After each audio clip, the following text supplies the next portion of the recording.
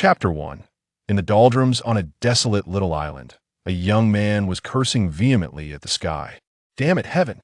If you're going to send me across dimensions, why must it be into the perilous world of One Piece? This young man was named an E, a denizen of Earth. As for how he found himself in this predicament, it was, of course, due to a transmigration. The manner of his crossing to this realm was indeed one of kind. To understand this, we must delve back a week in time. A week prior, an orphan, took advantage of a day off to stroll by the riverbank. As he passed by a fisherman, the middle-aged man called out to him, "Hey, young man, I've got a terrible stomachache. Could you keep an eye on my fishing for a moment?" Initially, an E was reluctant to acquiesce to the fisherman's request. However, sensing an E's hesitation, the fisherman added, "If you watch for just 10 minutes, it'll give you $100. Upon hearing the sum of 100, an E's eyes lit up with eagerness. He promptly declared that as a fine young man of the 21st century, he was always eager to lend a helping hand. His willingness to assist was certainly not motivated by the generous offer. Thus, after pocketing the $100, an E assumed the role of the fisherman. Little did he know, scarcely 2 minutes into his watch, a fish was caught on the line. Though he had never fished before, he was no stranger to the sight of a fish wriggling on a hook. Without hesitation, an E reeled in the line. However, the fish proved to be remarkably strong, and as he lost his balance and slipped, he tumbled into the water. Despite being a southerner, an E was regrettably a poor swimmer. Consequently, he flailed in a panic. Fortunately, he was not far from the shore, and after a few desperate strokes, he managed to claw his way back onto dry land. Yet, upon emerging from the water, an E discovered he was no longer by the riverbank, but instead on a small island. Staring at the few hundred square meters of land before him, an E's mind was in a whirl. Wasn't he just by the river, helping someone fish? How had he ended up on this remote island? Could it be he had transmigrated? As a young man of the 21st century, the concept of transmigration was not foreign to him after all. Countless novels revolved around such themes. However, when faced with his own reality, and he found it difficult to comprehend. While he grappled with his bewilderment, a voice suddenly echoed in his mind. System binding initiated, current progress at 1%. Who? An E shouted, glancing around the barren island. No one was in sight. At that moment, the voice reappeared in his mind. Current progress at 2%. Finally, an E realized the voice was emanating directly from within his consciousness. His expression was one of utter confusion. If he hadn't misheard, this voice belonged to the system. An E hastily called out, "System, are you really a system?" Yet, there was no response, only the intermittent progress reports signifying the system's presence. After several minutes of unanswered queries, an E resolved to assess his surroundings. He stood up and surveyed the small island. Its size was modest, completely barren, with many large rocks but no discernible plant life. Surrounding the island was the vast ocean, with no other land in sight. The sky was a clear blue, devoid of clouds, and he decided to dry his clothes. Stripping down to just his underwear, he wrung out his soaked clothing and laid it upon a rock to sunbathe. Thanks to the bright sun, and as his attire was summer wear, it dried rapidly. After brushing off the salt crystals from his clothes, and he put them back on, realizing he had to make do with the harsh conditions. At that moment, another voice resonated in his mind. System installation complete. Upon hearing this, and he was filled with excitement after such a long wait, the system was finally ready. "System, please reveal yourself." Ding! The universal sign and lottery system is now officially online. Next, a face appeared in an E's mind, stating, "Greetings, host. I am the assistant of the universal sign and lottery system." And he inquired, "System, where exactly is this place?" Having transmigrated, he was naturally curious about his whereabouts. Despite his observations, the surrounding ocean left him unable to determine his location. "I don't know." "What?" An E gaped, "System, how can you not know where this is? You're a system." In response to an E's skepticism, the system replied, "Pray tell, what type of system am I?" "Universal sign and lottery system." And E blurted out, "Then isn't just fine? I am a sign and lottery system, not a navigational system. Why must I know where this is?" Faced with the system's retort, and he found himself at a loss for words. He then queried, Could you introduce yourself and your functions? I am a unique entity in the cosmos, ranking among the top systems across the universe. Observing the system's smug demeanor, and he felt an overwhelming urge to give it a good thrashing.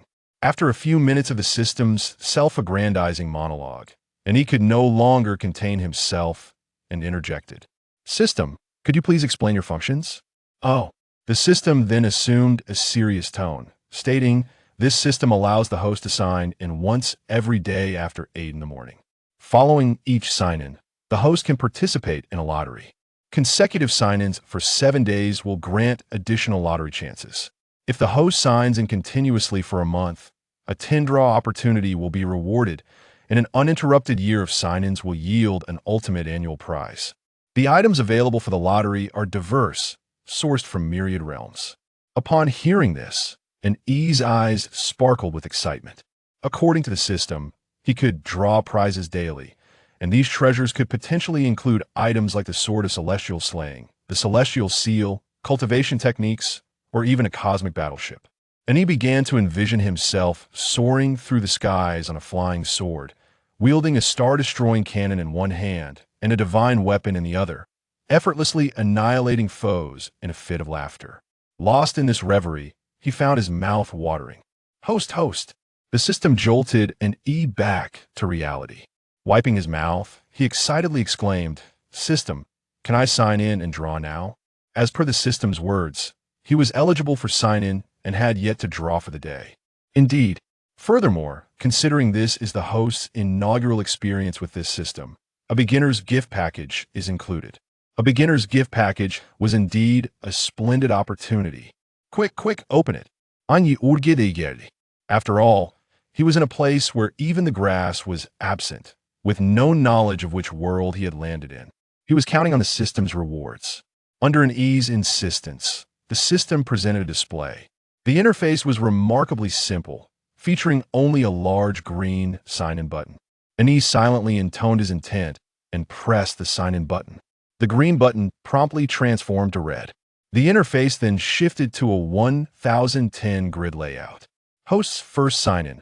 Additional rewards granted, lottery chances increased by 1. Being a novice, the host receives a beginner's gift package, which includes 1 10-draw opportunity. Gazing at the system's interface, an E erupted in joyous exclamation. Wow! Having gained 1 lottery draw from signing in, plus an additional 1 from the rewards, he now had a total of 12 chances to draw. Rubbing his hands together in anticipation, he could hardly wait to begin the lottery. System, let's commence the drawing. The system then displayed a message. The host may randomly draw from 100 available rewards. With 12 drawing opportunities at his disposal, and E decided to initiate a single draw first, saving the 10 draw for later. System, let's go for a single draw. As he spoke, a light began to dance within the 1010 grid. Watching the light gradually slow down, and he closed his eyes and mentally prayed, Buddha, Guanyin, Allah, Christ, the 3 pure ones, please bless me with a miracle from this single draw. Ding! With a melodious chime, the light finally ceased its movement, and the confirmed square flipped over. Simultaneously, the system emitted a cheerful sound and proclaimed to an E, Congratulations, host.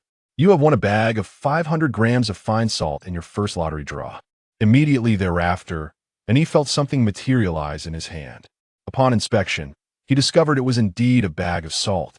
The bold lettering on the packaging declared 500 grams of fine salt, capturing his attention. Gazing at the salt in his hand, and he glanced around at the boundless ocean surrounding him. In a fit of frustration, he hurled the salt to the ground and exclaimed, Here I am, in the middle of the ocean, surrounded by salt water, and you present me with a bag of salt? It was no wonder an E was incensed after all. He found himself on a desolate island devoid of even a blade of grass, encircled by the sea. At this moment, receiving a mere bag of salt felt utterly useless, far less valuable than a toothpick. An E shouted, System, come forth. The system responded, Host, what is the matter? Pointing at the salt on the ground, an E inquired, What is the meaning of this? The system replied, The lottery is random. The host may draw anything. But why a bag of salt? A bottle of mineral water would have sufficed as a consolation. The system explained, the lottery is a test of luck. It is purely based on chance and has nothing to do with this system. And he found himself momentarily at a loss for words in response to the system. He could only offer himself silent reassurances. A single draw yields no good fortune. I have only drawn once. There are still chances ahead. After calming his tumultuous thoughts, an E resolved to attempt another single draw. System, initiate another single draw. Thus, the system refreshed the lottery interface and commenced the drawing once more. This time, and he decided to keep his eyes open, fixating intently on the pulsating lights. Ding! The sound denoting the conclusion of the lottery echoed once again. Congratulations, host. You have received a bait that guarantees a 100% catch rate. One portion of bait can catch 10 fish. As he beheld the small packet of bait in his hand, he realized this was the prize he had just drawn. The reward was quite commendable, even exceptionally so, but it was contingent upon an E possessing a fishing rod. It is worth noting that an E had traversed into this realm while fishing for someone else. Now, the mere sight of anything related to fishing ignited his ire. Moreover, aside from the clothes on his back, he possessed no thing. A mere stick of chopsticks eluded him. On this barren island, devoid of life, there were only stones. Even crafting a fishing rod for himself was an impossibility. Smack! And he once again tossed the bait onto the ground, exclaiming in exasperation, "What the hell?" System, activate a 10 consecutive draw. The prizes from the previous 2 draws had sent an E's blood pressure soaring. Thus, he directly initiated the 10 consecutive draw. However, immediately after speaking, he regretted his decision, inwardly lamenting, "With my luck, I should have washed my hands first." Yet, the words had been spoken, and the system had already begun the draw. He could only console himself, hoping that the 10 consecutive draw would yield something worthwhile. An E waited in silence, and after a brief span of seconds, the system's voice resonated once more. Congratulations, host. You have received a pack of napkins. Congratulations, host. You have received 10 pounds of flavorless biscuits. Congratulations, host. You have received a 5-liter bottle of mineral water. Congratulations, host. You have received an extraordinary item, a pair of indestructible flip-flops. Congratulations, host. You have received a military-grade binocular. Observing the 10 items that materialized before him, and he let out a sigh. Although the results of the 10 consecutive draw were superior to the single draw, none of the items could truly be deemed miraculous. He began to sift through the items for those of value to him. First and foremost, the mineral water and biscuits were essential. After all, one must eat and drink to survive. Next, the napkins and handkerchiefs held some utility. The binoculars were indeed a splendid acquisition, and E had just tested them and discovered they not only offered great distance viewing, but also allowed for focus adjustment and appeared to possess night vision capabilities. With these binoculars, and he could better observe the ocean's surface and search for vessels. However, the item that pleased him the most was a tent. With the tent, he would no longer be subjected to the elements, shielded from the wind and sun. Suddenly, he had a realization. Despite having been on this deserted island for some time, he had not felt any wind. He surveyed his surroundings. The ocean was eerily calm, and the sky was devoid of clouds. A shiver ran down his spine. Although he did not reside by the sea, he was aware that it was rare for there to be no wind over the ocean. Yet here he was, seemingly in the middle of the sea, feeling not a whisper of wind. Worlds that fit this description were few and far between. The most famous example was the calm belt from the world of One Piece. And he muttered to himself, "Could I really be this unfortunate?" Nevertheless, there was no concrete evidence to prove such a notion. Deciding to pitch the tent first and drink some water, and he acknowledged that he had been in this realm for several hours, and given the sweltering weather, he indeed needed to hydrate. System, keep only the food, drinking water, binoculars, and tent. Store away everything else. Host, this system does not possess built-in storage space. In an astonishingly incredulous manner, Ani inquired of the system, "What, do you not possess a system space?" The system responded, "May I ask, what kind of system am I?" "The universal sign and lottery system," retorted Ani. The system replied, "Well, that's just it. I am not a storage system." Ani sarcastically remarked, "What difference is there between a system without a storage space and a salted fish?" The system interjected, "Host, It seems I have heard you speak ill of this system. Ani immediately countered, no, that is not true. Don't misinterpret my words. Now, let us proceed with the lottery. Hurry up. Ani had already spent a week stranded on the deserted island. During the day, he scoured the horizon with binoculars, hoping to catch sight of a passing ship. Regrettably, after so many days, all he could see was the endless satiate night. He would sleep in a tent. The highlight of his day was undoubtedly the lottery time. Over the past 5 days, Ani had participated in 5 single draws, yielding a loaf of unpalatable bread. He could only lament that the food drawn by the system was indeed distasteful. That previous flavorless biscuit was truly devoid of taste. Ani expressed that if it were not for his hunger, he would prefer to drink water rather than consume that biscuit. The unsavory bread made him feel nauseous for 2 days after just 1 bite. On the bright side, he had also received 2 10-liter bottles of mineral water. For this, Ani felt quite satisfied, as it ensured he would not perish from thirst. In addition, he received an elementary arithmetic workbook and a map of an unknown world. He had already utilized the arithmetic workbook to address his sanitation issues, while he decided to temporarily stash the map away, uncertain of its origin but inclined to keep it for now. Today marked the 7th day of Ani's sign-in, and the system mentioned an extra draw reward for those who signed in for 7 days. Thus, Ani was filled with anticipation upon completing his sign-in. He noticed his lottery chances had increased to 2, and a joyful smile spread across his face. Although his experiences with single draws had indicated that miraculous outcomes were rare, having an additional chance was certainly a boon. Lottery. Ani exclaimed. In order to ensure his fortune, he had taken to washing his hands before each draw. Despite the fact that hand-washing was entirely unnecessary for the lottery, the ritualistic aspect was nonetheless important. Congratulations, host. You have drawn an extraordinary item, a collapsible small sailboat. Ani gazed at the sailboat model that appeared in his hand, feeling somewhat bewildered. The sailboat was hardly larger than his palm. Initially, Ani had felt elated at drawing a sailboat. But upon observing this toy-sized vessel that could not even accommodate a mouse, he felt utterly defeated. He shouted, "System, come out here." The system responded, "Host, what seems to be the problem?" pointing at the sailboat in his hand. Ani asked, "What is this?" The system, in an exaggerated tone, exclaimed, "Wow, the host has actually drawn an extraordinary item.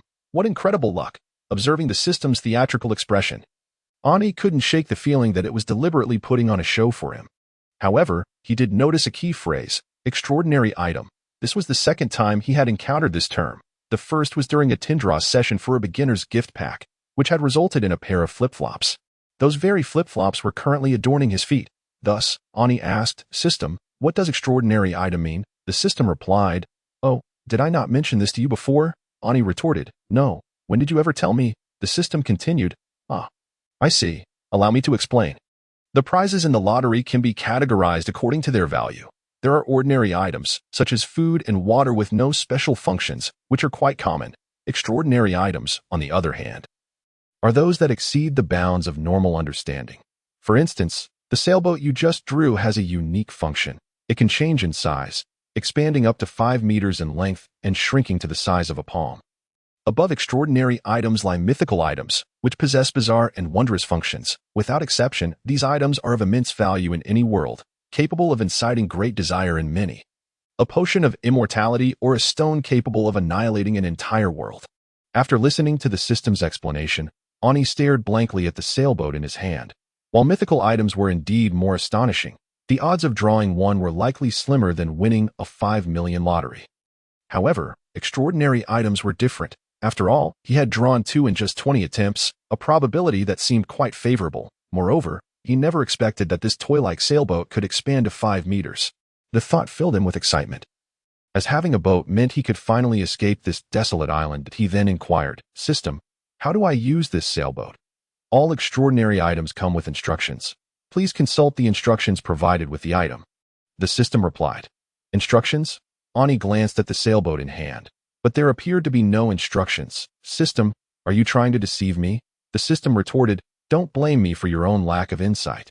Ani shot back, "How dare you insult me, you audacious system?" The system threatened, "Do you believe I could make you draw that unpalatable bread every day for a month?" Upon hearing this, Ani's face brightened with a smile.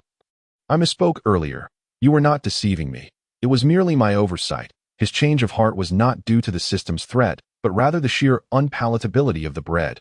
Indeed, that was the case. He then began to scrutinize the sailboat closely and finally discovered a line of tiny text at the bottom.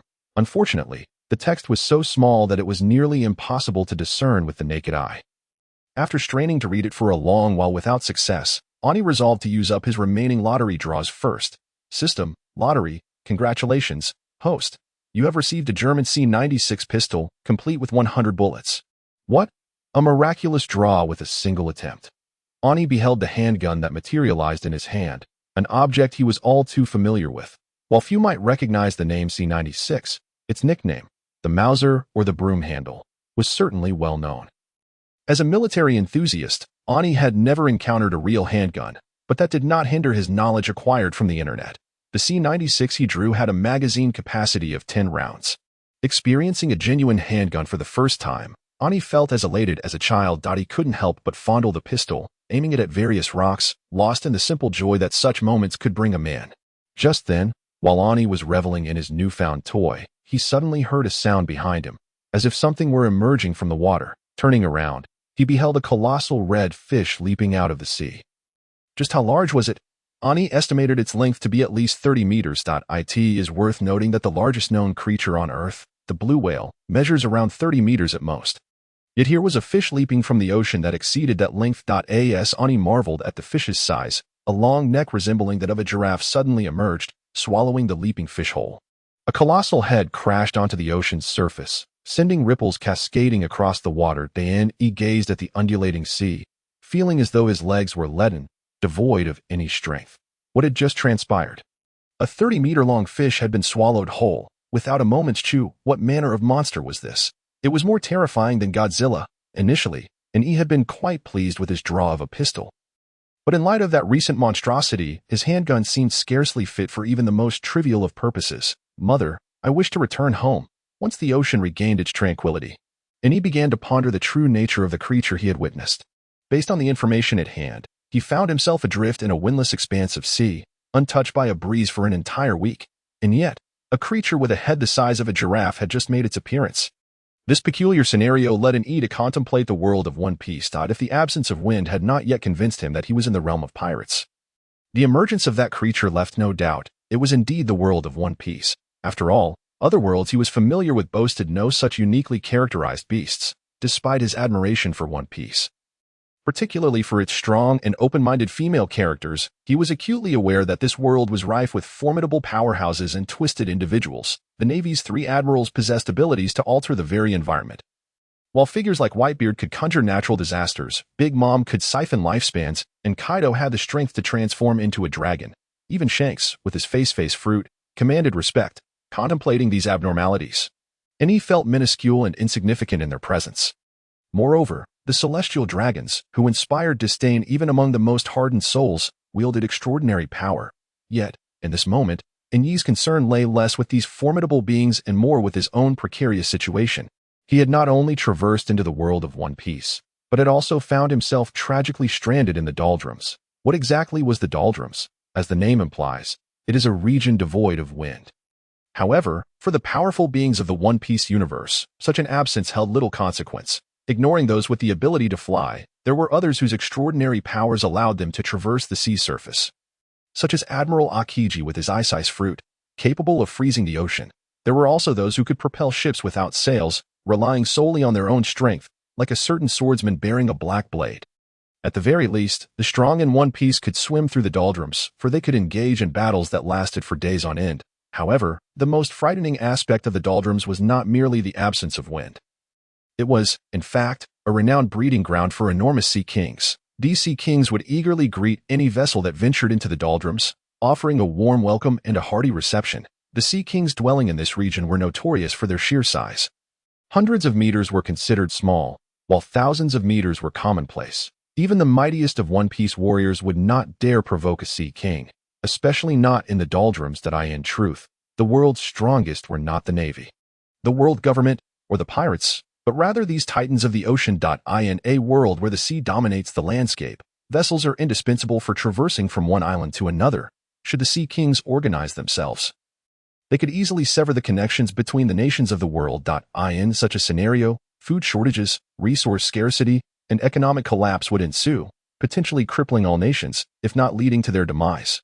After all, the world government is a coalition of numerous nations, and communication relies heavily on the oceans, and here was an E, caught in the doldrums. Yet, it was precisely because of this that he felt like a tragic figure. He possessed the most formidable weapon, a pistol, yet against the Sea Kings, it would scarcely serve as more than a mere annoyance, let alone against those measuring hundreds or thousands of meters. Moreover, he had no means of escape.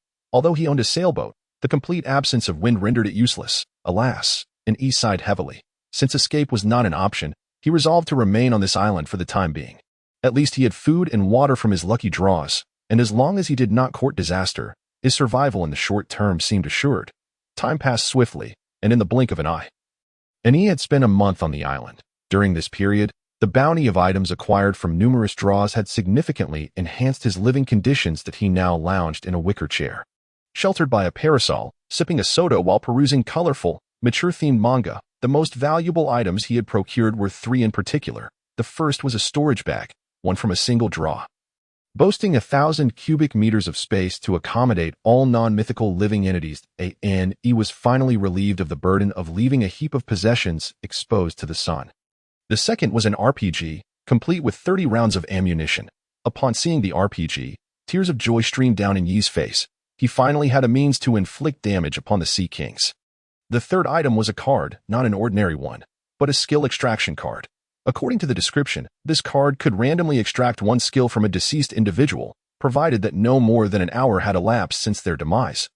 And it posed no side effects. From the card's introduction, and E concluded that it was an unequivocal treasure. For instance, if he were to use this card on Whitebeard after his death, he might have a chance to obtain the powers of the Tremor fruit. As devil fruits could be considered a type of skill, thus, to an E, this card, while extraordinary, held value comparable to that of mythical artifacts. He began to fantasize about acquiring more such cards in the future.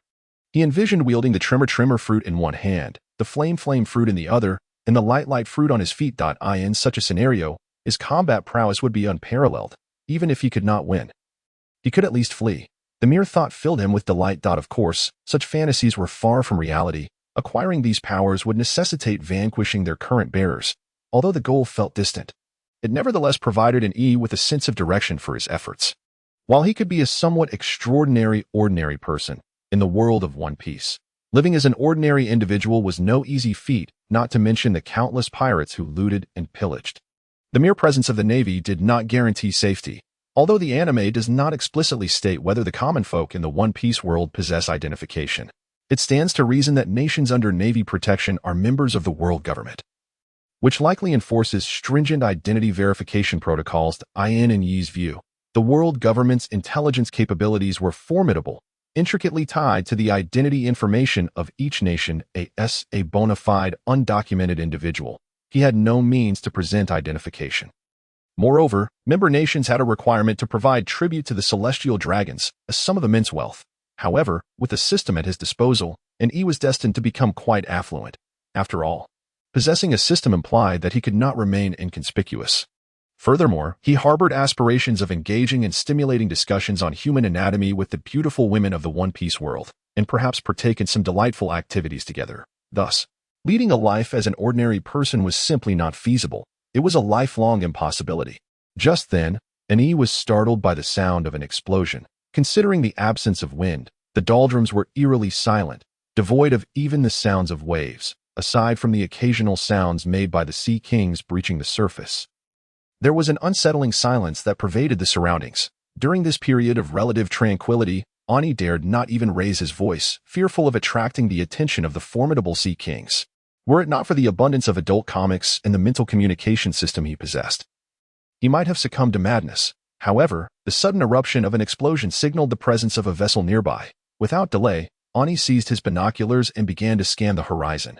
Before long, he discerned several protrusions on the distant sea, encircling a small dot.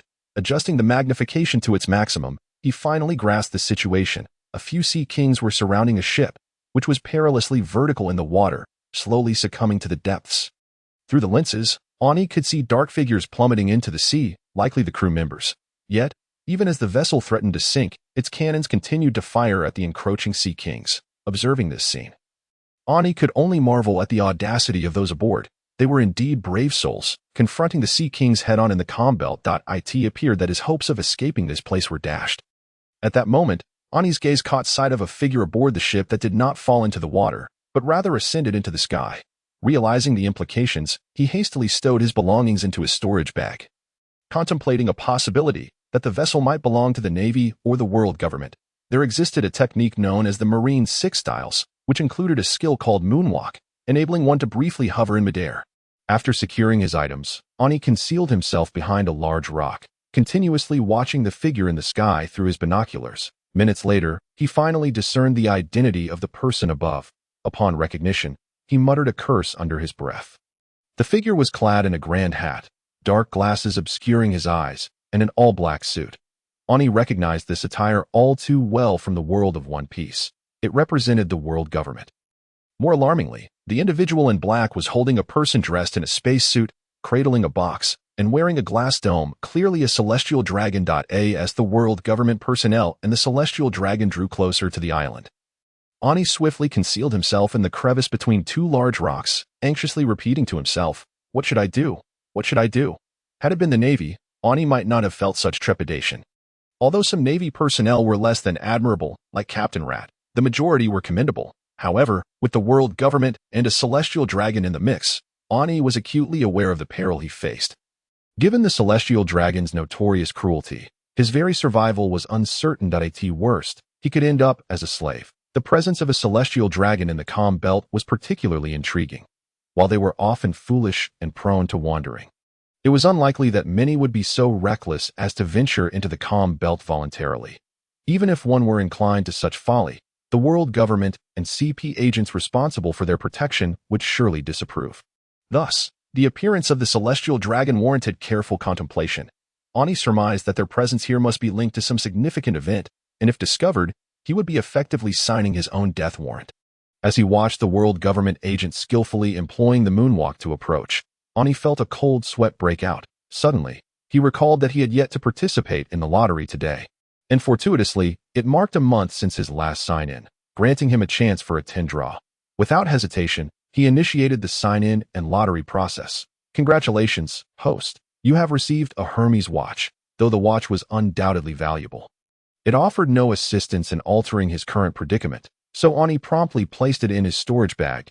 He then proceeded with the 10 draws. That moment, the world government agents finally arrived on the island where Ani was hiding. Ding! The 10 draws concluded, and Ani eagerly examined the results, hoping for something useful. His eyes were immediately drawn to a skill, a rarity among his previous draws. However, upon closer inspection, disappointment washed over him as he realized the skill was extraordinary skill, proficiency in all languages. He had hoped for something more beneficial, but language proficiency seemed of little use. Continuing to peruse the remaining items, Ani noted that this time his luck had been relatively good, as he had drawn 2 skill extraction cards and a previously unseen card labeled skill upgrade card. Unfortunately, none of these cards would aid in his current circumstances. The only item of potential utility was a Mauser 98K, the bolt-action rifle renowned in the 21st century due to a certain video game. Yet, facing an opponent capable of moonwalk, Ani doubted the effectiveness of a single-shot rifle in such a dire situation. While the act of chambering a round might possess a certain romanticism, his life was at stake. And romance was a luxury he could ill afford. Had he drawn a more rapid-firing assault rifle, he might have felt more confident in his chances. After all, firearms held significant sway in the world of One Piece. Even the strongest adversaries were vulnerable if their physical prowess were not extraordinary or if their devil fruit abilities were countered. Just then, a cacophony of sounds reached his ears. The celestial dragon was berating the man in black, striking him with fists and feet while continuing to rant in an unintelligible manner. After straining to listen, Ani finally caught a single word: Baka. It dawned on him that he was in the world of One Piece, where Japanese was the vernacular. Although he had acquired a smattering of Japanese due to certain unique circumstances, his knowledge was limited to phrases often heard in adult films. As for anything beyond that, he lamented the fact that he had yet to master the numerous dialects of his own country, leaving him no capacity to learn foreign languages. Fortunately, Ani had just drawn a language-related skill, which now proved fortuitously timely. He silently invoked, "Activate Universal Language Proficiency." A prompt appeared before him. Does the host wish to activate the skill Universal Language Proficiency? yes or no without hesitation. Ani selected yes. He felt a refreshing sensation wash over his mind. And suddenly, the incomprehensible babble transformed into intelligible speech. You worthless scum. Is this how you protect the gods? What use are you? I would rather have you all killed than be disturbed by a bunch of livestock. Listening to the celestial dragon's tirade, Ani thought to himself, these world government agents are remarkably loyal. If it were me, I would have eliminated that celestial dragon the moment he insulted me. After all, we're in the calm belt. Dispose of the body by tossing it into the sea, and even the 3 admirals would be left scratching their heads.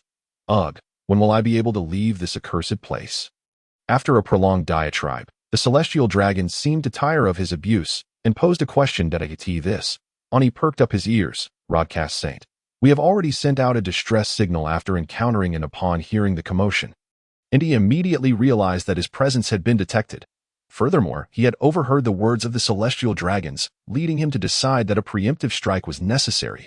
Without hesitation, he retrieved an RPG from his storage pouch and launched it towards the direction of the celestial dragons.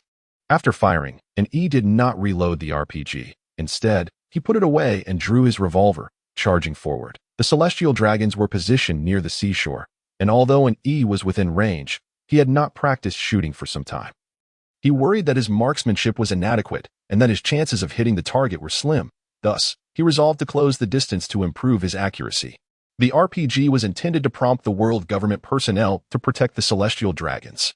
As anticipated, upon witnessing an RPG launch, the man in the black suit did not evade the relatively slow-moving projectile. Instead, he positioned himself in front of the celestial dragons, shouting, "Iron block," with a resounding impact. The RPG struck the man in black, yet it did not detonate. The close proximity triggered a protective mechanism in the rocket, preventing an explosion. Despite the absence of an explosion, the immense force of the projectile caused the man in black to cough up blood. At that moment, Ani had already risen and aimed his revolver at the celestial dragons. He had the audacity to emerge after firing the as I indulged in idle thoughts. The 3 colossal sea kings returned to the depths of the ocean. Watching the majestic creatures vanish, I let out a sigh of relief. Fortunately, they seemed indifferent to my presence. Nevertheless, from their recent exchanges, I gleaned a wealth of information. It appeared that the sea kings were drawn by the blood of the celestial dragons, harboring a distinct disdain for them. They repeatedly mentioned the 19 bloodlines, presumably referring to the 19 noble families residing in the holy land of Mariehwa. Yet, for the moment, I resolved to first gather the spoils from the celestial dragons. Having heard that the sea kings would soon return to dispose of their corpses, the unfortunate, diminutive me decided to scavenge before retreating far from the bodies of the celestial dragons. I had also noticed earlier that one of the celestial dragons clutched a box tightly, a possession he deemed essential even in his flight for survival. The contents within were undoubtedly significant, for the wealth of the celestial dragons would render anything trivial beneath their notice. Thus, I approached the box, which appeared to be crafted from gold and was exceedingly heavy, prompting me to marvel at the immense riches of the celestial dragons. However, I soon discovered that the box was locked. Hastily, I began to search the body of the celestial dragon, hoping to find the key. Indeed, I soon uncovered a key nestled in the dragon's pocket. After securing the key, I grasped the box and picked up the celestial dragon's pistol, making my way away from the shore. Not long after my departure, a sea beast with the head of a crocodile emerged beside the island, swallowing the celestial dragon's corpse in one swift bite. It paid no heed to the nearby body clad in black. Retreating back into the depths of the SEA.AS, I observed the departing creature. I exhaled with relief. My greatest concern had been meeting a similar fate at the hands of the Sea Kings. But it appeared I had yet to attract their attention. Once the surface of the sea regained its tranquility, I called upon the system. System, please come forth. My foolish host, what is it you desire? Though it had been half a month since I had been addressed in such a manner, each time I heard those words, I couldn't help but recall the phrase, my foolish Odo. The tone was strikingly similar. System, I wish to inquire why I am able to comprehend the communication among the Sea Kings. Have you not just utilized a skill card? I was taken aback. Are you suggesting that the proficiency in the language of all realms grants me not only the ability to learn Japanese, but also to understand the language of the Sea Kings? Indeed, you must recognize that you are employing an extraordinary skill. As long as communication exists among living beings, you will comprehend it. Surely you do not presume that this extraordinary skill merely facilitates human language? Upon hearing this, I was genuinely astonished. According to the system, I could not only converse with humans but also communicate with all creatures. Was this not the very ability to listen to the voices of all existence? Such a skill was essential for anyone aspiring to become the Pirate King.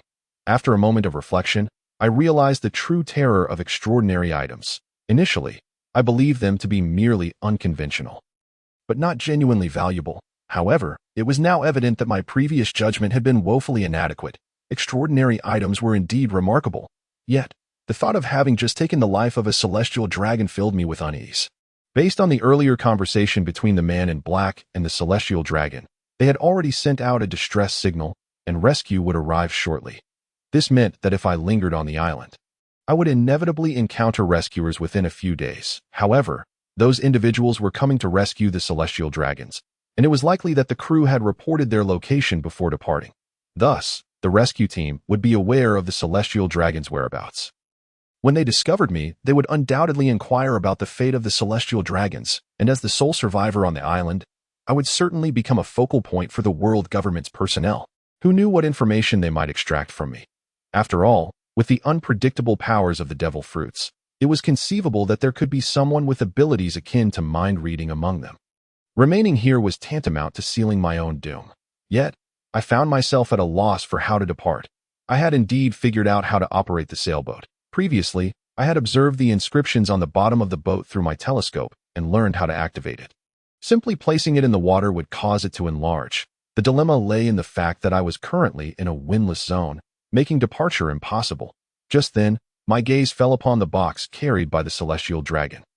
I resolved to open it and discover its contents. With the key in hand, I unlocked the box. Before me lay two items, a vial of red liquid, approximately 1 to 200 milliliters in volume, and a half-red, half-blue devil fruit. Staring at the devil fruit, I was momentarily taken aback. I had entertained various possibilities for the box's contents, such as documents revealing the secrets of the world government or priceless treasures. Yet, I had never anticipated that it would contain merely a vial of liquid and a single devil fruit. Grasping the vial of red liquid, I shook it vigorously. The substance appeared rather viscous. However, I was uncertain of its purpose and lacked the courage to taste it. Who knew what it might contain? While the nature of the liquid remained a mystery, it was undoubtedly of great importance, as it had been deemed essential enough for a celestial dragon to carry even in life-threatening situations. The presence of the devil fruit alongside it further underscored its value. Generally, a typical devil fruit was worth around 100 million. While that was a considerable sum, it would hardly impress the celestial dragons, unless this particular fruit was extraordinary. Could it be the Ope no Mi? Yet, I recalled that the Ope no Mi did not resemble this. I placed the vial of red liquid into my storage pouch and began to examine the devil fruit closely. System, please identify this devil fruit for me. May I inquire about the name of this system? Upon hearing this familiar question, I realized that the system lacked the capacity to identify devil fruits. No, you are a system without storage space or the ability to identify devil fruits. Why can other systems do so while you cannot? With your supposed status as one of the best systems in the universe, you seem more like a subpar one. Did your programmer perhaps indulge a bit too much, missing several pages of code? Please do not doubt the capabilities of this system, host. You claim that other systems possess storage space and identification abilities, so kindly present one at as long as I remained in the world of One Piece. How could I possibly find another system? Moreover, if I found one, the result would be its uninstallation, leaving me with nothing. Though this system seemed to offer few functionalities aside from sign-in rewards, it was still a system. Ahem, system, I meant no offense. I merely find your limited capabilities unworthy of your esteemed reputation. Host, you must understand that the more complex something is, the more likely it is to encounter problems, while simplicity tends to minimize complications. You are a system, not merely a machine. It is evident that your creators sought to minimize coding efforts, resulting in such a limited array of functionalities. Regarding the system's inadequacies, he has grown accustomed to a life of ease. Yet he now finds himself in a state of considerable distress. He must escape this place swiftly, for the significance of the celestial dragons ensures that the Navy and the world government will undoubtedly dispatch assistance without delay. The sooner he departs, the safer he will be. However, the pressing issue at hand is how a mere weakling can navigate the perilous waters of the calm belt, rife with threats, until he comprehends the nature of this devil fruit. He dares not partake of it recklessly at this juncture. and he recalls the skill extraction card he possesses. He glances at the lifeless body clad in black attire on the ground, grits his teeth, and resolves to utilize one of his skill extraction cards. Approaching the corpse, he retrieves the card, places it upon the body, and silently invokes its power. The card releases a multitude of shimmering lights, vanishing into thin air. Simultaneously, a message materializes in Yi's mind. Congratulations, host. You have acquired the skill Iron Block from the Navy's 6 styles. This skill is now under your control. He stares in astonishment at the skill he has drawn. He never anticipated that he would extract the Iron Block from the 6 styles. Although the Navy's 6 styles are indeed formidable, the Iron Block has long been regarded as somewhat inferior among fans of the series. In contrast to the swift through, the evasive Jeppo, and the aerial moonwalk, the Iron Block has often been dubbed the strongest illusion of the Pirate King. After all, there are numerous instances where individuals have been vanquished due to their reliance on the Iron Block. The most infamous example being CP9, often mockingly referred to as the team that fell to the Iron Block. Moreover, there was a single-tailed Navy soldier who attempted to withstand the blows of Luffy and Zephyr using the Iron Block. Despite having the option to evade with Sir Jeppo, he chose to remain stationary and absorb the incoming attacks. However, he perceives the Iron Block in a different light, taking the aforementioned Navy soldier as an example. His intention in absorbing Luffy's attack was to obstruct him, as Luffy was dangerously close to the execution platform. In such circumstances, every step Luffy took towards the platform would significantly bolster the morale of the pirates. Thus, when it became apparent that Luffy could not be defeated swiftly, halting his advance became imperative. It was merely a matter of insufficient mastery of the Iron Block that led to his failure. The strategy itself was sound, but the execution fell short. Furthermore, the context in which the Iron Block is employed must also be considered. The primary users of the Iron Block are typically Navy personnel or agents of the world government, in the Navy's case. As champions of justice, they frequently need to protect civilians. Should a Navy member engage in battle with a pirate and observe nearby civilians, the pirate might deliberately target them to gain the upper hand. In this scenario, the Navy, embodying justice, would invariably prioritize the safety of the civilians. Thus, the Iron Block becomes valuable, allowing the Navy to withstand the pirates' assault while safeguarding both the civilians and themselves. Alternatively, much like the black-suited individual who acted as a bodyguard, employing the Iron Block to shield the Celestial Dragon during an attack. Therefore, he concludes that the Iron Block is best utilized in unavoidable circumstances, where self-preservation is paramount. Of course, CP9 was clearly not operating at their full capacity at that time. Now, having drawn the Iron Block, he contemplates whether he should use another card, as he still possesses 2 additional skill extraction cards. After some deliberation, he decides to utilize both remaining cards, for he currently has no other opportunities to employ them. Although these cards are scarce, as long as he remains alive, he will have ample chances to draw again in the future. However, what he requires at this moment is a means to enhance his strength as much as possible. Thus, he retrieves another card and places it upon the corpse. Congratulations, host. You have acquired Observation Haki, beginner level. He gazes at the newly acquired skill, feeling a sense of satisfaction. After all, Observation Haki is considered a high-level power within the world of One Piece. Nonetheless, he notes that this skill is specifically marked as beginner level. Curiously, he inquires of the system, what does beginner level signify?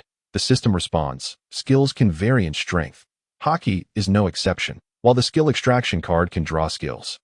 The level of the acquired skill cannot exceed that of the user. He then asks, why is there no level indication for the Iron Block? The system replies, the Iron Block differs from Haki. Once learned, its potency is contingent upon the user's physical prowess, whereas Haki operates differently. He acknowledges the system's explanation. According to the system, skills drawn from others will not surpass the strength of the original owner. This seems reasonable.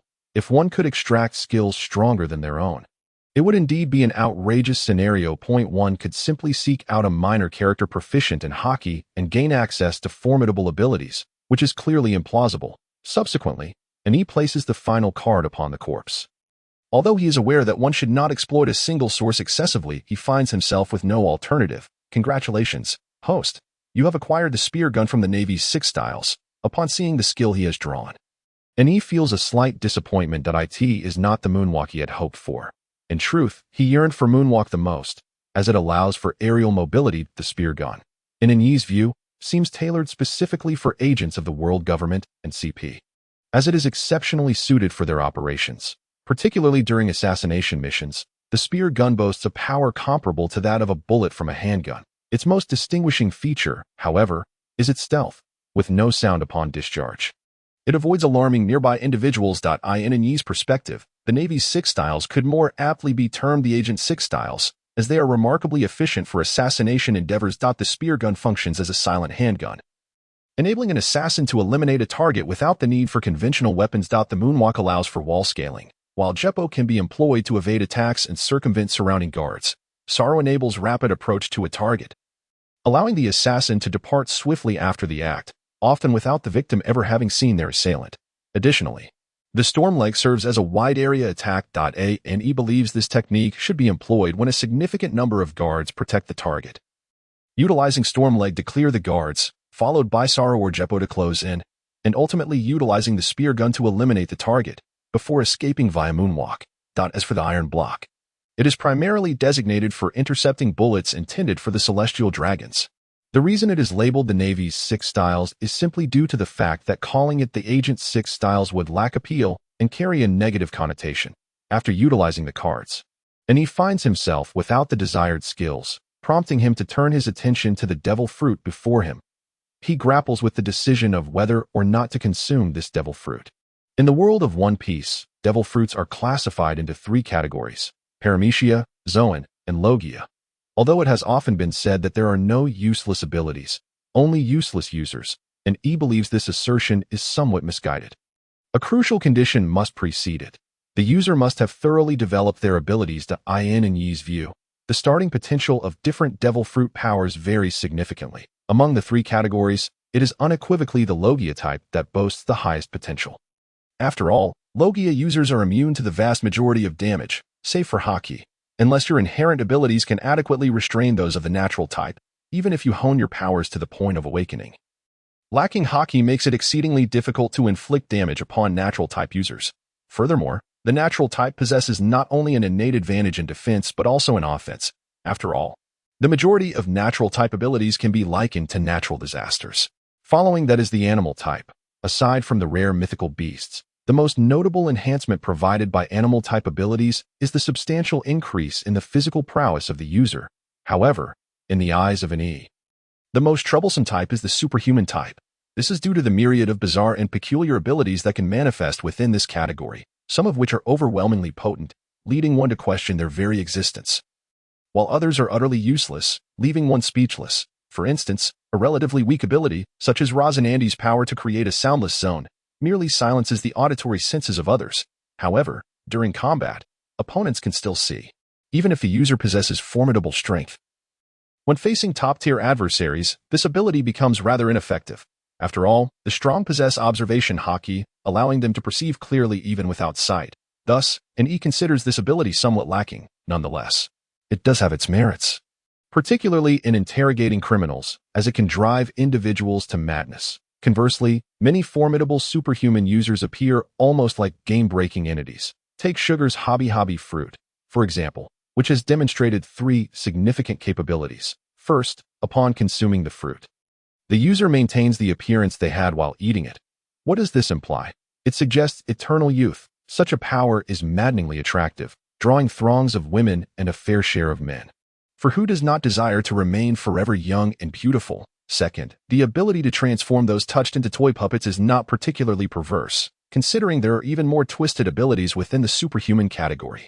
However, the third aspect, in Yi's view, is the most egregious. This ability allows the user to erase the memories of those transformed into toys from the minds of others. What is this? It is a power that operates on the level of rules. Imagine transforming a king into a toy. The number of memories that would need to be erased from countless individuals is staggering. To erase all traces of a king from the minds of others would involve at least thousands. While it has not been mentioned whether top-tier individuals are affected, this ability is still exceedingly formidable. After all, the capacity to obliterate another's memories is a power that transcends realms, one that even some fantasy novels fail to depict. Moreover, the application of superhuman abilities largely hinges on the creativity of the user. Indeed, it is this imagination that renders the superhuman type the most enigmatic and difficult to decipher. compared to the straightforward abilities of the natural and animal types. Superhuman powers can often leave one perplexed, struggling to comprehend their nature. For instance, consider Doflamingo, who has developed his string fruit into capabilities for attack, control, movement, healing, defense, and even duplication. Such a plethora of powers, if one does not possess a god's eye view. How many could deduce his abilities upon first witnessing them? Hence, E perceives the superhuman fruit as the most unpredictable. However, now faced with the decision of whether to consume this devil fruit, E is uncertain of its nature, even ignorant of its classification. Yet, contemplating his current predicament, he grits his teeth and resolves to take the gamble, consuming the devil fruit. Upon picking up the devil fruit, E hesitates before biting into it. Although he has never tasted a devil fruit, various anime and pirate-themed novels depict them as exceedingly unpleasant, often claiming they taste worse than excrement. While E has never sampled excrement, he sees no harm in preparing for the worst. He takes out a bottle of mineral water and a bottle of soda, intending to rinse his mouth after tasting the devil fruit. After making his preparations, E closes his eyes and takes a decisive bite. Upon tasting the fruit, his face is filled with confusion. Surprisingly, he finds the flavor not entirely disagreeable, while it may not qualify as gourmet. It is certainly crisp and juicy, far from the dreadful descriptions he had heard, and he glances at the bitten devil fruit, pondering whether it might merely resemble a devil fruit while being an ordinary fruit in reality. Could it truly be a counterfeit? At that moment, E feels a surge of information flooding his mind that it turns out that he has indeed consumed a devil fruit, specifically a superhuman-type devil fruit, granting him the ability to control temperature. With the authenticity of the devil fruit confirmed, E swiftly consumes the remaining portion. There is a saying among enthusiasts that consuming the entire fruit increases the likelihood of gaining complete abilities. Besides, considering that the fruit is not particularly distasteful, E quickly finishes it off. After consuming the devil fruit, he eagerly experiments with his newly acquired powers.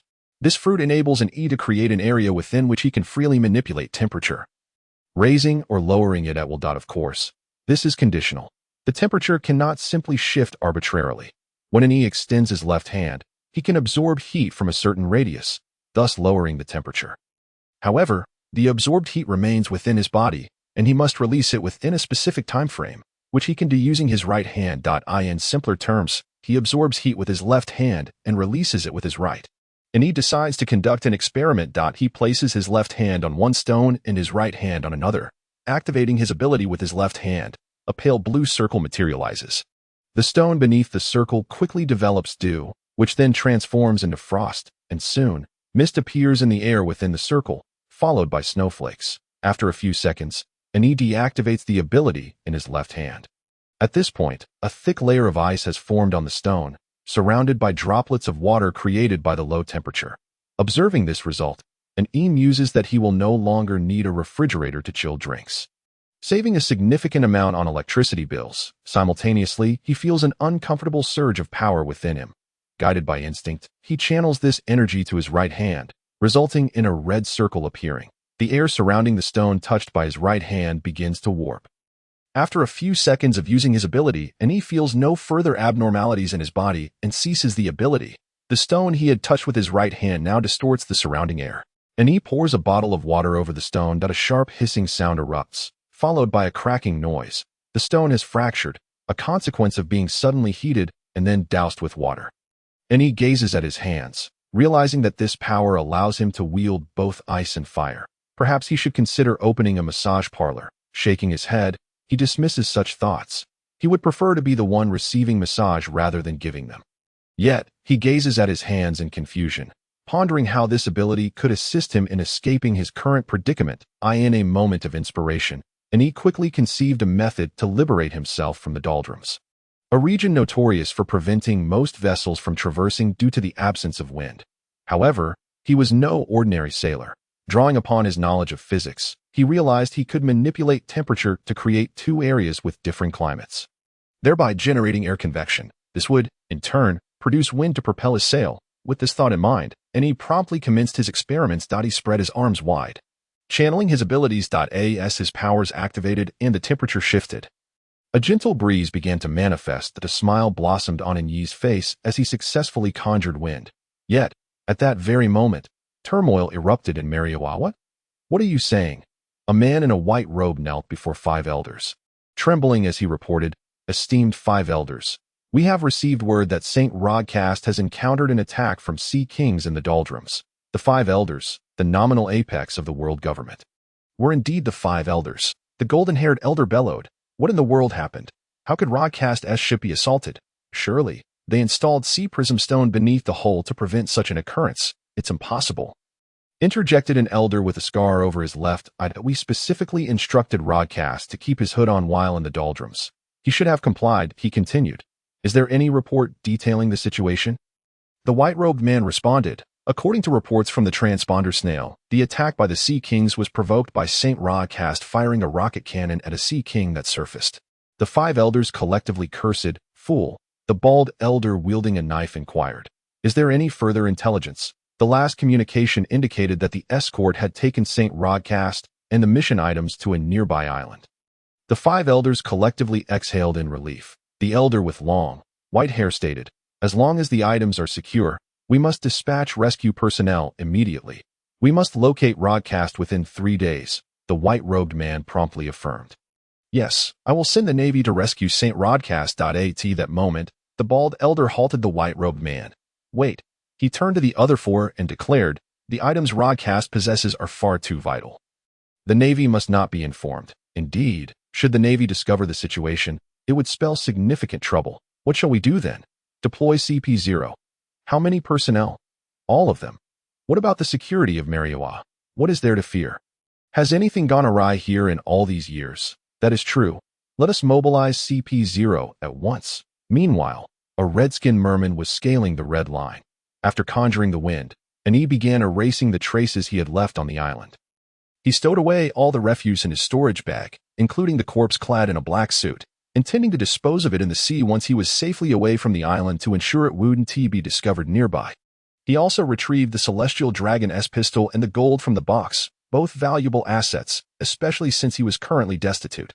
Although he had a single Mao Zedong bill, a token from his arrival in the world of One Piece, he was reluctant to part with it, as it held no value in this realm.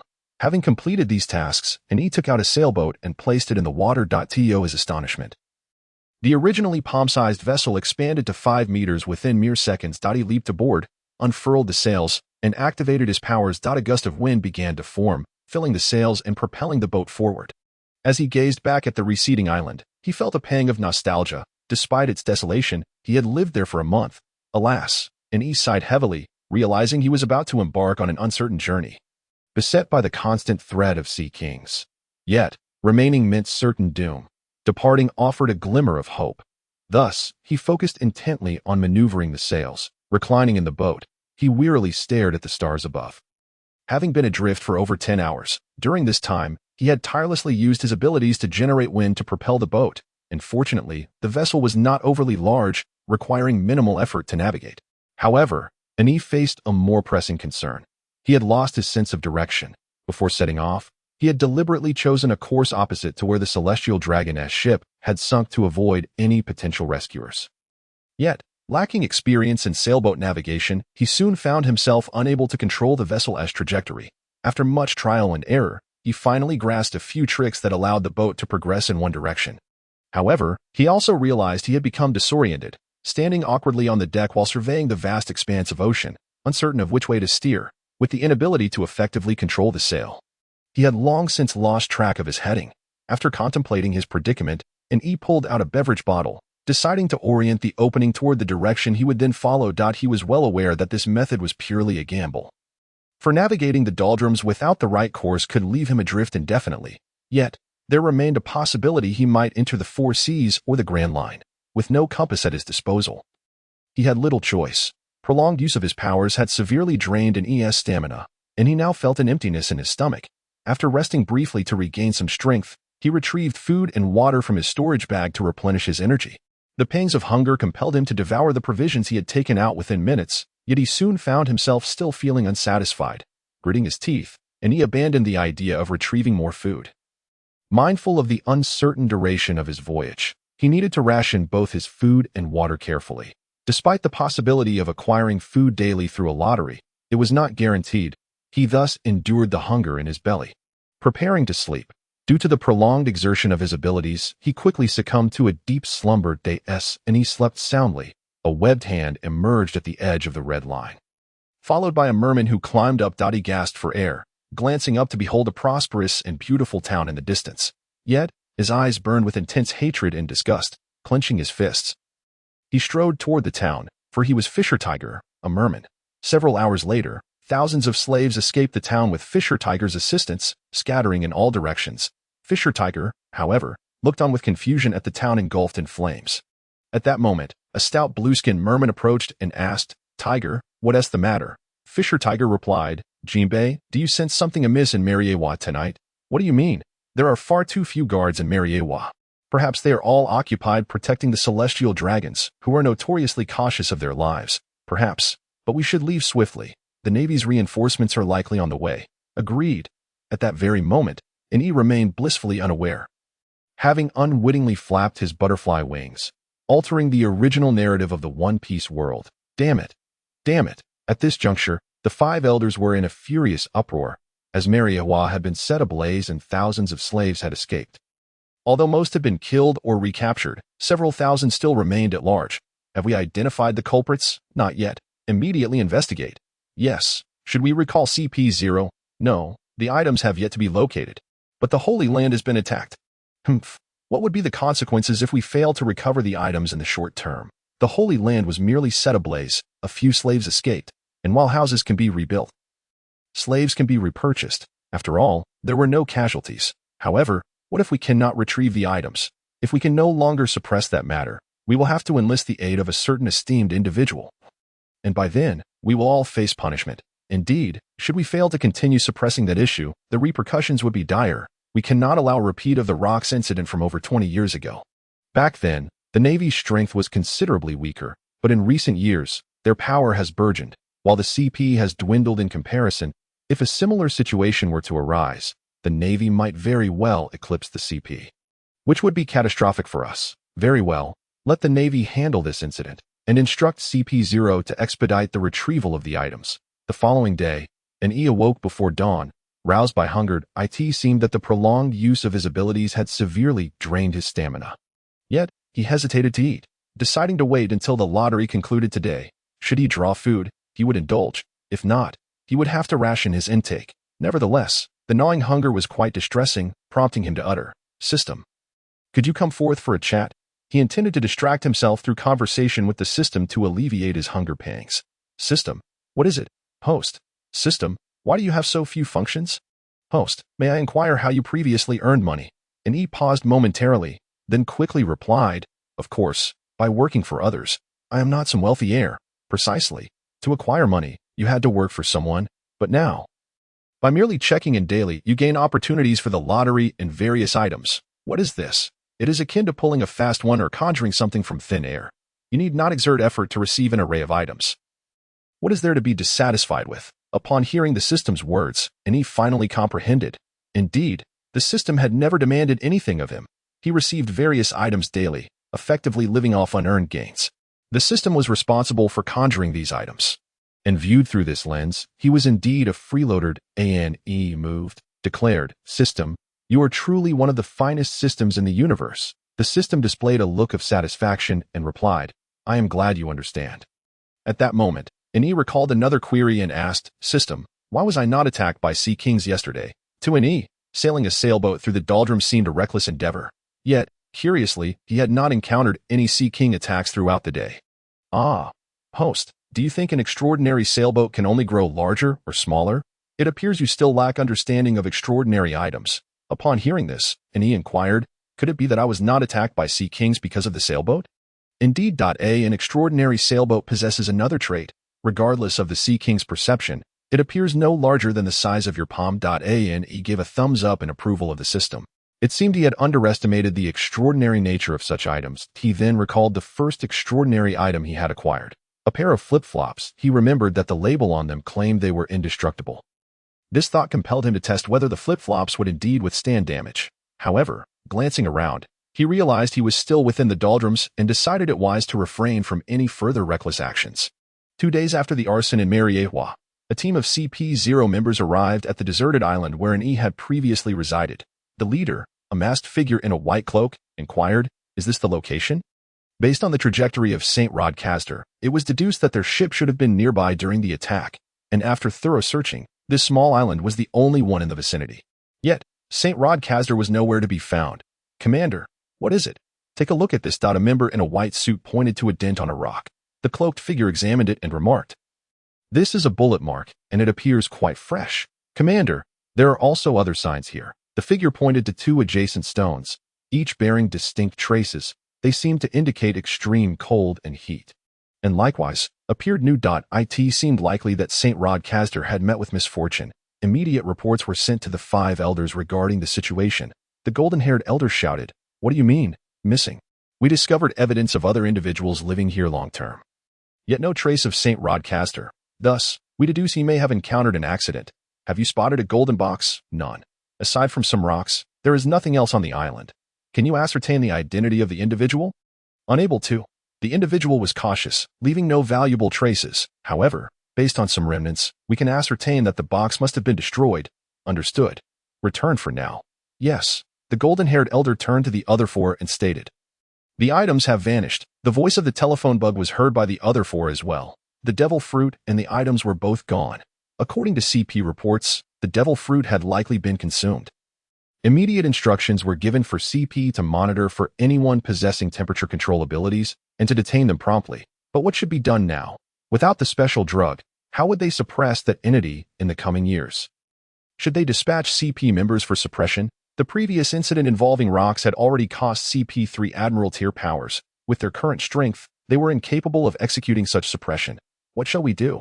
If that entity were to escape, the Sea Kings and the Doldrums would lose their restraint, and the Holy Land would be in peril. Should we request the admirals of the Navy to carry out the suppression? No. Suppressing that entity would require at least 3 admirals. Should the Navy lose the control of 3 admirals, the pirates would immediately stir up chaos. Damn it. All of this is Roger's fault. What now? We can only beseech that esteemed individual for assistance, but the opportunities for their intervention are limited. If we fail to suppress that entity, and if others discover it, the world government is doomed. Alas, let us go together to seek out that esteemed individual. I am so hungry." And he lay on the boat, staring blankly at the sky. He had been sailing for 5 days, and during this time, the extensive use of his abilities had severely drained his stamina, resulting in accelerated food depletion. By noon yesterday, he had consumed his last morsel and had since been enduring hunger while exerting his abilities. This had only intensified his hunger pangs. Today, he had drawn nothing but a mirror in the lottery, failing to obtain food. Throughout this period, he remained within the confines of the doldrums. The prolonged stay in this comms had led him to suspect he was sailing longitudinally along the doldrums rather than crossing through. Time and again, he contemplated changing direction but feared that the next moment might usher him out of the calm. Gazing at the perpetually clear sky, he pondered whether he might become the first traveler to perish from starvation. After all, he had managed to consume even the most unpalatable bread. It was only after eating that dreadful bread that he realized why he had once thought the devil fruit's flavor was not so bad.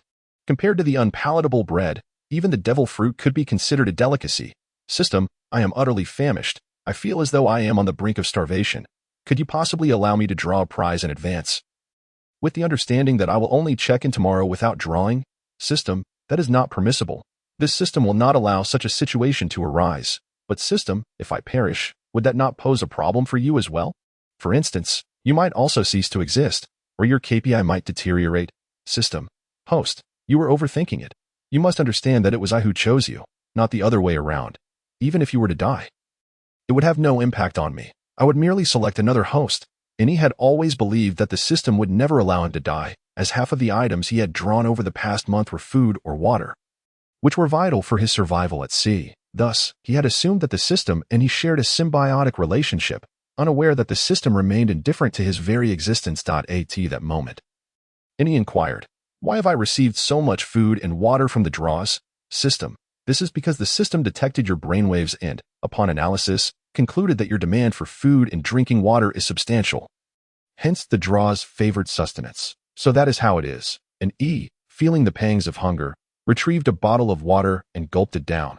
The influx of water alleviated his hunger somewhat. The following day, with heavy eyes, leaned on the bow of the ship. Unable to sleep due to the intense hunger gnawing at him, he raised his hands once more. activating his abilities to drive the sailboat forward. However, due to his lack of strength, his powers could only be activated intermittently for short durations, limiting the distance the sailboat could travel. Just as he exhausted himself once more in his efforts to propel the sailboat, he suddenly noticed that, despite having ceased to activate his abilities, the sailboat continued to move forward. Realization dawned upon him that he had finally left the doldrums. He immediately stood up, gauging the wind's direction before adjusting the sails. After completing these tasks, he collapsed onto the deck, utterly spent. Uncertain of how much time had passed, he heard voices speaking. "Captain, there is a civilian on board. He appears to be a shipwreck survivor. Hurry, bring him aboard." "Where is this place?" Upon regaining consciousness, he found himself in a room. "You're awake." Turning his head, he saw a naval soldier standing beside him, holding a tray. Upon seeing the naval soldier, Eni's heart raced with apprehension. His eyes filled with wariness. After all, he had vanquished a celestial dragon. "Do not be alarmed. We are the Navy. We discovered you yesterday, and you were in a very weakened state. The doctor indicated that you fainted solely due to hunger. We have already administered for fluids today," Annie asked. "So it was you who rescued me?" "Indeed. You were lying on that small boat, and had we not found you in time, you might have drifted back into the doldrums." The naval soldier handed him a bowl of soup, saying, "Here, have some soup first. The doctor said you are still a bit weak and should avoid hard food at this point," and he had pieced together the situation. He had likely been discovered by the Navy after losing consciousness, who mistook him for a shipwreck survivor and rescued him. Thus, he accepted the soup, expressing his gratitude. "Thank you." This thank you was sincere, for he had truly been on the brink of starvation. Without the Navy's intervention, he might indeed have perished. Hearing Eni's words, the naval soldier beamed with a smile, stating, "It is our duty as just Navy to assist civilians like you." Eni returned the smile, extending his hand and introducing himself. "I am Eni." The soldier grasped Eni's hand firmly, replying, "I am Kinna, a trainee sailor. Goodbye, Kinna. Strive diligently to become a full-fledged sailor soon. Captain Carlo, Dr. Tur, and everyone aboard, thank you for your care during this time." Eni had been rescued by the Navy for 3 days now, and during these days, under their meticulous care, he had fully recovered from his prior malnutrition. Subsequently, the Navy set him ashore on a small island and provided him with 1,000 berries. Many might wonder what 1,000 berries could accomplish. However, Eni, having spent time with the Navy, understood that this sum was not insignificant. According to Oda's original setting, berries were akin to the Japanese yen in the real world. Yet, considering that One Piece has been ongoing for decades, one cannot simply equate it with the currency prior to Eni's crossing. Rather, it should be assessed based on the monetary value from over 20 years ago. The worth of a single currency from that era is indeed considerable. Some might argue that the prices in the One Piece world are exorbitant, such as a newspaper costing 100 berries. Indeed, on Earth, a newspaper costs merely a few cents. However, one cannot measure the One Piece world by Earth's standards. What kind of world is One Piece? While it possesses items like Din Din Mushi that enable remote communication, the availability is limited, and not everyone can afford one. The understanding of global information largely relies on newspapers. Therefore, newspapers in the One Piece world serve not only to report news but also as a primary means for most individuals to grasp the world's happenings.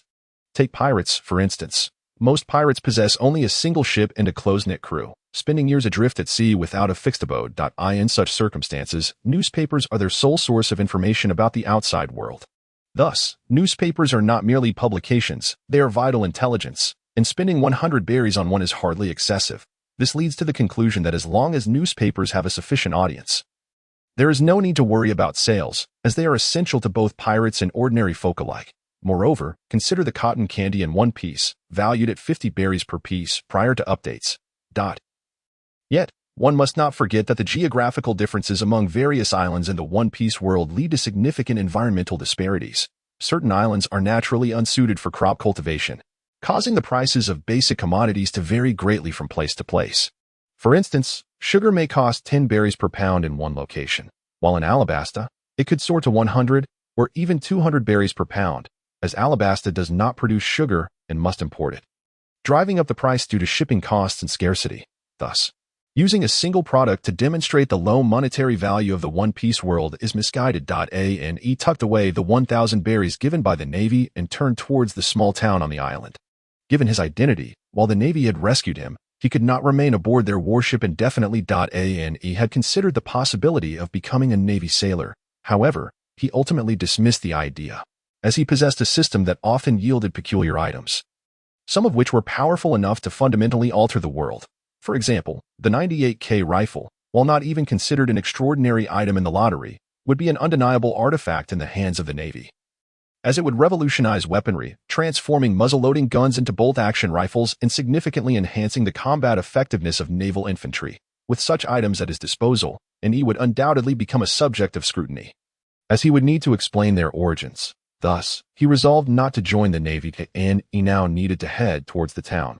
He sought to ascertain the current time during his time aboard the Navy ship.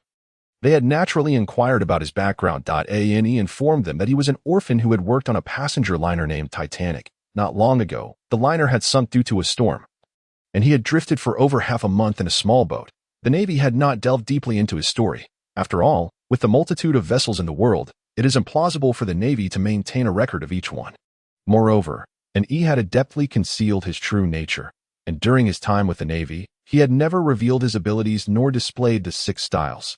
Thus, until the moment he disembarked, the Navy regarded E as an ordinary individual who had merely suffered a shipwreck. Although E was discovered adjacent to the Combelt, the Navy believed it impossible for someone to navigate a small vessel of merely a few meters in size out of such a region. Consequently, they had no reason to doubt Yi's words. Upon arriving at the town, Yi began his search for a place to purchase newspapers. Soon, he stumbled upon a newsstand at a street corner. He spent 50 berries to acquire a newspaper, reasoning that the price should be lower than that of the Seagull, as the newsstand likely procured its papers from a publisher, adhering to commercial logic. He commenced his search for information regarding the current date and time. While aboard the Navy ship, Yi refrained from inquiring about the time, as it would be rather suspicious for an ordinary person to be oblivious to the year and month. At first glance, Yi spotted the date printed on the newspaper, the year 1506 of the Sea Circle calendar. Contemplating this date, he endeavored to ascertain the approximate time frame in which he found himself. Although Yi had previously watched the anime One Piece, he had not paid close attention to the timeline. After pondering for some time, he could not recall precisely when this year was. However, he was certain that Luffy had not yet set sail at this point, as he remembered Luffy embarking on his journey in the year 1520 of the Sea Circle calendar. Thus, Yi continued to peruse the newspaper, hoping to deduce the time frame through coverage of significant events. Before long, Yi encountered a familiar figure in the newspaper, Fisher Tiger, the merman who had wreaked havoc in Mary Geos, leading the Sun Pirates in a successful escape from the Navy while sinking several naval warships. The Navy had captured a large number of slaves who had fled from Mary Geos just 2 days prior. From these events, Yi concluded that it must be shortly after Fisher Tiger's audacious rescue of numerous slaves, as the Navy would not be engaged in large-scale slave capture otherwise. Based on what he had seen in the anime, he inferred that there was still over a decade left before the protagonist Luffy would set sail. With this revelation, Yi breathed a sigh of relief. It was fortunate that despite finding himself in the timeline many years prior to the main events, he felt quite satisfied with this temporal juncture. With more than a decade remaining until the protagonist's emergence, he had ample time to strengthen himself. Although Yi possessed a system, he did not believe he could attain the level of power comparable to that of the 4 emperors in just 2 or 3 years like Luffy did. After all, the protagonist's buff was an unexplainable phenomenon. Therefore, even with the system's assistance, Yi intended to invest a considerable amount of time in enhancing his abilities. During these past 3 days, Yi had contemplated various possibilities. He had considered relying on the system to become a wealthy recluse, living quietly in the world of One Piece. After all, engaging in violent confrontations was not his forte, given his background of living in a stable nation. However, considering that he had already dispatched a celestial dragon, and recognizing the potential trouble that the vial of red liquid he had obtained from the celestial dragon might bring, he had initially contemplated discarding it into the sea. Yet, he reasoned that an item worth protecting by a celestial dragon must be of great significance, likely tied to the world government's greatest secrets. Thus, he resolved to keep the item for the time being. Moreover, he had already consumed the devil fruit that accompanied that vial. Although he was uncertain whether the world government was aware of the fruit's abilities, he leaned toward the belief that they were. If they were unaware, they would not have allowed the celestial dragon to go to such lengths to protect it. While he could not fathom why the world government placed such importance on that particular devil fruit, he understood that its association with the celestial dragon indicated potential issues. For the sake of his own safety, he decided it would be prudent to minimize the use of his abilities unless absolutely necessary. He also kept the vial of red liquid as a precaution, If he were ever discovered by the world government, perhaps it could serve as a means of self-preservation. These considerations led an E to retain the troublesome vial rather than dispose of it. Though he stowed it deep within his storage pouch, vowing not to retrieve it unless absolutely essential at that moment, a chime rang out, drawing in Yi's gaze toward the grand clock in the town square, which indicated it was 8 o'clock. He murmured to himself, "Sign in." Due to a bout of unconsciousness a few days prior, his sign-in had been interrupted, necessitating a reset of the timer. Thus, his current sign-in duration was only 4 days. "Uncle Johann, your icy beer. Ah, how delightful," and he exclaimed, savoring the taste of the beer from this establishment. "Ha ha ha." The proprietor chuckled. "Of course, our Yi's beer is renowned for its exquisite flavor. People from other islands often come here to buy it." Indeed, Yi's beer was not only delicious but also reasonably priced. He beamed as he observed a group of patrons chatting merrily within the tavern, having spent nearly a year on this small island. He had learned that he was situated on an island within the Grand Line, with a nearby Navy base. The area was relatively safe, and several neighboring islands thrived with prosperity during this time. Leveraging the culinary expertise and brewing mastery acquired from the system, he had purchased this tavern with the gold obtained from the Celestial Dragon. He primarily served food and beverages, relying on his exceptional culinary skills and a diverse array of delectable drinks at affordable prices. Consequently, his establishment had become well known across the nearby islands. Throughout this past year, he had diligently remained on this island, consistently signing in and participating in lotteries while secretly honing his abilities. Over the course of nearly a year, he had won numerous items through the lottery, though the vast majority were of little utility. In this time, he had only drawn 2 extraordinary items, naturally. He had inquired with the system about the diminished frequency of extraordinary items. As he had previously received 3 within a single month, the system explained that during the initial month, he had been under a protective period, during which exceptional items were more readily available to prevent his demise.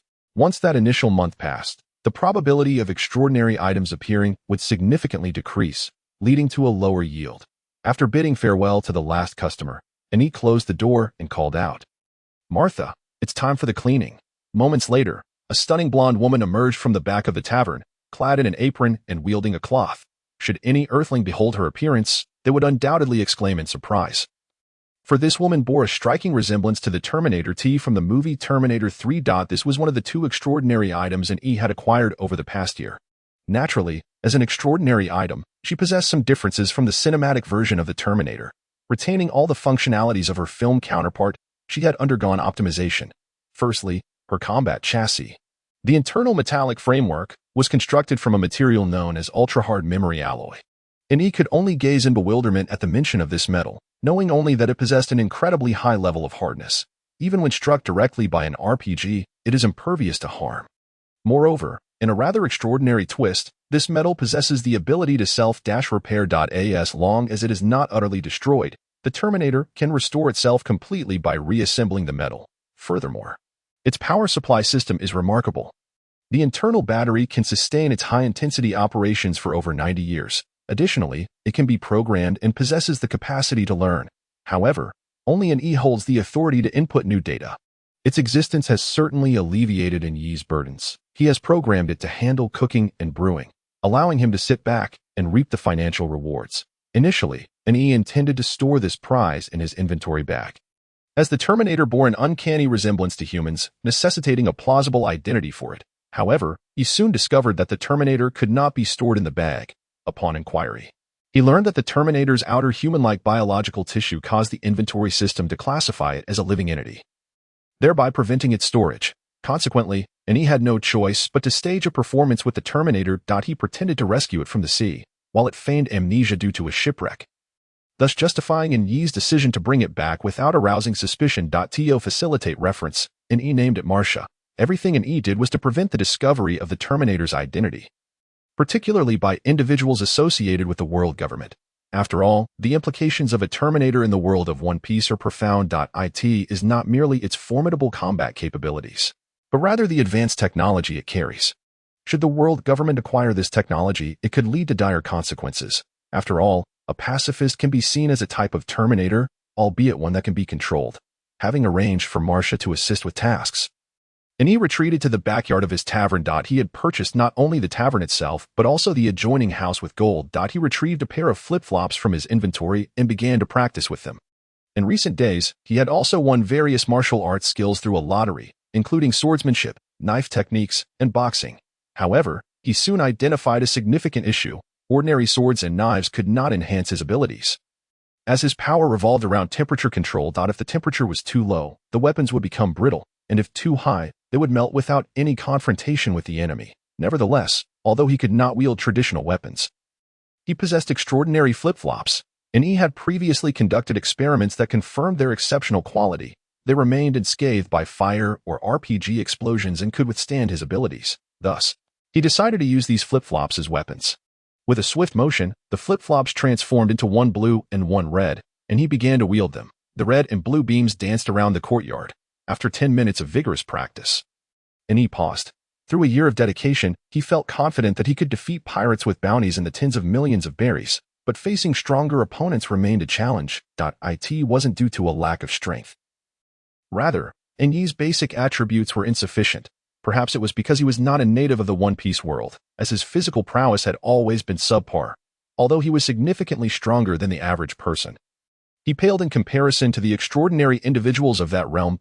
In circumstances where he exerted his full abilities, he could only sustain it for about 10 minutes. The following day, he awoke early, for it marked the anniversary of his continuous sign-in. The system had mentioned that upon completing 1 year of uninterrupted sign-ins, he would receive an ultimate annual prize. And he had yet to witness such a grand reward. Thus, although it was barely past 6 in the morning, he had been unable to contain his excitement since the previous night and had risen early. After enjoying breakfast prepared by T, he settled in the courtyard to await the moment. Finally, at 8 o'clock, he shouted, "Sign in." Upon completing the sign-in, the system chimed, announcing, "Host has completed today's sign-in," detecting that the host has signed in continuously for 1 year.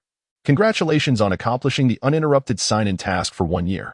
You have now received an ultimate annual prize. Gazing at the shimmering golden package, he exclaimed, "System, open the ultimate annual prize." As the package unfolded, a roulette appeared before him, divided into 4 equally sized segments, each adorned with different colors: white, black, red, and gold. Each segment bore inscriptions. The white segment read, "Thank you for your patronage." The black segment proclaimed, "Non-lucky aura, 1 year duration."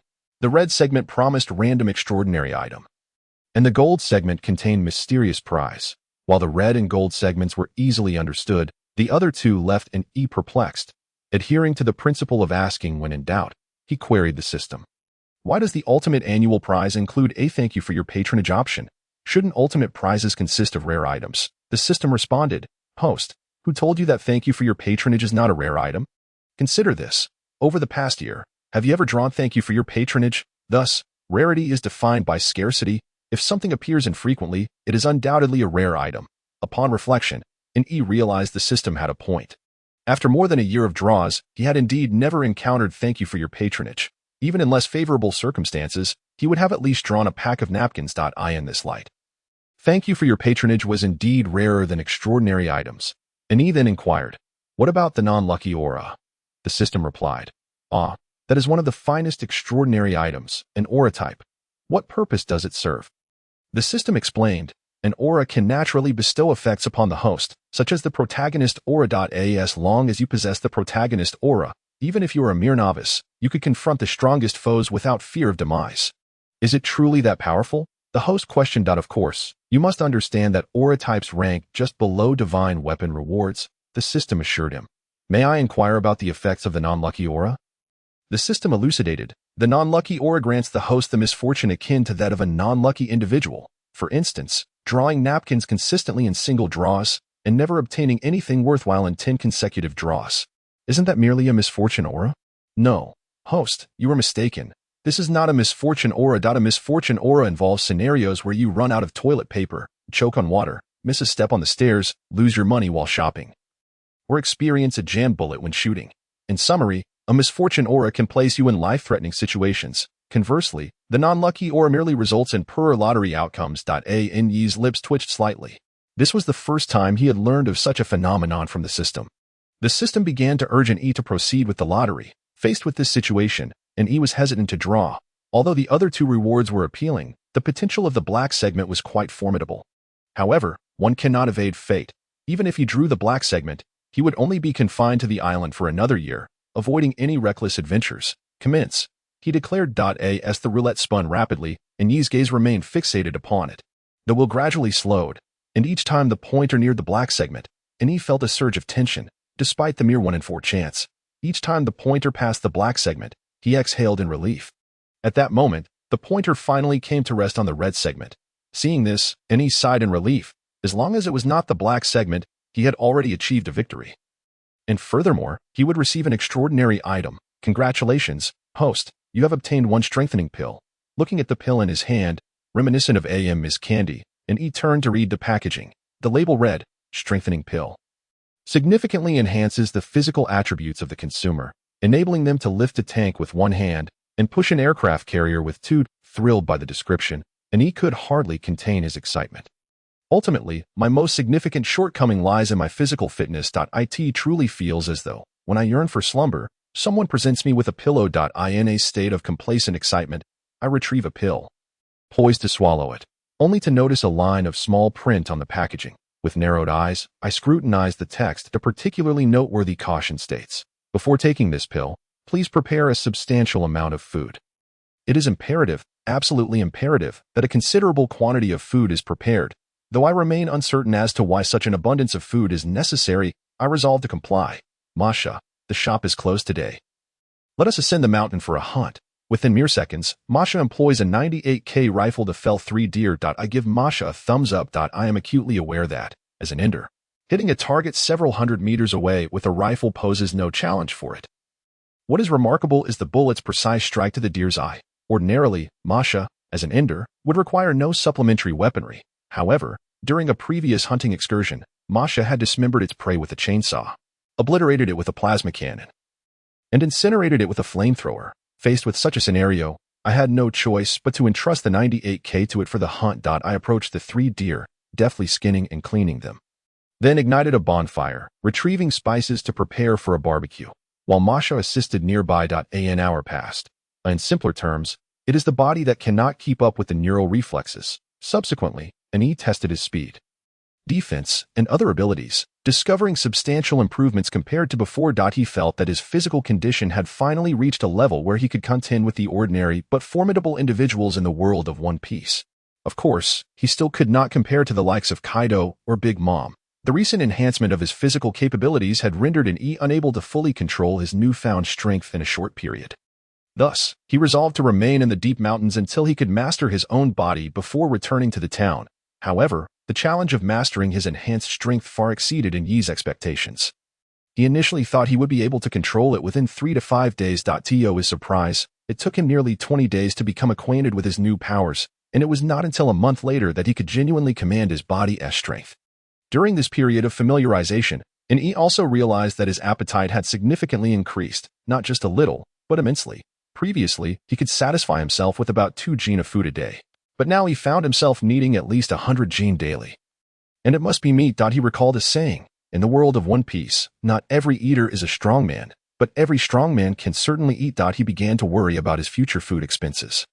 Before, his daily consumption cost him merely a few hundred berries, but at his current rate, he would need at least 10,000 berries a day. After running the tavern for a year, he had earned less than 50,000 berries, which was partly due to the low prices in his establishment. Nevertheless, the substantial food intake also allowed Yi to discover that his physical strength continued to improve gradually, due to his voracious appetite. He had nearly exhausted the wildlife in the mountain forests over the past month. Fortunately, there were no animal protection organizations in the One Piece world. Otherwise, his days would have become increasingly precarious.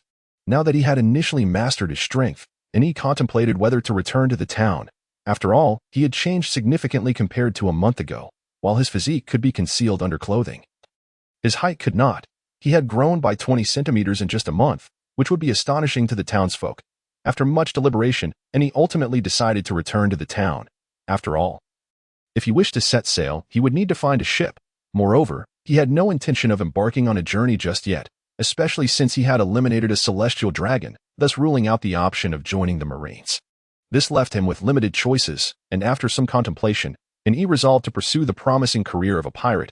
After all, having traversed into the world of One Piece, it would be a disservice not to become a pirate. However, he realized that he needed to prepare adequately for his maritime ambitions. Besides the necessary vessel, he required supplies, particularly a log post. All of these necessities demanded one crucial element: money. Although he had decided to become a pirate, he had no intention of robbing the townsfolk, as they had shared a year of camaraderie. Thus, he planned to sell the tavern along with the brewing formula to raise funds. Additionally, there was the pressing matter of his lack of crew members. Currently, he had only Martha as his sole companion. While Martha was adept in various tasks, and he did not wish to emulate others who had set sail without sufficient preparation, only to find themselves reliant on a makeshift vessel. After all, the unpredictable weather of the Grand Line could turn hostile in an instant.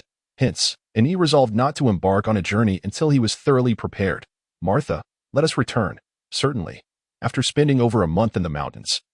And he finally decided to return to the town with Martha, primarily because there were no longer any prey to hunt, and if he lingered, he would likely starve. So he resolved to head back to the town. Martha, where hasn't he been during this time? I haven't seen him at all. Martha, is that person beside you your newly found boyfriend? Upon returning to the town, a throng of people greeted Martha, some inquiring about her, while others were more curious about N.E. Meanwhile, N.E., walking alongside, felt a wave of embarrassment. He recalled a prevalent saying among fans of One Piece that any slight alteration could be perceived as a disguise. Now, N.E. felt the saying held true. He had merely grown taller and more robust, yet the townsfolk failed to recognize him. It was astounding that no one had identified him throughout his journey. Oh, my dearest Martha, did you know that during your month-long absence, I have been consumed by thoughts of you, unable to eat or drink? Today, you have finally returned. At that moment, a young man with slick-back hair approached Martha, holding a bouquet of flowers, professing his feelings while leaning in for a kiss. However, Martha swiftly pushed him away, sending him crashing into a vegetable stall. Ha ha ha. How many times has this been for you? Belbiad, the 30th time? No, I believe it's 31 times. The young man, named Belbiad, was the son of the town mayor, and ever since he had laid eyes on Martha months ago, he had persistently pursued her. Yet, as a robot, Martha remained indifferent to his advances. Despite having a powerful father, Belbiad never used his status to bully others and was rather seen as a jovial character whom the townsfolk did not despise. Thus, N.E. instructed Martha to spare his life and simply toss him aside. With vegetable leaves adorning his head, Belbiad stood up and declared, "Martha, I will not give up," before running off. Ha ha ha. The townspeople erupted in laughter as they watched Belbiad depart. Upon returning to the tavern, N.E. promptly gathered all the money he had earned thus far and handed over the remaining gold to Martha, saying, "Martha, take this money and buy a ship at the dock." Understood. N.E. had thoughtfully decided to have Martha purchase the vessel. As a robot, she could skin the ships with greater precision and assess their quality, making her far more suited for the task than himself. He then wrote on a wooden board that the tavern, along with the brewing formula, was for sale starting at 1 million berries, inviting interested buyers to discuss further. He placed the board at the entrance and quietly awaited potential buyers. Soon enough, a visitor arrived. To N.E.'s surprise, it was Jababa, the wealthiest merchant in the town. Mr. Jababa. Oh, N.E., you needn't be so formal. Just call me by my name. N.E. thought to himself. I trust you as far as I can throw you. If I called you by name, you would surely make a fuss. Having already experienced Jababa's antics, N.E. was well aware not to fall for his tricks, noticing N.E.'s reluctance to address him by name. Jababa continued, "N.E., why are you thinking of selling the tavern?" I need to take care of some matters and will be leaving soon. Additionally, I require a substantial amount of money, hence the decision to sell." Jababa jokingly remarked, "What could possibly require such a large sum? Are you planning to marry Martha? Oh, that would break Belbiad's heart. Then my beautiful niece would have a chance," observing Jababa's flamboyant demeanor. N.E. felt a twitch at the corner of his mouth. He often marveled at how he could encounter so many peculiar characters on this island. N.E. quickly interrupted Jababa's musings, stating, "You might as well give up. There is no way Belbiad would marry your niece unless he were blind. Now, are you buying or not? If you're not, I'll find someone else. Buy. Why wouldn't I? I've long coveted your brewing formula," Jababa exclaimed. "How about this? A flat price of 150,000 berries. Is that acceptable?" Jababa understood that N.E.'s tavern held little value. The real worth lay in the beer he brewed. Previously, N.E. could only produce a limited quantity of beer due to his solitary status. Although his wine is both delicious and inexpensive, the meager quantity yields only modest profits. In contrast, should he acquire a comfortable recipe? He could establish his own distillery and produce it in abundance, ensuring a lucrative return from the exquisite wines crafted with ease. Thus, when the price of the recipe was set at 1 million, he unhesitatingly added an additional 500,000, eager to secure it as swiftly as possible. It is worth noting that the renown of this recipe far and wide means that if others were to learn of its impending sale, the cost could be staggering. He stared blankly at Jia Baba, momentarily taken aback. Had he not just set the price at 1 million? Yet, before the bargaining even commenced, an extra 500,000 had been added. However, upon reflection, he considered it a stroke of good fortune. An additional 50,000 to his coffers was certainly welcome. Thus, he promptly declared, "Very well, 150,000 it is." "Indeed, you were quite forthright." Jia Baba responded, pulling out a thick stack of barrelite notes. "Here is 150,000 barrelite. Feel free to count it." Employing his observation hockey, sensed the integrity of Jia Baba and replied, "I trust your character, so there is no need for counting." With that, he swiftly tucked the money away. He then produced a slip of paper, stating, "This is the brewing recipe. However, I must attend to some matters over the next few days, so I shall extend my stay." After all, Jia Baba was primarily concerned with Yi's recipe and had no qualms about accommodating his request, readily agreeing. Jia Baba snatched the recipe and tucked it into his coat. Then inquired, "You want to sell this recipe to anyone else, will you?" He patted his chest and assured him, "Rest assured, since I have sold this recipe to you, I shall not offer it to another." In truth, he mused internally, as a master brewer, he possessed an abundance of recipes in his mind. This beer was merely the most rudimentary of them. The others, such as white and red wines, were far superior. Hearing an ES promise, Jia Baba waved goodbye with a beaming smile, and reciprocated with equal cheer. Both men departed with smiles, each believing they had secured a profitable deal.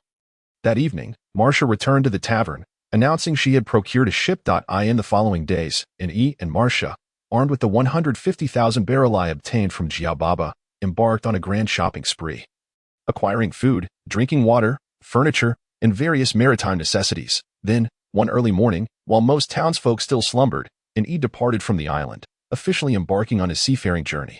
The decision to leave at dawn stemmed from his desire to avoid farewells. The islanders, having learned of his departure, expressed their reluctance to see him go. Many, during his shopping, refused to accept his money and insisted on gifting him items. He, too, was reluctant to witness the sorrow of the island's residents. Over a year prior, upon his arrival, the townsfolk had shown him great kindness, caring for him upon learning of his youth and orphan status.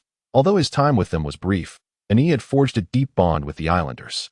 After leaving the small island, he produced a directional chronometer and began his journey according to its guidance. Initially, he intended to explore the East Sea, reasoning that while Luffy had yet to be born, his arrival was imminent. Moreover, he harbored a lingering curiosity about Luffy's mother, as, prior to Yi's arrival, Oda had disclosed nothing about her. Thus, Yi was eager to uncover this mystery. Even if he could not meet Luffy himself, he could at least catch a glimpse of young Ace and Sabo. He was not driven by a desire to engage in playful antics with them. However, he soon realized a pressing issue: how to return from the Grand Line to the Four Seas. Based on his understanding, there were few ways to make such a return, aside from flying. One could either navigate upstream against the currents of Reverse Mountain or traverse the Calm Belt. He was also aware that crossing the Calm Belt necessitated sea stone. By installing sea stone beneath his vessel, he could evade the attacks of sea kings. Unfortunately, he did not possess any sea stone at that moment, leaving him to ponder future opportunities to acquire some for potential modifications to his ship. Nevertheless, he noted that red-haired Shanks and others seemed to navigate the Four Seas frequently, leading him to hypothesize the existence of safe passages within the Calm Belt, routes devoid of sea kings that would allow ships without sea stone to pass unharmed. Otherwise, it would be inexplicable how red-haired Shanks could appear in the East Sea before becoming one of the four emperors. Of course, these were merely Yi's conjectures. The reality remained shrouded in mystery. Even if his deductions held some truth, such safe passages would undoubtedly be closely guarded secrets of each pirate crew, known only to their members, unless Yi were to form a close bond with them. Perhaps through a marriage with Big Mom, which he was not inclined to pursue. Although he had never experienced romance and acknowledged Big Mom's beauty in her youth, he firmly believed he was unworthy of such a fate. As the clock struck 8, he prepared to partake in the day's sign-in lottery. Congratulations, host. You have received a super gift pack, a collection of cards. Oh wow, a gift pack. Am I truly this fortunate? And E mused, eagerly examining the newly acquired gift pack, which contained a total of 12 cards. Most of these cards were familiar to him from previous draws, such as the skill extraction card. But only one was new, a copy card. E, filled with excitement, inquired of the system, is this copy card what I think it is? Indeed, it is as you surmise. The copy card allows for the duplication of items. Although with certain conditions, it cannot replicate living beings, and the level of the duplicated item must not exceed the extraordinary tier. And he frowned.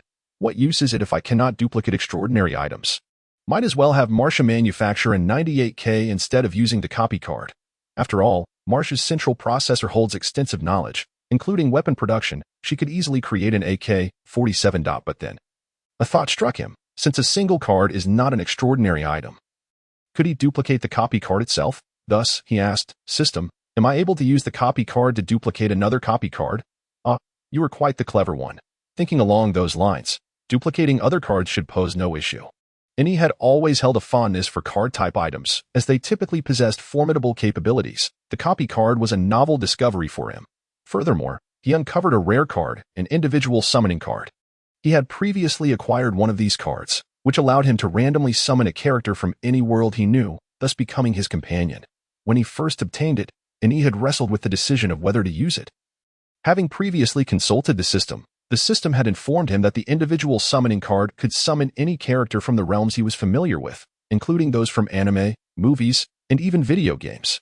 However, due to the randomness of the summoning, he might end up with a mere background character, given that supporting roles outnumber protagonists. Moreover, he could potentially summon characters with relatively low combat capabilities, such as those from comedic series. Like Amaru, conversely, there was also the possibility of summoning exceptionally powerful characters, such as those from Dragon Ball, whose destructive capabilities could obliterate planets with ease. The mere thought of such thrilling encounters left E excited and contemplative about whether he should utilize this card.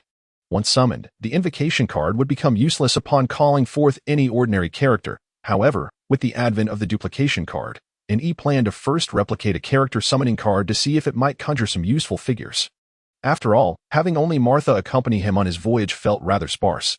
Summoning reinforcements from the world of One Piece was unrealistic, given that the main storyline was still a decade and a half away. The beloved characters he was familiar with were either not yet born or still very young. As for the older ones, like 5-5 and Crocodile, E had no knowledge of their whereabouts, making locating them an impractical endeavor. Thus, he resolved to utilize the character summoning card for recruitment. System, activate the duplication card to replicate the character summoning card. Soon, the duplication card enveloped the character summoning card, resulting in both transforming into character summoning cards. E grasped one of the cards and chanted, Activate character summoning card. The card plummeted onto the ship's deck, morphing into a small black dot that gradually expanded into a 1-meter diameter black hole. Eventually, a mass of black liquid emerged from the void, which began to reshape itself, gradually taking on a humanoid form. As time passed, the figure became increasingly distinct, and E discerned that the summoned entity was indeed a woman, possessing an exquisite physique. At that moment, a voice resonated from the black hole. In the heavens, the stars, on the earth, all things, everything originates from a great fire. Across countless millennia and innumerable nations, mortals harnessing the power of fire ascend as the masters of all creation. This is what we call civilization. As the voice faded, the black liquid fully coalesced into a human form. A woman stood before him, 1 foot perched on the ship's edge, a jade pipe held between her lips, a wooden cup of wine in her right hand, and a flintlock gun in her left. She donned a hooded linen cloak. Upon catching sight of her face, he exclaimed, Sister Sun Yin, and lunged towards her. However, she swiftly retaliated with a resounding slap, staring at the striking woman before him, he could not suppress a gulp. Sun Yin, hailing from the Chinese animated series Wan Wuji, was a master of firearms, adept in both Eastern and Western weaponry. Her arsenal included the 7th Sense, which could fire 7 bullets simultaneously, and a flintlock gun named Endless Wind, capable of long-range sniping. Beyond being an expert in firearms, she was also a formidable inventor, having authored a compendium of extraordinary weapons in the anime. Even in the world of One Piece, her creations could carve out a niche for themselves. Among her most renowned inventions was the Carefree Voyage, a design that allowed ships to be constructed upon the backs of whales for underwater navigation and rapid maneuverability. In the world of One Piece, its potential would be even more formidable. as there existed creatures far more suitable than whales, the sea kings. After delivering her slap, Sun Yin remarked, "I never anticipated such an intriguing world." She then turned to an E and inquired, "Are you able to summon the apothecary as well?" And he immediately recognized whom she referred to, the apothecary, her love interest. Back when he watched the anime, and he had been thoroughly swept away by their romantic moments. Yet, the creators had shown no mercy, ensuring that the two never united, separated by decades without even a final meeting. It was truly a tale where the sweetness of the past was met with the bitterness of the present. And he replied, "In theory, it is possible, but the practical execution would be exceedingly challenging. After all, character summoning cards are scarce, and with so many worlds to choose from, the likelihood of selecting the apothecary is minimal." "Do you understand what I mean, Sister Sun Yin?" "I understand." And he then recalled that Sun Yin was not just an academic. She was the Crme de las Armées among scholars. He recognized that his knowledge paled in comparison to hers, devoid of the constraints of time. Sun Yin continued, "As long as I am with you, there remains hope of seeing the apothecary. After all, I have already waited 90 years. Waiting another 90 years is of no consequence." It dawned on an that, according to the anime's narrative, Sun Yin had inexplicably gained a significantly extended lifespan, while the apothecary had met an untimely demise. Thus, accompanying him indeed offered a potential chance to reunite with the apothecary. An then queried the system, "By the way, does the summoned character know where this place is?" The system would impart some fundamental knowledge about the world of One Piece into the summoned individual's mind during the summoning process. Oh, with that, an E produced a Kar 98K and a Mauser C96, handing them to Sun Yin, saying, "You can use these two weapons for now." Sun Yin swiftly accepted the firearms, beginning her examination. Clearly, as a weapon expert, she did not require his instruction. Observing Sun Yin engrossed in her exploration, and he turned his gaze to the remaining two character summoning cards, pondering whether to use them as well. After some contemplation, he decided to hold onto them for the time being. By the way, how far is it to the next island? And he and his companions had already been at sea for over 4 days without reaching the next destination. Currently, Martha was at the helm of the ship while Sun Yin spent her days perched on the mast with the Kar 98K, either smoking or drinking. Ane, meanwhile, was tasked with preparing their meals, as he bore the title of culinary master. If he didn't cook, who would? At that moment, Sun Yin exclaimed, "Captain, we've spotted a ship ahead." And he had insisted that both Martha and Sun Yin refer to him as captain during their journey. "What kind of ship is it? Can you discern who it belongs to?" After days at sea without encountering anyone, the prospect of meeting others was thrilling. Sun Yin, peering through a scope detached from the endless wind, replied, "There's a skull flag flying on the ship. It must be pirates." And he immediately retrieved a pair of flip-flops from his storage bag and shouted, "Prepare for battle." Meanwhile, not far from Yi's ship, the pirates aboard their vessel had also noticed Yi's ship. "Captain, we've spotted a ship ahead." "Oh, what kind of ship is it?" "It bears no pirate flag. It appears to be an ordinary merchant vessel." "Ha ha ha, lads, let's pursue it at once." "Yes, Captain." The pirates aboard the ship cheered in unison. "Captain, the other ship isn't fleeing. In fact, they're charging toward us. What, should we fire upon them?" "Fire? That would merely damage our ship, wasting a great deal of money. If they seek their own demise, let us not be courteous. Lads, let them witness the might of the Stinky Weasel pirate crew." "Yes." As the pirate ship drew closer, and he addressed Martha and Sun Yin, "Stay aboard and provide me with rifle support. I shall confront them alone." Both Martha and Sun Yin were renowned for their marksmanship, and having them on the ship for fire support would be far more advantageous. Thus, Ani positioned himself at the prow, bent his knees slightly, and with a powerful thrust, the bow of the ship sank under his weight. With a leap, he propelled himself onto the pirate ship. Bang! And he landed upon the deck of the pirate ship, the sheer force of his impact causing the wooden planks beneath his feet to splinter. He then placed one hand on his hip and pointed the flip-flop at the crew of pirates, declaring, "You are surrounded. If you wish to live, surrender your treasures immediately, or do not blame me for my lack of courtesy." The crew of the Stinky Weasel pirates gaped at Ani, momentarily stunned by his sudden arrival. Despite his dramatic descent from above, the distance between their ships had been over 100 meters. Yet, upon witnessing Ani's appearance, the pirates could not help but burst into laughter. "Ha ha ha. You expect us to surrender to someone wielding flip-flops? This is too rich. Indeed, indeed. You little brat, you seem unaware of the vastness of the world, daring to demand my treasures. Know that I am Jerry of the Stinky Weasel, with a bounty of 75 million berries." As he spoke, he drew a handgun, intending to fire it at Ani. Bang! Jerry suddenly felt his pistol being knocked out of his hand. It turned out that Sun Yin had shot Jerry's gun. And he glanced at Sun Yin, who took a deep drag from his cigarette and then exhaled a smoke ring. Gesturing subtly towards N.Y.I.N., he turned his head and said, "Ladies and gentlemen, my crew is currently aiming at you. We do not wish to resort to violence. Simply surrender the treasure, and I assure you we can coexist peacefully." At that moment, Jerry realized that their adversaries must have an exceptionally skilled marksman among them. He raised his hands and declared, "All right, I surrender. I will hand over the treasure." He then turned and commanded, "Boys, bring out the treasure." "Yes, Captain," a dozen pirates responded. Rushing back to the ship's hold. He was taken aback by how easily the situation had turned. Subdued by a single shot. Meanwhile, Jerry, with his back turned to N.E., wore a triumphant smile. Suddenly, Jerry crouched down on the deck. Before N.E. could react, a cloud of yellow smoke enveloped the ship. Upon seeing the sudden appearance of the smoke, Sun Yin whispered, "Not good." When N.E. noticed the pirate captain had ducked down, he realized the gravity of the situation. He dashed forward. But the captain had already vanished from his original position, leaving N.E. confronted by a thick veil of yellow fog.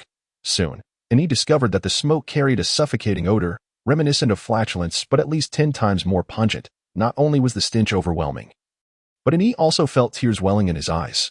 Clearly, this odor not only impaired his senses but also had a tear-inducing effect. It was evident that they were dealing with a person possessing a unique ability. Although its exact nature remained unknown, the yellow smoke severely obstructed his vision and affected his taste and hearing. Just then, the group of pirates who had rushed into the hold reappeared before N.E. Now clad in yellow uniforms and wearing gas masks. They were evidently well prepared for the circumstances at hand. "Take him down. Kill him." As a pirate charged at him with a knife, N.E. swiftly kicked him in the face, sending him flying several meters away. However, the remaining pirates were undeterred. They drew their bows and began shooting arrows at N.E. Activating his Kenbunchika haki, N.E. used his slipper to deflect the incoming arrows. Under the perception granted by the haki, the arrows failed to inflict any harm. But N.E. soon realized he could no longer remain on this pirate ship. The stench was simply unbearable. Thus, he unleashed a gust of wind, dispersing the yellow fog, and upon confirming the location of his own ship, he propelled himself back aboard. Upon his return, N.E. took a deep breath of fresh air. "Oh my, that smell is absolutely rancid." However, Sun Yin looked at him with disdain, repeatedly waving his hand in front of his nose. Following Sun Yin's gaze, N.E. lifted his arm and sniffed. "Ugh. Damn it. His clothes were reeking of that foul odor. Now you know the might of your superior. To be frank, I am a skunk man who has consumed the skunk fruit." That moment, Jerry was on his own ship, laughing maniacally at N.E.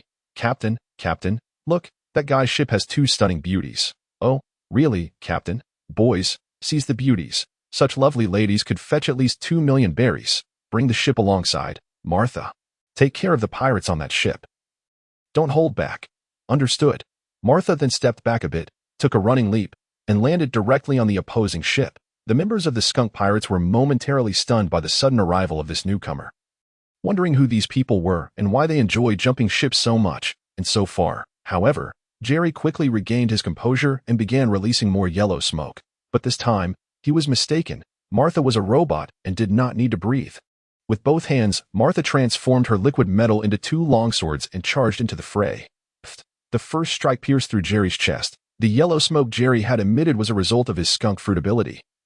This noxious smoke not only had a repulsive odor but also acted like tear gas, causing disorientation if inhaled in excess. Jerry had relied on this ability to defeat numerous foes, many of whom were stronger than him. Yet, he had not anticipated that this time he would face an opponent who was not human. Staring at the blade protruding from his chest, he could not fathom why this woman was unaffected by his smoke. After dispatching Jerry, Martha unleashed a massacre upon the remaining members of the skunk pirates. In a mere few seconds, nearly 20 pirates had been annihilated. With Jerry's demise, the yellow smoke ceased to billow and gradually dissipated. Martha's liquid metal flowed, washing away the blood that had previously stained her. Meanwhile, N.E. had retreated to wash himself, as the stench was simply intolerable. 3 days later, N.E. and his companions finally reached a small island. To their surprise, the island boasted a town and even a naval base. Upon seeing the naval base, N.E. recalled the head of Jerry stored in his pouch. After Martha had slain Jerry, N.E. had chosen to keep his head, remembering that he had a bounty of 75 million berries. This meant that if N.E. presented it to the Navy, he would be rewarded handsomely. For an E, this was how is it possible? The last time, Major Gilbert led 3 warships and failed to capture Jerry, yet now he has somehow eliminated him. It seems implausible. He appears to be so young. Perhaps not even 20. How could he possibly have killed Jerry? Could it be a case of mistaken identity, perhaps a namesake? Regarding the speculation among the naval officers, an E remained silent and simply opened the box. When the sailors beheld Jerry's severed head within, their doubts were finally laid to rest. In the end, an E received 30 million berries from the Navy, not due to any withholding of his bounty, but in accordance with the bounty notice that stipulated only capturing Jerry alive would yield 75 million berries.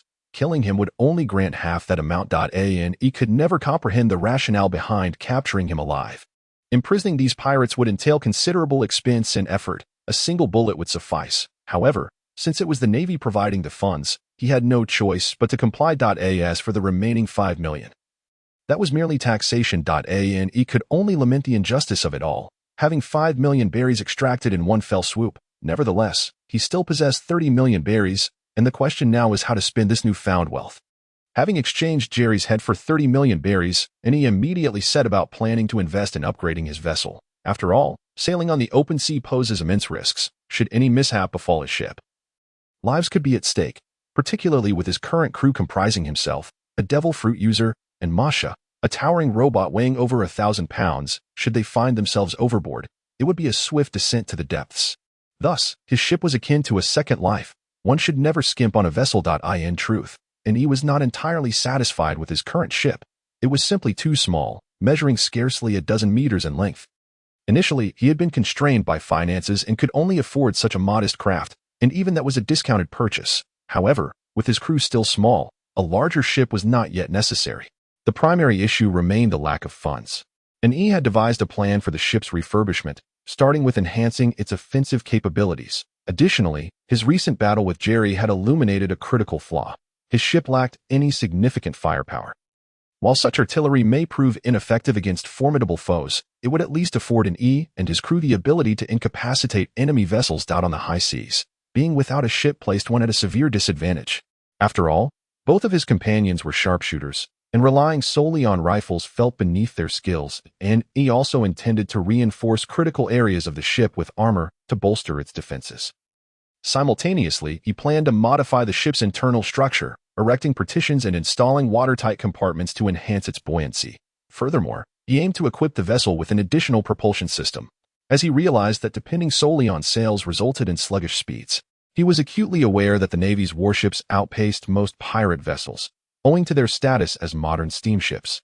This disparity in speed accounted for why most pirates could not elude the Navy. After all, their ships were simply inferior. And he resolved to install an additional power source for his ship. As for the type of propulsion, he had already decided, electric power. As for the execution of these modifications, that task would fall to Masha. It was a well-known fact that Masha, being a robot, possessed an extensive repository of knowledge. Should she unleash her full capabilities, the potential to revolutionize the entire world of pirates would be within reach. Refurbishing a ship was hardly a daunting task. And aside from upgrading the ship, there was one other essential item he needed to procure, a larger refrigerator. With his appetite growing, the absence of refrigeration made food spoilage a pressing concern. Having contemplated all this, he set off to the trading market on the island to purchase the necessary items. How exorbitant! Why not just resort to theft? Dear customer, you must speak with integrity. My prices are already quite reasonable. No, I haven't encountered such steep prices on other islands. You aren't attempting to swindle me simply because I'm a foreigner, are you? In the trading market, and he found himself debating with a shopkeeper over the price of steel. He had intended to purchase steel, only to discover that the prices here were double those on the smaller island he had previously inhabited. Let me explain. The reason our steel is so costly is due to the pirates. Intrigued, and he inquired, "Oh, how does that relate to the pirates? This island is the largest in the vicinity, and with the Navy stationed here, it attracts a large population, including shipwrights who repair vessels. If pirates wish to have their ships repaired, they must come here.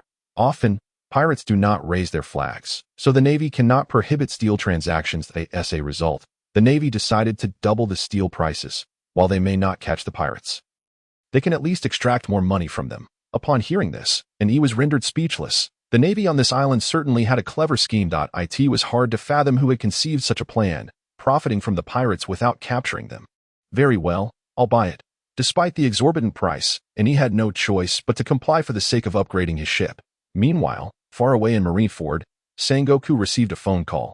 You say someone has dispatched that notorious skunk. Jerry? Yes, Admiral Sengoku. Have we ascertained the identity of the perpetrator?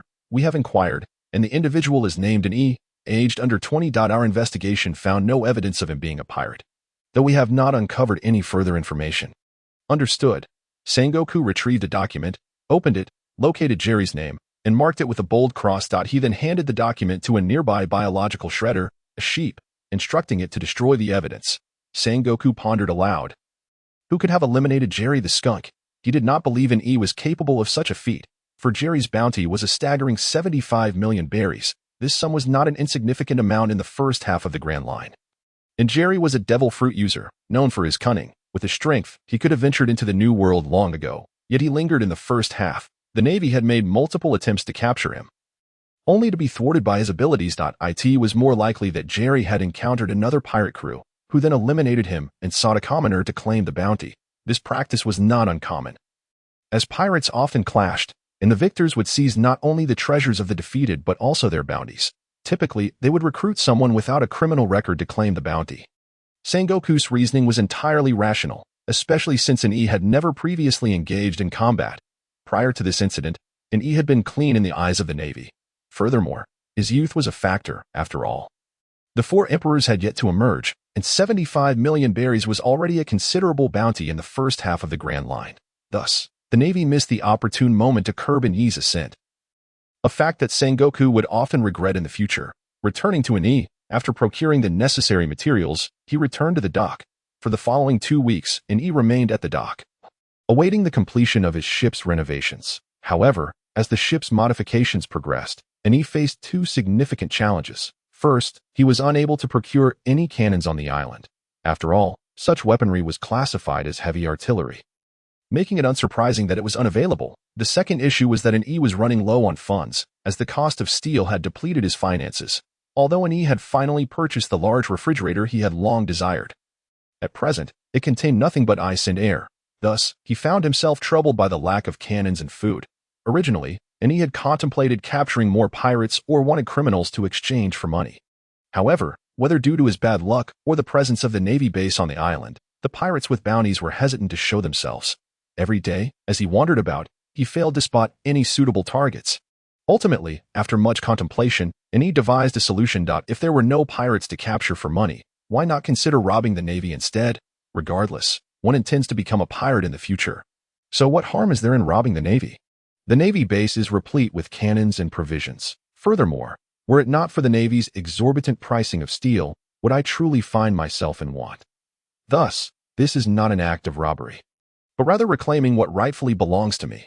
With this thought in mind, an E began making preparations. One night, an E boldly reappeared at the entrance of the Navy base. However, this time he was not there to surrender his head, but rather to commit theft.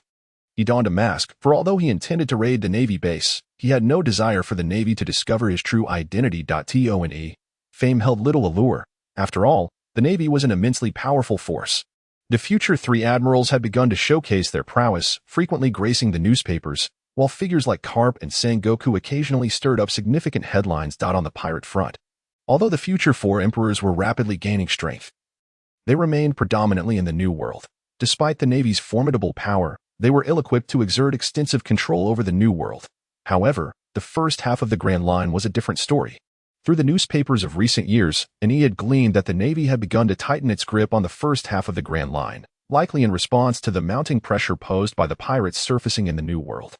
And he understood well that the strength of the New World pirates was already formidable, and with the rise of Whitebeard, Big Mom, and Kaido, a multitude of pirates had flocked to their banners. The sheer increase in pirate numbers was encroaching upon the Navy's territory in the New World, allowing even more pirates to grow in power and further suppress the Navy, creating a vicious cycle. Consequently, to diminish the pirate strength, the Navy had shifted its focus to the first half of the Grand Line, aiming to sever the lifeblood of the New World. In such times, it was prudent to develop quietly. To avoid being spotted, and he had Martha craft a mask to conceal his appearance. He stealthily approached a corner of the Navy base where a cat emblem was painted on the wall. Behind this wall lay the Navy's warehouse. Although an E planned to loot the Navy, he did not intend to charge in headlong. Such recklessness would be folly. The 5 or 6 meter wall posed no obstacle to an E, who effortlessly leaped over it. Once inside the Navy base, he surveyed his surroundings and found no one in sight. Next, he arrived outside the Navy's warehouse. Taking a deep breath, he raised his fist and shouted, "Iron block!" With a resounding crash, he smashed a hole in the wall and swiftly darted into the Navy's warehouse. Inside, he was greeted by mountains of provisions, without concern for the types of food. He began hastily shoving items into his storage bag. In preparation for this night's operation, he had emptied his storage bag to accommodate as much food as possible. At that moment, the sound of an E breaking the wall had alerted the Navy stationed in the base. What is happening? They wondered, unsure, but it seemed someone had breached the base. Quick, sound the alarm. The shrill alarm echoed throughout the Navy base. Groups of Navy soldiers, weapons in hand and disheveled, burst from their quarters. Before long, Yi's storage bag was nearly filled. He withdrew a cloak, an invisibility cloak reminiscent of those found in Harry Potter, which he had won in a previous lottery. It was precisely because of this cloak that an E had the audacity to raid the Navy base. Although the cloak could not shield him from observation hockey, its prevalence in the first half of the Grand Line was dismally low. Just as the Navy soldiers stormed the warehouse, and E donned the cloak. Bang! The warehouse door was forcefully slammed open by a throng of Navy soldiers. They stared in bewilderment at the chaos within the warehouse and then at the gaping hole in the wall, exchanging confused glances. Meanwhile, an E was already preparing to steal a few of the Navy's cannons, with the majority of the Navy personnel preoccupied with searching for the intruder inside the base. There were few guards atop the walls. This was the perfect opportunity to pilfer some cannons. As and E contemplated loading a cannon into his storage bag, he sensed something with his hockey. However, the speed was too great, and he instinctively dodged as a yellow laser pierced through his invisibility cloak, which, now damaged, could no longer maintain its concealment. This revelation left an E exposed. Suddenly, multiple beams of light from the base illuminated his figure. Look, the intruder is on the wall. Surround him. An E, now visible to the Navy, was swiftly encircled by a throng of soldiers. He glanced toward the source of the laser and saw, atop a distant rooftop, a figure clad in a white striped suit, a wide-brimmed hat atop his head, a cigarette dangling from his lips, and an expression of nonchalance. One hand pointed in Yi's direction, while the other scratched his head. Exclaiming, "How frightening!" he actually managed to evade detection. Upon recognizing the face of the figure on the rooftop, and he inwardly exclaimed, "WC, how did that lecherous Kizaru end up here?" Indeed, the one who had just attacked an E was none other than the future Marine Revolutionary undercover agent, the uncle of protagonist Luffy, and the Navy's top combatant, Borsalino, known for dispatching 4 emperors with ease. Though Yi's strength was not insignificant, and he could hold his own against ordinary Navy vice admirals with his array of tools. Facing Kizaru was a different matter entirely. This individual was a Logia-type devil fruit user, and E had only mastered observation hockey, lacking proficiency in armament hackai. In a confrontation, he would be at the mercy of Kizaru's attacks. Moreover, Kizaru was undoubtedly the last person E wished to encounter. His speed was simply too overwhelming. Thus, E forced a congenial smile and said, "I merely had too much for dinner and stepped out for a stroll. I hope I haven't disturbed anyone." Kizaru replied, "I believe I sensed you planning to steal the Navy's cannons. E cursed inwardly, realizing he had forgotten that Kizaru was not only a freak of nature but also possessed formidable hockey. He continued, "In truth, I have a particular fondness for cannons, which is why I wished to see what the Navy's cannons were like." Before E could finish his sentence, Kizaru launched another laser beam in his direction. "Damn, Kizaru, you scoundrel, play fair." The reason for Kizaru's aggression was that he had been startled awake from a deep slumber by Yi's earlier commotion. After all, he had not had a proper rest in days while pursuing the Sun Pirates. And just as he had finally fallen asleep, Yi's wall smashing had roused him. Anyone would have a bit of morning irritability under such circumstances. He cursed, drawing his slipper and effortlessly dispersing Kizaru's laser. The surrounding Navy soldiers looked on in disbelief as E used his slipper to deflect Kizaru's attack. How terrifying, as Kizaru transformed into light and appeared beside E. The latter utilized his observation hockey to anticipate Kizaru's location and swung his slipper. Kizaru, however, chose not to endure the blow from Yi's slipper. After all, it was capable of dispersing his lasers without leaving a trace, indicating it was no ordinary object, until he comprehended the situation. Kizaru would not allow Yi's slipper to strike him. Seizing the opportunity created by Kizaru's momentary repositioning, E did not hesitate and turned to flee. He had not forgotten that he was still within the confines of the Navy base. Once time drags on, the naval forces will only continue to swell. At that point, extricating oneself will become exceedingly troublesome. However, an E is well aware of Kizaru's capabilities. Thus, as he makes his escape, he employs his powers to create multiple zones of varying temperatures behind him. Whoosh! Kizaru unleashes a barrage of lasers aimed at an E, yet all the beams merely graze past him without making contact. Seizing this invaluable opportunity, an E swiftly darts into the forest. Kizaru inspects his fingers, tilts his head, and, stroking his chin, mutters to himself, "Strange, why can't I hit him? Admiral Kizaru, aren't you going to pursue him?" A naval officer inquired beside him. No, I came to chase the Sun Pirates, not to apprehend other pirates. The aftermath here is entrusted to you all. I'm off to get some sleep, Kizaru replied before vanishing without a trace. As a naval officer who enjoys leisure and clocks out promptly without overtime pay, he has no intention of undertaking tasks beyond his duties. And he leaned against a tree, panting heavily, never anticipating he would encounter Kizaru in this place. Fortunately, his abilities proved somewhat effective. It was precisely because he altered the ground temperature that he could evade Kizaru's lasers. When the ground reaches high temperatures, the air rises, thinning the atmosphere near the surface. This variance in air density affects the refractive index, causing Kizaru's lasers, which are a form of light, to refract. Although the deviation was minor, it was sufficient for an E to evade the beams with the aid of his observation haki. Yet, it is a stroke of luck that Kizaru did not pursue him. Otherwise, he would likely have suffered greatly. Ane also felt fortunate that he had not encountered a Kainu. Otherwise, given his act of robbing a naval base, it would have undoubtedly led to a relentless pursuit. Surveying his surroundings, Ane swiftly changed his attire and removed his mask. He hurried back to his ship. "Captain, you're back. I just heard quite a commotion. Were you attacking the naval base head-on?" Upon his return, Sun Yin bombarded him with questions. No time for chit-chat. I encountered a troublesome individual at the naval base. We cannot linger here. We must set sail immediately. Ane did not wish to remain, especially considering Kizaru's formidable strength, and he lacked the ability to use Busashoka haki. "Captain, we cannot leave now." And he turned to Sun Yin, asking, "Why not?" Sun Yin replied, "Captain, you just caused a ruckus at the naval base and then intend to leave? Isn't that practically announcing to the Navy that you are the one they seek? Indeed, if you departed now, it would be tantamount to a confession, given that it was nighttime, under normal circumstances. No one would opt to set sail after dark. What do you propose we do then?" And he inquired. "Simple, we sleep," Sun Yin declared before returning to his cabin. Watching Sun Yin leave, An E could only retreat to his own quarters. Not long after An E had settled into bed, a cacophony of noise erupted outside. A large contingent of naval soldiers had descended upon the port, commencing inspections of all vessels. Simultaneously, several naval warships had sealed off the harbor. Many ships, upon sighting the naval soldiers and warships, chose to raise their sails. Shortly thereafter, a battle erupted between the Navy and these vessels attempting to flee. The port was soon filled with the sounds of cannon fire and gunshots. An E stood quietly at the bow of his ship, observing. It quickly became clear to him that those attempting to escape were predominantly pirate ships, initially resting during the late hour. They naturally assumed the sudden appearance of a large number of naval forces was trouble for them, leading to an immediate clash. Ane felt grateful for Sun Yin's warning. Otherwise, he would have been embroiled in the conflict as well, although he knew many pirate crews docked at this island.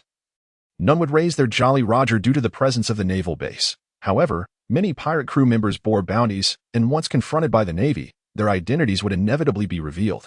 Thus, a multitude of pirates presumed the Navy intended to capture them, resulting in the outbreak of hostilities. Men, take down the Navy.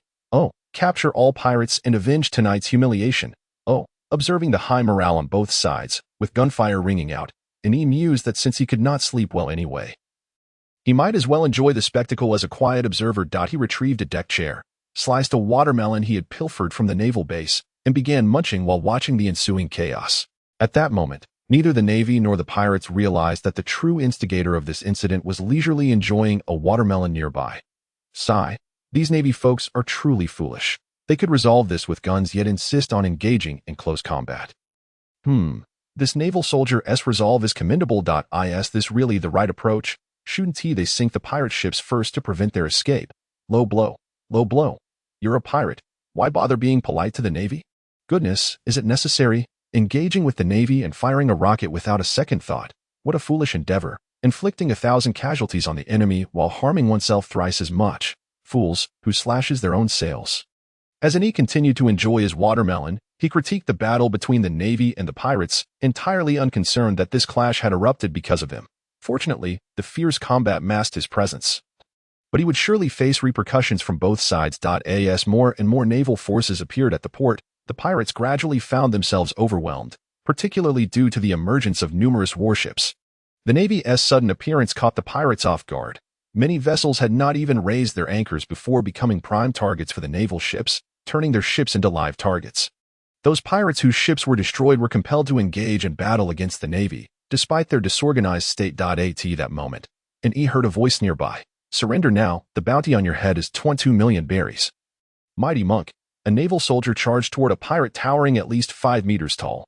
However, the pirate remained unfazed, brandishing a massive spiked club and effortlessly sending the naval soldier flying. The soldier collided violently with an ES ship, producing a resounding thud, leaving a dent in the ship's stern. "Damn it, that was my freshly modified ship." Having his enjoyment interrupted, Ani felt a surge of irritation. Consequently, he leapt off his ship and approached the pirate from behind. At that moment, the pirate who had just sent the naval soldier flying arrogantly surveyed the surrounding naval forces, boasting, "To capture me, Mighty Monk, you'll need at least a vice admiral to step up." Hearing this, Ani could not help but chuckle. Clearly, this pirate had never faced the harsh realities of life. He genuinely believed that a vice admiral was as common as cabbages, easily encountered, given the caliber before him. Encountering Kizaru would likely result in a swift laser strike. The sound of an ES laughter caught Monk's attention. He turned and, noticing an E, sneered, "What are you laughing at, little one?"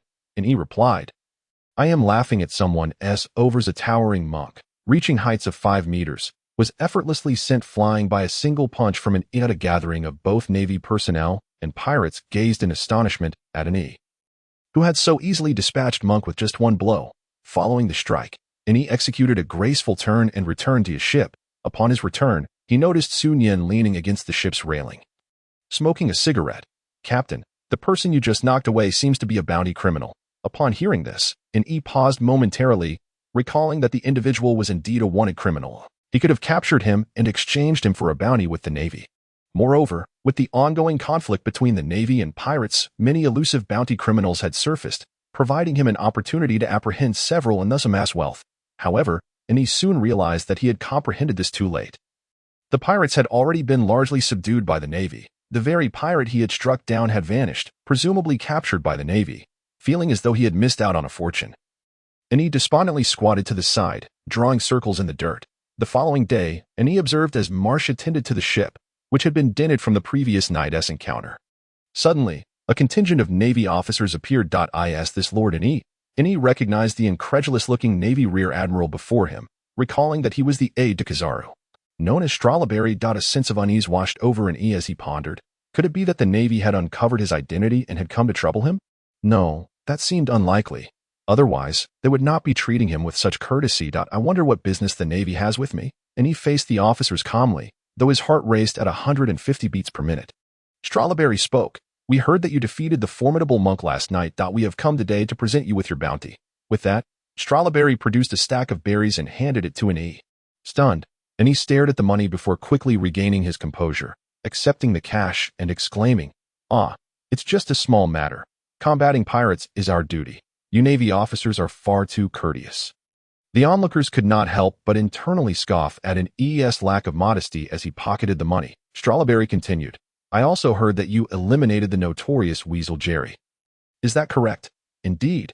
In that case, Lord and E, would you be interested in joining the Navy?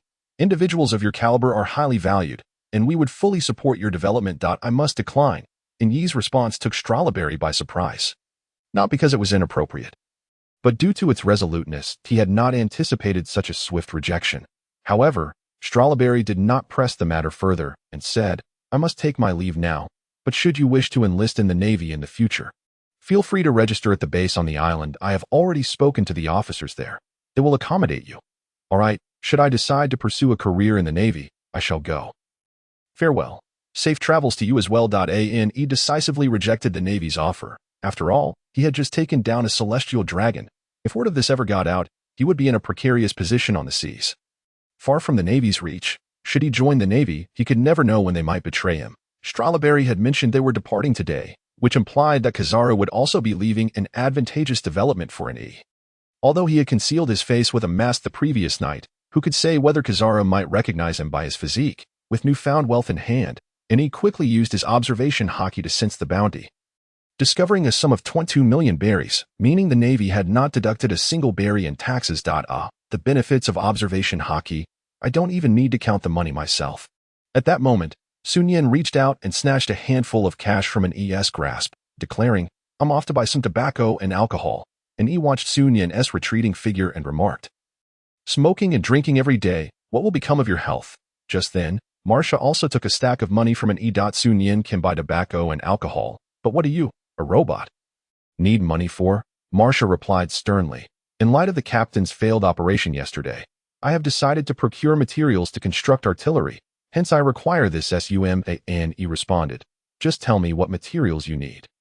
I can handle the purchase. No, based on my analysis of the captain's previous purchasing behavior, I found that he was overcharged. The price of steel on this island is indeed higher than on others, but only by about 30%, not 100. He stared in shock at Marcia. Why did you wait until now to inform me of such an important matter? Marcia glanced at an E and replied, you didn't ask, and he waved his hand, dismissing Marcia, reflecting on the rigidity of robots. He then checked the remaining funds, realizing there were less than 300,000 berries left. Sigh, money really vanishes quickly. Although he had just received over 20 million berries, it had dwindled to a mere few 100,000 in no time. Nevertheless, today marked a significant occasion for an E, as it was time for his monthly 10 consecutive draws. Returning to the cabin, he secured the door and began his preparations for the lottery. Let the drawing commence. Congratulations, host. You have won a dozen napkins. Congratulations, host. You have received a Shasha machine gun. .3006 caliber. Congratulations, host. You have obtained an extraordinary item, the ship spirit of the battleship Yukikase. This 10-draw session yielded 2 remarkable items. The rest were largely inconsequential. Among them was the Shasha machine gun, well known among those familiar with the history of World War I weaponry. The Shasha light machine gun is often lauded as a rifle capable of sustained fire. In truth, however, the Shasha light machine gun was not as poorly constructed as often claimed. The original French version merely suffered from high recoil and issues with dust entering the magazine and casing ejection port. The real problems arose from a batch manufactured to accommodate American ammunition calibers, which was precisely what an E had drawn. To comply with the American specifications, the French had to alter the machine gun's caliber.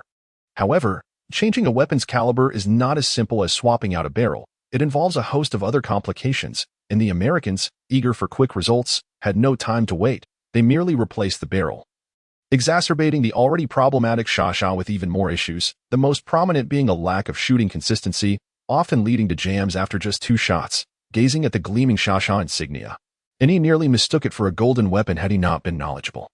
The other item was the only extraordinary item obtained in this draw, the ship spirit of the battleship Yukikase. System, what is the ship spirit? All things possess a spirit, nothing is exempt, and ships are no exception. However, the difficulty of manifesting a ship spirit is exceedingly high. This ship spirit allows any vessel to easily manifest a spirit. System, may I inquire about the benefits of having a ship spirit? Certainly. Once a ship possesses a spirit, even in the absence of crew members, it will conduct basic repairs if damaged. Additionally, in times of danger, it will act autonomously to assist the crew. At this point, and he realized that this was akin to the ship spirit of the Straw Hat Pirates vessel, the Going Merry. Excitedly, he exclaimed, this is a fantastic item. He then proceeded to extract the ship spirit. Before him floated a luminous orb, roughly the size of a ping-pong ball, darting about. Merge with the ship spirit, and he commanded, and the spirit fused seamlessly with his vessel. Shortly thereafter, a voice echoed in an ES ear. Yukikase will protect everyone. Upon hearing this familiar phrase, and he felt a sudden unease. It was then that he noticed the ship spirit was named Yukikaze, and he anxiously queried the system. System, is there any issue with the ship spirit being named Yukikase? None at all. The name of the ship spirit brings not only no detriment but also various benefits, such as special effects derived from the name. And he inquired, what is the special effect of the ship spirit's name?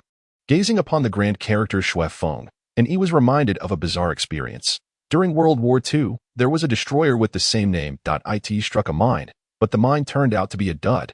Then it was hit by a shell, which was also a dud, and when a torpedo struck, it was not a dud. Rather, The torpedo had been set too deep and passed beneath the ship. A vessel requiring escort met its demise, while this legendary ship remained unscathed. Pondering this, and he could not help but swallow hard and asked, "Ship spirit, what unique effects do you possess? I can ensure the safety of all crew members during naval battles. What if allied ships engage in combat alongside us?" And he further queried, for the strength of Schwefong lay in its survival amidst the annihilation of its comrades. Naturally, they would all perish. Upon hearing this response, and he expressed, "Excellent, that embodies the essence of Schwefong.A, and the others lingered on the island for nearly half a month, biding their time for Marcia to complete the artillery. After witnessing Marcia's craftsmanship, and he was thoroughly satisfied, for the cannon she fashioned was a breech-loading cannon, boasting not only a rapid firing rate but also formidable power. However, due to the limitations of the ship's structure, there was only one cannon on board. During this period, Sun Yin and Marcia forged a strong rapport, as both were individuals of technical prowess. Finally, the day arrived when an E resolved to leave the island. Yet, before departing, an E summoned Marcia and Sun Yin to deliberate on several matters. "I have made up my mind. We shall become pirates. However, as pirates, we must bestow a name upon our crew, as well as our ship." Sun Yin, while smoking and sipping alcohol, replied, "You decide. I am indifferent." And he glanced at Marcia, who, as a robot, exhibited no reaction whatsoever. Sigh, and he lamented, realizing that he alone would have to ponder the matter of names. Initially, he contemplated naming the pirate crew after himself, an E pirate crew, Sun Yin pirate crew, Marcia pirate crew, but none of these names exuded the desired grandeur. He then considered naming the crew based on certain characteristics. What traits did they possess? Well, none that stood out. Perhaps we should call ourselves the Multiverse Pirate Crew. And he nodded in approval, saying, that works. Then it dawned on him that the system had suggested this name. System, was that you speaking just now? Indeed. Why did you appear? Why shouldn't I? I am also a part of the pirate crew. And he thought, the system's reasoning seemed sound. Host, look, I have even designed the pirate flag. And he gazed at the pirate flag crafted by the system, which prominently featured a skull at its center, with a wheel behind it, flanked by the bold characters 1J on either side.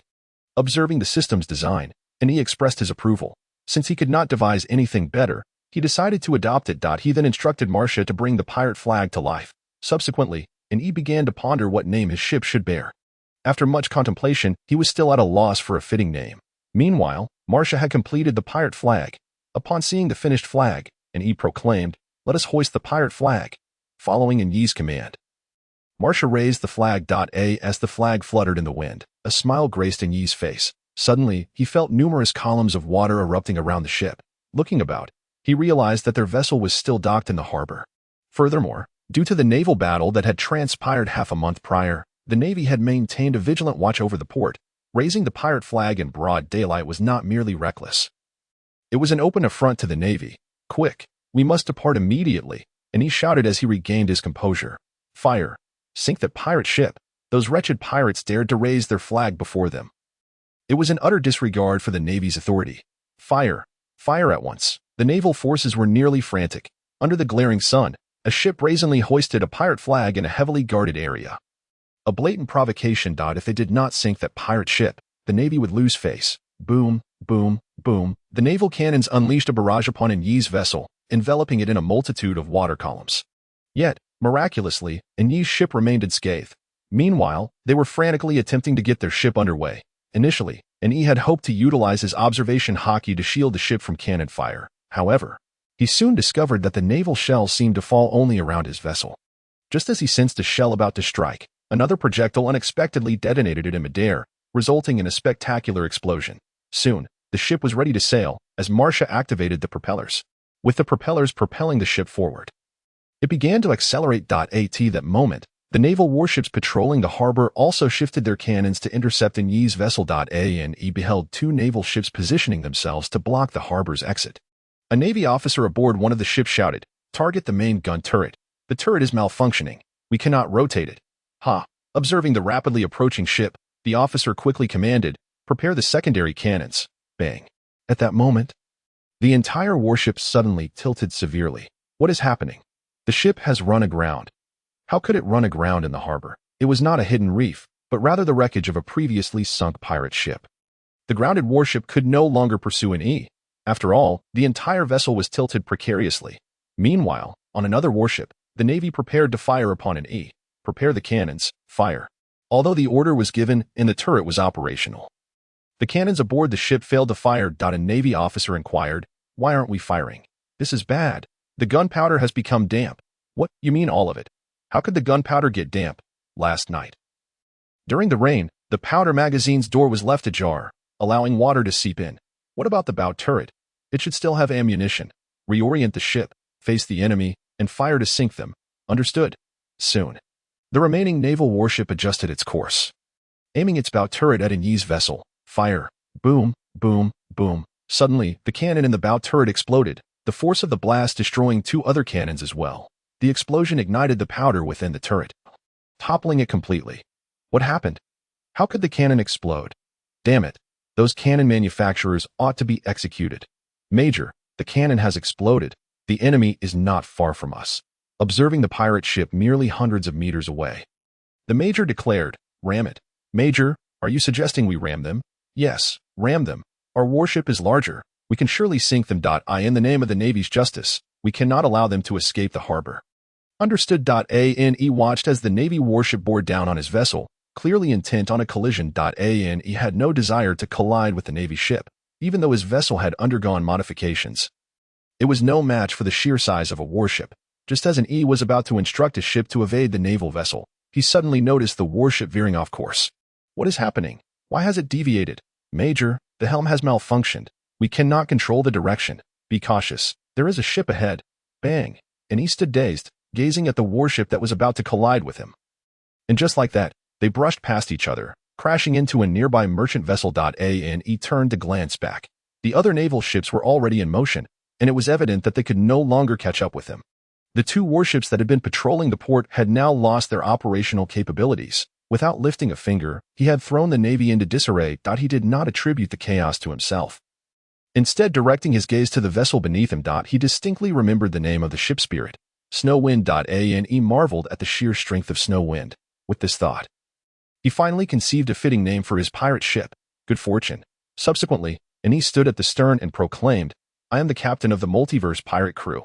My name is Ane, and my ship is called Good Fortune." The naval officers in the port ground their teeth in frustration as they watched the departing Good Fortune, hearing Yi's voice echoing in the air. It was as though he was rubbing the Navy's face in the dirt. At that moment, numerous journalists in the port recorded Yi's retreat. "What did you say?" "In Marineford, within the office of the Fleet Admiral." The current Fleet Admiral, Steelbone Kong, received a call that incited his fury. As soon as he hung up, he commanded, "Summon everyone immediately. I have urgent matters to discuss." "Admiral Sengoku, do you have any idea why the Fleet Admiral has called us together?" "Oh, Akainu, you're back so soon. But I have no clue. Ha, Kizaru interjected. "This is a meeting, so pay attention." "How frightening." Steelbone Kong entered the conference room, laying a newspaper on the table. "Everyone, take a look. This is the newspaper that was just published today." Those present, all of whom held at least the rank of Rear Admiral, naturally had keen eyes. They swiftly perused the contents of the newspaper. Sengoku remarked, "Our Navy has lost face this time." Akainu scoffed. "Humph, such pirates should be thoroughly eradicated." Kizaru mused, "Are pirates nowadays this terrifying?" Akiji chimed in, "Let us discuss how our Navy should respond to this incident." Allowing pirates to openly raise their flag and set sail from a Navy-occupied port, while hundreds of Navy soldiers and several warships failed to intercept them, is unacceptable. More importantly, they never fired a single shot while leaving the heavily guarded port. Sengoku continued, "Fleet Admiral, I have gathered detailed information on this multi-years pirate crew. They appear to be a newly established pirate crew, and currently, we can only confirm 3 members, with the captain being the only one whose name is known, an E. However, I have investigated further, and their escape from the port was not due to their formidable strength, but rather sheer luck. One of the ships assigned to intercept them ran aground, while another lost control due to a malfunction, which allowed the pirates to depart. Nevertheless, this Ani has been reported to have defeated a pirate with a bounty of 22 million berries in the Battle of Taki Island just over half a month ago, indicating he possesses some strength. There are also rumors suggesting he killed the notorious Jerry, who had a bounty of 75 million berries. However, there is no solid evidence confirming Jerry's death, and that remains to be investigated. Steelbone Kong looked at Sengoku and asked, "What do you imply?" "I believe our Navy should not issue an excessively high bounty on him. After all, his strength remains uncertain, and the repercussions of this incident are too severe. We cannot encourage such behavior. However, his actions have already brought disgrace to our Navy, so we should dispatch personnel to apprehend him, preferably sending a rear admiral, Steelbone Kong stated, for the capture of the multiverse pirate crew. Let us dispatch 3 rear admirals to ensure absolute success. As for the bounty, Sengoku, how much do you suggest? Sengoku extended 5 fingers and said, this amount. Agreed. Sounds good, Captain. Come quickly. You made the newspaper. Upon hearing this, E rushed over, eager to see what bounty the Navy had placed on him. After all, he had brazenly set sail right under their noses. He snatched the newspaper and found the headline detailing his nonchalant departure from the Navy's watchful gaze. Those unscrupulous journalists even labeled it the Navy's humiliation to describe the event. More crucially, someone had witnessed the entire ordeal and chronicled how the Navy allowed him to escape. E skimmed through the article, noting the decent writing style. After reading the media's glorification of his exploits, E began to check his bounty. First, he noted the nickname the Navy had assigned to him, Good Fortune. E. Ha! A person of my formidable prowess is bestowed with the moniker of Good Fortune. How absurd. However, upon further reflection, the fact that he had effortlessly slipped away from a large contingent of the Navy could indeed be attributed to luck. Yet, the true source of that luck was a ship. Never mind. Let us see what my bounty is. What ridiculous sum has that scoundrel in the Navy set for me? An ES-wanted poster revealed a bounty amount that prominently featured a 5. But it was neither 5 million nor 500,000. It was a mere 50,000 berries. Achoo. Far away in Marineford, Sengoku rubbed his nose, muttering, could it be that Crane is thinking of me? How disgraceful, despicable, incompetent. And E clung to the ship's railing, cursing and crying. In the New World, aboard the Moby Dick of the Whitebeard pirates. Ha! Old man, come look. This Good Fortune and E has a bounty of only 50,000 berries. Is this supposed to make me laugh? Ha ha ha. Whitebeard raised a large bowl of sake to drink, saying, Marco, do not underestimate this E. He is certainly not ordinary. The laughter of the Whitebeard pirates ceased as they turned to Whitebeard. They understood that for their father to say someone was not simple indicated that the person had notable qualities, not for any other reason, but because those words came from Whitebeard, Edward Newgate, one of the strongest figures in the New World. Meanwhile, the Big Mom pirates, Mama, look at today's newspaper, a bounty of 50,000, nothing to be concerned about. The Beast pirates, bring more sake. Lord Jack, Captain Kaido is drunk again. Should we continue serving him? Keep it coming. Jack glanced at the wanted poster of an E and remarked, what a pity. He then forcefully ignited the newspaper, reducing it to ashes. In the first half of the Grand Line. Aboard the red-haired pirates, Captain, let us recruit this fellow. His luck seems quite good. We've just gone through so much bad luck ourselves. Perhaps having him with us could turn our fortunes around. Ha ha ha. Shanks looked at an ES visage in the newspaper and asked, Beckman, what do you think about bringing him into the crew? Not advisable. Shanks inquired in surprise. Why not? He has embarrassed the Navy. They will not let him off easily. Do not be fooled by his low bounty. It is merely the Navy's attempt to downplay the situation. I assure you, they have already dispatched considerable forces and powerful individuals to capture him. Therefore, I believe we should refrain from inviting him aboard. Shanks listened to Beckman's words, shaking his head in regret. What a shame. I hope his luck continues to hold. Everyone, prepare for a feast. Oh, thus, an E made his first appearance in the newspaper, capturing global attention. However, at this moment, most people merely regarded an E as a fortunate little pirate, unaware that he would eventually rise to become one of the 5 most formidable pirates in the world. Presently, an E and his companions arrived at the next island. Their swift arrival was largely due to Marsh's modifications to their ship. The vessel, propelled by electric-powered propellers, boasted speeds several times greater than those of ordinary ships relying on sails, all while remaining unaffected by wind direction. Upon landing on the new island, they discovered it appeared to be uninhabited. E intended to replenish their supplies of food and water, as well as carry out some repairs on the ship. They planned to set sail for their next destination once the magnetic recording pointer was fully charged. However, before embarking on their exploration of the island, E decided to utilize the 2 character summoning cards he possessed. Over time, he had come to realize that having embarrassed the Navy, they would undoubtedly seek retribution against him. Marcia and Su Nian were capable of dealing with ordinary naval forces, but should a powerful navy appear, their safety would be jeopardized. Thus, E sought to augment their strength by summoning additional allies. He retrieved the 2 character summoning cards and placed them on the ground, proclaiming, commence summoning. Soon, the familiar scene unfolded once more. But this time, an image appeared that was on all fours. Woof! came the sound of a dog barking. A&E quickly discerned the creature that had materialized. An unmistakable dog stood before him. Congratulations, host. You have summoned from the game Red Alert. A husky police dog from the Soviet faction. A&E observed the husky circling him, tongue lolling and tail wagging. Frustrated, he roared at the system, "Come out, system. Why did the character summoning card conjure a husky?" The system replied, "As I previously mentioned, the character summoning cards randomly summon characters from anime, movies, or games known to the host. However, do not forget that many anime and games do not feature human characters. Hence, it is not unusual for a husky to appear. A&E understood the system's explanation. The cards could summon any characters or creatures that existed in some form. He gazed into the husky's intelligent eyes, then cast a glance at his wooden pirate ship. Contemplating which pieces of furniture could withstand the husky's antics, he began to consider whether he should take this husky aboard the ship. After all, the husky's innate talent was destruction. If it could dismantle a house made of reinforced concrete, surely it could manage a ship as well. How adorable! Sunyan exclaimed as she approached and began petting the husky's head. The husky clearly disliked being touched, but upon seeing Sunyan brandishing a pistol at its head, it obediently laid down, allowing her to pet it freely. This husky appeared to possess a certain intelligence. Perhaps it would be wise to keep it around? At that moment, the second character summoning card completed its summoning. Once again, the result was not a human. Oh, congratulations, host. You have summoned a creature from the anime linkage, a serpent dog known as the Devourer. And he thought, this is far more useful than the previous husky. The Devourer, originating from the Chinese animation linkage, is a peculiar creature with a lizard-like physique and 6 legs. Its most formidable attribute is its near-immortal nature. It is not that the Devourer cannot be killed, but rather that doing so is extremely difficult. To slay the creature, one must destroy its core life essence, which moves throughout its body, even if the core is attacked. As long as the Devourer can absorb life essence quickly, it can recover swiftly.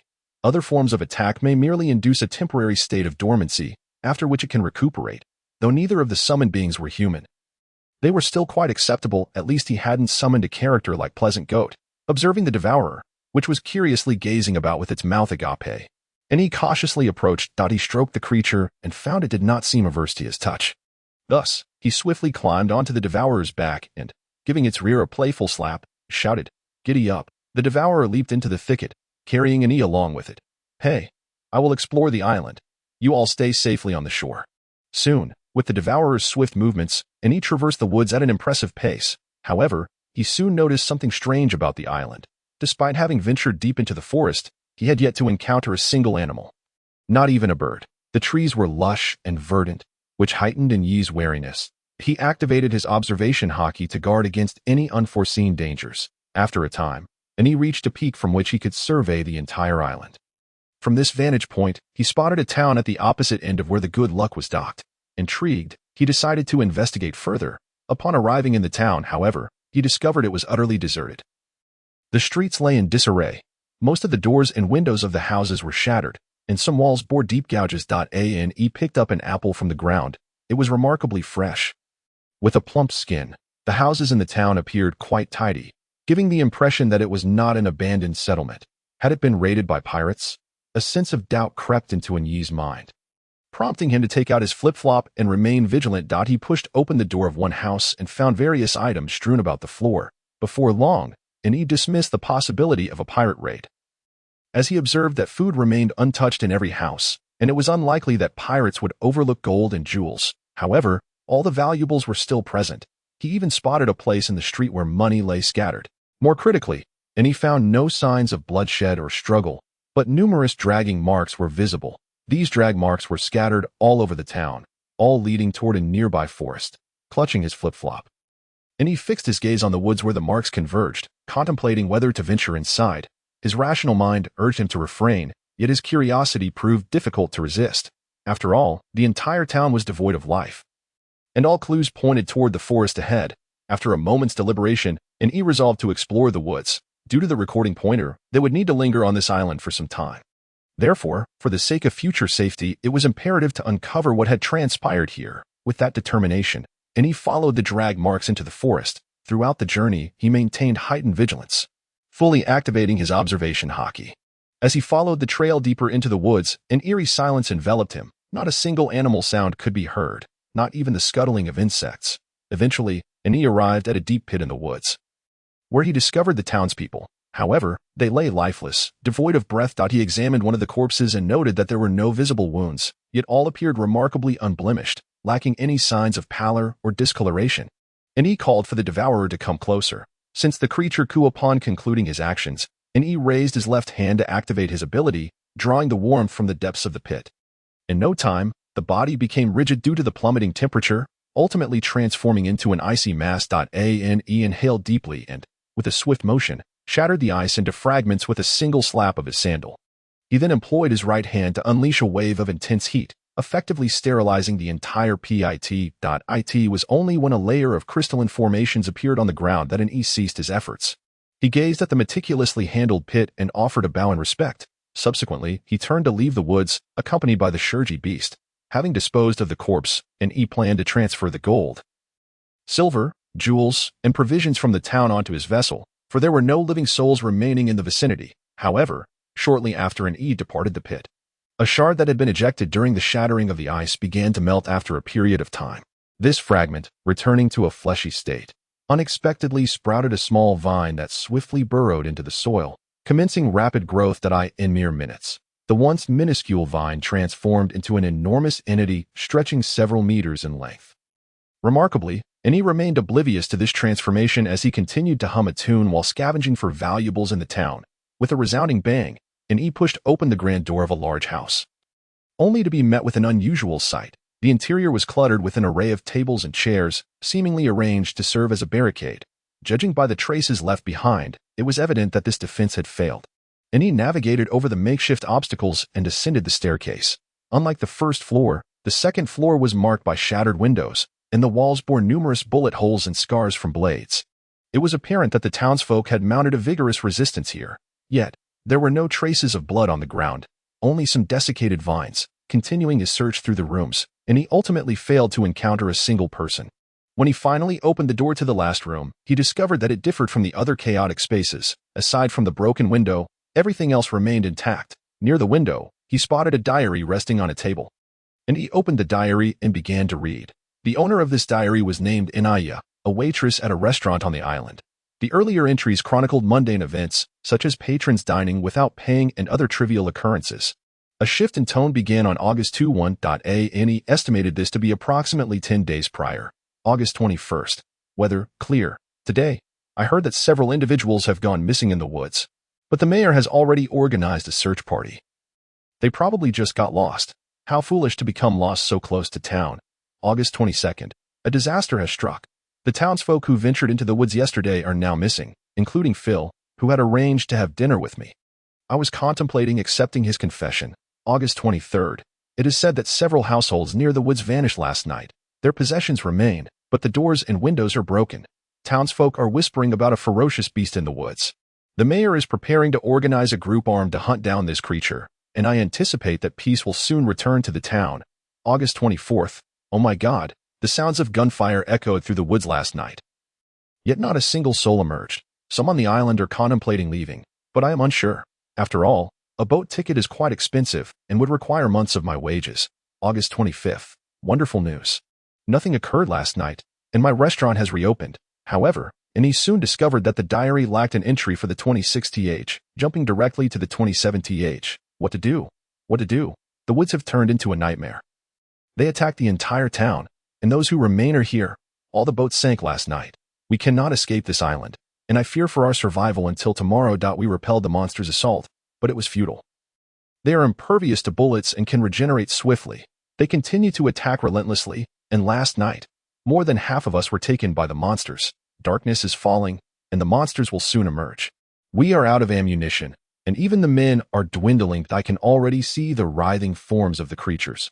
The diary abruptly concluded here. From this diary, Ane gleaned that some monstrous entities had besieged the town, leading to its devastation. Moreover, these creatures appeared to only emerge at night and seemed unfazed by gunfire. Reflecting on this, Ane glanced at the sky and noted the late hour, deciding it was time to return to his ship. Masha, please be vigilant. Monsters will appear on this island at night, so keep a close watch. Understood. Although Ane was unaware of the nature of the monsters, he resolved to assign Masha the duty of vigilance. Confident in her abilities to detect any threats, were it not for the compass pointing in a specific direction, and he would have preferred to leave the island altogether. A night passed without incident. Masha, did you notice anything unusual last night? Nothing out of the ordinary. Additionally, the infrared scan indicates there are no temperature-stable animals on the island. Furthermore, stop. And he interrupted Masha, stating, remain alert, and notify me immediately if anything unusual occurs. Of course, as and he pushed open the kitchen door, he was met with utter chaos. White flour blanketed the floor, and various condiments were strewn across the countertop. The food stored in boxes was left in tatters. The original table now stood with only 2.5 legs remaining. And he turned to see a husky sprawled on the ground, its fur dusted with flour. You little demolitionist, I'll have you for dinner.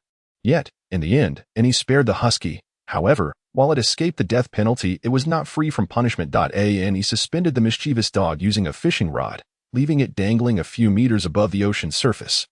Following the morning's debacle, and he had dubbed this husky demolition dog. Observing the suspended demolition dog, it showed no signs of remorse, panting with its tongue hanging out and gazing at an E with a clever expression. At that moment, a colossal shadow emerged beneath the surface of the SEA. And he squinted, gripping the fishing rod tightly, just as the oblivious dog was about to be engulfed by a massive fish head. And he yanked the rod, pulling demolition dog back onto the ship.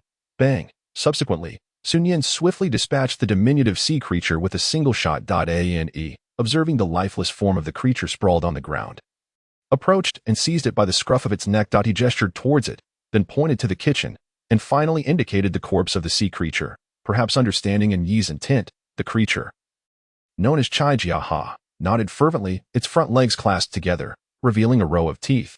Satisfied by its response, and he nodded in approval and then set it down. As soon as it touched the ground, Chai Jiaha obediently began to patrol the ship. For the next 3 consecutive days, no incidents occurred. Gradually, and he began to believe that the monstrous entity had perhaps vacated the island. That night, a cloud of pink, powdery substance began to envelop the good fortune. And he was slumbering in his quarters when suddenly he awoke, finding himself standing beside a road as a bus whizzed past him. He looked up to behold a city in the distance, flanked by billboards. Cars, supermarkets, and women clad in stockings lined the streets. Everything felt so familiar. And he paused momentarily. Had he not traversed realms? This was Earth. Could it be that everything that had transpired was merely a dream? But why did it feel so tangible? He pinched his arm. Pain. Was everything before merely a figment of his imagination or a delusion? But he still possessed the system. System. Oh, foolish host. What is it that you want at this unearthly hour? You're here? System. If I were not here, what could I possibly do, silly host? Have you lost your wits? Wait, if the system still existed, it indicated that he ought to still be within the world of One Piece. System, you imbecile, you are utterly useless. System, host, it seems you have grown too complacent. A sudden surge of electricity crackled through in Yi's mind. He exclaimed, clutching his head as he abruptly sat up in bed. Glancing around, he realized he was still aboard the ship, suggesting that his previous experience had been an illusion. Just then, a resounding explosion echoed from outside the cabin. And he hastily donned his slippers and rushed out. Upon emerging, he beheld dozens of gigantic vines thrashing around the good fortune, while Martha was firing her ion cannon at them. Although Martha's ion cannon was immensely powerful, capable of severing a vine with a single shot, the vines would reappear shortly thereafter, recognizing the vines as the very monsters mentioned in the diary. And he deduced that the inhabitants of this island must have been taken by them. Martha, cease firing the ion cannon and use the flamethrower instead. I've already tried that, but these vines are too peculiar. The flamethrower's effect is minimal. Indeed, Martha was not a mere automaton requiring commands. As a product of advanced technology, the Terminator possessed autonomous detection capabilities. If the flamethrower were effective, it would have been employed long ago. Meanwhile, the Devourer had also awakened, yet it was at a loss against the vines, which were even thicker than itself. At that moment, Chai Jiaha lay blissfully asleep, sprawled on its back, a trail of drool trickling from its mouth. Suddenly, a vine ensnared Martha. As it began to constrict, the liquid metal surrounding Martha started to deform under the pressure. However, the internal metallic framework remained exceedingly robust, rendering the vine's efforts futile. Instead, Martha utilized a chainsaw to sever the vine. Freeing herself from captivity, witnessing the chaos, and he gripped his flip-flop tightly and activated his abilities. Bolstered by his observation haki, the vines could not ensnare him, while his flip-flop struck the vines with precision. Once struck, the vines either crystallized into brittle ice or ignited into flames. This was a novel application of Yi's abilities, transferring his power to the flip-flop. Upon impact, the flip-flop absorbed the temperature of the vine, rendering it into ice or igniting it with a surge of heat. Regardless, the extraordinary flip-flop was impervious to damage, allowing Yi to experiment to his heart's content without consequence. As the vines fell victim to Yi's powers, they swiftly lost their capacity for further movement. Before long, dozens of vines lay vanquished. Just as Yi sought to catch his breath, he noticed the nearby forest shaking, and soon, dozens more vines surged forth, advancing toward the good fortune. Damn it, he cursed, realizing he had no choice but to engage in battle with the vines once more. After a few minutes of intense struggle, Yi and Martha managed to repel the encroaching vines. Yet, before long, a fresh wave of vines emerged, and Yi realized that unless he addressed the source of the vines, he would be faced with an unending onslaught, while the vines were currently unable to harm him. Exhaustion would inevitably take its toll, and he would ultimately succumb to their grasp. Yi surveyed the forest cloaked in darkness. The source of the vines lay within. If he could obliterate the forest, he surmised he could eradicate the vines as well. However, the pressing issue was that the vines relentlessly assaulted them, and soon Yin remained in a deep slumber. Martha and Yi needed to combat the incessant tide of vines, rendering them unable to spare a moment for anything else. Yet, this did not dawn on Yi. He leapt from the ship, positioning himself beside the good fortune, placing his left hand upon the sand while clutching the flip-flop tightly in his right.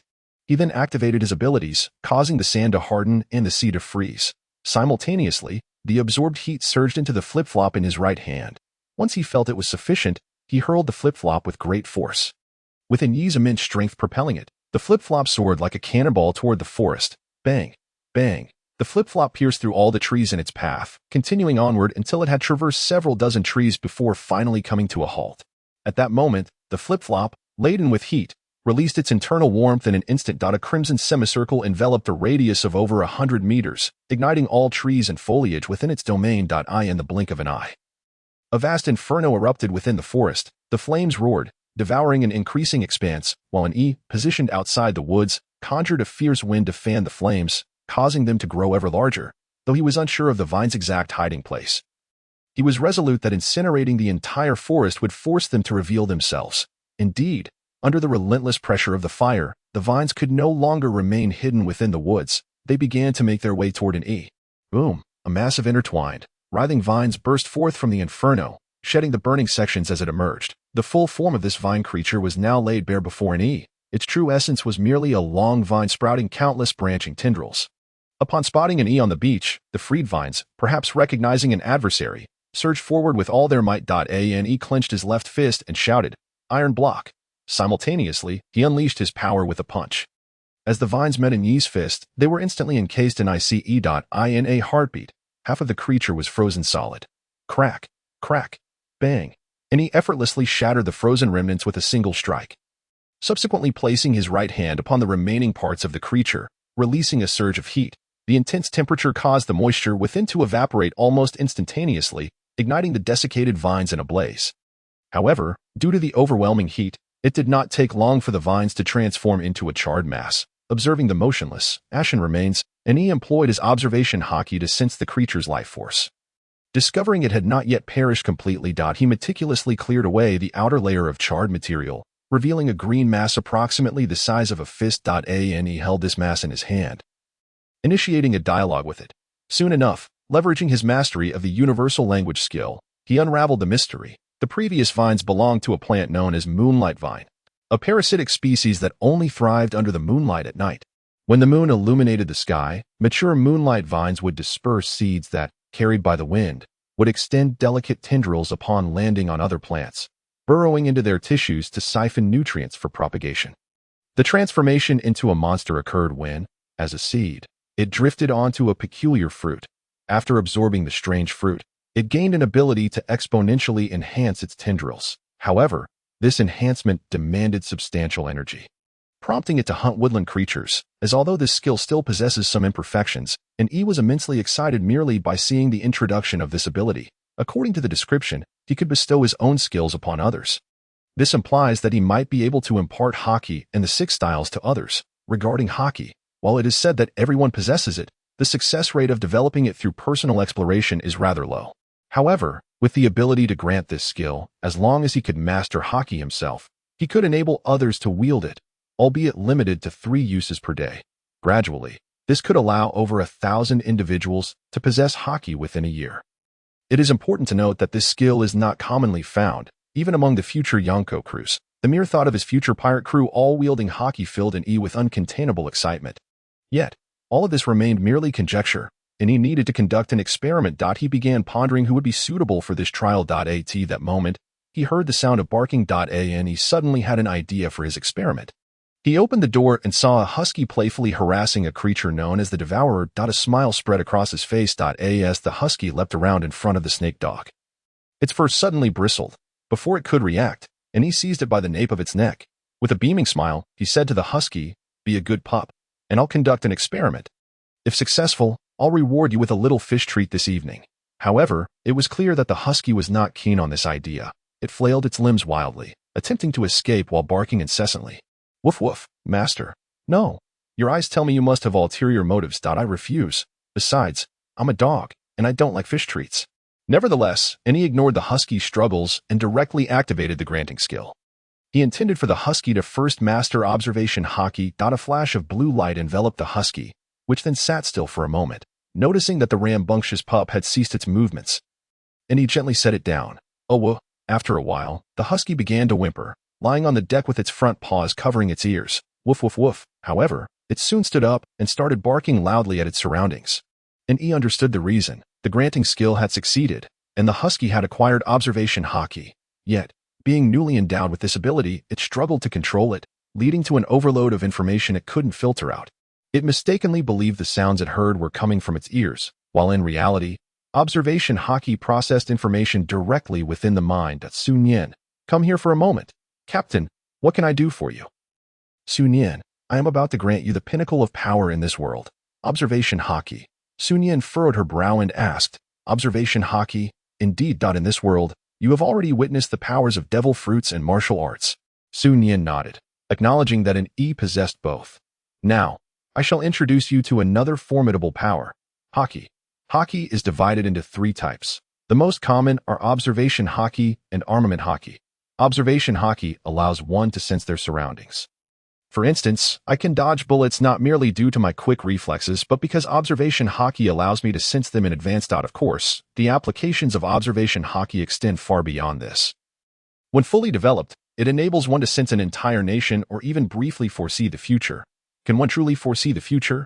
Yes. Then, Captain, you mentioned 3 types of Haki. What is the third?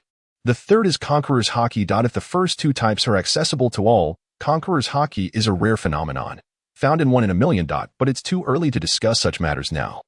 We are unlikely to encounter anyone with Conqueror's Haki at present. For now, I will grant you observation Haki. And he activated the skill once more, allowing Sun Yin to acquire observation Haki. After gaining this ability, Sun Yin kept her eyes closed, occasionally furrowing her brow. After about half an hour, she opened her eyes and exclaimed, "So this is observation Haki. What a remarkable ability." Observing her expression, he inquired, "You mastered it so quickly." Indeed, hearing her response, he felt as though he might bleed from frustration that it had taken him over a week to adapt to observation Haki, while Sun Yin accomplished it in merely half an hour. Was this the mark of a genius? However, he quickly reconciled this. In the face of Sun Yin's natural talent, he, an ordinary person, would rely on the system's assistance to enhance his strength. Yet, at this moment, he possessed a variety of abilities: physical prowess, several sword techniques, some martial arts, a few 6 styles, observation Haki, and his unique capabilities. While he seemed to have a multitude of skills, none stood at the pinnacle. Most notably, he still lacked mastery of armament Haki. Though observation Haki made it harder for him to be hit, without armament Haki, he remained vulnerable against certain opponents. Therefore, he was determined to learn armament Haki first. After all, it could not only counter those with abilities but also bolster his own defense. Regrettably, no one was available to teach him. He would have to explore and figure things out on his own. However, he recalled hearing that mastering the iron body technique was fundamental for learning armament Haki. Thus, he resolved to practice iron body diligently in hopes of mastering armament Haki. Meanwhile, on the other side of the island, a pirate ship adorned with a crimson dragon head and a pair of curved horns approached the town. "Captain, there is no one in the town, and all the food is gone." At that moment, a young man with vibrant red hair disembarked from the ship. He surveyed the deserted town and remarked, "How strange. I remember this town being quite bustling 3 months ago. Why is it deserted now? Captain, could it have been raided by pirates? Wait a moment. Let me use observation hockey to sense the area. Found them. There's a ship on the other side of the island with a few people aboard. Let us go ask them. The young man was none other than the renowned red-haired Shanks. Iron Body, and he was tirelessly practicing Iron Body, hoping to learn armament hockey through it. Just then, as he focused intently on his training, Sun Yin suddenly raised her 98K rifle and said, "Captain, someone is approaching." Upon hearing this, he quickly activated observation hockey, but he found no one within his sensory range. He looked at Sun Yin with a puzzled expression and said, "I don't sense anyone. My observation hockey isn't detecting anyone." Sun Yin replied, "They are still a fair distance away, about 3,000 meters or so."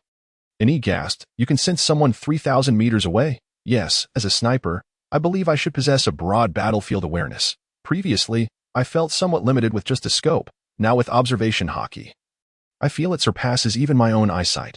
And he recalled that Sun Yin had only recently learned observation hockey. How could she perceive several kilometers away while he could only sense a few hundred meters? Was this the divide between genius and the ordinary? It was quite disheartening. At that moment, Sun Yin asked, "Captain, should I fire my weapon?" And he replied, "Can you ascertain their identity?" "I cannot." The uncertainty regarding the identity of the approaching individuals left he conflicted. Given the circumstances, it was highly likely that the newcomers were from the Navy. After all, some individuals had departed from the island, and they might have alerted the Navy about the situation. The Navy would surely come to investigate. And since he had not destroyed the traces of his activities, it was probable they had discovered him. How about this? Fire a shot in their direction but aim away from them. Can you manage that? Sun Yin raised an eyebrow and replied, "No problem." With that, he closed his eyes, raised his gun, and pointed the barrel skyward. Bang! At that moment, Shanks, who was traversing the woods by following tracks, suddenly shouted, "Be careful, there's a sniper." Upon hearing this, his crew quickly took cover behind the trees. Yet Shanks remained rooted in place, as did Ben Beckman. Puff. Ha ha ha. Observing his crew's frantic attempts to evade danger, Shanks burst into laughter. When the crew noticed bullets landing a good 10 meters away from them and heard their captain's boisterous laughter, they finally realized that Shanks was merely jesting at their expense. Consequently, a group of crew members rolled up their sleeves and charged towards Shanks. "Captain, the enemy has a remarkable observation hockey user. My sniper may prove ineffective." It was evident to Sun Yin that the actions of the group in the woods had revealed the presence of someone with exceptional observation hockey among them. Is that so? Then what are they doing now? They're infighting. Huh. Infighting. Witnessing Shanks being pummeled by a throng of crew members, Ben Beckman could no longer bear it. He drew a short gun and fired a shot into the air. Hearing the gunfire, the pirates all ceased their actions. Shanks straightened his slightly disheveled attire, stood up, and declared, "Boys, since they dare to shoot at us, let us seize all their treasures." Oh, the morale of Shanks' crew surged as they surged forward. Watching his departing crew, Shanks let out a sigh of relief, grateful that he had successfully diverted their attention in time. However, at that moment, Ben Beckman approached Shanks. "Beckman, aren't you coming?" Ben Beckman replied, "Of course, but before I go." Saying this, Beckman struck Shanks on the head with his gunstock and added, "Next time, I'll blow your head apart." Holding his head, Shanks retorted, "You dare use hockey against me? What if you knock some sense out of my clever head? Has your head ever been useful? Aren't I the one who devises our strategies? When have you ever suggested anything worthwhile? Haven't I ever come up with good ideas?" Bang. "How dare you say that? The last idea was from that scoundrel, which nearly led us to be besieged by a dozen sea kings. Captain, they're charging at us." Martha prepared to confront the enemy. Shortly thereafter, dozens of pirates erupted from the woods, shouting, "Hand over your treasures." Upon seeing the oncoming group, and he remarked, "Martha, take it easy. Leave some alive." Understood. Uncertain of the pirate's character, and he had no intention of exterminating them outright. He shouted, "All right. Let's go. Charge." And he, wielding a slipper, mounted his snake dog and charged forward, while Martha unleashed a torrent of liquid metal, transforming into 4 tentacles that surged ahead. The pirates, witnessing a man riding a monstrous creature alongside a silver, 4-legged tentacle beast, were momentarily taken aback. However, with the enemy advancing, there was no time for hesitation. They had to engage. Soon, the pirates discovered a harsh truth. Their numbers were no match for the 2 adversaries. First, the silver tentacle beast was not merely a creature with 4 tentacles. It could sprout tentacles from any part of its body at will. Furthermore, these tentacles were impervious to slashing and bullets. Capable of being both rigid and flexible, their attacks were effortlessly neutralized. Then there was the one riding the beast, wielding a slipper. The rider was agile, dodging left and right, making it nearly impossible for the pirates to land a hit. Even when the enemy attempted to confront them directly, they found themselves outmatched, as the slipper in the rider's hand could easily deflect their slashes and even shatter their weapons. Of course, the pirates considered taking down the mount first. But they soon realized that the creature was resistant to their assaults. Any wounds inflicted healed in no time, especially that mount's neck, which could elongate and retract, causing their attacks to consistently miss. And every time it evaded an attack, it would display a mocking grin. Boys, have we secured their treasures yet? Finally, Shanks and Beckman, bantering as they exited the woods, were met with an unexpected sight. Their crew lay scattered on the ground. While only two adversaries stood boldly in the center, the previously jovial Shanks instantly turned serious. He understood that while his crew may not have been exceptionally formidable, they could generally act freely in the first half of the Grand Line.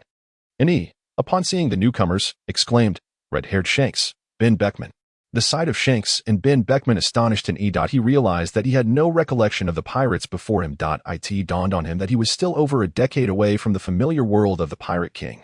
It was likely that Shanks' future crew was not yet fully established, making the appearance of unfamiliar members of the red-haired pirates plausible. Upon hearing an call his name, Shanks became cautious, although he had gained some renown at sea. It paled in comparison to the legendary pirates of the world, and the fact that this stranger recognized him sparked a sense of wariness within Shanks. However, after observing an for a moment, he remarked, "Beckman, I feel like I've seen that fellow before." Beckman reminded him, "Weren't you just considering recruiting him not long ago?" "Ah, I remember now. He must be that pirate with the bounty, right?" Ben Beckman quietly stated. "A bounty of 50,000 berries. Oh, I recall now. He's that fated one. What's his name again? It's good luck in oh, right. And he looked at Shanks, sensing a recognition that was merely a vague impression. Shanks then declared, "All right, enough chit-chat. You've harmed my crew, so now I intend to take your treasures. If you know what's good for you, hand over your loot willingly." In response to Shanks' ultimatum, and he was not inclined to comply. Had Shanks spoken as the future Emperor of the Sea, and he would have promptly surrendered the treasure. However, with Shanks still years away from that status, and he was curious to test his strength against him. Thus, and he replied, "I have no money, no life to offer, and certainly no women to spare." Shanks regarded Ye's resolute response and said, "You may not yet comprehend the disparity between us. No, I am quite aware." Red-haired Shanks, former intern on the Pirate King Roger's ship. Although not a formal crew member, your mastery of hockey is formidable, especially your conqueror's hockey, and your swordsmanship is equally exceptional. Thus, I fully understand your capabilities. Shanks felt a surge of curiosity towards Ye, surprised by how well the latter knew him. "Since you are aware of my strength, why do you still wish to fight me?" "I wish to test my own strength." With a decisive stomp, Ani propelled himself upward using the recoil. Simultaneously, both slippers launched a swift offensive against Shanks. Upon witnessing Ani charging forward with the slippers in hand, Shanks unsheathed his griffin and positioned it horizontally before him. According to Shanks's expectations, the slippers should have been severed by the griffin, allowing his blade to rest perfectly against his opponent's neck. However, to his astonishment, the slippers not only blocked the griffin but did so without sustaining any damage. This unexpected turn of events left Shanks somewhat taken aback. At that moment, Ani pressed down with his right hand and swept an arc with his left, intending to strike Shanks with the left slipper. Such an attack was, naturally, not beyond the reach of Shanks's observation hockey. He extended his right hand and firmly grasped Ani's left wrist while simultaneously swinging the griffin downward towards Ani. This time, the griffin had turned black, as Shanks had activated his armament hockey. Upon seeing the griffin transformed into a dark hue, Ani realized Shanks was employing his armament hockey, yet he remained confident in his extraordinary slippers. Thus, he met Shanks's downward slash head-on with his right slipper. The clash of their weapons produced a series of resonant clinks. With each strike, Shanks grew increasingly astonished. Thus far, he had utilized swordsmanship, armament hockey, and observation hockey. Although he had yet to reveal his trump card, Conqueror's hockey, the fact that he was evenly matched while employing the majority of his strength was enough to leave Shanks in awe. After all, this was not the New World, infamous for its monstrous inhabitants, but rather the first half of the Grand Line, a region referred to as Paradise, where few were even familiar with hockey. The realization that someone could contend with him so fiercely in such an environment was astonishing. Observing the intense standoff between Shanks and Ani, Ben Beckman slowly placed his hand on the firearm at his waist. Although intervening in his captain's battle would surely displease him, he felt compelled to ensure Shanks's safety, especially since he recalled that another adversary had yet to join the fray, just as Ben Beckman reached for his firearm. He sensed a shift and glanced towards the ship's side, where he saw an individual pointing a gun at him, making a dismissive gesture, clearly indicating a desire for him not to interfere. With a sudden kick, both combatants distanced themselves from each other, each analyzing the situation. Shanks bore several imprints of slippers on his attire, yet it appeared that only his clothing had become somewhat soiled. In contrast, Ani was in a more precarious state, having struggled for breath after their rapid exchanges. Moreover, lacking armament hockey, Ani was forced to evade Shanks's attacks, resulting in multiple minor wounds. While the injuries were not severe, it was evident to any observer that he was at a disadvantage. After a brief moment of mutual scrutiny, both burst into hearty laughter. Ha ha ha. Shanks sheathed the griffin while Ani returned his slippers to his storage bag. During their skirmish, Shanks's crew had regrouped. Ani had refrained from employing his full strength, and the crew had remained seated only because they had been immobilized by Marsh's liquid metal. However, upon witnessing the clash between Ani and Shanks, Marsha had decisively withdrawn the liquid metal, preparing to assist Ani at a moment's notice. Shanks called out, "Boys, let us commence the feast," to which Ben Beckman replied, "Captain, we have no food left." Observing Shanks, who seemed momentarily paused, Ani produced food and drink from his storage bag, proclaiming, "Let us hold a feast." Upon seeing the provisions, Shanks joyfully announced, "Boys, the banquet continues." Oh. He eagerly stepped forward to seize Ani's offerings without any hesitation. Ani, too, did not hold back. After all, the food had been scavenged from the town, costing him not a single coin, and most of the alcohol had been acquired through previous lucky draws. Thus, the two previously feuding parties swiftly transitioned into a celebratory feast, albeit with Ani as the sole participant from his side. Oh. Ah, Shanks exclaimed, his mouth agape after taking a sip of the alcohol. Ha ha ha. One of the crew members remarked, "Captain, you're pathetic." He then took a swig from the same bottle Shanks had just tasted, inevitably wearing a similar expression of disbelief. Ani, observing their antics, couldn't help but marvel at the audacity of Shanks and his crew. It was worth noting that the alcohol they had consumed was a potent 96-degree spiritus vodka, which Ani typically used as a Molotov cocktail. Even among the powerful figures of the seas, it was a challenge to endure. Yet, Ani quickly realized that this crew had not learned their lesson. They treated drinking spiritus vodka as a challenge, seeing who could endure it with the least reaction. The one who reacted the most would have to perform some sort of talent for the group.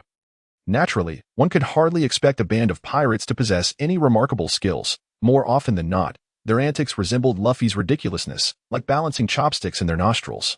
Ani covered his face in disbelief, finding their behavior utterly incomprehensible. At that moment, Beckman approached him, stating, "Don't mind them, that's just how they are. It's fine." "I've seen even more absurdity," Ani replied. Beckman then asked solemnly, "Do you know what has transpired on this island?" Of course. Ani proceeded to recount the events that had unfolded on the island in detail.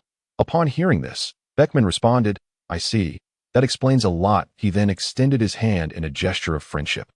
Introducing himself, first mate of the red-haired pirates, Ben Beckman, momentarily taken aback by Beckman's outstretched hand, Ani quickly regained his composure and shook it, saying, "Captain of the Wangia Pirates, Ani."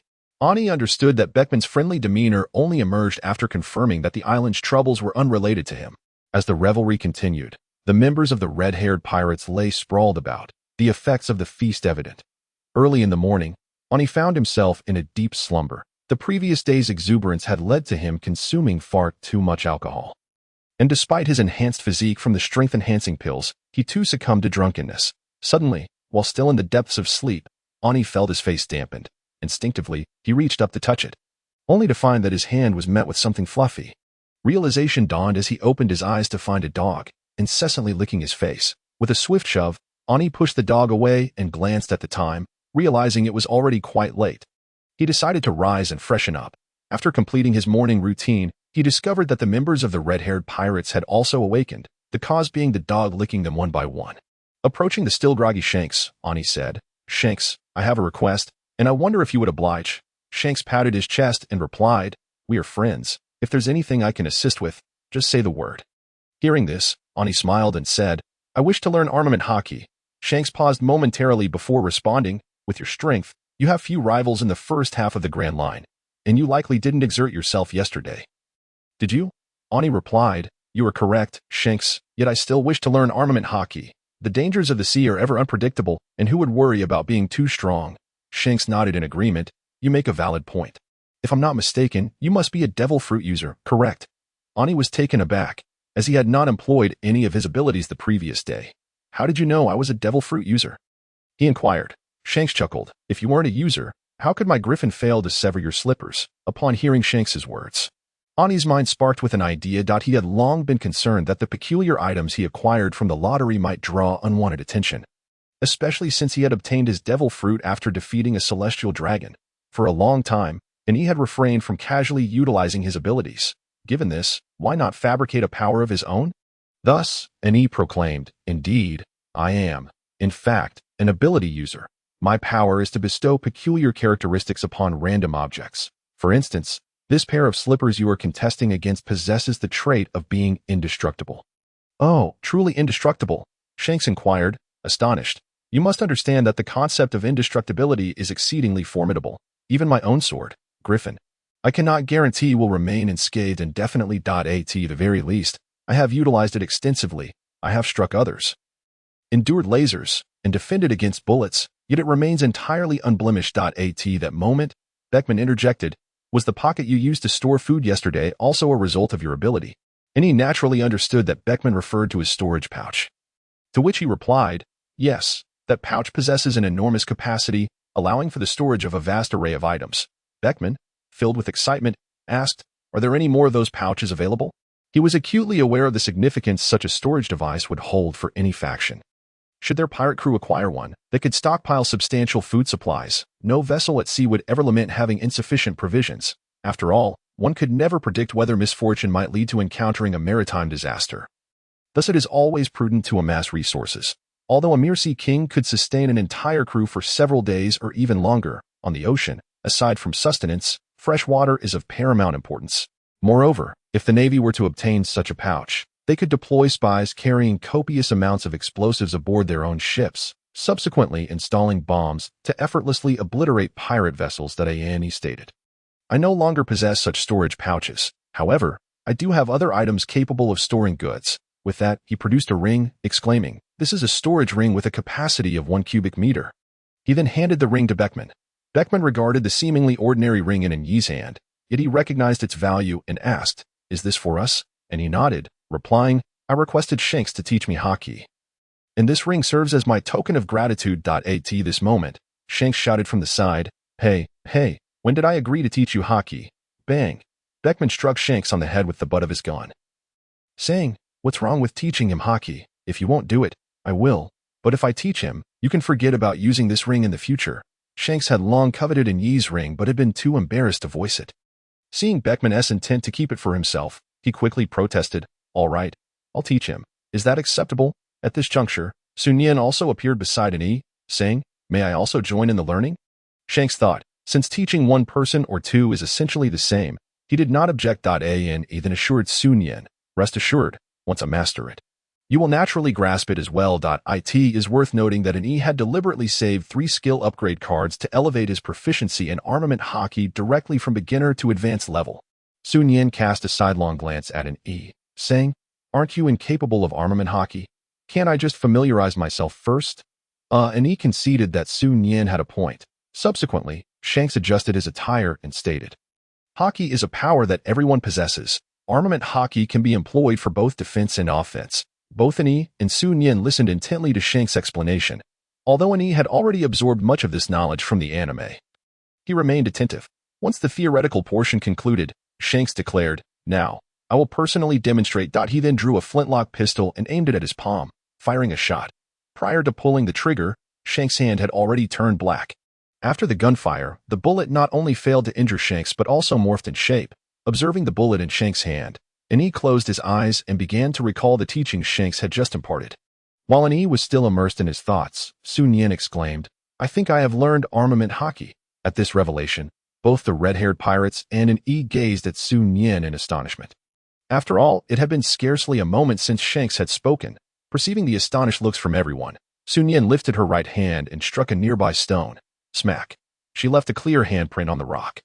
At this sight, Yi nearly widened his eyes in disbelief. He understood Sun Yin's physical capabilities. As a sniper, her physical prowess was not significantly superior to that of an average person. If she had relied solely on her original abilities, she would have never left a handprint on the stone, leading to only one explanation. Sun Yin had genuinely mastered armament hockey. Could this be the essence of genius? Contemplating this, Yi felt tears welling up. Despite having watched countless episodes of One Piece and acquiring extensive theoretical knowledge, his physical capabilities far surpassed Sun Yin's. Yet, despite receiving the same instruction, why was the outcome so disparate? Bang, bang, on a beach. Yi relentlessly hammered a massive rock with his bare fists, honing his armament Hakai.it had now been a week since Yi encountered the red-haired pirates, and 3 days prior, he had finally comprehended armament hockey through his own abilities. However, Yi's proficiency in armament hockey was barely at the novice level, for he could not summon it consistently. To refine his skills, Yi resolved to refrain from utilizing the skill upgrade cards for the time being. He understood the importance of mastering armament hockey before employing the upgrade cards, as he was acutely aware that haste makes waste. During this period, Sun Yin's progress in armament hockey was evident. She had already learned to imbue bullets with armament hockey to enhance their lethality. Even Beckman and Shanks remarked that Sun Yin was a true prodigy to Yi. We are preparing to depart. Shanks suddenly announced to Is that so? Then I bid you farewell. Yi replied. Shanks inquired, by the way, are you truly not considering joining my pirate crew? No, I have my own aspirations, so I shall refrain from joining you. Over the past few days, Shanks had persistently urged Yi to join the red-haired pirates, but Yi remained steadfast in his refusal. What a pity. Yi smiled. Are you lamenting for me? Or for Sun Yin? Certainly for Sun Yin. Even Beckman acknowledges that her intellect is on par with his. Moreover, she is not only beautiful, but also a genius. I would certainly wish for her to join my crew. At that moment, Shanks realized he had misspoken and quickly covered his mouth, hastening towards his ship. Yi chased after him, shouting, I consider you a friend, and you dare to poach my companion. Beckman, I entrust these wines to your care.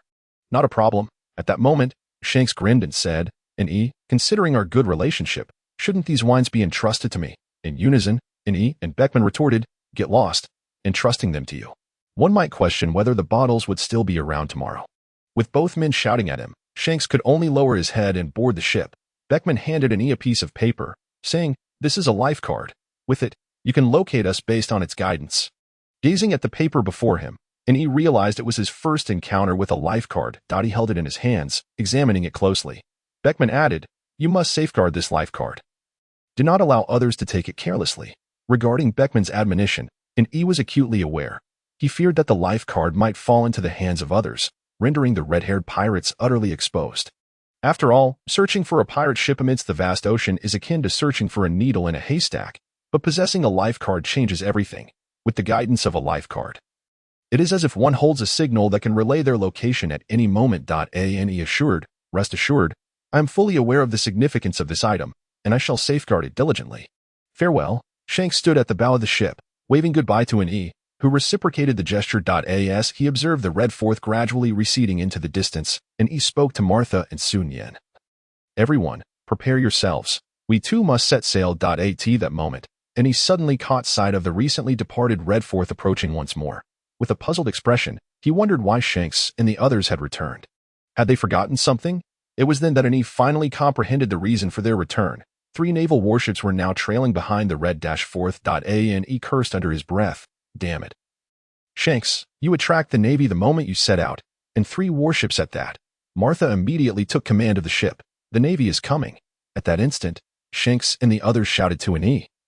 Run, the Navy is upon us. Yi glanced at the naval vessels, now within clear sight, and retorted, I can see perfectly well. I do not require your reminders. Captain, we should head that way. Yi surveyed the situation and asserted. The Navy approaches from the north, while Shanks and the others have ventured east. We will head south. It was not that Yi was unwilling to join Shanks. Rather, he was miffed that they had not even waited for him before departing. Moreover, accompanying Shanks would likely make them targets for the Navy, as their vessel was small and visibly vulnerable. However, not long after heading south, Yi spotted 3 naval warships yet again. Quickly, turn around and head east. In the previous chaos, Yi had not discerned the nature of the naval vessels, but now he realized they were not ordinary ships but rather the formidable headquarters warships armed with triple-barreled turrets. These ships boasted superior firepower compared to the ordinary vessels, and it was likely that numerous vice-admirals commanded them. Thanks to the swift agility of the Good Fortune, Yi managed to change course before entering the Navy's firing range. Nevertheless, it was not long before he caught another glimpse of the red fourth. Seeing Shanks and the crew, and he expressed his gratitude, "You returned to aid me. However, it is unnecessary, for I have already evaded the Navy's ships." Yet Beckman interjected, "No, in E, you misunderstand. We did not return to assist you, but rather, we have been surrounded by the Navy as well." The revelation left an E feeling somewhat wounded. Nevertheless, the situation was now crystal clear.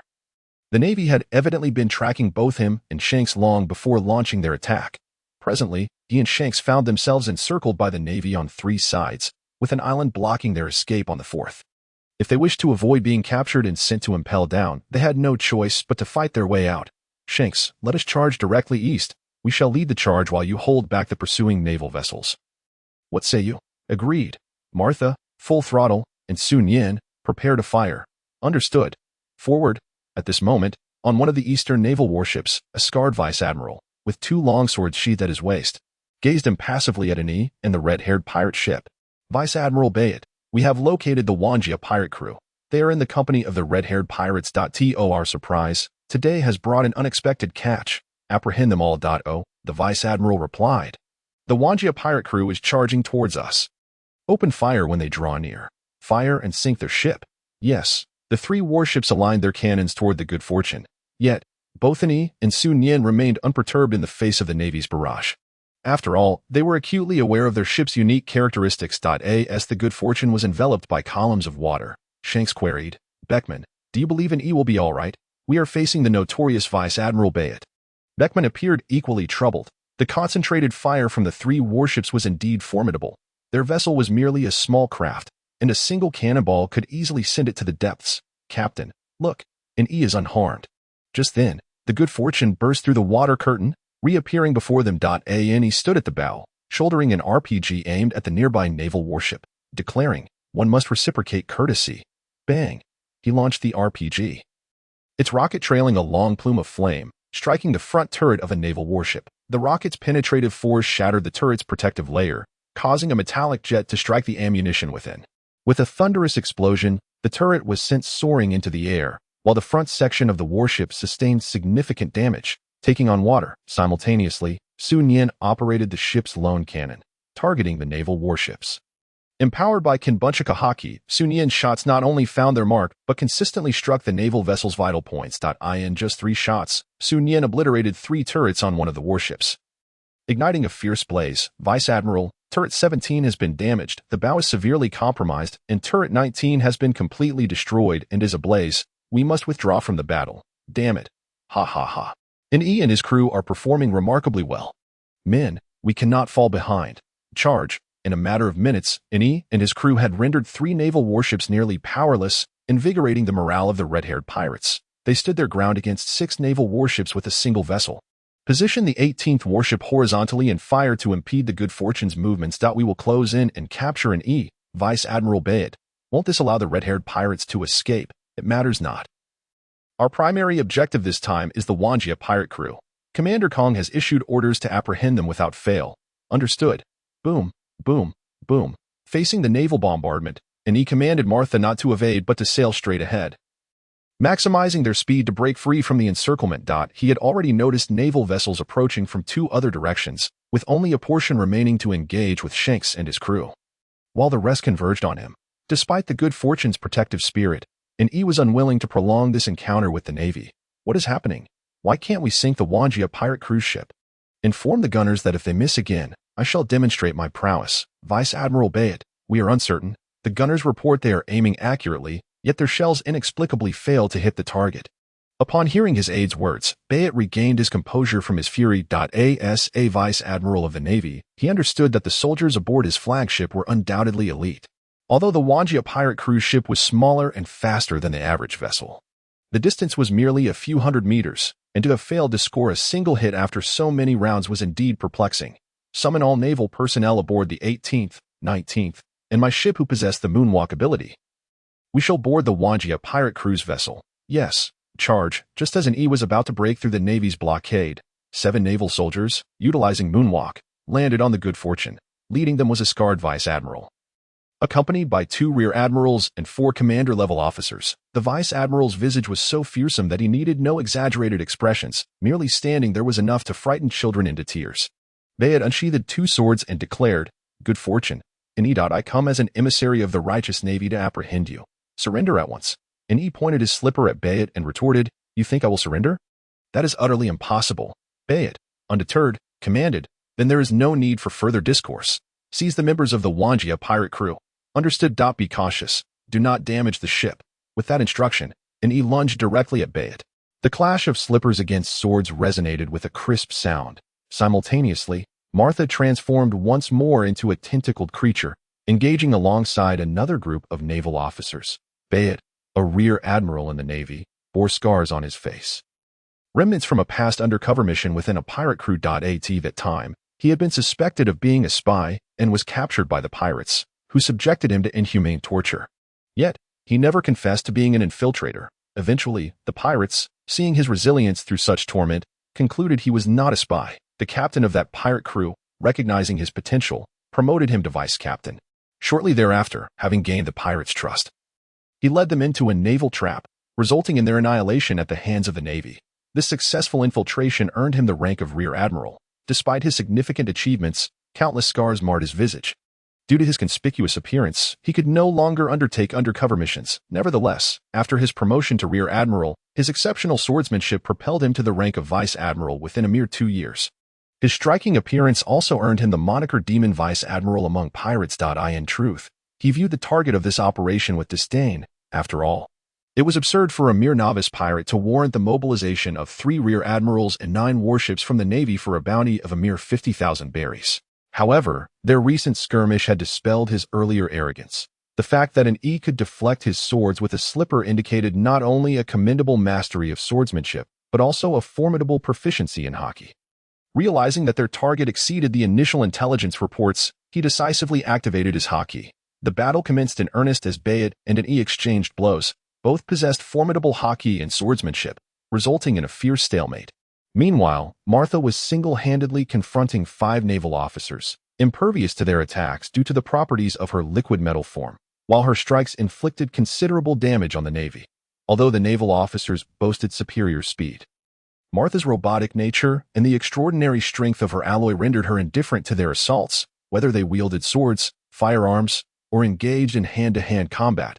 Their attacks merely altered the shape of her liquid metal, failing to even graze her internal metallic skeleton. Even if an attack could reach her internal structure, it would have no effect on her. In mere moments, Martha had effectively subdued the 5 naval officers. Meanwhile, another naval officer had set his sights on Sun Yin, unaware that she was not an easy adversary. A week prior, he may have had a chance, but now Sun Yin had mastered both hockey and observation hockey. She deftly evaded the Navy's assaults, and when necessary, she could withstand them with her hockey. Sun Yin retaliated with bullets imbued with hockey. Initially, the naval officer thought to absorb her shots with a block of iron, but the enhanced power of her ammunition proved overwhelming. After just 2 shots, the naval officer was rendered incapacitated. At that moment, the other 5 naval officers, distracted by Martha, failed to notice that Sun Yin had dispatched an enemy. In their minds, a single sniper and a naval colonel were more than sufficient to handle the threat. Having eliminated her foe, Sun Yin drew 2 handguns and unleashed a rapid barrage upon the naval officers engaged with Martha. Bang! Bang! Bang! Dozens of bullets caught the 5 naval officers off guard. They had not anticipated that the first to fall would be their own. Faced with a hail of bullets and entangled by Martha's appendages, the naval officers resorted to using iron blocks, bracing themselves to withstand Sun Yin's assault. Meanwhile, 2 hidden allies, Era and the Devourer Beast, who had gone unnoticed by the Navy, seized the opportunity to join the fray. As one naval officer executed an iron block, rendering him immobile, Era pounced from behind, knocking him down. Martha swiftly ensnared him with her liquid metal. The Devourer Beast, relying on its larger physique, simply swatted another naval officer into the sea. While its robust tail sent 2 more tumbling off the ship. In an instant, the tide of battle shifted from a 5-to-1 advantage for the Navy to a 4-to-1 scenario. Gazing at Sun Yin, reloading her weapons, the toothy grin of the Devourer Beast, and Martha, whose arms had transformed into dual swords, the remaining naval officer gulped nervously, turning to leap into the SEA. At that moment, Bayet found himself being relentlessly struck by Yi's slippers. In the earlier exchange, both of Bayet's swords had been shattered by Yi's footwear, leaving him weaponless. While Bayet was not solely reliant on his swords, as a martial artist, he could only meet Yi's attacks with his bare hands. Soon, Bayet felt his hands growing numb. Just as he saw Ani leap into the air, bringing both slippers down upon him, he crossed his arms in a desperate attempt to block. Suddenly, a silver tentacle lunged toward his chest. With no time to defend, Bayet could only shout, "Iron block!" Bang! The iron block saved Bayet from injury, but Martha's strike sent him hurtling away. Plop! Bayet was ejected from the Good Fortune and plunged into the sea. At that moment, the Good Fortune had already outpaced the other naval vessels with its speed. Observing the departing Good Fortune from a nearby battleship marked number 25, a red-uniformed rear admiral barked. Fire! Vice Admiral Sakazuki, Bayet was in the vicinity of that sea area, and opening fire now risked collateral damage. Humph. If the Wanjia pirate crew escapes our encirclement, the Navy's honor will be irrevocably tarnished. Fire! In response to Sakazuki's orders, the naval soldiers aboard the ship complied without question. Boom, boom, boom. Amid the towering water columns created by the cannon fire, Bayet watched in shock as one of his subordinates was struck by a shell. Staring blankly at the crimson waters, a rear admiral, he had long been accustomed to death, but he had never imagined that he might one day perish at the hands of fellow Navy personnel. He turned to the ship that had fired upon them, and upon recognizing the ship's number, Bayet roared, "Sakazuki, what is happening? Why is Vice Admiral Sakazuki ordering cannon fire? Isn't Rear Admiral Bayet still in that area?" "I don't know. Report. Vice Admiral Sakazuki has commanded us to open fire. We must sink the Wanjia pirate crew's vessel." "What? What about Rear Admiral Bayet?" Vice Admiral Sakazuki did not provide a reply. "No. Inform Vice Admiral Sakazuki that I cannot comply with this order. I cannot fire upon my own comrades. 4 naval warships pursued in E. Yet only the ship commanded by Sakazuki disregarded the fallen naval officers and opened fire. The other 3 vessels refused to follow suit. Martha, steer the ship to the left. Captain, the Navy's warships are right behind us. If we steer left, we will remain within their cannon range for over 5 minutes. However, if we continue on our current course, we will be out of their firing range within a minute. That I understand. But Martha, follow orders." "Yes, Captain." Under Inyi's command, the Good Fortune began to navigate leftward. "Vice Admiral Sakazuki, the Wanjia pirate cruise ship has adjusted its course to the left." Sakazuki gazed at the Good Fortune, which was maneuvering sideways, and commanded, "Increase the firepower." As the Good Fortune adjusted its course, the naval cannons unleashed a more concentrated barrage. In the face of this relentless assault, even with the unique effects of the ship spirit, Sun Yin had no choice but to fire upon some of the incoming projectiles, although these shells would not directly strike the Good Fortune. The near misses significantly compromised the vessel's stability and navigation due to its diminutive size. Beatrice watched the Good Fortune, now having completed its course adjustment and moving away, her heart a tumult of emotions. Why did the Good Fortune suddenly change direction? With its speed, it should have easily escaped. However, by sailing sideways, it extended the duration of exposure to cannon fire. A rational pirate, or indeed any sensible person, would never choose to alter their course at such a perilous moment. Thus, there was only one possibility: the shift in direction aimed to redirect the naval bombardment away from Beatrice and her companions. She never anticipated that one day she would owe her life to a pirate. Make way. Sakazuki, observing the prolonged cannonade with no results, decided to take matters into his own hands. Standing at the bow of the ship, he raised his arms and proclaimed, "Meteor volcano." Immediately, chunks of lava soared into the sky. Ane, recognizing the impending disaster upon seeing the molten rock, knew all too well the gravity of the situation. This was a signature move of Akaina. "Martha, accelerate." Unfortunately, Inyi's exhortation came too late, as a torrent of lava had already begun its descent. Boom, boom, boom. Each molten mass struck the ocean surface, generating towering columns of water while simultaneously vaporizing vast quantities of seawater, enveloping the surroundings in thick steam. At that moment, and he spotted a piece of lava hurtling directly towards the Good Fortune, and the sheer size of it elicited a single exclamation from him: "Abort." Just as the lava was about to collide with the Good Fortune, a Sea King emerged unexpectedly, and the molten rock landed squarely on its head. The Sea King, momentarily bewildered, had merely ventured out for a breath of fresh air, only to be struck upon its emergence. The impact was not only painful but scalding, singeing its beautiful tendrils and leaving it vexed at the thought of courting its neighboring Sea Kings. "Roar!" The Sea King bellowed in fury, turning its gaze towards Sakazuki, who was still launching lava. With a powerful dive, it plunged into the depths of the sea. When it re-emerged, it was amidst the naval fleet, its colossal form dwarfing the ships, rendering them akin to mere toys. Thanks to the Sea King's distraction, Inyi and his companions swiftly evaded the naval pursuit. Once they were a safe distance away, The good fortune slowed its pace. After all, the Navy was preoccupied with the Sea King, struggling for self-preservation, leaving them with no time to pursue. A&E could still hear the distant roars of the Sea King, the incessant sound of gunfire, and the rising steam. TSK, TSK, TSK, the Navy truly has poor fortune. Captain, were you aware that your recent command might have cost us our lives? After escaping danger, Sun Yin confronted N.E. And he looked at Sun Yin and replied, "Do you know why I seldom take lethal measures against the Navy? Because once, I drifted at sea and nearly perished, only to be rescued by them. Although I am now a pirate, I still harbor no desire to kill naval personnel. Moreover, most of the Navy are fundamentally good. They protect civilians, maintain order, and apprehend criminals. This world may do without pirates, but it cannot exist without the Navy." Upon hearing Yi's account, Sun Yin responded, "I understand. Are you all right, Yi?" At that moment, Yi heard Shanks' voice. Turning around, he saw Shanks and his crew trailing behind him. However, the Red Fourth had undergone a significant transformation. The formerly red dragon head had turned black, and now there was only a single horn atop it. The ship's sails were reduced to just one that remained intact. More concerning was the large hole on the right side of the ship, causing it to tilt dangerously as the Red Fourth drew closer, and he realized the damage was far more severe than he had previously observed. The vessel bore not only a gaping hole but also countless bullet wounds and scorch marks. Gazing at the severely damaged Red Fourth, N.E. mused, "The ship spirit, Snowwind, is truly formidable, naturally." And he would never disclose the unique abilities possessed by his ship spirit to Shanks and the others. If Shanks were to learn of it, he was certain that even Beckman would join in the collective assault against him. After all, a pirate ship is akin to home for a pirate. If your home is damaged, and the reason is that your crewmate transferred the harm they should have endured onto your ship, one could only imagine the fallout. Shanks looked at Yi's unscathed vessel and inquired, "Yi, most of the Navy was targeting you. How is it that your ship remains unharmed?" "Ha ha ha."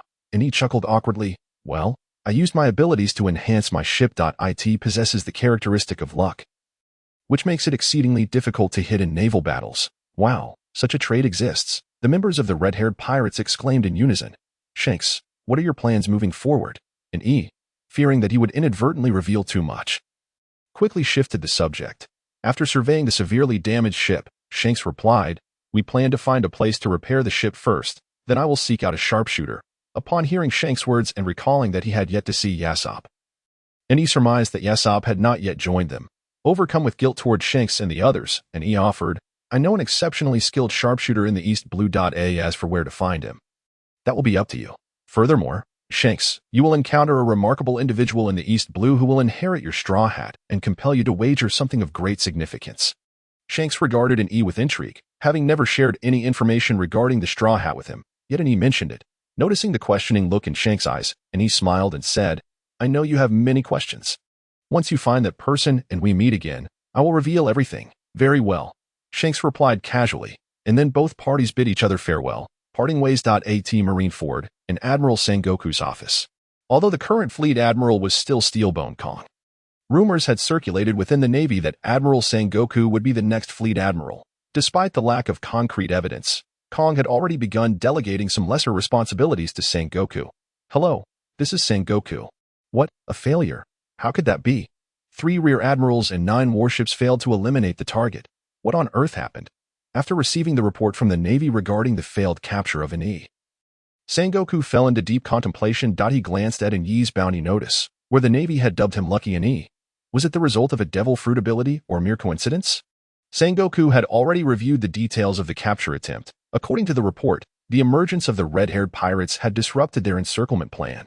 However, what was even more astonishing was that not a single naval cannon had struck the pirate ship, culminating in Sakazuki's personal intervention, which provoked the Sea Kings, resulting in significant damage to several warships. Yet, Sengoku had not anticipated the combat prowess of the members of the Wanja pirates. According to Beatrice's account, her 2 rear admirals, along with 5 captains, had engaged with the enemy's 2 crew members and were defeated within mere minutes. Moreover, he had demonstrated the capability to confront Beatrice directly. It seemed the Navy would need to raise their bounty on him.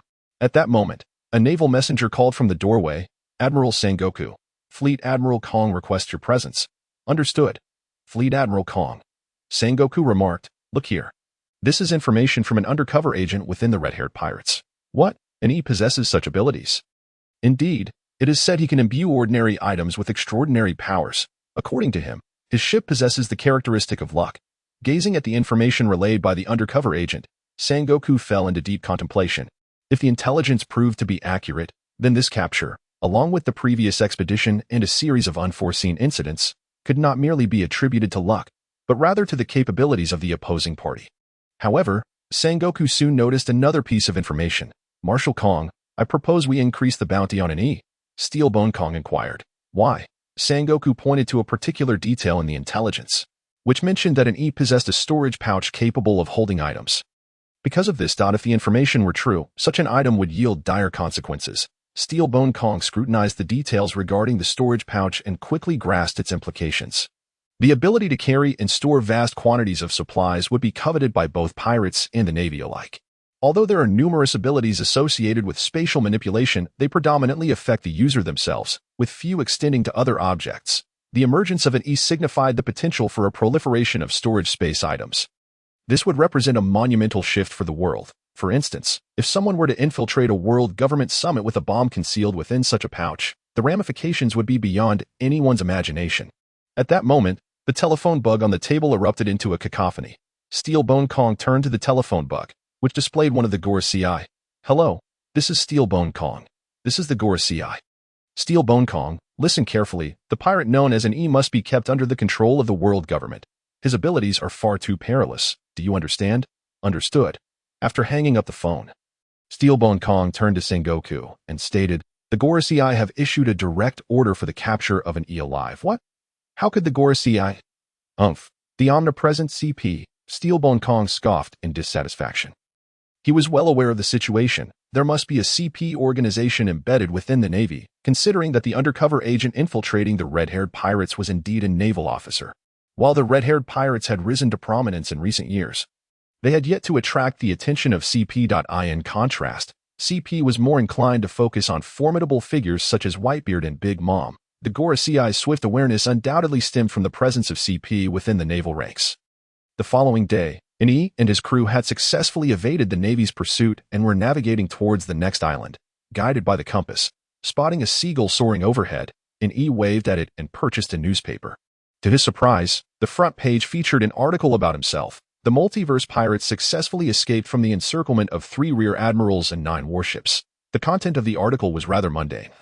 An E was far more interested in his bounty. As he flipped through the pages, he first encountered the bounties of Martha and Sun Yen. Chameleon Sorceress Martha. Position, Helmsman. Ability, Unknown.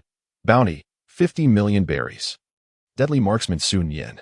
Position, Sniper. Non-Devil Fruit User. Bounty, 25 million berries. Martha, Sun Yen, you've also been rewarded with bounties. Sun Yen merely cast a glance at an E before resuming the cleaning of his weapon. And he continued to flip through the pages until he stumbled upon the bounties for Ha and the Devourer Beast. Ha, pet of the Multiverse Pirates. Bounty, 50 berries. Ha ha ha. Ha, you've been given a bounty. And it's 50 berries. What a fortune. Ha, oblivious to Yi's laughter, looked on, bewildered. Woof, is the master foolish? Next came the bounty for the Devourer Beast. Grinning Lizard, mount of the captain of the Multiverse Pirates. Bounty, 100,000 berries, not bad. 100,000 berries for a first bounty. Seeing that all the other crew members had bounties, he grew increasingly eager about his own, having just defeated a rear admiral and escaped the Navy's clutches. Surely his bounty would see a considerable increase. However, to his dismay, he discovered that his own bounty was absent. This perplexed him. How could there be no mention of his bounty? Perhaps he had overlooked it. Yet, upon thoroughly re-examining the newspaper, he still found no trace of his bounty. The only plausible explanation would be that the Navy had not yet updated his bounty, leaving him with the original amount. But how could it be that even the Devourer Beast had a bounty of 100,000 berries while he, as captain, was only worth 50,000? What a source of ridicule that would be for other pirates. Just imagining how others would speak of him and his crew. That captain of the Multiverse Pirates is a mere nobody, while his crew members are worth tens of millions, and he himself is only at 50,000. How laughable. Fuming, and he vented his frustrations about the Navy for an entire hour, before eventually conceding, recognizing that they were the ones responsible for issuing bounties during this time. And he had gained significant benefits from his battles with Shanks, particularly in mastering hockey, which had effectively mitigated his weaknesses. Now, he resolved to upgrade his Hekai. In the previous battle against the Rear Admiral, it appeared that both contenders were evenly matched. However, Ani had merely relied on the unique properties of his sandals and his superior swordsmanship to disrupt his opponent's weapon. In terms of Haki, he knew he was outmatched. Thus, he decided to enhance his Haki, using a skill upgrade card to enhance his Haki. Ding. Host has used a skill upgrade card to elevate Haki from beginner to novice. Ding. Host has used a skill upgrade card to elevate Haki from novice to intermediate. Ding. Host has used a skill upgrade card to elevate Haki from intermediate to advanced initial stage. System. What does advanced initial stage mean?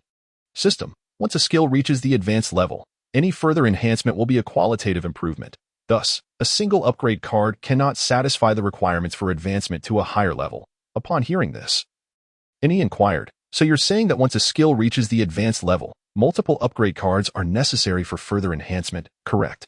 Well, it seems that his dream of instant strength had been dashed once more. After upgrading his Haki, the next exhilarating phase awaited, the character summoning segment. The previous battles had made Ani acutely aware that his crew was somewhat lacking in numbers, that he needed to recruit more members. And fortuitously, he now possessed a character summoning card. Using the character summoning card, although he had witnessed this scenario several times before, summoning a character was akin to opening a blind box, until the very end. One could never predict what character would emerge. As a figure gradually took shape, Ani breathed a sigh of relief, thankful that the entity materializing was human rather than some bizarre creature. The figure that emerged was none other than himself. As the form became clearer, Ani first noticed a pair of knee-high metallic boots, followed by a form-fitting suit adorned with metallic armor at the waist and shoulders, and a long cloak that draped over his hips. With flowing golden hair and a face exquisitely reminiscent of a doll, perpetually graced by a smile, the figure bore a massive long sword on her back. Congratulations, host! You have summoned the character from the anime Big Sword, Denisa. Denisa, hailing from the anime Big Sword, was undeniably a powerhouse, capable of overwhelming even the top 4 ranked individuals without unleashing her demonic powers, had it not been for narrative constraints. After all, she could effortlessly suppress multiple opponents ranked 2nd to 5th simultaneously. Bang! And he was sent flying by Denisa's sword strike, crashing through the cabin. As he soared out, Denisa said nothing, instead taking a moment to assess her understanding of the world of One Piece. Following that, she sheathed her sword, seated herself, crossed her legs, and observed Ani as he emerged from the cabin. Rubbing his chest, Ani felt fortunate that he had activated Haki just before. Otherwise, he would have sustained severe injuries, if not worse. Standing up, brushing himself off, he approached Denisa and extended a hand, introducing himself, captain of the multiverse pirates, Ani. However, Denisa did not reciprocate the handshake. Instead, she inquired, I hear your strength is formidable. Unbeknownst to Ani. As soon as Dainsha approached, she inquired about his prowess. He replied, It's not too bad. Very well, let us engage in a duel. Observing Dainsha, who had already drawn her sword, Ani hastily interjected, Wait. Presently, Ani dared not confront Dainsha. Mindful of their precarious situation aboard the ship, given Dainisha's formidable combat abilities, it was likely she could dismantle the vessel in mere moments. This is not an appropriate place for combat. Once we discover an island, we shall spar then. Dainsha glanced at the lucky ship and agreed. All right. Ha ha ha. Captain, come quickly. Masha and Sun Yin have been issued bounties. The members of the red-haired pirate crew aboard the Red Force ship were displaying the wanted posters of Sun Yin and Masha for Shanks to see. After perusing the bounties, Shanks asked, Where is Ani's new bounty? The crew members exchanged glances, shaking their heads. We haven't found it. Shanks mused, How can there be none? Beckman remarked, Either the Navy is still deliberating the appropriate bounty, or they wish to keep Ani under the radar.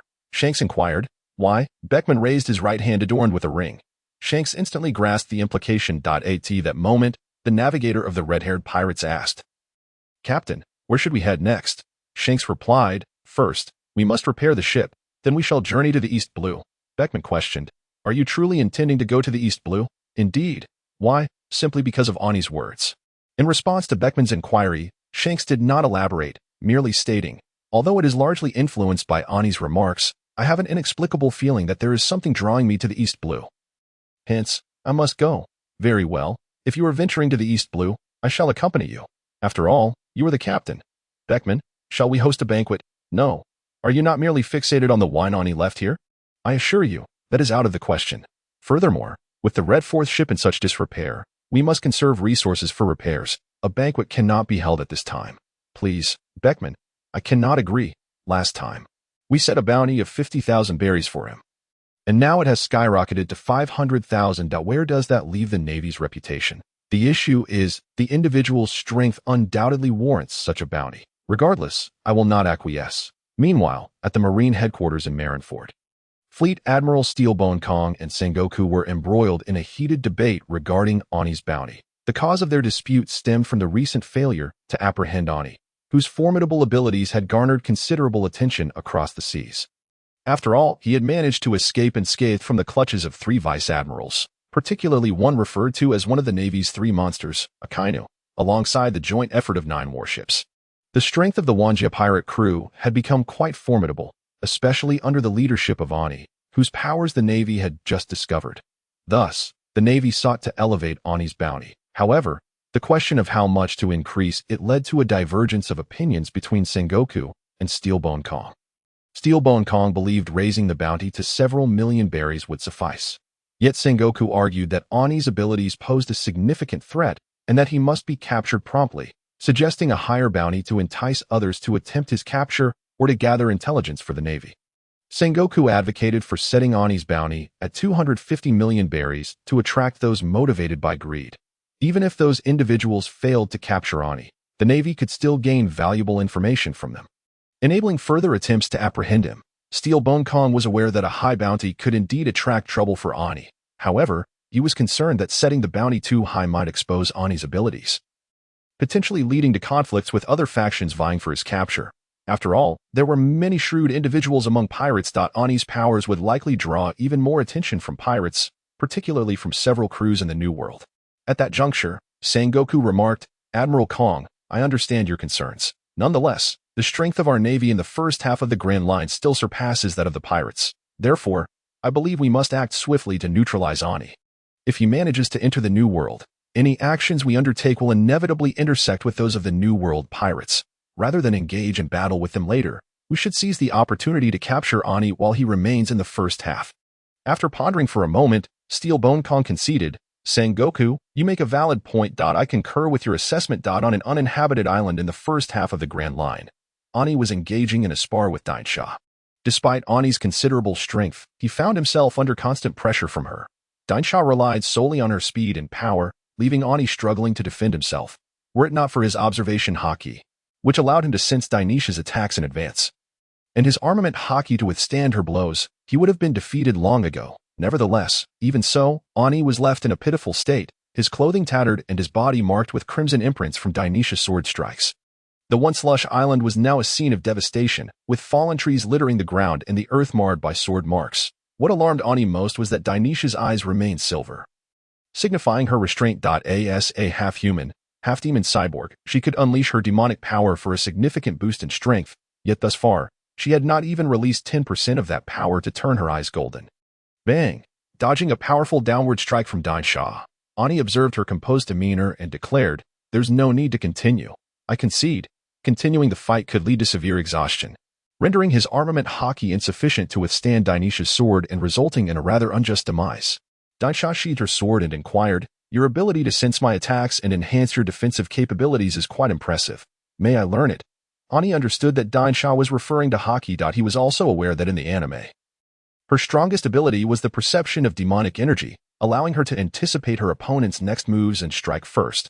Ordinary individuals lacking demonic energy stood no chance against the greatsword. Hence, Ani decided to grant Dainsha the ability to master observation and armament haki. Upon acquiring the observation haki, Dainsha remarked, "This is somewhat similar to sensing demonic energy. Give me some time, and I should be able to master it." The following day, the spar with Dainsha made Ani realize that his strength was still lacking to enhance his prowess. He resolved to make the most of the lottery system. After all, why bother training when the system was available? Today was a day for a tenfold draw, and Ani intended to utilize an item he had possessed for quite some time, an item that could augment his luck. Initially, he had planned to wait until the year's end to use it. But the recent defeat by Dainsha had instilled a sense of urgency within him. He initiated the tenfold draw. "Congratulations, host. You have obtained a transcendent item, an endless supply of mineral water. Congratulations, host. You have acquired a transcendent item, the high-tech production method for carbon coating from Girls UND Panzer. Congratulations, host. You have received a skill upgrade card. Congratulations, host. You have obtained a duplication card. Congratulations, host. You have acquired a character summoning card. 10 prizes, 2 extraordinary items, 3 rare cards, and an additional 5 that are not lacking in merit, including a Bobo-Cha submachine gun, 2 98K rifles, a 5-kilogram gold bar, and 10 kilograms of elf cookies from the Ring of Power. The 2 extraordinary items include an inexhaustible supply of mineral water, which is evidently tantamount to a freshwater generation device. Given the importance of freshwater while sailing, particularly on my relatively small vessel with limited storage space, I am quite satisfied with this arrangement. Although I possess a storage bag, it is already filled with various items, such as weaponry, ammunition, assorted prizes, and precious gems. The space allocated for food and drinking water is rather scant, especially since my ship is powered by electricity, necessitating the use of a steam turbine that consumes considerable amounts of fresh water. With this extraordinary item, I shall no longer worry about a shortage of freshwater. As for the other extraordinary item, derived from the anime Girls UND Panzer, it features a carbon coating that embodies cutting-edge technology. A mere thin layer can withstand armor-piercing rounds of several dozen, if not hundreds, of millimeters in caliber. Should this material be applied to my vessel, its defensive capabilities would be significantly enhanced. Moreover, it could also be employed to fabricate high-performance bulletproof vests, shields, and more. Although I currently only possess the manufacturing method, once I establish myself, I can certainly engage in large-scale production. The 3 rare cards, 2, bring me immense joy, for such cards are often elusive and hard to come by. 5 days later, as I surveyed the crew aboard my ship, I announced, "Ladies and gentlemen, we are nearing the next island. I must caution you that, as Shanks has mentioned, the forthcoming island is not a bastion of tranquility. Therefore, Sun Yin and I shall first investigate the situation on the island, while Daisha remains aboard the Lucky Star to safeguard the vessel." Previously, Shanks had informed me that the next island they would visit was once a sovereign nation. However, this nation was expelled from the world government for its inability to pay the exorbitant heavenly gold. In the absence of the world government's protection, despite the king's valiant efforts to defend the realm with his military, countless pirates and human traffickers descended upon the island like vultures sensing carrion. Consequently, vast portions of the island rapidly devolved into lawless territories, teeming with pirates and traffickers. These lawless areas are devoid of legal structures and regulations, relying solely on brute strength. As long as one possesses sufficient might, no one dares to show disrespect. Conversely, those lacking power may find themselves devoured, bones and all. The sheer number of pirates and criminals on the island dissuades even the navy from intervening. Soon, the Lucky Star approached the island. From a distance, I spotted a harbor brimming with pirate ships. The harbor was densely packed with vessels, and upon counting, I noted with astonishment that the number of visible pirate flags exceeded 100. With even more ships present, the Lucky Star sailed smoothly into the harbor. "Hey, look at that pirate ship. It's so small," one pirate exclaimed. "Could it be piloted by just one person?" Another chimed in. "Look, there are several beauties aboard." "Wow, indeed. Ladies, how about coming aboard our ship for a delightful conversation? I not only possess exceptional skills, but am also quite robust." A pirate ship, upon seeing the newly docked Lucky Star, began to jest at Sun Yin and the others. With a resounding bang, a gunshot rang out as Sun Yin executed the jesting pirate with a single shot to the head. Instantly, the raucous pirates fell silent. The other pirates aboard their vessels were unperturbed by such occurrences, as conflict was a daily affair in this haven of lawlessness. As long as they were not directly involved, they remained indifferent. I casually selected a spot to dock. However, as soon as we approached the shore, a group of pirates approached us, declaring, "Listen here, docking requires a fee." I regarded the pirates and inquired, "Oh, and how much is the fee?" "Not much. Just 30,000 berries per day." Ha. 30,000 berries a day? Do they truly consider me a plump sheep? I had previously docked at other ports for a month with that amount. Nonetheless, as a newcomer, I decided to pay the fee. I tossed 1,500,000 berries to the group and stated, "This is for 5 days. The lead pirate weighed the berries in his hand, nodded in satisfaction, and led his crew away. However, just as they departed, another group of pirates approached my ship, stating, "Come on, pay the docking fee. 50,000 berries per day." I looked at this new group of pirates and replied, "We have already paid." "True, but you paid to the Sherlock pirates, not to our Bloodspear pirates." I narrowed my eyes and asked, "Why should I pay you?" "Because we, the Bloodspear pirates, are one of the 5 pirate crews responsible for managing this harbor." I surveyed the members of the Bloodspear pirates. then glanced at the Sherlock pirates who had just collected the payment and were now watching from the side. Observing the other crews laughing in the background, I fully grasped Shank's words. As long as one possesses sufficient might, respect will follow. I turned to Martha and commanded, "Handle them." "Understood." Upon receiving my order, Martha surged into the ranks of the Bloodspear pirates like an arrow released from a bow. Liquid metal transformed into sharp weapons, effortlessly slicing through the bodies of the Bloodspear pirates. Quick, shoot her, kill her, bang, bang, bang. Guns are useless. Use knives, use knives. Humph, if bullets can't kill you, I refuse to believe cannonballs won't. Die, boom. Yet she remained unscathed. She is a devil fruit user. Run. In mere moments, dozens of the Bloodspear pirates lay slain at Martha's hands. She is the shape-shifting witch with a bounty of 50 million berries. As Martha's rampage continued, it wasn't long before pirates recognized her identity, observing Martha, who was utterly devoid of bloodstains. The members of the Sherlock pirates placed the 1,500,000 berries they had just taken on the ground and stated, "We no longer want the money. You may dock here for as long as you wish." I remarked, "Docking necessitates payment. This is only fair. While I shall adhere to the rules, do not assume that I am a mere sheep." As I spoke, my gaze swept across the other pirate crews, clearly warning them. The members of the other crews nodded in understanding. With the docking issue resolved, I disembarked with Sun Yen. Meanwhile, atop a nearby small hill in the harbor, a one-eyed pirate lowered his telescope and addressed a bespectacled man in a black suit. "Are you certain they are the Lucky Star?" The bespectacled man replied, "Captain Treja, I assure you, it is indeed the Multiverse Pirates. Their crew is quite distinctive, as their ship is small, and most of their members are female. Such crews are rare." "Very well. Now that we have confirmed their identity, I shall have the Vice Captain assist you in your endeavors. However, do not forget the benefits you promised me afterward. Rest assured, Captain Treja, the payment you are owed will be fulfilled in full. As I watched the departing figure, Treja began to ponder why they sought to trouble a fledgling pirate crew. Though this island is notorious for its lawlessness, it does not mean that there are no rules whatsoever. For instance, if someone pays for docking at this harbor, others are prohibited from attacking their ships. Should they assault a vessel that is paid, they would invite significant trouble, given the presence of numerous formidable pirate crews on the island. However, the sum they offered was simply too substantial, 200 million berries. At most, providing some benefits to other pirate crews would suffice. With this money, one could accomplish many things. At this moment, and he was strolling through the city on the island. Along the way, he observed that the houses were largely dilapidated, barely suitable for habitation, let alone providing shelter from the elements. The streets were littered with all manner of refuse, occasionally interrupted by a mound of trash. Amongst these heaps, he spotted individuals rummaging for discarded items. One person unearthed a bone, which soon attracted a dozen others in a frenzied scramble. Furthermore, the residents he encountered appeared gaunt and ragged, with some staring vacantly as they sat by the roadside.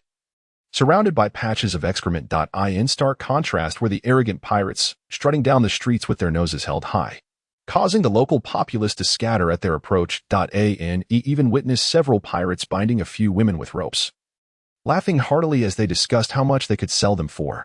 Occasionally, a woman would approach the pirates, pleading to be sold, but the pirates would typically dismiss them, finding them unattractive. He was taken aback to see a few pirates relieving themselves by the roadside, directly facing a bystander who exhibited no reaction whatsoever. To describe them as human would be misleading. They resembled a horde of soulless beings. Moreover, and he noted the conspicuous absence of young women. Children, indeed. First mate, Martha had long since discovered Chrysler and his companions, yet due to her program directives, she would not retaliate unless she was provoked by an attack or a boarding attempt. At that moment, the members of the Tracia pirate crew had already brought over a ladder, intending to board the ship. Just as the ladder was set in place, Martha appeared before them. Chrysler, gazing upon the exquisite visage of Martha, mused to himself, "Among the members of the Wangia pirate crew, apart from the captain, the others are all beauties. I wonder if I will have the chance to converse with them once they are captured." As Chrysler indulged in his fantasies, he beheld Martha's right arm morphing into a plasma cannon. In an instant, she fired, sending a pirate who had just climbed aboard the Lux ship hurtling away. Martha then aimed at the remaining members of the Tracia pirate crew and declared, "I warn you, do not board the ship." Seeing that the confrontation had begun, Chrysler shouted, "Attack!"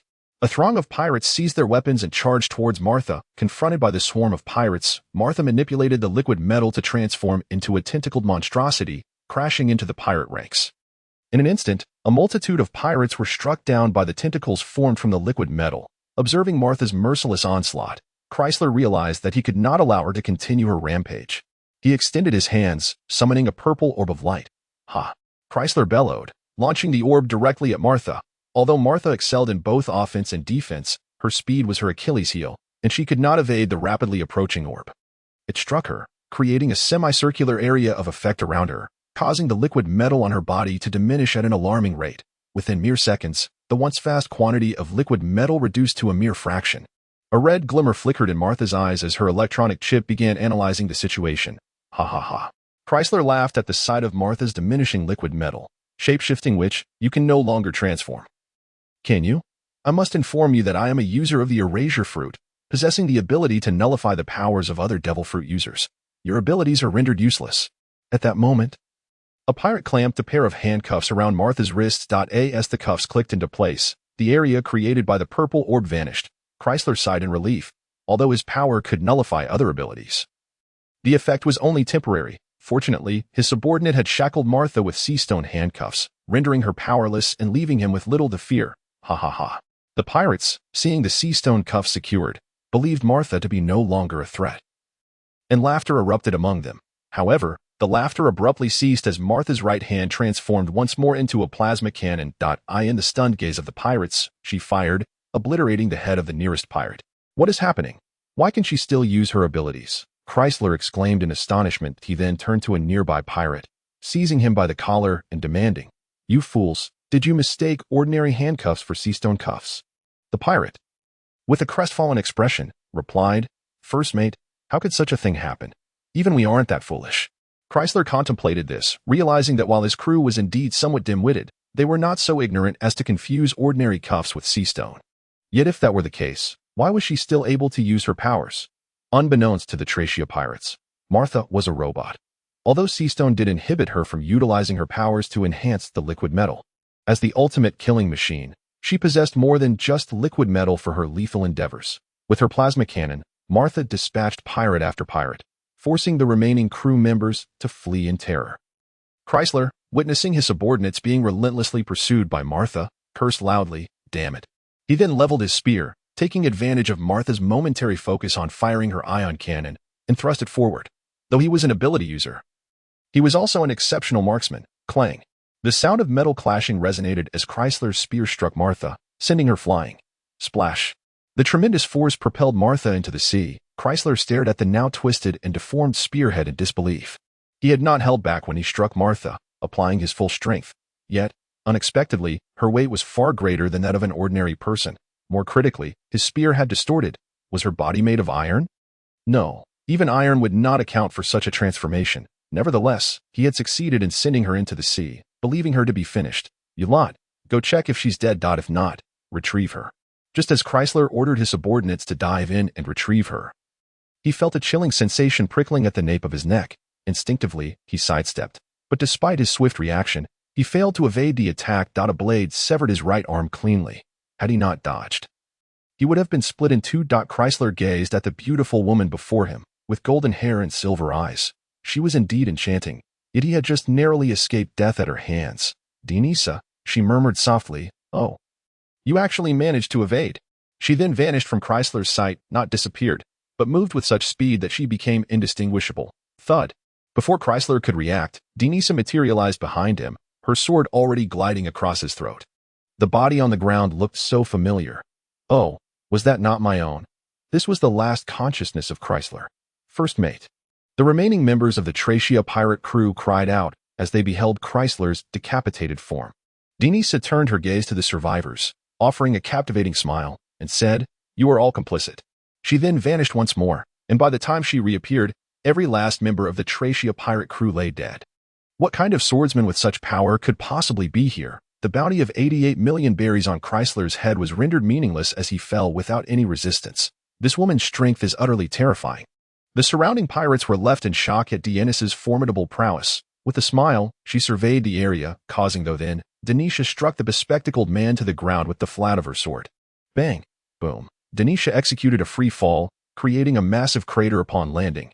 The bespectacled man gazed at the metallic long boots before him, struggling to lift his head, only to meet a pair of silver pupils. Pfft. Ah! In a swift motion, Denisha severed the man's legs and then crushed his hands underfoot. Do you know who I am? I am an agent of the world government. By attacking me, you are effectively attacking the world government. At that moment, the bespectacled man hoped to intimidate Denisha by invoking the name of the world government. Unfortunately, Denisha was not a denizen of the Pirate King world, although she possessed some knowledge about the world government. It held no sway over her. Seeing Denisha's complete indifference to his status as a government agent, the bespectacled man shouted to the surrounding pirates, "Someone save me, and I will reward them 50 million.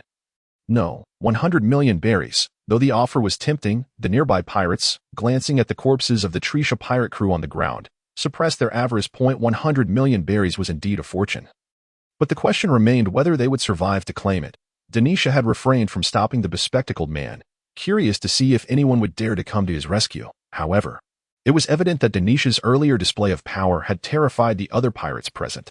What a pity! After finally shedding the constraints of an organization, I was eager to engage in a proper fight. Upon hearing Denisha's words, the observing pirates felt a chill run down their spines. Realizing that she was still inclined to battle, when no one stepped forward, Denisha lifted the bespectacled man as she prepared to return to the fortune. Suddenly, a man blocked her path. Denisha regarded the figure before her. A man with an exposed chest, adorned with a red and black wide-brimmed hat, draped in a black and red cloak, and wielding a large black sword. What drew attention were his golden eyes, reminiscent of an eagle. Hawkeye had originally come to the island to challenge Trisha, a renowned swordsman. To his surprise, upon landing, he encountered an exceptionally skilled female swordsman. Although Denisha's earlier techniques appeared rather rudimentary, relying solely on speed and strength, Hawkeye did not underestimate her abilities. As a man who aspired to be the world's greatest swordsman, he could not resist the urge to step forward upon witnessing such formidable prowess. Denisha, observing the man before her, sensed his strength despite his casual demeanor. She inquired, "Do you wish to save him?" Hawkeye shook his head, stating, "I am not here to rescue him." Denisha pressed further, "Then what is your purpose?" Drawing his black sword and pointing it at Denisha, Hawkeye declared, "I am a swordsman," understanding his intent to spar. Denisha tossed the bespectacled man aside, addressing the nearby pirates. "You all keep an eye on this man for me. Once I finish, I will retrieve him. If he is missing or dead by then, you shall not live to see another day." "Understood, understood, understood." The pirates nodded vigorously in agreement. With the bespectacled man no longer a concern, Hawkeye introduced himself as a swordsman. "I shall reveal my name before we commence battle. I am Dracul Myhawk." Dracul Myhawk? Was he not the swordsman who had risen to prominence in recent years? Indeed, it was said that his strength was extraordinary, and many claimed he could become the world's greatest swordsman. Denisha, in stark contrast to Hawkeye's grand introduction, Denisha merely uttered 3 simple words. "I shall remember this name." With that, Hawkeye raised his black sword. In an instant, Denisha was before him, a glimmer of cold light flashing. Hawkeye's initial downward strike was forced into a defensive block. Clang! He was pushed back several meters by Denisha's strike. Hawkeye thought to himself, such immense power. As a swordsman, he understood that, generally, women possess less physical strength than men. Yet, gazing at Denisha's slender figure, he could hardly fathom how she wielded such tremendous force. After seeing Hawkeye successfully defend against her onslaught, Denisha was not surprised. She would not have launched a surprise attack without a measure of confidence in her abilities. With her left hand pressing against the ground, she swiftly regained her stance and initiated a rapid sword thrust. Hawkeye met her speed with his own swift sword defense. Clink, clink, clink. Their swords clashed, sparks flying. The speed so great that onlookers could only perceive fleeting shadows, while the air displaced by their strikes whipped up a fierce wind, nearly blinding the surrounding pirates. Gradually, the ground beneath them began to crack, and their cloaks became tattered. The crowd was compelled to retreat further from the two combatants to avoid the repercussions of their fierce exchange. Boom! The two warriors pushed off from each other, using the recoil to separate. Denisha examined her great sword, now marred by numerous fine nicks. It was worth noting that her weapon was crafted from special materials by the organization, renowned for its durability. She had previously slain numerous abyssal beings without inflicting any damage. That moment, she recalled in Yi's words about how armament hockey could enhance a weapon's sturdiness. With that in mind, she began to channel armament hockey into her great sword. Hawkeye, brushing aside the remnants of his tattered cloak, realized that in all his years, this was the first time someone had so thoroughly damaged it. Simultaneously, he noticed that Denisha's great sword had turned black. He understood this to be the effect of armament hockey. With the armament hockey now fully enveloping her weapon, Denisha decided to unleash her demonic power. She closed her eyes, and upon reopening them, her pupils had transformed from silver to gold. The moment her golden pupils emerged, a gust of wind radiated from her, expanding outward. Both Hawkeye and the observing pirates sensed a change in the atmosphere. In response to this sensation, Hawkeye resolved to strike first, unleashing a massive wave of sword energy. Denisha leapt, evading Hawkeye's slash. Quick, get out of the way. Though Denisha narrowly escaped, many pirates behind her were not so fortunate. The sword energy cleaved through dozens of them, along with a multitude of buildings. In a single stroke, Hawkeye had demolished several structures. Denisha re-engaged Hawkeye in combat. This time, Hawkeye felt an overwhelming increase in pressure. They shifted from rapid strikes to a contest of raw strength. Although Denisha's previous quick assaults appeared formidable, he had been able to fend them off. However, now it felt as though she anticipated his every move, each of his strikes being countered. Moreover, her strength and sword speed had significantly augmented from before, which only heightened his excitement. How long had it been since he had fought with such intensity? A year, 2 years, or perhaps 3? At last, he had the opportunity to unleash his full potential. Meanwhile, the area near the harbor had become crowded with spectators, drawn in by the fierce duel between Denisha and Hawkeye. Most kept their distance, fully aware that getting too close could spell their doom. Yet, some disregarded the danger, striving to approach as closely as possible. These were swordsmen, eager to witness the clash up close, hoping to glean insights from the duel between two figures they deemed insurmountable, though they recognized that they could never surpass either of them. Observing their battle could elevate their own skills.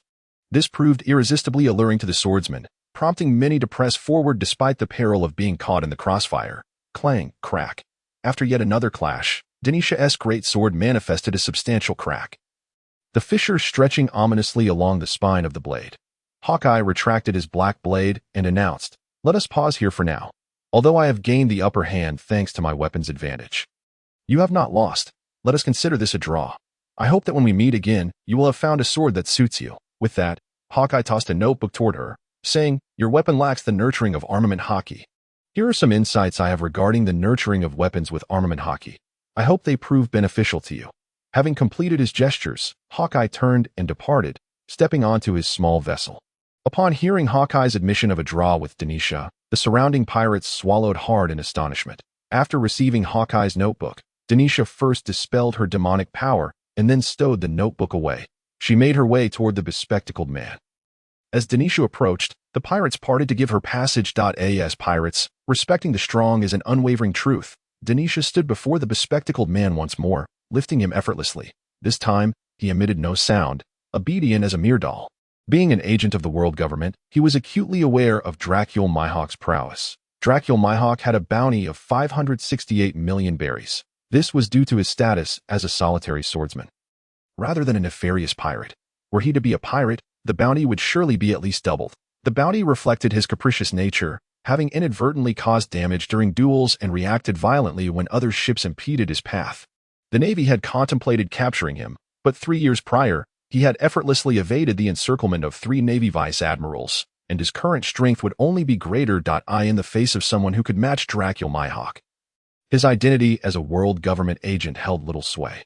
After all, on the high seas, when one possesses formidable strength, even the world government must deliberate carefully before engaging. He was certain that the world government would not genuinely seek trouble with him. Thus, he remained compliant, for life is singular. Splash! At that moment, Martha finally emerged from the sea. ISNT, that woman, an ability user. How could she have resurfaced? Indeed, shouldn't an ability user drown upon falling into the sea? A throng of pirates gazed in awe at Martha, who had just resurfaced, as if witnessing a miracle. The events of the day had been astonishing. First, the appearance of a swordswoman whose might was on par with Dracul Mihawk, followed by an ability user climbing out of the sea. The occurrences of the day left many pirates' hearts racing. Martha, Denisha, what transpired? At that moment, Ini returned to the port with Sun Yin.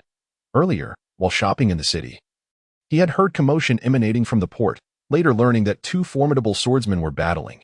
This raised his concerns, prompting his swift return, only to find the vicinity of the lucky ship in utter disarray. Resembling the aftermath of a barrage from numerous cannons, Denisha replied nonchalantly, "Oh, it's nothing. I merely had a duel with someone named Dracul Mihawk and it ended in a draw." Dracul Mihawk, if an E recalled correctly. That was the name of the future world's greatest swordsman. Hawkeye. An E quickly inquired, Did he possess a pair of eagle-like eyes? Indeed. Wow. And he inhaled sharply. Although he knew of Denisha's formidable strength, he was astonished by the extent of it. He understood that while Hawkeye had not yet claimed the title of the world's greatest swordsman, he was undoubtedly among the strongest swordsmen in existence. And he had not anticipated that Denisha could achieve a stalemate with him. From previous newspapers, he had learned that Hawkeye was traveling the world, challenging other swordsmen. If he knew that Denisha had only unleashed 10% of her demonic power, he would have been even more astounded, concerned, and he asked, "Denisha, are you injured?" Denisha raised her great sword and replied, "I am unharmed, but my great sword is damaged. It seems it can no longer be used." And he, observing the nearly broken sword, realized it must have been inflicted by Hawkeye's weapon, the Black Blade Knight. Yet, and he had no viable solution. Since arriving in the world of One Piece, he had not encountered even a single fine blade, let alone the supreme grade swords. After all, the world of One Piece was vast, with only a handful of renowned swords existing, most of which were wielded by incredibly powerful individuals, making the quest for an unclaimed famous sword exceedingly arduous. Furthermore, the renowned swords of this world might not even suit Denisha, given her preference for large, heavy great swords. This predicament troubled an E. A swordsman without a weapon would suffer a drastic reduction in strength. Then, and he noticed Martha beside him and suddenly had an idea. Perhaps he could have Martha use her abilities to enhance the super-hard alloy within, crafting a great sword suitable for Denisha. With this thought, and he asked Martha if it was possible. Martha responded affirmatively but mentioned it would require some time. At that moment, and he finally acknowledged the presence of the bespectacled man and asked, "Who is this?" Denisha recounted the events that had transpired. And he regarded the bespectacled man and declared, "Since he is an agent of the world government, let us eliminate him." Very well. Without hesitation, Denisha carried out his command. And he then produced 6 skill extraction cards and placed them upon the corpse of the bespectacled man. He had drawn numerous skill extraction cards in the past. However, due to the requirement that the target must be deceased, he had rarely had the opportunity to utilize them. After all, characters that could be easily dispatched typically possessed no remarkable skills worth acquiring. Now, with the chance to confront a practitioner of the 6 styles, and he hoped to learn the remaining techniques from him. Even if he could not use them himself, he could share them with others, particularly Martha. While Martha's offensive and defensive capabilities were sufficient, her speed remained a shortcoming. If Martha could acquire the shave technique, her combat prowess would see a qualitative leap. Using all 6 skill extraction cards at once provided an E with the entirety of the Navy's 6 styles. "Captain, the first mate has been killed. Shall we not seek revenge?" Talisia looked at her subordinate, nearly wishing to slap him. How could she possibly confront a swordsman capable of standing even with Dracula Mihawk? Let alone a formidable ability user and sniper? What could she use to retaliate? For those who had reached the level of Dracula Mihawk, mere numbers would not suffice. After all, for them, there was little difference between a single swing of a sword and multiple swings. Talisia instructed, "Prepare a gift for the Wangia pirates, stating that I wish to host a banquet for them tonight, and hope they will attend. Captain, they have killed the first mate and so many of us. Do we really invite them to dinner?" Talisia cast a glance at him and said, "Did you not hear me?" "Yes."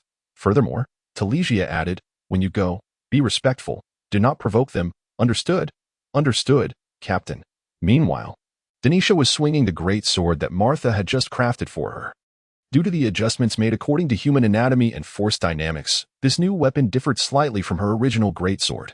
Thus, Denisha was still in the adaptation phase. To acclimate herself to the newly acquired weapon, Denisha exerted herself fully, causing sword energy to whirl chaotically around the port, leaving the ground pockmarked and ravaged. However, the pirates at the port wisely kept their distance, refraining from uttering a word. What could they possibly say? Once one's strength reaches a certain level, the rules governing the weak become entirely contingent upon the whims of the powerful. At present, Dineshot is merely using the ground to test her sword. And the fact that she has yet to engage her opponents in combat is already impressive. Meanwhile, the envoy of the Trija pirate crew, Abner, has been lingering outside the port for quite some time. Due to Dionysia's sword practice, no pirate dares to enter, which explains his restless pacing. Not long ago, he had spotted members of both the Sherlock pirate crew and the Bloodspear pirate crew. The commonality among them is unmistakable. They all bear gifts, which he understands signifies their desire to extend invitations to one another. Although the 5 major pirate crews on the island have always been the architects of local regulations, they unite against external threats. However, Beneath the facade of harmony among the 5 crews lies a fierce competition, as each seeks to eliminate the others and monopolize the entire island. After all, a single pirate crew is far more adept at amassing wealth than a coalition of 5. Yet, their current strength does not permit such ambitions. Dionysia's emergence has rekindled hopes of assimilating other pirate crews, prompting a rush of pirates to the port in hopes of winning her favor. With this in mind, Abner clenched his teeth, seized a gift from his subordinate, and boldly ventured into the port. Observing Abner's approach, the other pirates hesitated, but the port's sporadic loud noises caused them to halt their advance. "How does it feel to wield your new weapon?" he inquired, curious about Dionysia's experience. Although the sword crafted by Marcia is remarkably ergonomic and mechanically sound, a swordsman sometimes finds that perfection is less important than personal compatibility with their weapon. Daisha twirled her sword gracefully and replied, "It's quite commendable. Though I felt a bit out of sorts at first, it proves to be far more effective than my previous broadsword." "Thank you, Marcia." Daisha expressed her gratitude, to which Marcia simply responded with a polite, "It's no trouble." At that moment, Abner introduced himself as the newly appointed vice-captain of the T800 pirate crew. And he scrutinized him, noting his ill-fitting suit, a clear indication of a last-minute choice, and the fact that he had apparently never donned a suit before. As evidenced by his improperly tied tie, he asked, "What brings you here?" "Our captain has organized a banquet to make amends for the inconveniences caused by our crew members, that we hope the members of the Wanjia pirate crew can grace us with your presence this evening." As he spoke, he presented a box that, upon opening, revealed dozens of gleaming gold ingots. "This is a gift from our captain, and we hope you will not find it lacking," as the saying goes. One should not strike a smiling face, and with such a generous offering, and he felt compelled to allow Abner to continue. He was well aware of the T800 crew's reputation. He had learned that their captain is one of the 5 major pirate crews on the island and is reputed to be a formidable swordsman. Considering that it was their crew that previously attacked Marcia, and he would have hesitated at an earlier invitation. However, having recognized Dionysia's immense strength, he no longer felt intimidated. After all, with Dionysia as an ally, what was there to fear? Though relying on her might seem somewhat like taking advantage, and he humorously mused that his poor appetite made him quite fond of soft rice. Thus, he turned to Dionysia, for the invitation was extended primarily in consideration of her. Dionysia, cognizant that the other party was motivated by her prowess, stated, "Captain, the decision is yours." Given her endorsement, and he turned to Abner, returning the gold and saying, "Please convey to Lord T800 that we shall attend this evening." Hearing this, Abner beamed, "Thank you for your graciousness. I shall take my leave now and return to escort you to the banquet later." With that, he bowed respectfully to Ani and the others before hastily departing. After Dionysia concluded her sword practice, the other pirate crews entered the port as well, but upon seeing Abner and Ani conversing, they refrained from approaching. Interrupting a dialogue between the strong is considered impolite. Upon witnessing Ani accept Abner's invitation, they realized that any further attempts to invite would be futile. Consequently, they swiftly returned to their respective crews to relay the news to their captains. Simultaneously, Steelbone Kong at Marine Headquarters in Marineford received urgent intelligence. As a notorious area along the first half of the Grand Line, the Navy would not conduct a crackdown, but they could not neglect to gather intelligence regarding the pirates on the island. Thus, news of Dionysia's battle with Hawkeye swiftly reached the Navy. However, given the astounding nature of the reports, the Intelligence Division conducted multiple confirmations to ensure accuracy before presenting the information to Steelbone Kong. After some time, Steelbone Kong, reviewing the intelligence regarding Daisha, found himself overwhelmed. A female swordsman of equal strength to Dracula Mihawk had suddenly emerged, with no prior intelligence regarding her existence. More critically, she had joined the Wanjia pirate crew.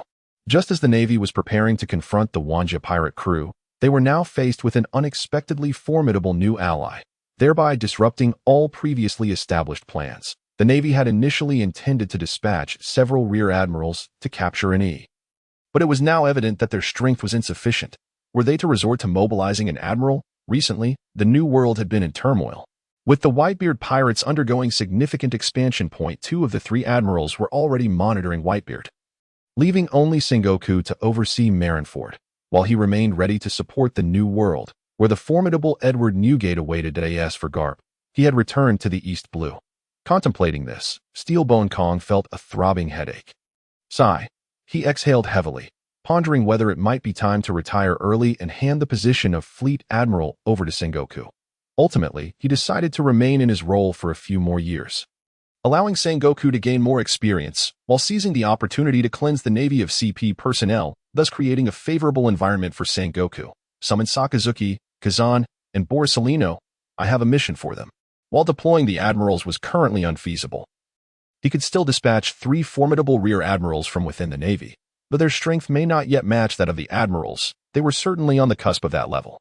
Lord and E, Lady Dine Sha, Lord Su Nian, Lady Marcia, the carriage has been prepared for you. Please, do take your seats. Observing the 4-wheeled carriage before him, and he realized it was his first time riding such a vehicle. He was the first to board, followed by Dine Sha and the others. However, as Marcia climbed aboard, the carriage noticeably sank lower, and the horses let out a mournful whinny, and he understood that this was due to Marcia's considerable weight. As she weighed over 1,000 pounds, Abner cast a puzzled glance at the carriage, wondering, why does it seem to have shrunk? They shouldn't appear that heavy. Is this carriage a counterfeit? Trija's expression darkened as he beheld the 4 individuals arriving together. He recognized them as the captains of the island's other 4 major pirate crews. The reason for their unexpected assembly, something that typically would not occur, was none other than the Wanjia pirate crew. They feared that if Trija managed to win over the Wanjia crew, their own strength would be eclipsed. Yet, with all 4 present for the banquet, he could hardly refuse their entry, thus he begrudgingly welcomed them. At this moment, an E and the others were still en route, their pace slower than expected. However, who could have anticipated that Martha's excessive weight would ultimately overwhelm the horse pulling the cart, leaving them no choice but to walk the remainder of the journey, were it not for Abner's foresight. He discreetly pulled aside a corner of the carriage curtain to gaze outside. They had now entered the territory of the Trija pirate crew. Contrary to his previous imaginings, the scene was devoid of chaos. Instead, it exuded an air of orderliness. Furthermore, he observed several locations where food was being distributed. Pirates were overseeing the distribution, while the island's residents formed long lines to receive sustenance. Under the pirates' supervision, these hungry inhabitants appeared surprisingly organized. Witnessing this, he felt a flicker of curiosity towards Trija. One might wonder why a pirate would provide food to the locals.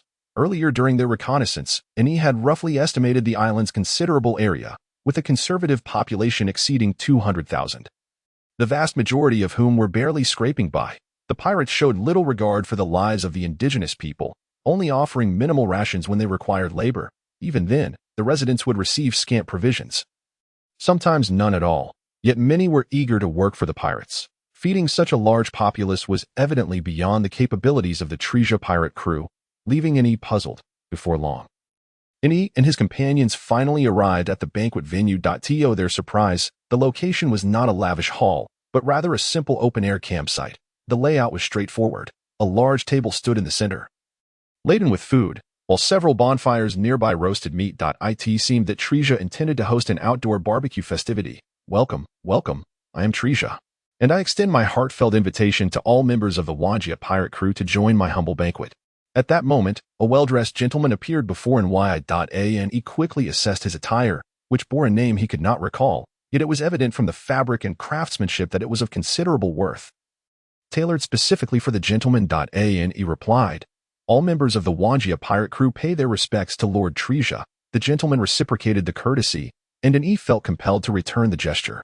At that instant, a man clad in a white robe, with long hair cascading to his waist and a large bouquet of roses in hand, approached Dini Shah, exuding a pungent fragrance. The beautiful Miss Dini Shah. Your hair shines like gold, and your eyes are as enchanting as silver. Bang! Before he could finish, Dini Shah had already kicked him away. After dispatching him, she wrinkled her nose and waved her hand in front of her face.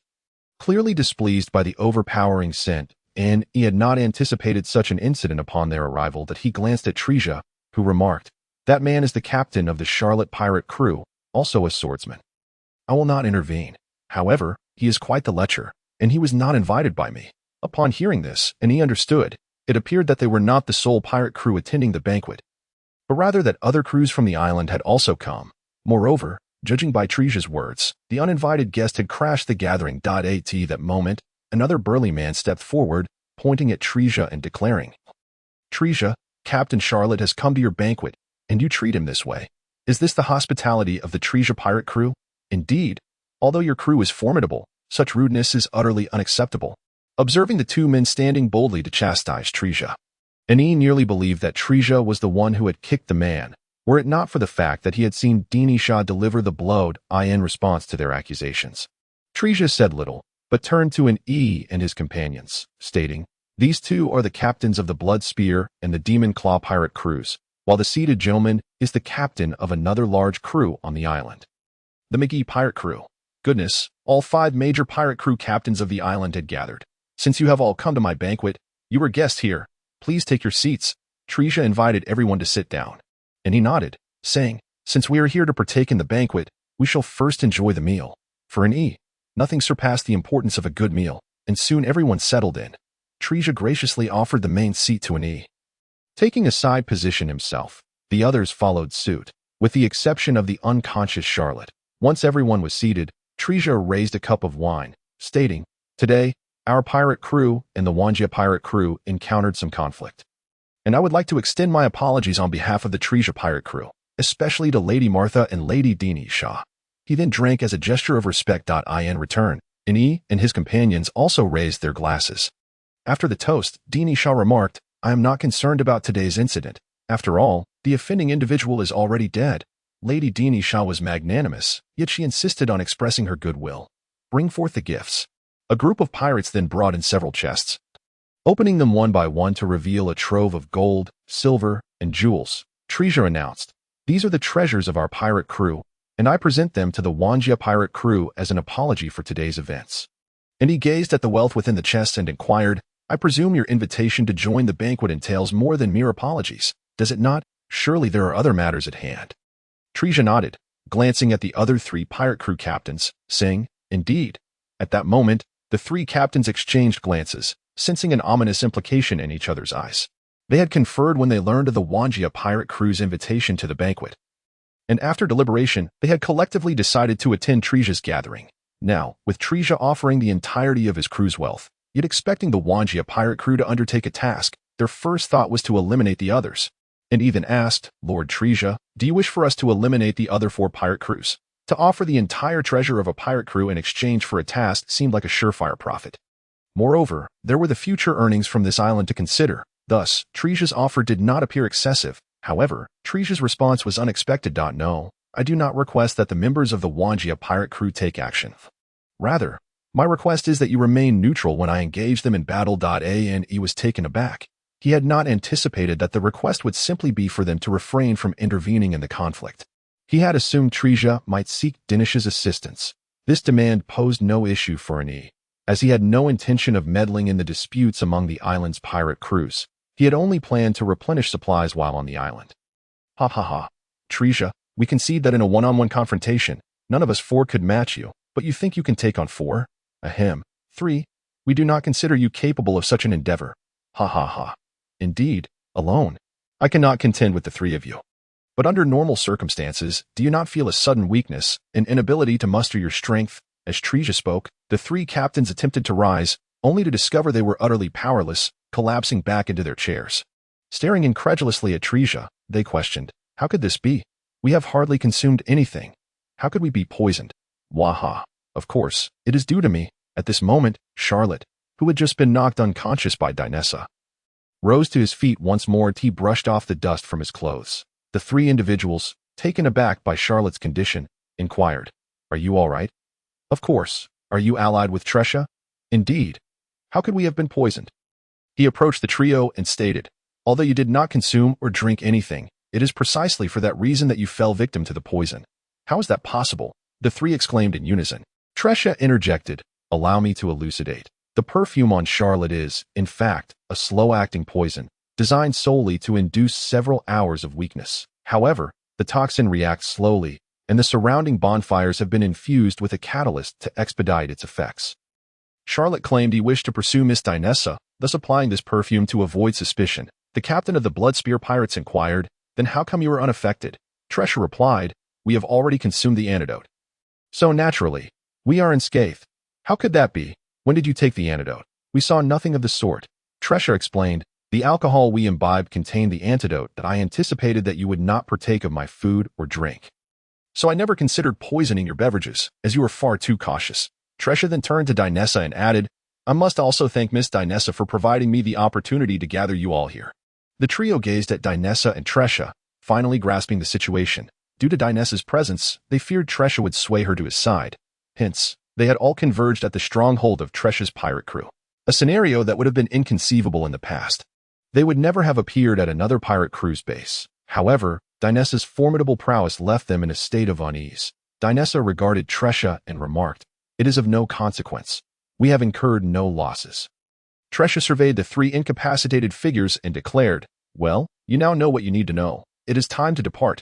With that, Tresha unsheathed his sword and swiftly dispatched the trio. Following this, he severed their heads and presented the trophy of the Blood Spear captain to Charlotte. He then addressed Charlotte, saying, "I shall proceed to the Maki Pirates base, while you head to the Blood Spear pirate stronghold to recruit their members. Any resistance must be dealt with decisively.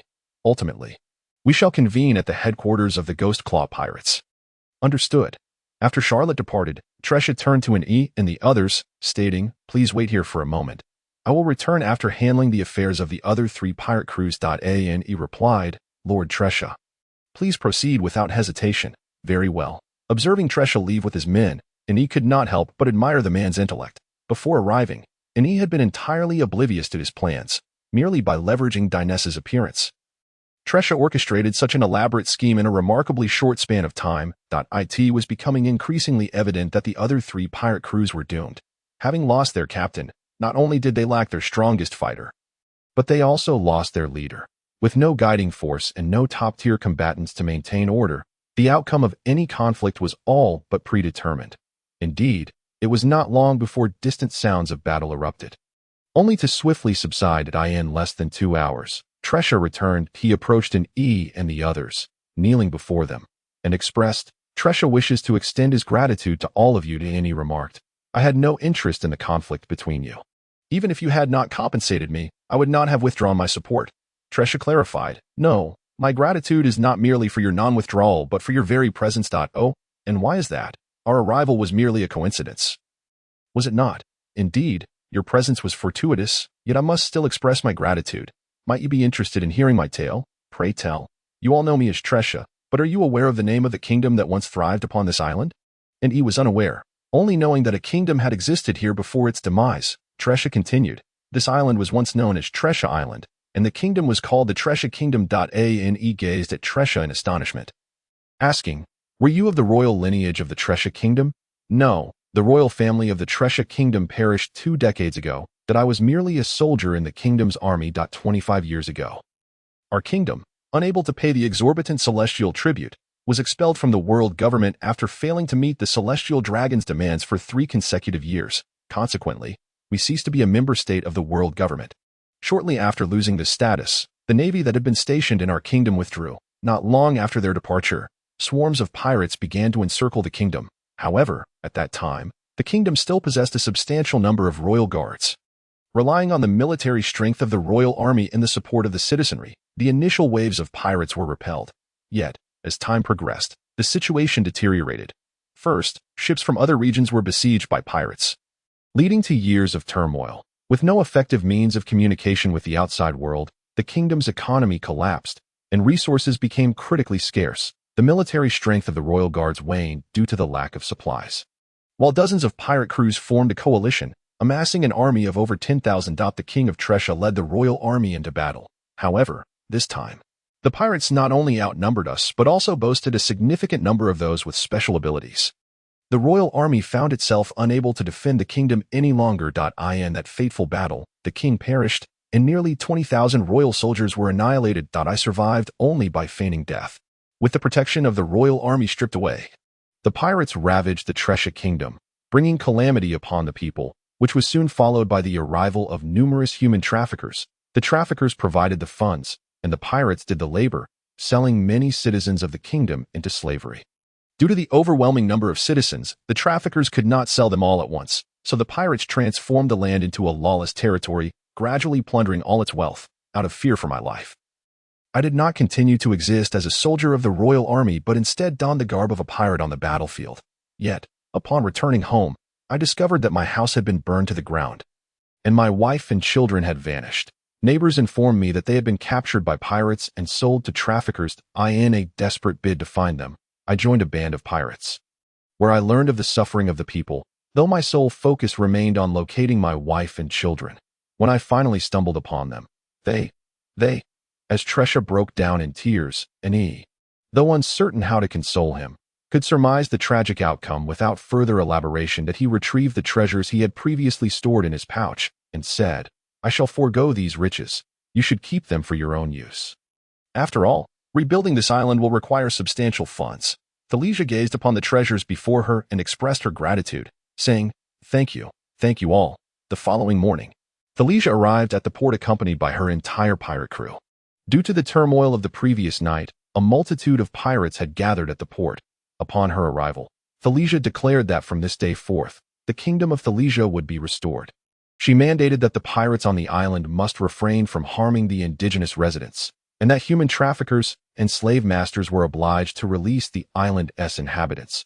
Naturally, the pirates, traffickers, and slave masters had no intention of complying with Felicia's demands. What had once been a realm of unbridled freedom for them was now suddenly transformed into a call for lawfulness, which was utterly inconceivable. Consequently, a throng of pirates, traffickers, and slave masters brandished their weapons, preparing to confront Felicia. However, after Denisa cleaved a pirate ship nearly 100 meters in length in half with a single stroke, all dissenting voices in the port vanished. Everyone pledged to abide by the new regulations without question, their change of heart swifter than the turning of a page. How fared the residents of the island? Upon the announcement of the restoration, the citizens erupted in joyous celebration. This morning, we commenced the distribution of provisions, and thus far, all has proceeded smoothly. However, with our current reserves, we can sustain ourselves for a maximum of 3 days. After that, our supplies will be utterly depleted. Fear not, for I dispatched ships yesterday to procure food from other locales. Yet, transporting provisions from the nearest islands will require 5 to 6 days, and we must provide for over 200,000 individuals. At this moment, Felicia was engaged in discussion with Charlotte. Since the restoration of the kingdom of Felicia had been proclaimed, she must ensure the daily sustenance of the island's residents, with food being of paramount importance. Previously, the island's food supplies were predominantly concentrated in the pirate-gathering areas, where the number of pirates was merely in the thousands. Thus, the existing provisions could only satisfy the island's needs for 3 days. And that was under frugal circumstances that we might be able to assist with the food situation. At that moment, an Yi's voice chimed in. Felicia turned to an E and the others, bowing respectfully, and said, "I am grateful to Miss Denisa for her display of might at the port this morning, which dissuaded others from causing unrest." Denisa merely smiled in response. Just now, Lord Annie mentioned he could help us with the food issue. I wonder if that is indeed true. It is true. Find me a spacious location. I shall use it for food storage. Felicia replied with excitement. I cannot thank you enough, Lord Annie. You have alleviated our urgent predicament. Annie remarked, you need not thank me. I am not capable of conjuring food. You should reserve your gratitude for Martha later. Annie intended for Martha to utilize her abilities to generate a substantial quantity of food to assist Felicia in resolving the food crisis. Annie then inquired of Felicia, have you contemplated your next steps?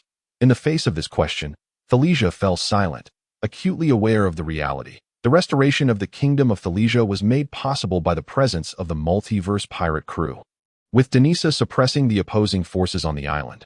However, the multiverse pirate crew could not remain indefinitely. Once they departed, would Felicia truly possess the capability to safeguard the kingdom? Although his strength was not insignificant, there were always those stronger beyond the horizon. Should another formidable entity akin to the multiverse pirate crew arise, could he guarantee that they would be as benevolent as an E and his companions? It was unlikely. After 2 decades in piracy, Felicia understood that such benevolent presences were exceedingly rare, while malevolent ones were all too common. Observing Felicia's silence, and he gave him a gentle pat that moment. Felicia felt as though he had acquired a new skill. And he explained, this is known as hockey. It is a guarantee for non-devil fruit users to contend with those who possess abilities. With hockey, your strength should reach new heights. That I shall remain on the island for a few more days. During this time, seek out individuals of considerable strength and loyalty, and I shall bestow upon them hockey, thereby enhancing your collective might and better enabling you to protect this place. Although Felicia did not comprehend why Amir Pat had granted him hockey, he refrained from voicing his confusion. He bowed once more in reverence to Annie. Nevertheless, Annie continued, though your strength may have increased, I do not consider this the optimal solution. In my view, the best course of action to resolve your crisis is to rejoin the world government. What? Thalesia exclaimed incredulously, staring at an E. The reason we have fallen to such depths is due to the world government. Now you propose that we rejoin them. That is utterly impossible. Ane raised his hand to Halder. I understand your aversion to the world government, but joining them is currently the most effective solution. If you do not rejoin the world government, you will be deprived of the assistance available to member states. And purchasing food will be considerably more expensive. While we can provide you with a substantial amount of food, there will inevitably come a day when supplies run out. Thalesia recognized the truth in Yi's words.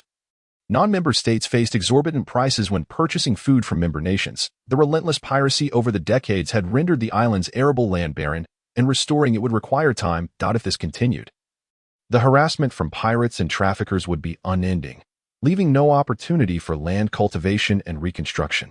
However, should they become a member of the world government, the Navy would extend its protection, affording them the time necessary to rebuild their nation. Although Thalesia was reluctant to accept Yi's proposition, he could not deny that it was indeed the most prudent course of action. Yet, the thought of rejoining the world government weighed heavily on his heart. Yi, aware of Thalesia's reluctance, placed a reassuring hand on his shoulder and said, "You are no longer the captain of the Thalesia pirate crew. You are now the king of the kingdom of Thalesia. Your responsibilities extend beyond the few hundred members of your former crew. You now bear the weight of tens of thousands of lives on this island. To ensure their survival, you must endure what ordinary individuals cannot. Thank you for your guidance, Lord E. However, I have one more question. Although I have amassed a considerable amount of treasure over the years and plundered from several other pirate crews, I must use it to rebuild the kingdom and pay the exorbitant heavenly tribute. In 3 years, I will not be able to procure enough wealth to satisfy the celestial dragons. What then? 20 years ago, when the population was greater and the economy stronger, the kingdom of Thalesia had been unable to meet the heavenly tribute and was thus expelled from the world government. It was unimaginable for the impoverished Thalesia of today to possess sufficient funds. Ane smiled and reassured him, "Do not worry. In 3 years, I will ensure your nation is secured." Ane's plan was to position himself such that in 3 years, he would possess the capability to contend with the 4 emperors, thus providing protection to Thalesia under his esteemed name. Thalesia gazed at the towering heaps of grain, a smile illuminating his face. This bounty of provisions would suffice for the entire nation for at least 2 years. This was the result of Martha's efforts, who, over 5 days, had expended 40% of her energy to generate an astonishing 200 million pounds of food. During this period, in addition to Martha's continuous enhancement of supplies, Denisa and Su Nien had also employed their methods to bolster the food resources for the islanders. The two frequently set out in small boats to hunt sea kings. Moreover, Thalesia had promptly dispatched personnel to the nearest naval base on the very day E proposed his advice. Now, it was likely that the Navy had received Thalesia's request. Ane and his companions were preparing to depart once again. "Farewell," he said. "Take care of yourselves." As E and his group departed, the port was filled with a crowd of well-wishers, each carrying a flower. Lacking other local specialties, the islanders had gathered flowers to present as gifts for E and his companions. A vibrant tapestry of colors formed a breathtaking sight. Amongst the crowd, a reporter with a camera captured this beautiful scene, exclaiming, "A major news story, truly a major news story. I am going to be famous. I am going to be famous. St. Mary Joya, the 5 elders have gathered once more. Did you say the Navy has reported that the kingdom of Tresia has been restored? By the way, was the kingdom of Tresia a member of the world government? I don't recall much about it. Over 20 years ago, the kingdom of Tresia was indeed a member of the world government. But they were expelled from membership due to their inability to pay the heavenly gold. Oh, I remember now. It was that nation. However, didn't it perish over 20 years ago? If my memory serves me correctly. That place had become a notorious lawless land. How has it been restored now? The Navy claims that an individual from the former kingdom of Tresia, under the guise of a pirate, has expelled other pirates from the island, thereby accomplishing the restoration. Humph. A nation established by a pirate aspiring to become a member of the world government is nothing short of delusional. Alas, we cannot dismiss this lightly. The circumstances of the New World are becoming increasingly dire. We must find a way to suppress the pirates. If Tresia is restored, the pirates will lose a stronghold, which would be advantageous for the world government. Rejecting a nation that wishes to join the world government at this juncture may not be prudent. Moreover, the kingdom of Tresia has already agreed to pay the requisite heavenly gold. In that case, let us consent to Tresia's rejoining the world government as a member state. It is imperative that we thoroughly discuss the situation in the New World. Not long ago, Red Count Barillic Leadfield attacked a military vessel transporting heavenly gold and made off with a considerable fortune that we must have the Navy apprehend Barillic Leadfield. However, that may prove difficult. Whitebeard has been stirring restlessly, and the three admirals must remain on high alert. What then shall we do? The theft of heavenly gold is no trivial matter if we do not curb such behavior. And should other pirates follow suit, it would severely impact the financial operations of the world government. Although the heavenly gold is ostensibly tribute to the celestial dragons, the world government claims a significant portion of it. It is precisely the vast quantities of heavenly gold that enable the world government to maintain a large navy and secure ample research funding. Should the heavenly gold be stolen, the repercussions would be dire, as stealing the heavenly gold is essentially stealing from the world government. With the three admirals needing to remain vigilant against Whitebeard, let Steel Bone Akainu take personal action. We must not condone the act of robbing heavenly gold. Agreed. Denisa, stop. I cannot match you. Can we cease hostilities for now? On the ship, good luck. And E, bruised and battered, implored Denisa. For why he found himself in such a state. It all traces back to their departure from Tresia. After leaving Tresia, Denisa grew weary of the monotony of sailing and decided to spar with Nye.Ane, eager to enhance his swordsmanship, acquiesced to Denisa's request. However, considering they were at sea, they refrained from using weapons and instead wielded wooden sticks for their bout. It didn't take long for an E to regret his earlier decision, as he was thoroughly dominated by Denisa. Quite literally, Denisa sent an E flying with a single strike, and he remained airborne, subjected to a relentless barrage for several minutes. Had Denisa not used a wooden stick and restrained much of her power, and had an E not desperately employed hockey to protect himself, he would likely have been reduced to a breathless mummy by now. For the first time, and he sincerely expressed gratitude to the individual who had developed the idea of hockey, as it spared him from being bedridden. Observing an ES asymmetrical face, Denisa perhaps felt she had been excessively harsh, and thus consented to his plea. Severely injured, and E could only recuperate slowly on the sidelines. Thanks to the effects of the strengthening pill, his recovery capabilities were significantly superior to that of an average person, though they paled in comparison to Luffy's extraordinary healing. He began to contemplate the necessity of hiring a doctor. Otherwise, he feared it would only be a matter of time before calamity struck. Simultaneously, he decisively upgraded his hockey to a higher tier. Though not yet at an advanced level, it would at least afford him some comfort while enduring blows. Fortunately, there would be a lottery soon to lift his spirits. System, grant me some joy. Let me draw a prize. Congratulations. Host, you have received a pet egg. Ah. And E perked up instantly. A pet egg was something entirely new. Although he had always considered the two-hued dog a pet, it was summoned through a character summoning card, thus not classified as a pet in the system's records. Now, with the emergence of a pet egg, and he was keenly curious about what creature might hatch from it. Before long, a plain egg appeared before him, resembling a chicken egg, but considerably larger. System, are you certain this is a pet egg and not merely an oversized chicken egg? And he inquired, as he recalled pet eggs typically being quite dazzling. At the very least, they should be resplendent in color. Host, are you questioning the prizes I provide? Not at all. It's just that this pet egg bears an uncanny resemblance to a chicken egg. Surely it cannot be a chicken's side. The contents of the pet egg are unknown to this system. You will have to wait until it hatches to find out. At that moment, and he asked, System, how does one incubate this pet egg? Please refer to the pet egg's accompanying instructions. Taking heed of the system's advice, and E promptly searched for the instructions related to the pet egg. Indeed, he found a document titled Comprehensive Guide to Incubating Pet Eggs. Conditions for hatching a pet egg.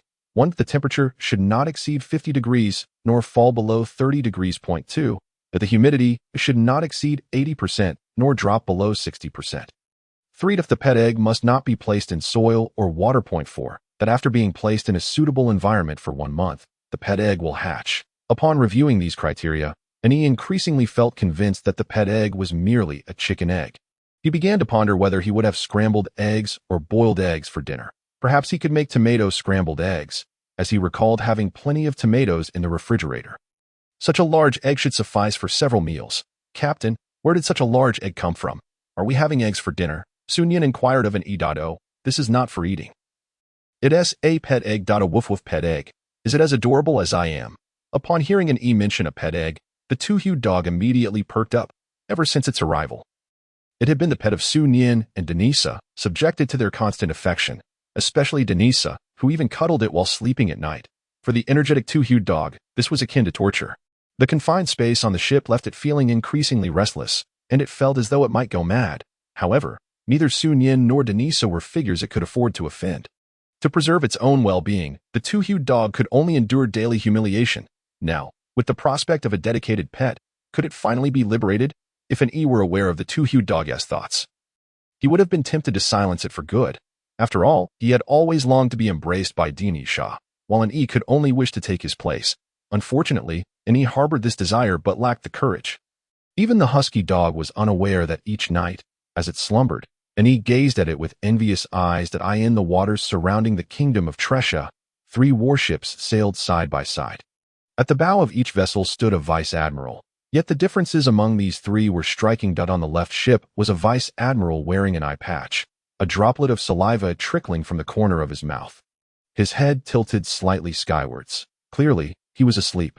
Meanwhile, the vice-admiral on the right was preoccupied with a nail clipper, meticulously tending to his nails. The vice-admiral in the center appeared the most serious, his unwavering gaze fixed upon the distant Tresha island.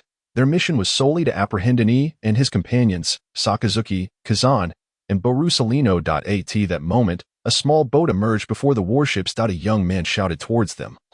"We are the royal guards of Tresha Kingdom. Naval personnel aboard the ship. Please declare your intentions. Ahead lies the territory of Tresha Kingdom." Sakazuki inquired. "Tresha Kingdom? I recall that there is a notorious lawless area ahead. Have we arrived at the wrong place? Navigator, what is the situation?" The navigator responded, "Vice Admiral Sakazuki, the coordinates are accurate. The request for Tresha Kingdom to reinstate its status as a member state was only submitted to the elders today. The proposal to restore its membership has yet to be announced. Thus, Sakazuki and his companions had not received any updates regarding the restoration of Tresha." Sakazuki frowned and remarked, "Tresha Kingdom should not be a member of the world government. Correct? There is no nation by that name among the member states. It is merely a non-member. Since it is not a member state, let us proceed with our planned landing." Sakazuki directed the nearby warship. "Borusalino, you handle the individuals ahead." "How terrifying!" Borusalino exclaimed, sheathing his nail clipper and transforming into light, instantly teleporting onto the small boat. Glinton, observing the vanishing naval officer, realized he was dealing with a devil fruit user and immediately activated his observation hockey to locate him. Soon, he detected the opponent appearing behind him, and he sensed an impending attack. With a swift tilt of his head, Glinton narrowly evaded Borusalino's strike and retaliated with a spinning kick. Bang! Borusalino, surprised that his attack had been dodged, was further astonished when the other party launched an immediate counterattack. He raised his arm to shield himself, only to feel a sharp pain in his arm, realizing he had not activated his intangibility. It dawned on him that his opponent was a hockey user. Borusalino muttered, "How terrifying." Glinton, recognizing that his strongest hockey-infused strike had failed to budge his opponent, understood he was outmatched in strength. He challenged, "As Navy personnel, why do you attack us? We are now a member of the world government." Although the news of Tresha's membership would not be published in the newspapers until the following day, the world government had already informed Tresha via transponder snail. Tresha had promptly disseminated this information to the public. Borusalino scrutinized Glinton and discerned that his expression did not suggest deceit. He teleported back to the warship and asked Sakazuki, "What shall we do now?" Sakazuki, also sensing something amiss, contemplated, if Glinton were a pirate, he would not have appeared before the warship just now. Furthermore, his earlier engagement with Borusalino would not have been so restrained. He then instructed his crew, "Investigate the circumstances surrounding Tresha Kingdom." Understood. As the Navy conducted their inquiry, Glinton relayed the situation back to Tresha. Shortly thereafter, Tresha arrived with 6 hockey users in tow. During Tresha's time with an E, he had enabled 10 individuals to master the dual-colored hockey. Additionally, Tresha was preparing to establish specialized courses to teach hockey, aiming to bolster the kingdom's strength. In response to the Navy, Tresha had mobilized 7 hockey users, bringing the total number of dual-colored hockey wielders in Tresha Kingdom to 11. For the first half of the Grand Line, 11 dual-colored hockey users constituted a formidable force, despite not knowing the reason for the Navy's appearance. Tresha felt no trepidation. However, upon seeing Sakazuki and Borusalino, he promptly instructed his subordinates to refrain from any rash actions. Tresha was well aware of Borusalino and his companions, as they were infamous monsters within the Navy.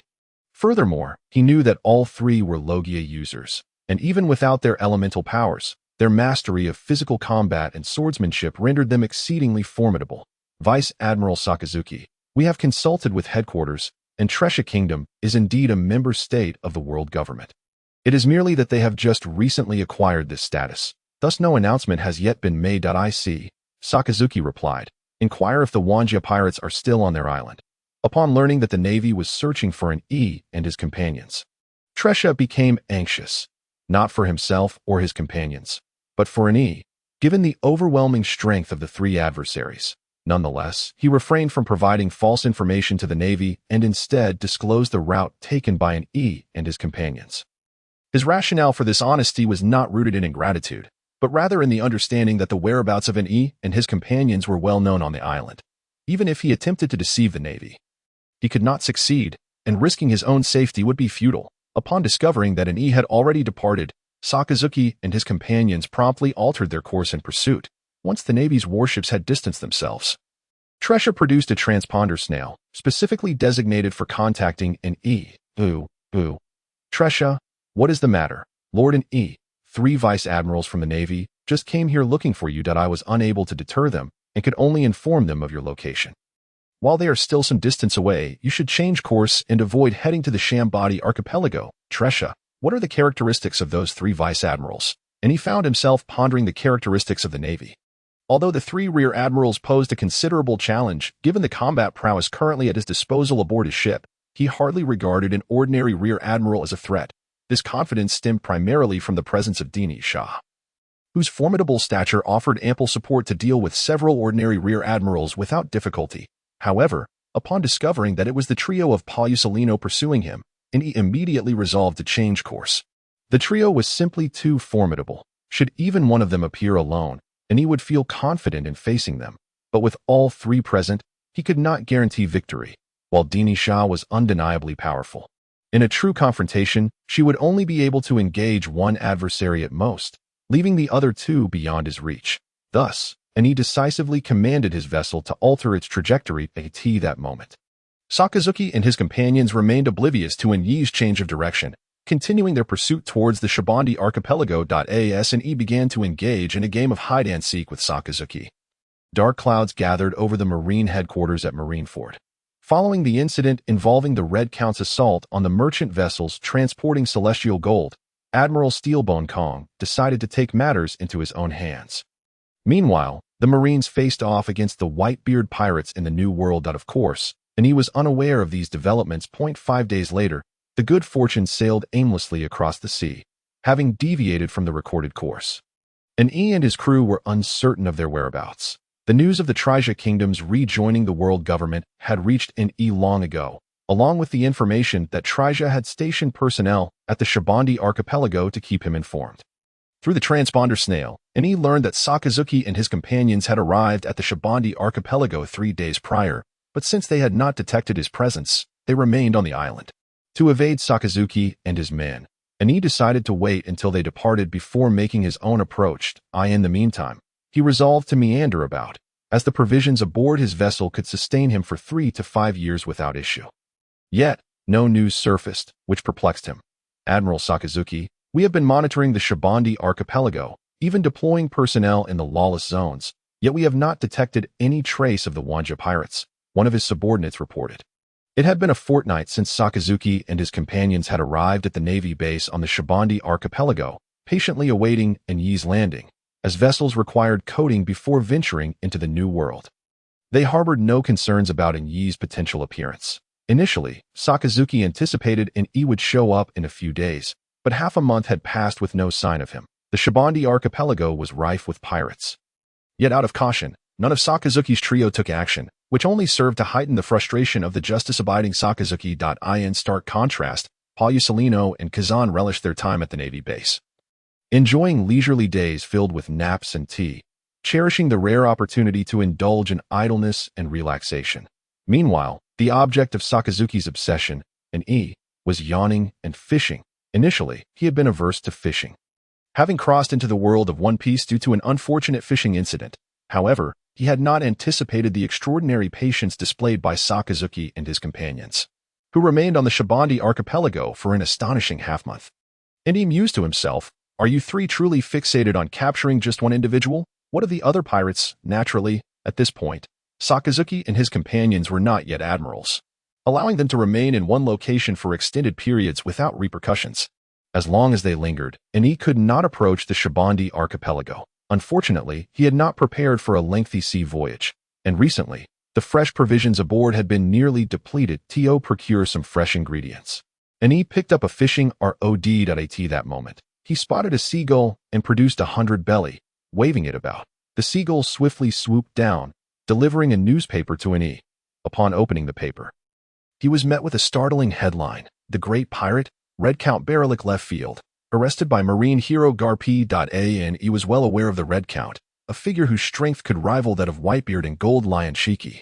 It was common knowledge that the world government feared these titans not only due to their immense power, but also their vast fleets of loyal followers. If memory served, the Red Count had even bested the current Marine Admiral Steelbone Kong.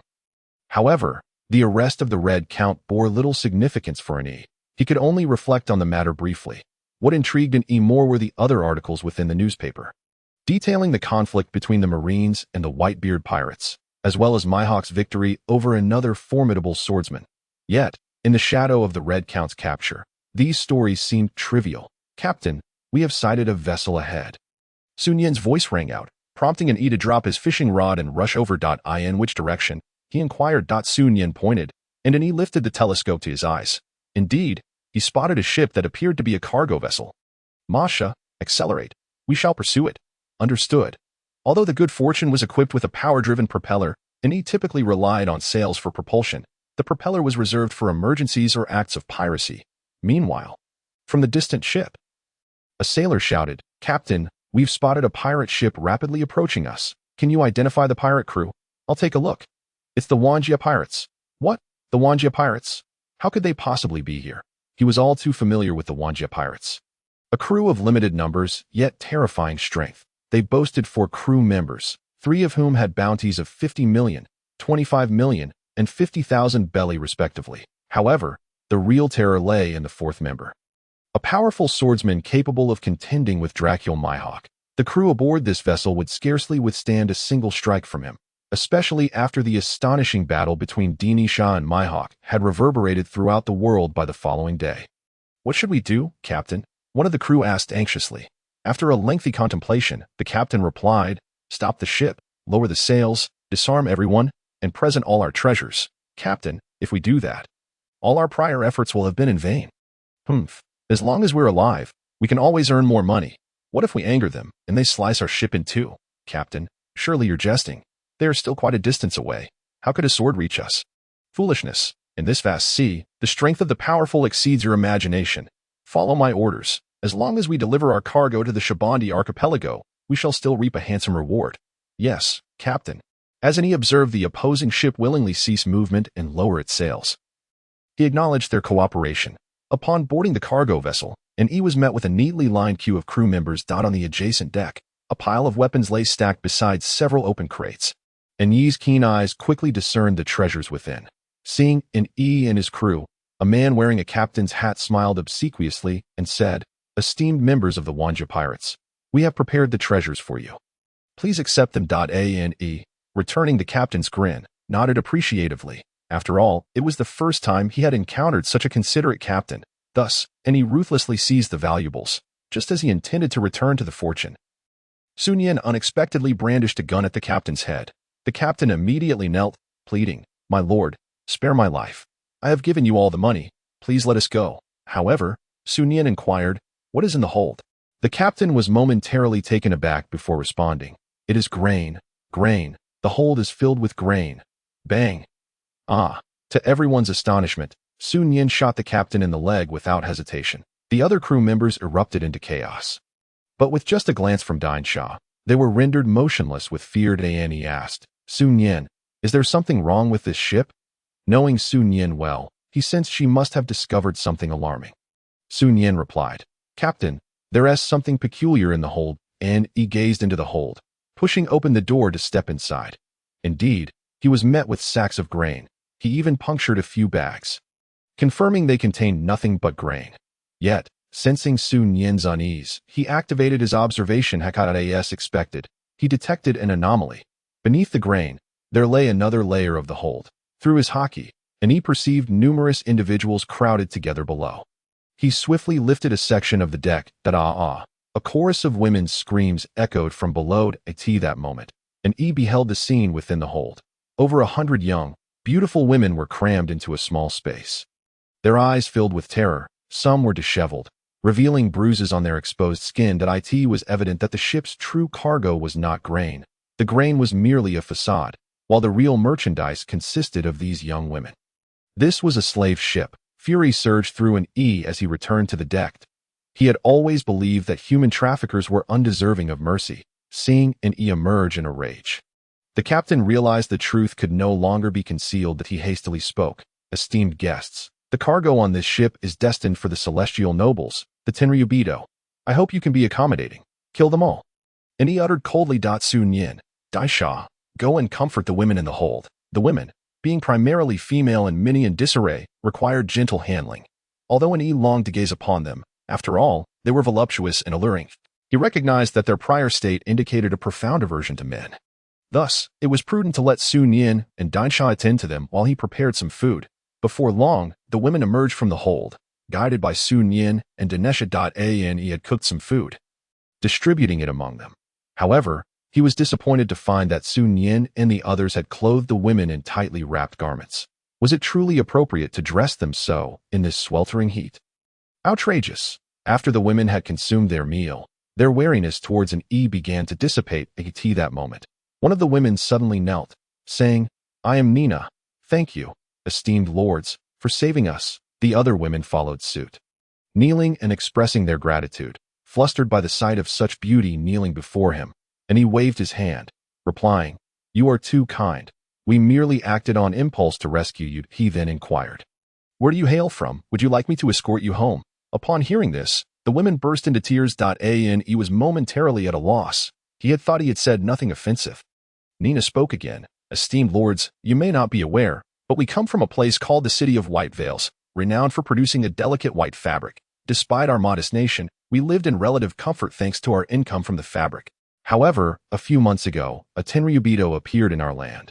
They demanded vast quantities of our fabric as tribute.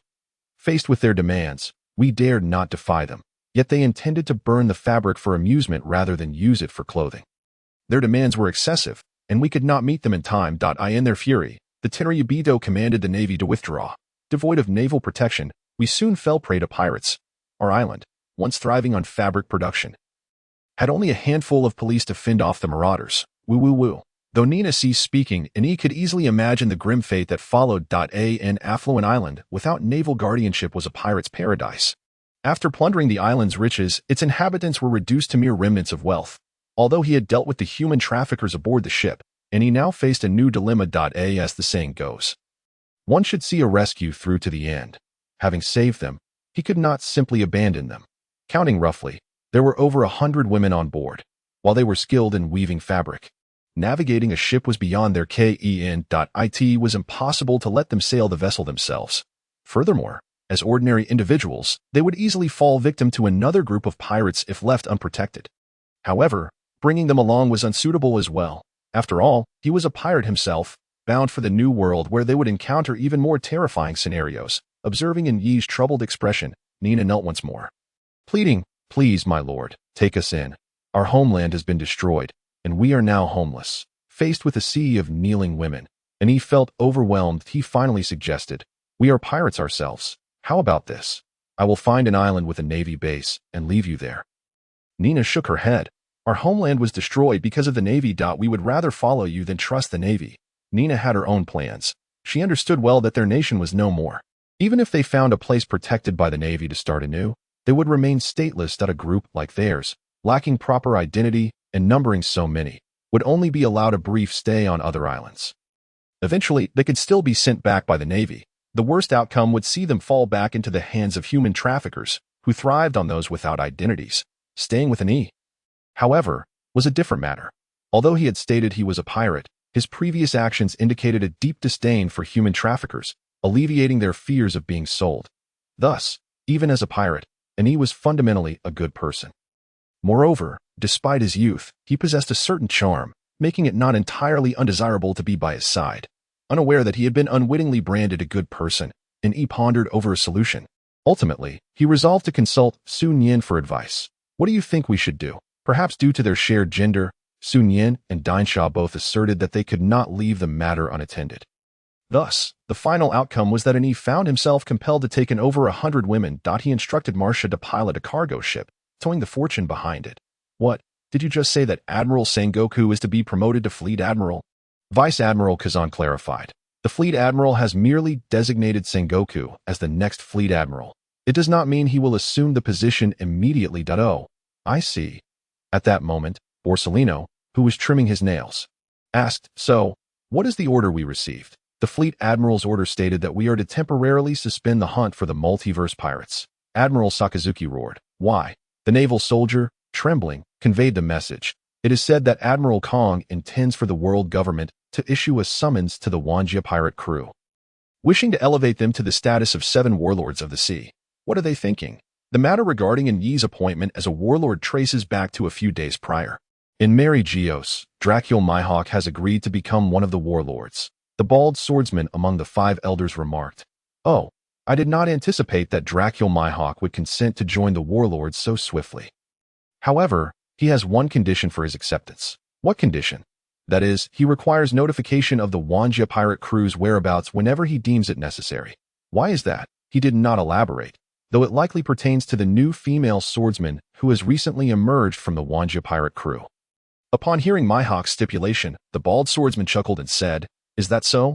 As a fellow swordsman, he could empathize with Mihawk's reasoning for such a request. After all, a worthy rival is indeed a rare treasure. At that moment, the blonde elder suggested, might we consider recruiting the Wanjia pirate crew as well? As soon as this was proposed, the other 4 fell into silence. The initial intention behind capturing the Wanjia pirate crew stemmed from Yi's formidable abilities, which posed a significant threat to the world government. However, circumstances have shifted, and now there exists a powerful swordsman among their ranks. If the Navy were to confront the Wanjia pirate crew again, the cost would be considerable. Especially in terms of casualties, it might be wiser to explore the possibility of recruitment. Should they indeed become warlords, it would alleviate many concerns for the world government.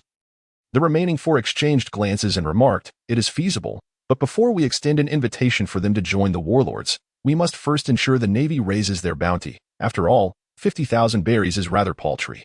Issuing a recruitment notice for the warlords with such a meager bounty would undoubtedly invite ridicule upon the world government. Agreed. Indeed. Thus, following the capture of the Red Count Baroque left field, another significant piece of news spread throughout the world. The following day, as Ani prepared for breakfast, Nina entered holding a newspaper.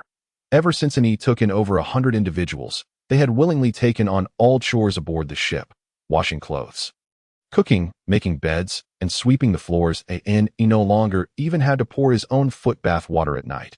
However, what frustrated him most was the absence of anyone to warm his bed. This was, in fact, due to Sun Yin informing the others that Ani was still too young and not fully developed. Thus they should maintain their distance for the sake of the captain's health. Moreover, to reinforce this notion, Sun Yin had conversed with everyone while brandishing a firearm. Had Ani been privy to this information, he would have asserted that, thanks to the strengthening pills, his body had long since matured, and his theoretical knowledge was ample. He merely lacked practical experience. Of course, Ani was unaware of all this. He was currently enjoying his breakfast while perusing the newspaper. He took a sip of water while reading. He abruptly spat it out in surprise upon seeing the contents. It turned out that he had come across a bounty notice. His own. The bounty had skyrocketed from 50,000 berries to 250 million berries. This represented a staggering increase of 5,000 times. The drastic change left Ani momentarily in disbelief, wondering if the Navy had mistakenly consumed something or if the individual responsible for the bounty had been inebriated and inadvertently added an extra 0. Ha ha! After the initial shock, Ani erupted in laughter once more. His bounty was no longer the second lowest in the crew, but now the highest. Surely, such a figure befits his status as captain.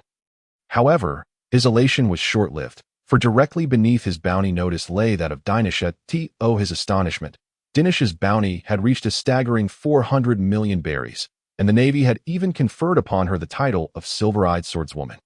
Ani bellowed, Who on earth decided the order of these bounties? Why was Dinish's notice placed above mine?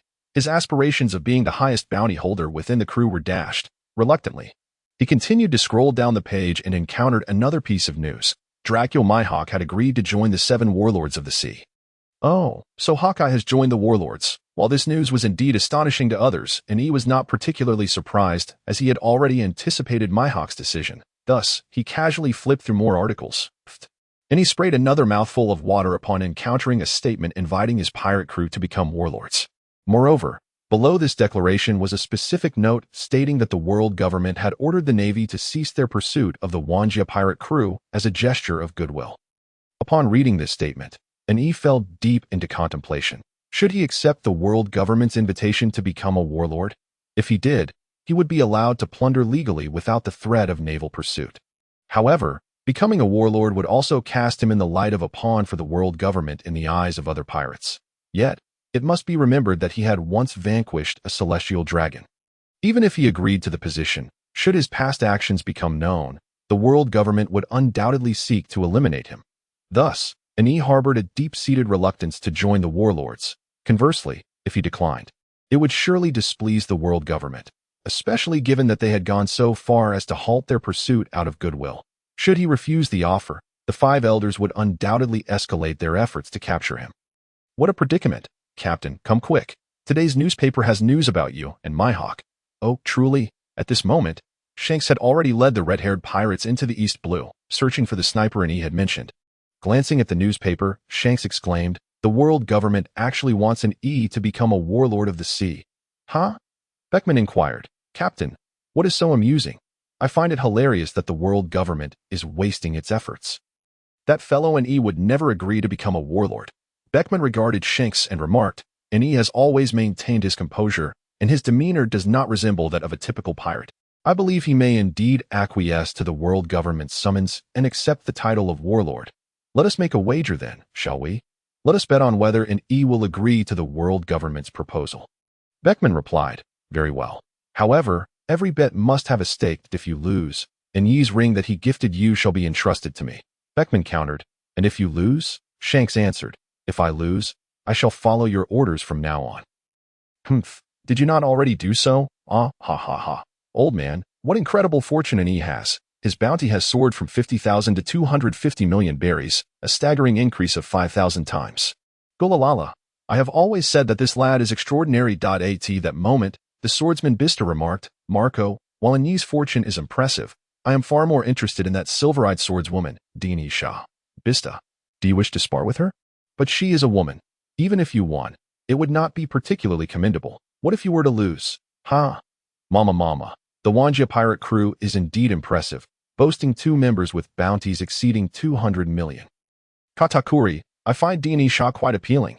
How about I introduce her to you as a potential wife? Katakuri remarked, Mother, I am not yet ready for marriage. In that case, she continued. Let us send our people to approach them and inquire if they would be willing to serve me. Yes, Mother. Oh, Lolo, Jean, send someone to contact this multiverse pirate crew and see if we can recruit them. After all, their strength is quite commendable, and the more allies we have in our quest to dominate the new world, the better. Yes, Lord Kato. As the power of An-E and his companions grew, both the world government and formidable pirate factions began to prepare for their recruitment. Meanwhile, An-E was seeking an island to develop. And just recently, he had drawn a prize from the system, an incomplete artifact, the space gem from the film Avengers, Infinity War. The reason it was deemed a defective product, according to the system, was that only when all 6 Infinity Stones were gathered could it be considered a true artifact. Upon seeing the blue cube, An-E could not help but exclaim in joy, the power of the Infinity Stones is immense. Once all 6 are assembled, they could unleash the force to obliterate the universe. However, since An-E had only acquired one, he could not achieve such cosmic destruction, nor did he intend to dot if the universe were to be destroyed. With whom would he share his insights in bed? As the space gem, An-E had already devised plans for its use upon first sighting it. He intended to employ it as an infinite energy supply device, resolving many of his dilemmas. Why did An-E not simply acquire a better ship? It was not due to a lack of desire, but rather a lack of means. While Sun Yin could design a biological vessel like the Xiao Yu, and Masha's abilities could create perfect ships, there was a pressing issue: materials. Ordinary materials could not withstand the immense pressure of the deep sea, and Masha's high-strength alloy consumed too much energy. Although Masha was powered by a nuclear battery, its capacity was finite. However, with the space gem now in hand, Masha could utilize it as an energy source for large-scale enhancement. Consequently, Enyi's plans for constructing a new vessel could be set into motion.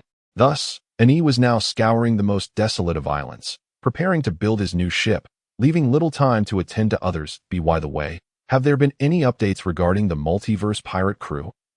None. Across the 4 seas and the Grand Line, all naval bases and patrol ships have failed to detect the whereabouts of the multiverse pirate crew in recent months. Kong furrowed his brow. The multiverse pirate crew had vanished entirely following the world government's call for the 7 warlords. It had been 3 long months, and many pirates in the New World were also searching for the multiverse pirate crew. With no success, Kong began to speculate whether the multiverse pirate crew was evading the various factions seeking to recruit them or if they had encountered a maritime disaster. After all, a pirate crew would not simply vanish without reason. Their vessels were relatively small, and even a modest storm could capsize them. As for the possibility of being eliminated by another pirate crew, Kong did not believe that was plausible. With a swordsman rivaling Dracula Mihawk and 2 capable devil fruit users, it was nearly impossible for any pirate crew from the first half of the Grand Line to annihilate them. If they had indeed been defeated by another crew, it would have been widely proclaimed. Like Kong, many were keeping an eye on the multiverse pirate crew, including the Beast Pirates, the Big Mom Pirates, and the Red-Haired Pirates, all of whom were searching for them during this period. Achoo, achoo.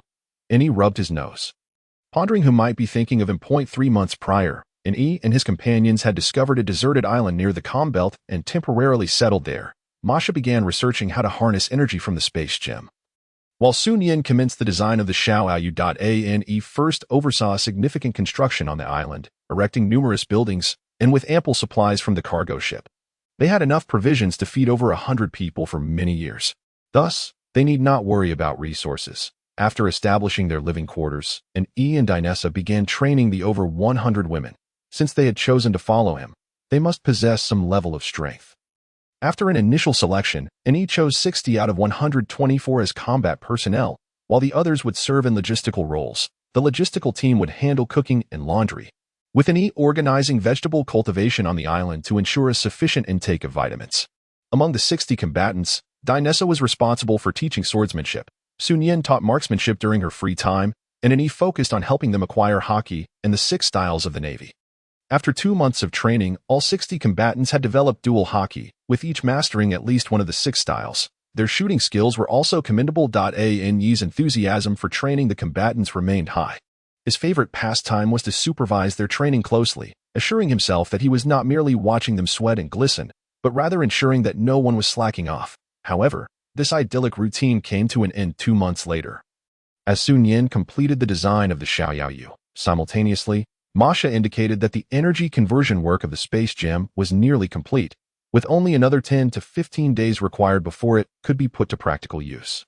The next challenge was to tame the Sea Kings that would support the vessel. Fortunately, they were currently near the calm belt, where Sea Kings were plentiful. Subsequently, Enyi and Dinessa were tasked with taming these creatures. As the foundation of the Xiaoyu relied on them, their confidence in taming the Sea Kings stemmed not from their own strength but from a unique item in Enyi's possession. A prize obtained from the anime Doraemon, a bag containing 20 of the famed Momotaro rice balls, which, unlike those depicted in the anime, could guarantee permanent taming with just 1. By feeding a Sea King a Momotaro rice ball, it would become domesticated. However, a month had elapsed without successfully taming any Sea Kings, not due to the ineffectiveness of the rice balls, but rather the absence of suitable candidates. The Sea Kings they had encountered thus far were either entirely unsuitable for the construction of Xiaoyu or had an unappealing appearance. After all, this ship would become the flagship of the multiverse pirate crew. If it were too unsightly, it would simply not do. Thus, during this time, Enyi had been meticulously selecting, yet had found nothing suitable. Although a proper Sea King had yet to be found, Enyi's strength had been steadily increasing. This was primarily due to Dinessa, who relentlessly sought him out for sparring sessions, which often resulted in Enyi being bested. Utilizing his abilities, he created a frozen zone on the sea, where the two would engage in friendly duels on the ice. One day, and he found himself once again nursing bruises from a bout with Dinessa. However, compared to before, he had progressed from being unilaterally dominated to extending the duration before being outmatched. While he still could not overpower Dinessa, he could at least hold his ground against her in his silver eye state for a considerable time. Of course, if Dinessa unleashed her demon power, and he would undoubtedly be defeated. Suddenly, the ice cracked with a thunderous noise as a colossal head broke through the surface. With a leap, it landed on the ice. And Yi's heart soared with joy upon seeing that the creature emerging was indeed a sea king of the whale variety, measuring approximately 500 meters in length, resembling the whales of Earth. Save for its menacing array of sharp teeth. And he shouted, "Dinessa, this is the one. Don't let it escape back into the water." The sea king that had crashed onto the ice was thrashing its tail, attempting to return to the sea, causing cracks to spread across the ice beneath it. Dinessa unleashed her demon power, her eyes turning golden, and with a single step, shattered a large portion of the ice. Appearing directly beside the Sea King's massive head, she then delivered a powerful kick. Bang! Ani observed a dent appear on the head of the Sea King, after which the creature ceased its movements. Astonishingly, it had been knocked unconscious by a single kick from Dini Shah. Witnessing the enormous Sea King being rendered insensible by Dini Shah's strike, Ani could not suppress a gulp. The unleashed demon power of Dini Shah was truly fearsome. Seizing the opportunity while the Sea King lay in a stupor, Ani fed it a Momotaro rice ball, subsequently melting the ice beneath it to prevent the single rice ball from being ineffective. Ani cleverly wedged ice blocks into the Sea King's mouth. Should the rice ball prove ineffective, Ani was prepared to feed it the remaining rice balls. Before long, the Sea King finally regained consciousness. It opened its eyes, glanced at Ani standing before it, and emitted a joyful sound. "Hello, Master." Hearing the Sea King refer to him as its master, Ani understood that the Momotaro rice ball had taken effect. He breathed a sigh of relief. As long as it worked, he would keep the remaining rice balls safe. After all, they were precious items, and he could potentially tame a few more Sea Kings in the future. Gazing at the pitch-black Sea King, Ani declared, "From now on, your name shall be Xiaohei." "Yes, Master." Ani executed a moonwalk to ascend onto Xiaohei's back and said to Dini Shah, "Come up, let us ride it back." Dini Shah rose and slowly approached Xiaohei.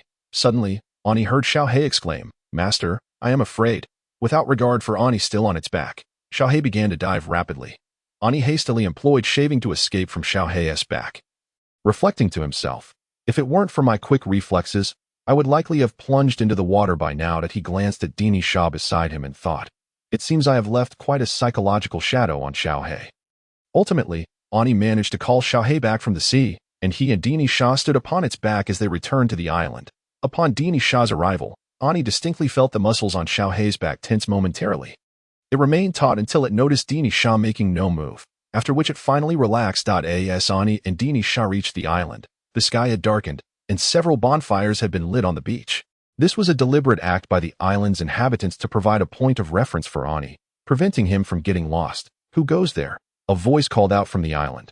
Ani shouted back, "It is I, along with Dini Shah." "Ah, Lady Dini Shah has returned."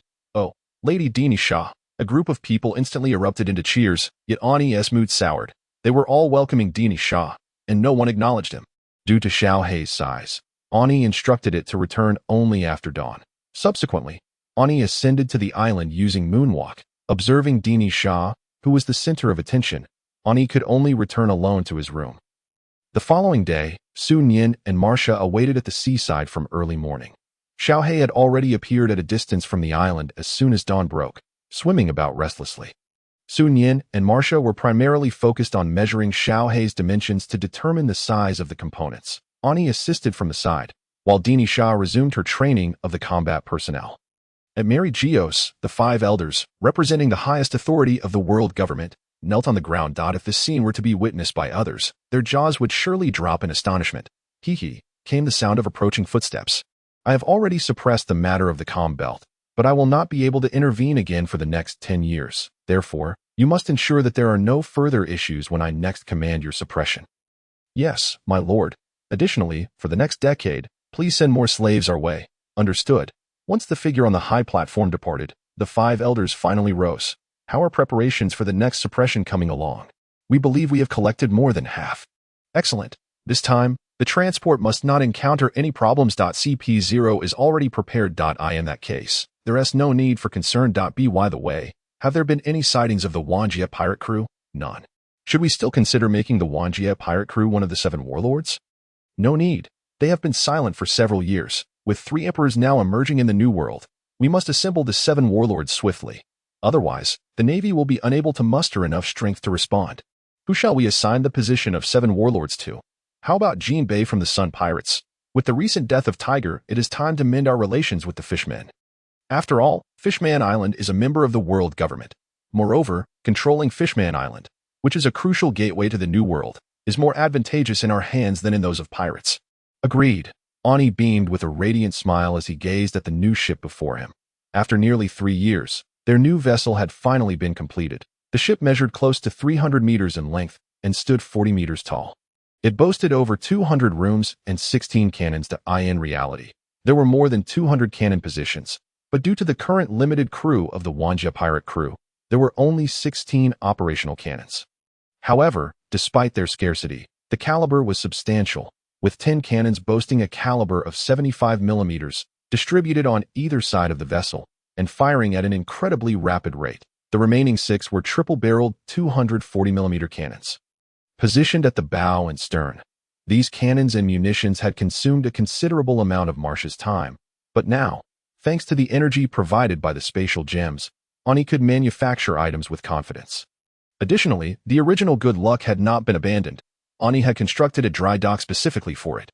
Today marked the completion of the ship and its inaugural test voyage.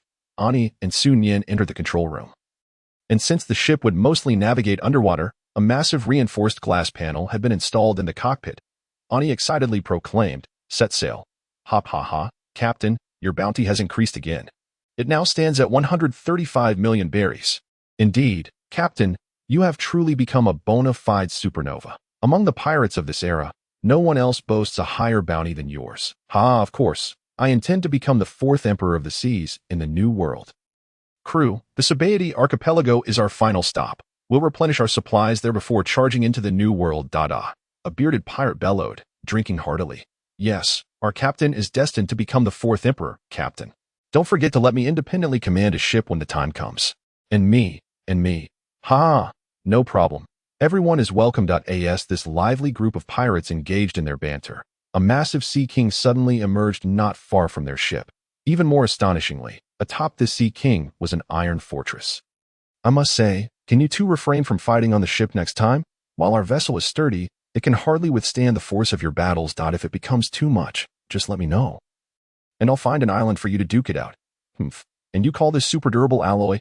It couldn't even withstand a single blow from Dini Shah and me. No. Do you even realize how powerful your strikes are? Not at all. At that moment, the previously boisterous pirates stood in stunned silence, their gaze fixed on the 3 figures that had suddenly appeared. Captain, a beauty. Look, I've never seen anyone so stunning. Indeed, Captain, such beauty could fetch a pretty penny. Sell? No way. Such beauty is surely meant for the captain and the first mate to take his wives. However, upon glimpsing the enchanting blue-haired beauty, Wei Bao contemplated, to hell with the 4th Emperor of the New World. If I were to choose between the position of the 4 emperors and that captivating blue-haired maiden, I would undoubtedly select the latter. Although the other golden-haired beauty seemed vaguely familiar, her identity eluded him. But what did it matter? At this moment, his sole desire was to claim the blue-haired beauty for himself. Men, we shall proceed. Wei Bao was poised to command his crew to launch an assault when suddenly he noticed a looming shadow encircling them. The shadow grew increasingly larger, prompting him to raise his gaze, and what he beheld left him wide-eyed in astonishment. A colossal ice sphere was descending upon them, its size far surpassing that of his ship. Boom, and he observed the pirate ship, utterly obliterated by the immense ice sphere, and remarked, "Estef, could you refrain from initiating our encounters with an ice meteor next time? I find the way they look at me quite unsettling." Present at the scene were an E and his companions. Although the leisurely voyage had concluded 2 months prior, they had spent over a month at sea trials to ensure the vessel's stability. A fortnight ago, in a bid to enhance the pirate crew's strength, an E had utilized all available rewards, including an abundance of cards. By employing replication cards, he had produced multiple upgrade cards, and now, an E's armament hockey and observation hockey had reached an advanced level. Not only him, but the hockey of other key crew members had also been elevated to its peak.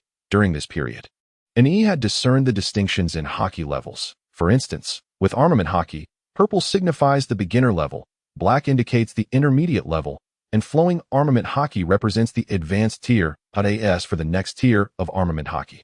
An E discovered that upgrade cards could no longer facilitate further enhancement. The system indicated that skill advancement cards were required. These skill advancement cards necessitated the fusion of 4 upgrade cards. After reviewing this, Ani could not help but curse, scoundrel. In addition to the upgrade and replication cards, Ani had also employed 2 character summoning cards. One of these summoning cards surprisingly brought forth a zombie from the Academy of Jean.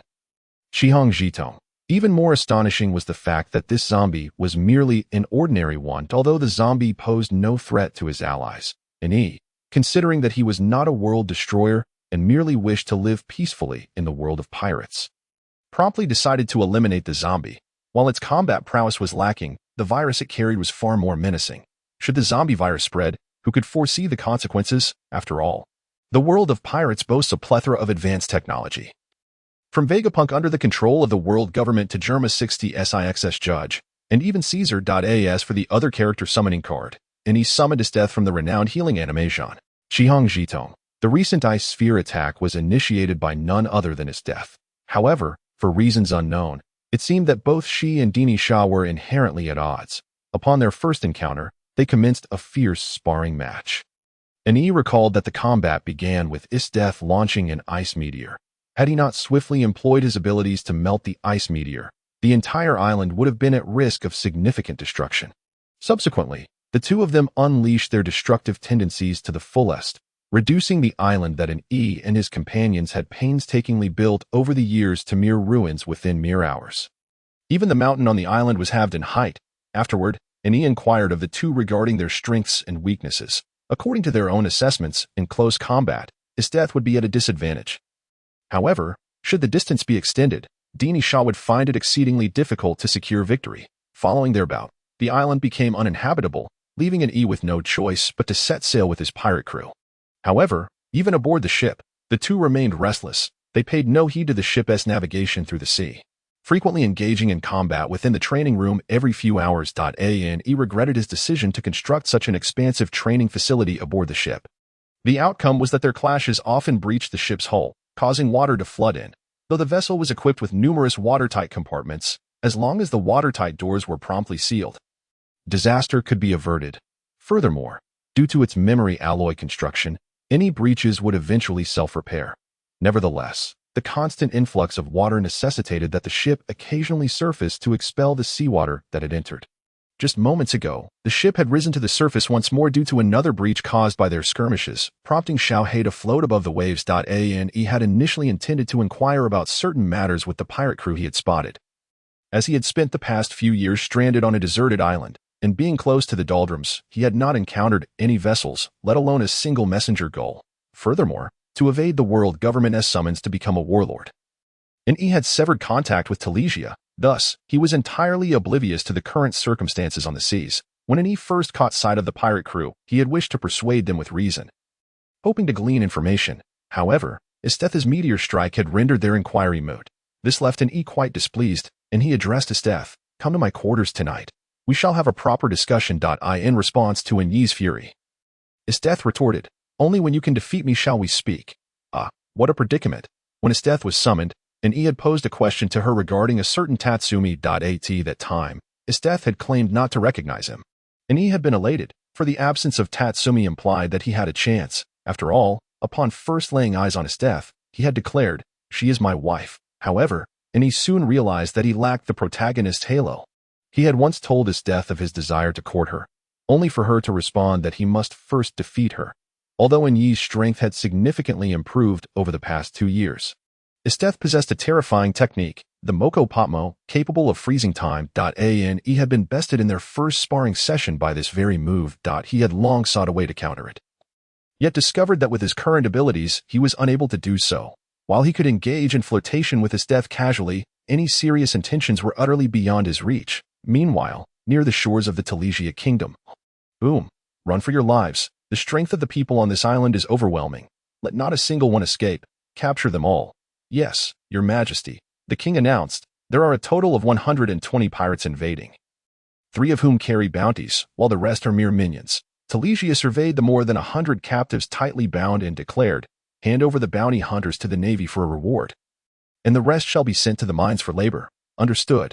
Ever since Ani imparted his haki to the people of the Telesia kingdom years ago, Telesia had been diligently seeking loyal individuals to teach haki. Presently, the number of individuals capable of haki on Telesia Island had exceeded 300.1. Could assert that in the first half of the Grand Line, Telesia Island ranked among the most formidable islands.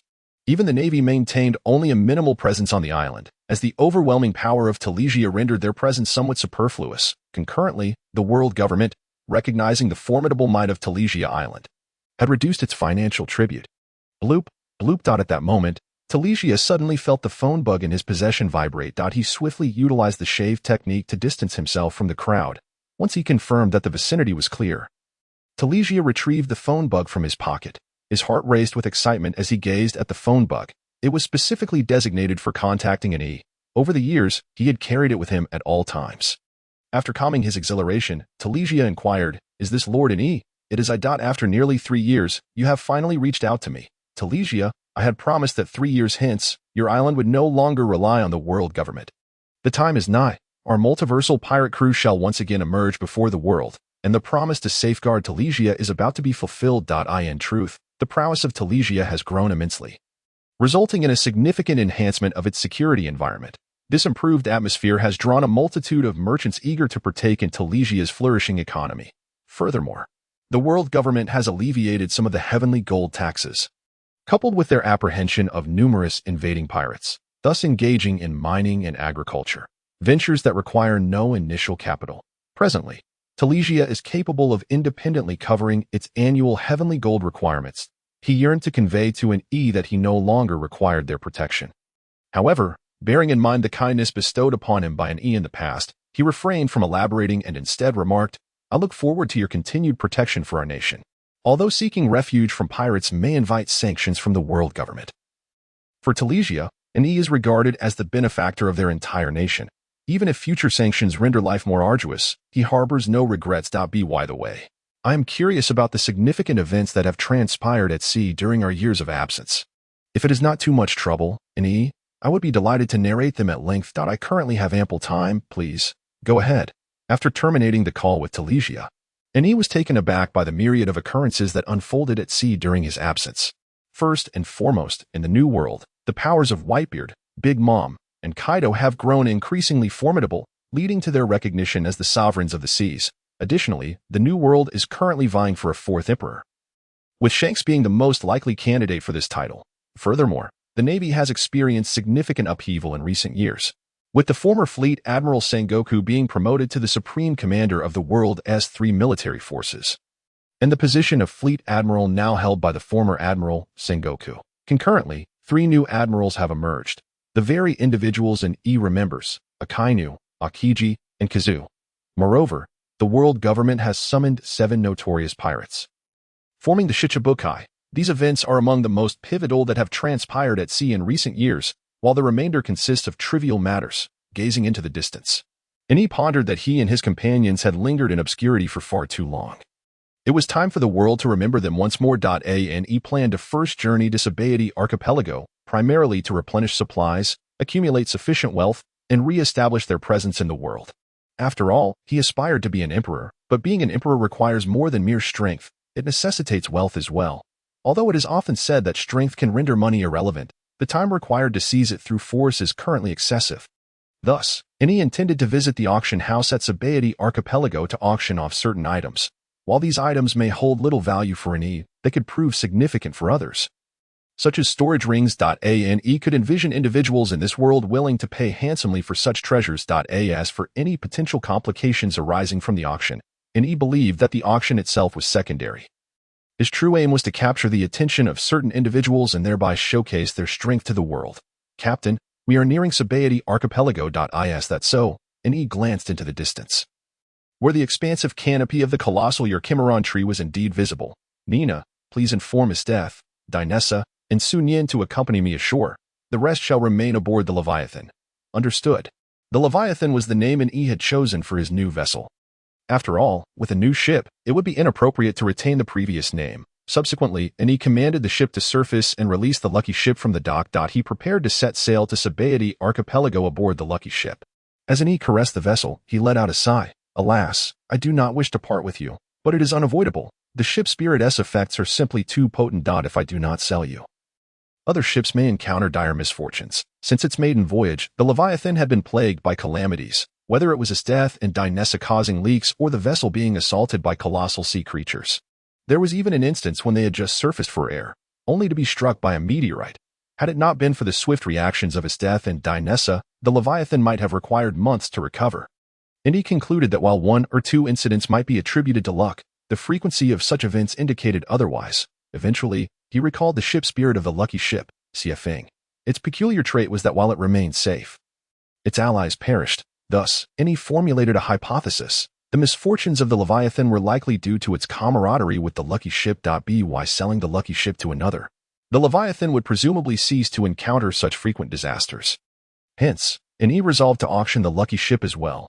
Regarding the potential repercussions of selling it, he concluded that parting with it would yield benefits rather than detriments. Firstly, the lucky ship was relatively small, rendering it insufficient for substantial naval battles. Its diminutive size also limited its operational radius, given the constraints on storage capacity. Secondly, selling the lucky ship to another faction, such as the Navy, was the prudent course of action.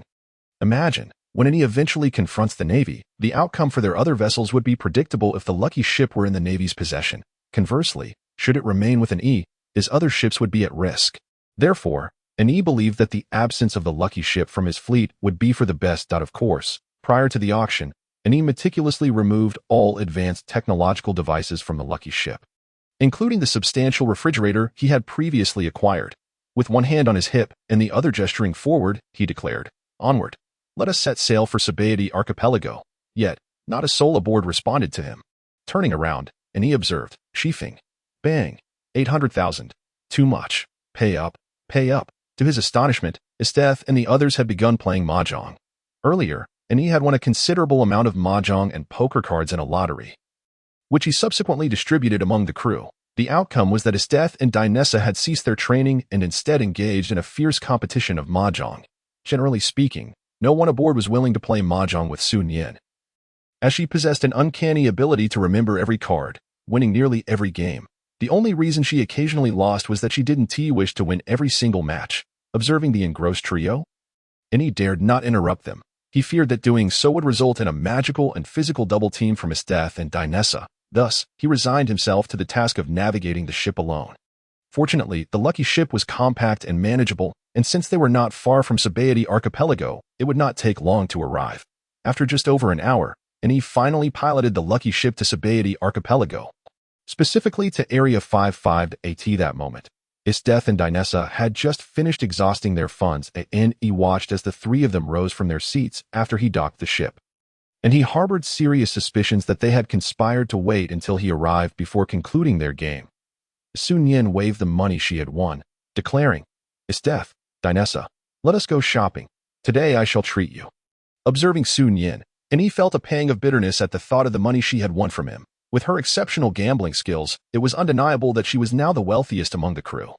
With over 100 individuals aboard, they had effectively become her personal cash dispensers, as long as she played mahjong or poker. Thus, when Sun Yin offered to treat them, he had no doubts about her purchasing power. "Captain, come shopping with us." He resolutely declined, not going. Sun Yin's decision to take and the others' shopping stemmed from the intention of utilizing as a mobile storage unit. Although each of them possessed a storage ring, its capacity was merely 1 cubic meter, leaving little room after accommodating their belongings. Therefore, Sun Yin sought to include intending to deposit their items into her storage bag. Just as declined, a stack of money materialized before her. Quickly employed her observation hockey to assess the situation. Indeed, the amount was substantial, exactly 200,000 berries. "Captain, join us for shopping. If you come along, this 200,000 will be yours," they urged. While hesitated, Dineshaw interjected, "Captain, can we really let 3 delicate ladies venture out alone? What if we encounter danger?" He glanced at the trio, internally musing, "You 3 delicate ladies, give you a moment, and you could likely sink the entire Satiate archipelago." However, her gaze fell upon the berries in Sun Yin's possession. Although the crew had funds, those were reserved for procuring supplies for emergencies, and generally, they were not to be touched, even if they resided in her storage bag. Sun Yin then waved the berries enticingly. He couldn't help but reflect on her earlier folly in teaching them mahjong. What a misstep that had been. Yet, considering her own meager resources, which even made a rat wish to donate, she ultimately decided to accompany them shopping, not out of greed for the 200,000 berries, but rather for the safety of his death and the others. After paying a fee to the port personnel, Annie docked the good luck and followed Sun Yin and the others on their shopping spree. According to the port signage, they headed directly to Area 35, ready to spend extravagantly. Consequently, merchants in Area 35 of the Satiate archipelago were all smiles today, as three beautiful women were on a shopping spree, purchasing items not one by one, but store by store. If something caught their eye, they would clear out the entire stock. This left the merchants in a state of joyful agony, as they had to pack up countless items for the trio. That day, many temporary workers were hired at premium rates by various merchants, all in a bid to expedite the packing of their wares. Having once inquired why they were buying so much, Annie learned that his death and her companions were not merely shopping for themselves, but also for the over 100 crew members aboard. As the storekeepers continued to pile mountains of goods before her, Annie resigned herself to dutifully stowing the items in her storage bag. However, she soon realized that she could only fit a portion of the goods. The remainder simply would not fit. A quick scan of her storage bag revealed that the 1,000 cubic meters of space was completely filled. This was not solely due to Sun Yin and her friend's excessive purchases, but because her storage bag already contained a significant amount of items, occupying most of the space. With no other option, Annie removed a bracelet from her arm, one that functioned as a storage device. Though its capacity paled in comparison to her storage bag, it still offered 250 cubic meters. Over the years, Annie had acquired dozens of storage items, including rings, bracelets, and necklaces. Yet her initial storage bag remained the most capacious. Handing the bracelet to Sun Yin, she stated, "You can use this storage bracelet for now. I will head to the auction house to clear out items for auction from my storage bag and return shortly." Sun Yin promptly seized the bracelet, declaring, "Go ahead." She then turned to his death and Daisha, saying, "I just spotted a shop with some lovely clothes over there. Let's check it out." "All right." Observing the trio's exuberance, Annie couldn't help but marvel at the innate talent for shopping that all women seem to possess. She then looked around, searching for a route to Area 1, recalling that there was an auction house there, presumably part of Don Quixote Doflamingo's enterprise. However, upon reaching Area 1, Annie found no auction house in sight. This left her somewhat perplexed. Had she arrived too early, before the auction house was established? A glance around revealed a desolate scene. Upon further reflection, she realized she had indeed come too soon. According to the timeline of One Piece, Doflamingo had not yet become a warlord of the sea. He was still a pirate, actively pursued by the Marines. Although Trasia had mentioned that the world government had gathered the 7 warlords, and he had not inquired about their identities. It seemed that Doflamingo was still just a pirate, thus unable to establish the auction house as a fixed enterprise.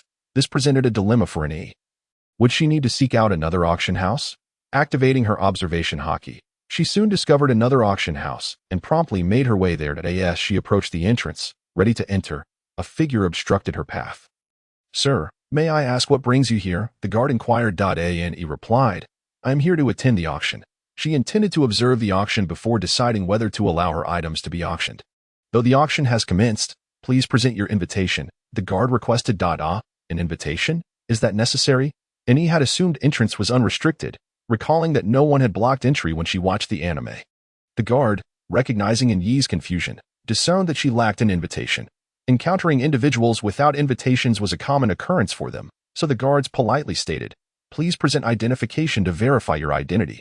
Observing the respectful demeanor of the guards, Annie mused, "These guards are quite courteous, not judging by appearances. In truth, the guards had no choice but to be polite. In this world, lacking an invitation did not necessarily indicate low status.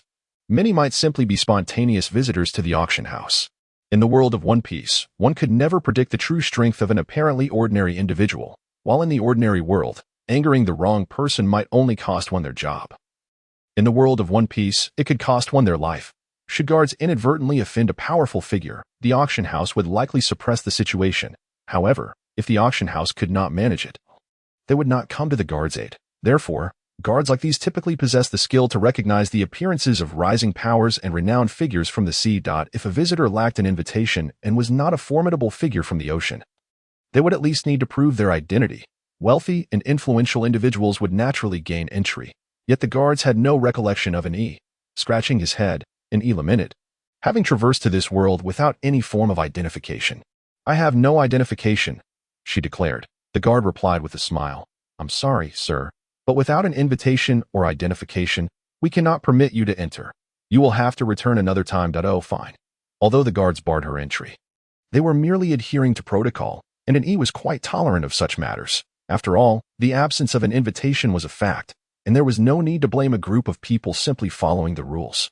However, at that moment, a group of individuals clearly identifiable as pirates strode past unimpeded, witnessing the guards not only allowing them entry but also greeting them with smiles, and he inquired.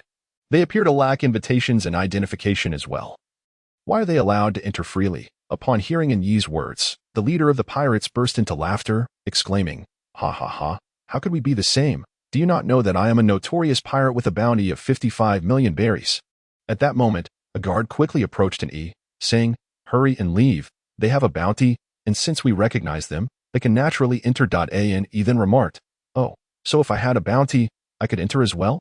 The guard, in a hurry, responded, "Yes, but you must have a bounty of at least 30 million berries to gain entry. You should leave now." In the face of the guard's persuasion, Ani merely remarked to the other guards, "Have you not noticed? I am also a wanted criminal." Ha ha ha. Before the guards could respond, the group of pirates erupted in laughter. The burly leader proclaimed, "You, that scrawny figure, I could blow you over with a single breath. You dare claim to be a fugitive? Ah ha ha ha.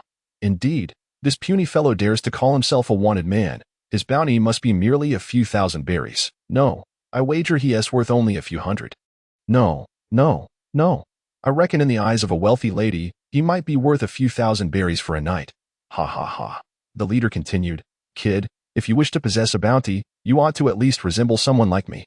As he spoke, he flexed his bicep in front of Ani. Observing the man's corpulent upper body and slender legs, Ani couldn't help but pity the brute's frail limbs. How could such thin legs possibly support such a massive torso?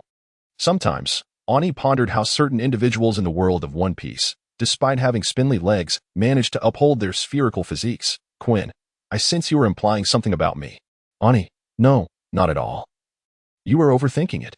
TSK. Ani's sound seemed to insult the burly man, who abruptly drew his sword, bellowing, "Prepare to meet your end."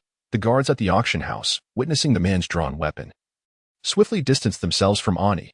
Meanwhile, the leader's crew shouted, "Go for it, Captain. Show this ignorant fool your prowess." To others, the man's movements appeared swift, but to Ani, they were as sluggish as a tortoise. He deftly dodged the man's sword strike and shouted, "Lushan Rising Dragon." Of course, Ani did not know the technique. He merely shouted for effect as he delivered a punch to the man's chin, sending him flying across the area, gazing at the distant figure of the brute. Ani muttered, "I used only a fraction of my strength yet sent him flying that far. Are the pirates of today truly this pathetic?" At the entrance of the auction house, a crowd stood in stunned silence. Observing Ani, the group of pirates drew their weapons, aiming them at him. Ani looked at the pirates and said, "I advise you." Bang! He had intended to persuade them to lower their weapons, as bullying henchmen would tarnish his image. Little did he know that they were either genuinely frightened or exceedingly brave, as one of them fired a shot. Ani sidestepped the bullet, then performed a swift maneuver, tossing each pirate aside with ease. After dealing with the rowdy group, Ani turned to the guards and inquired, "May I enter now?" The guards exchanged glances at the heap of pirates and nodded, saying, "Of course, but may I ask your name?" "Sir," Ani replied, "if you wish to know my name, you need only look at the bounty notice from 3 years ago to discover who I am." With that, Ani strode into the auction house, this time unimpeded. However, after taking a few steps, he turned back and tossed something to the guard who had spoken kindly to him earlier. "This gold is a reward for you." The guard was momentarily stunned before exclaiming, "Thank you for your generosity, sir." Why would Ani, in such dire straits, still offer a bounty? Firstly, it was only that guard who had treated him with kindness. Ani believed in the principle of mutual respect. If one treats me with an inch of courtesy, I shall return it with a mile. Moreover, the piece of gold he tossed was the smallest of several he had just acquired from the pirates. The rest remained tucked away in his satchel. You may wonder how Ani discovered the gold on the pirates. He simply stated, "I can sense millions of berries in a second using observation hockey, so detecting a couple of pieces of gold is a trivial matter." As for his proficiency, he could only attribute it to practice. After all, these past few years, besides regular training, he had engaged in some unique drills, such as blindfolding himself and having over 100 beautiful women adorn him with small items, relying solely on his observation hockey to retrieve them. Such training was a source of great enjoyment for Ani, not merely because it honed his skills but also due to the delightful company. For 100,000 berries, I bid 450,000. Humph. You think 450,000 is enough? I bid 500,000 berries. As Ani stepped into the auction house, a cacophony of fervent voices reached his ears. Upon closer inspection, he saw a necklace adorned with numerous gemstones displayed prominently on the auction stage, inciting a frenzy among the attendees. 600,000. Once. 600,000. Twice. 600,000. Thrice. Sold. Congratulations to this gentleman for acquiring the rainbow gem for 600,000 berries. Next, we shall auction delicious beer from Kaninga Island. 10 barrels in total. The auctioneer gestured for the display of the wooden barrels. Finally. I must secure this, no matter what. Humph. You won last month. You think you can again this month? Not a chance. No one dare compete with me. If you do, I shall become furious, scared of you. Ani gazed in astonishment at the crowd, who were fervently arguing over a few barrels of beer. Their faces flushed with excitement and tension palpable. He glanced at the barrels on stage, wondering what the fuss was about. Kohahaha. This time, I absolutely must buy it. I intend to gift it to my father for his birthday. Just then, Ani noticed a particularly striking figure in the auction house. The individual had their back to him, sporting long pink hair not belonging to a woman, but rather a burly man, characterized by a protruding tongue and a black spider tattoo on his head. This was none other than Skuyard, the captain of the pirate crew under Whitebeard. Ani felt a surge of curiosity at the sight of him. After all, he belonged to one of the formidable pirate crews active in the New World and was unlikely to appear in the first half of the Grand Line. Ani was intrigued as to what could possibly attract Skuyard's attention to this auction. The auctioneer called out, 10 barrels of delicious beer from Kaninga Island. Starting bid of 100,000 berries. Each bid must increase by no less than 10,000 berries. I bid 200,000. I bid 300,000. Ani watched, dumbfounded, as the crowd descended into fervor from the outset, thinking to himself, have these people lost their minds? Selling a barrel of beer for 10,000 berries is already outrageous. And they are doubling the price without a blink. This is absurd beyond measure. This ignited Ani's curiosity, and for a moment, he too wished to sample the beer. Yet, glancing at his empty wallet, he ultimately decided against it. Nevertheless, he felt a nagging sense of familiarity with the name Kaninga Island, though he could not quite place it. Meanwhile, in the auction house's office, a group of staff members was rummaging through a pile of bounty notices. A sharply dressed man sipped red wine while observing his subordinates at work. Beside him stood the guard who had just received gold from Ani. Harry was the head of this auction house, and he had just received news from the guard at the entrance regarding an individual of considerable strength. With a single punch, he vanquished a pirate with a bounty of 55 million berries, thus gaining entry into the auction house. Surprisingly, the guards at the entrance failed to recognize his identity. However, the individual did leave some clues behind. He instructed the guards to check the bounty notices from 3 years prior. For a formidable warrior to be obstructed by his own guards posed quite a predicament. Fortunately, given the current circumstances, this powerful figure appeared to be rather amenable. Found it, a staff member exclaimed. Harry turned to the guards and said, "Take a look. Is this the esteemed individual?" Indeed. Upon approaching for a closer inspection, the man immediately affirmed, "This is the one." Harry beckoned, "Bring it to me. Let me take a look." The guard presented the bounty notice of an E to Harry. Harry scrutinized the image on the notice, then compared it to the footage captured by the surveillance system. Though an E appeared somewhat thinner and darker than depicted, it was unmistakably the same person. As Harry glanced at the bounty amount, he was taken aback to find it was merely 50,000 berries. Fearful that he had misread, he counted the digits repeatedly, confirming it was indeed 50,000 berries. Harry pondered, 50,000 berries. Does this classify as a wanted criminal? Given his value, even the most trivial items at his auction house would far exceed 50,000 berries. Again, he gazed at an E on the screen, only to see an E lift his head, smile at the camera, and wave his hand. It was evident that he had noticed the presence of the surveillance snail. A chill ran down Harry's spine. The surveillance snails in the auction house were cleverly concealed and camouflaged, and in all the years of its operation, no one had ever detected them. Harry once more examined the bounty notice in his hand. Observing closely, Captain of the Wangia Pirates, Lucky and E, bounty of 50,000 berries. Wangia Pirates, hadn't he heard that name before? Lost in thought, Harry suddenly found himself rummaging through a pile of bounty notices. "Manager, what are you searching for? Perhaps we should assist," a nearby staff member inquired, but Harry remained silent, his pace of searching growing increasingly frantic. Before long, he uncovered several bounty notices. Staring blankly at them, 255 million berries. For 100 million berries, the notices in his hand only pertained to an E and D Nisha. Gulp. Harry couldn't help but swallow hard, then turned to say, Immediately escort that gentleman to the VIP area and treat him with the utmost respect. The others momentarily stood in shock. Observing the dazed expressions of those around him, Harry raised his voice. Did you not hear what I said? Hurry up. If you offend him, it won't just be you. ILL also faced consequences. Once the others realized Harry would also be penalized, they sprang into action. 5,240,000 berries sold. This batch of wine was finally purchased by Squard. And he watched Squard in delight as he led his crew to claim 10 barrels of beer, hastily departing as if fearing theft. And he couldn't help but marvel at the exorbitant price of the beer. Even if each barrel weighed 100 Jane, 10 barrels would only amount to 1,000 Jane. Such a quantity could easily be consumed in a single sitting by those who drink hundreds of Jane in one go. Yet, this modest amount of beer sold for 5,240,000 berries, equating to over 5,000 berries per jin. He mused about the staggering profit margins. His curiosity about the wine was rapidly increasing. Ladies and gentlemen, we are now entering the segment of the slave auction though. Upon hearing the mention of slaves, the crowd erupted in excitement. The first slave was brought forth. TSK. The appearance of the first slave did not elevate the atmosphere. Instead, it was met with boos. However, and he wore a smile. He gazed at the elderly man on stage, spectacles perched on his nose, and softly murmured, Dark King, Rayleigh. The initial bidding price for this slave was set at 200,000 berries.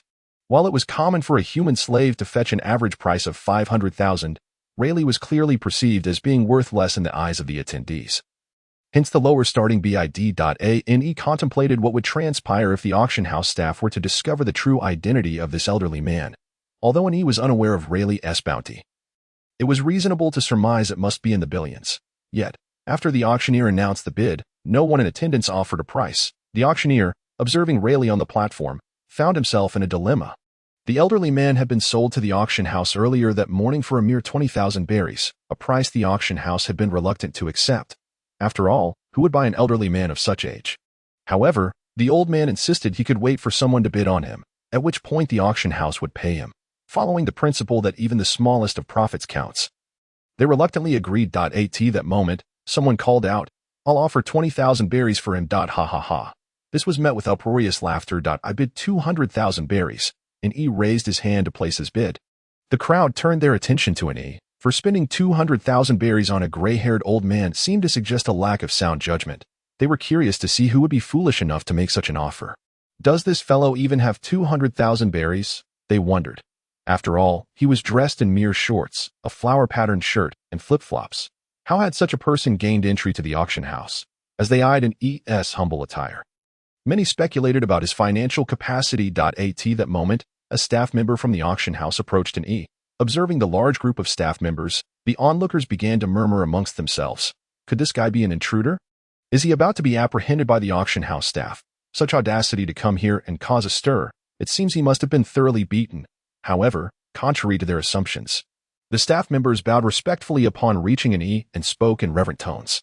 It is an immense honor for someone of your stature to grace our auction house. Please, allow us to escort you to the VIP area. And he replied, No need. This place is quite satisfactory.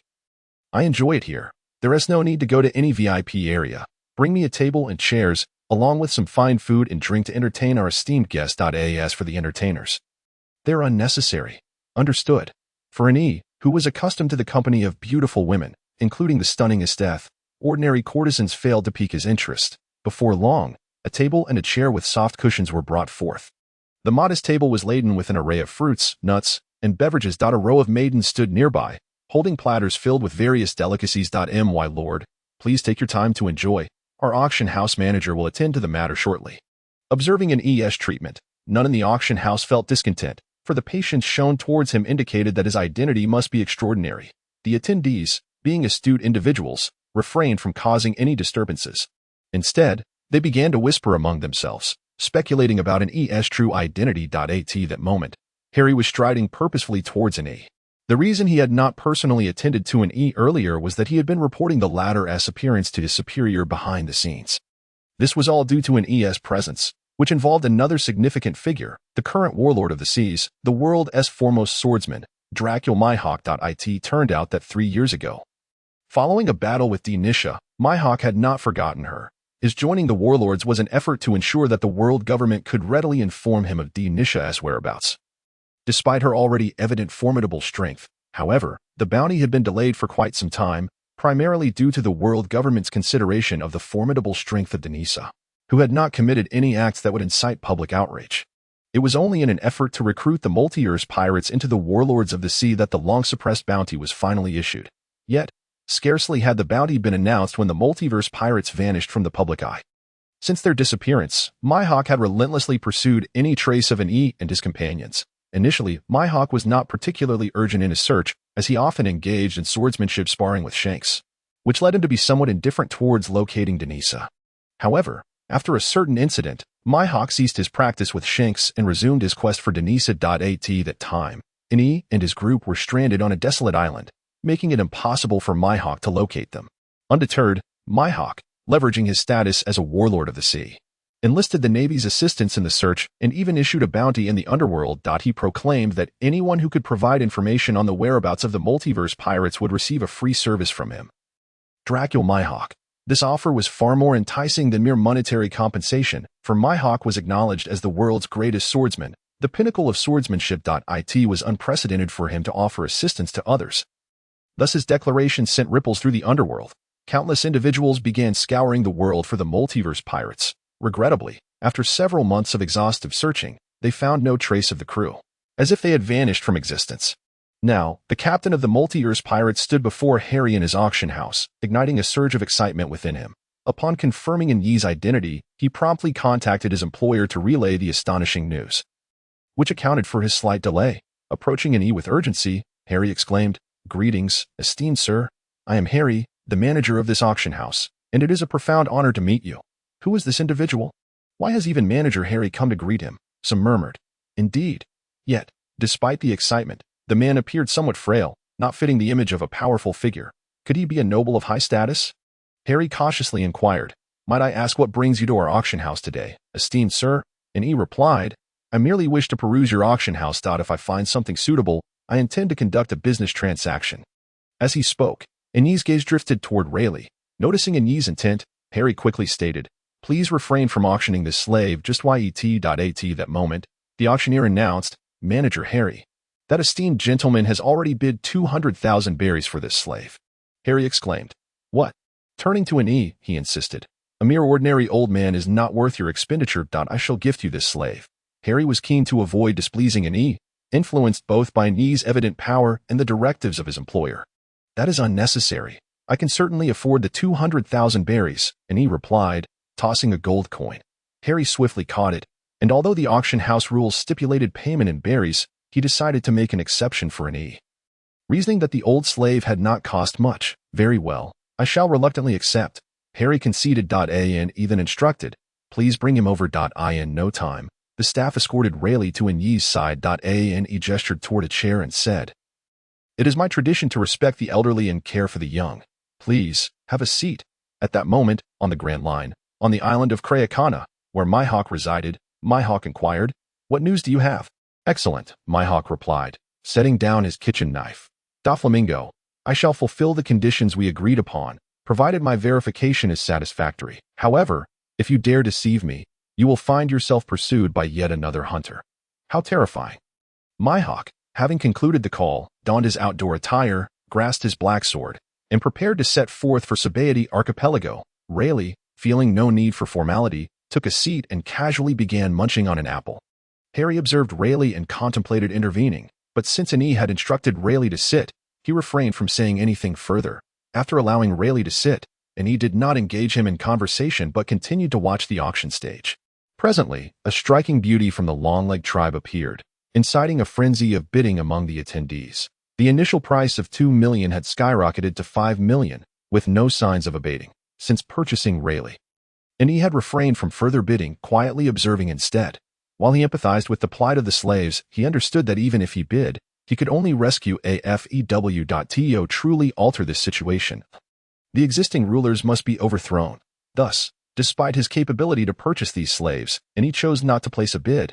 Ladies and gentlemen, today's auction has concluded successfully. If you enjoyed the event, we invite you to join us again in 3 days for our next auction. The auctioneer announced, disappointed not to have seen any merfolk, of whom Yi was quite curious. Yi watched as the attendees began to disperse. Before departing, Minnie cast glances at an E, eager to memorize his appearance for future inquiries into his identity. Unperturbed by the gazes of others, an E waited until most had left before addressing Harry. Please find a secluded place where we can converse without interruption.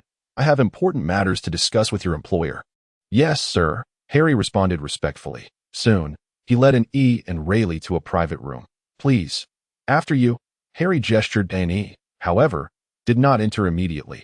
Instead, he retrieved a handful of peanuts from his pocket and flicked them against the wall.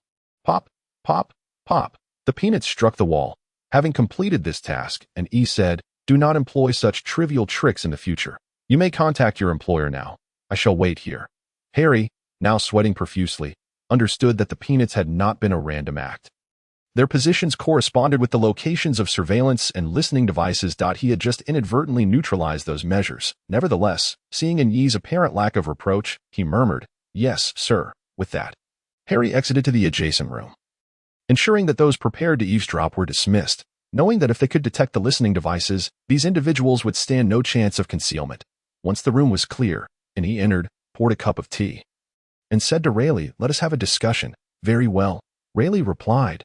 Sitting across from NY.AS, Rayleigh was about to sip his tea, and he inquired, might I ask how much I could receive if I were to hand you over to the Navy?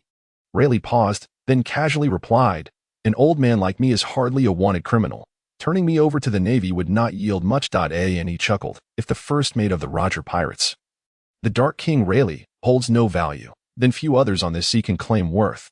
Rayleigh gazed at an E, a formidable aura gradually rising within him. The presence of a stranger who could effortlessly reveal his identity and possessed remarkable strength posed a significant challenge for Rayleigh. Just moments before entering the room, an E had already demonstrated his formidable observation hockey and armament hockey. Initially, Rayleigh intended to gauge his opponent using his own observation hockey, only to discover that he was utterly unable to perceive an ES presence. Rayleigh understood all too well that such a situation could arise only from one possibility, and Yi's observation hockey was equally formidable. Otherwise, it would not have been able to nullify Rayleigh's own. Furthermore, the previous display of armament hockey was not something an ordinary individual could achieve. With a mastery of hockey as profound as An Yi's, he could easily ascend to a senior position within one of the Yonko's pirate crews in the New World. Relying solely on his hockey prowess, observing the escalating tension in Rayleigh, and he spoke, Your Excellency, the Dark King, please remain calm. I harbor no ill intentions. I merely wish to request a favor. As he spoke, and he produced a stack of money and pushed it toward Rayleigh. Your Excellency, this money is for you. Seeing the pile of berries before him, Rayleigh chuckled. This little fellow is quite courteous. I wonder what favor you wish to ask of me. For Rayleigh, receiving money was a positive development. Whether or not he would fulfill the request hinged entirely on his discretion, as he had not committed to anything. Upon noticing Rayleigh accept the money, and he remarked, it is not convenient to discuss the matter here. Your Excellency, please return to the bamboo bar number 13, and I shall come to find you afterward. The mention of the bamboo bar immediately put Rayleigh on edge. While recognizing him could potentially stem from his previous bounty, knowing about the bamboo bar suggested a deep understanding of his background. Rest assured, although I'm aware of many matters concerning Your Excellency, I would never intrude upon the world you share with Lady Shachi. Though An Yi's words seemed to offer reassurance, Rayleigh recognized them as a display of An Yi's intelligence network aimed at ensuring he would not renege on his promise. In truth, An Yi had no such network. He was merely relying on his knowledge gleaned from watching anime. That moment, and he sensed Harry's presence through his observation hockey and declared, Your Excellency, let us conclude our conversation for today. Rayleigh acknowledged this and replied, Very well, I shall take my leave. Please do. As Rayleigh prepared to exit the room, An Yi posed a question that had long puzzled him. Your Excellency, if you were to sell yourself to the auction house, would anyone truly bid for you? After all, Rayleigh was an elderly man, and individuals of such age typically held little appeal to potential buyers, who might view them as lacking utility or companionship. And he genuinely could not fathom who, aside from himself, might be interested in purchasing Rayleigh. Rayleigh chuckled, I may be an old man, but I am not without my charms. A few wealthy older women would certainly be willing to spend their money on me. Ha ha ha, An Yi mused, watching the dashing Rayleigh depart, reflecting that it seemed wealthy women were not solely enamored with youthful beauty. At that moment, Harry entered the room, holding a snail phone. He made no inquiries regarding Rayleigh's departure, fully aware that sometimes silence was preferable in the interplay between his boss and the powerful figures around him. Sir, we have a call from our boss. Observing the appearance of the snail phone, And he inquired, "May I ask who is calling? I am a meter. Pray tell, what business do you have with me?" And he thought to himself, "So it is Umeter, the overseer of the transportation industry. I have a batch of items I wish to auction at your establishment. Oh, typically, we do not entertain just any items. Might you provide a preview? Of course, however, the auction house is rather cramped for demonstrations. Please send someone to accompany me outside, and I will ensure they have a proper viewing." "Very well, Harry, accompany him or .ane. "Yes, boss." Umeter then asked, "What are your thoughts, everyone?" A figure with a bird-like head replied, "I have no objections. I am merely interested in the news. The re-emergence of the multi-years pirate crew after a 3-year absence is certainly headline-worthy." This individual was none other than Morgans, the titan of the news industry and president of the World Economic News Agency. Gibson interjected, "But does a pirate with a bounty of 250 million berries truly warrant such attention? My interest extends beyond him. I am also curious about the silver-eyed swordsman affiliated with the multiverse pirate crew. Remember, 3 years ago, he was a match for my hawk, who even offered conditions to seek him out." Under Harry's guidance, he arrived at a walled courtyard. Surrounding the courtyard were several tall towers, each manned by armed personnel. In the center stood 3 enormous screens, accompanied by several image snails, observing the arrangement. And he nodded in approval and remarked, "Very good. At that moment, the 3 large screens illuminated, revealing 3 faces. The most striking among them was Morgan's, for amidst a crowd of normal heads, a bird-headed figure was bound to capture attention. And he recognized that these individuals were likely the masterminds behind the auction house, and he felt no surprise at this revelation. It seemed this auction house was a joint endeavor among the 3. Morgan spoke, "Might I inquire what you wish to auction, Mr. N.E.?" Without uttering a word, N.E. produced a black longsword. This sword appeared quite ordinary, save for the peculiar black substance enveloping its exterior. Holding the sword, N.E. asked, "Harry, do you know swordsmanship?" Harry, caught off guard by N.E.'s sudden inquiry, stammered, "Not at all." Upon hearing this, N.E. handed the longsword to him. Harry stared blankly at the sword in his hands. Still processing how he had come to hold it, he then retrieved a hefty iron rod, at least 5 to 6 centimeters in diameter, and instructed Harry, "Strike this iron rod with force." Faced with N.E.'s request, Harry glanced at his 3 bosses, who all nodded in unison. Reluctantly, he complied, raising the longsword and swinging it down with all his might. Clang! The black longsword effortlessly severed the iron rod in 2. The 3 figures on the screens were left astonished, while Harry himself gaped at the sword in his hand, acutely aware of his own limitations. To put it simply, while he was not entirely powerless, he was no stronger than an average person. He could never have achieved such a feat with the iron rod. As the manager of an auction house, he quickly realized that the extraordinary event was solely due to the sword he held. He hastily lifted the sword and the severed rod toward the screen for his bosses to examine closely. In contrast to Harry's bewilderment, Morgan's and his companions pondered more deeply. They understood the significance of a swordsman's capacity to cleave iron. It was a crucial indicator of their reputation. When a swordsman attained the ability to slice iron, their fame would invariably follow. A swordsman who had not reached this threshold was merely a third-rate character. They were well aware of Harry's status. Had he been capable of slicing iron, he would not merely be a manager at the auction house. Harry's remarkable feat of cleaving the iron rod had already provided ample evidence of the sword's sharpness.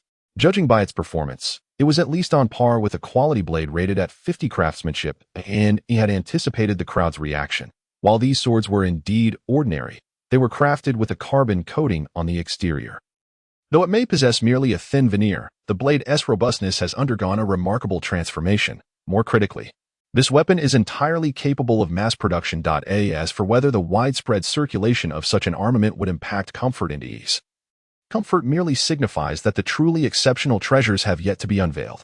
For weapons of this caliber, my own pirate crew finds them unnecessary. The combatants within my crew wield armaments crafted from Martha's memory metal, which is further coated with multiple layers of carbon. Moreover, the carbon coating is, in essence, a consumable.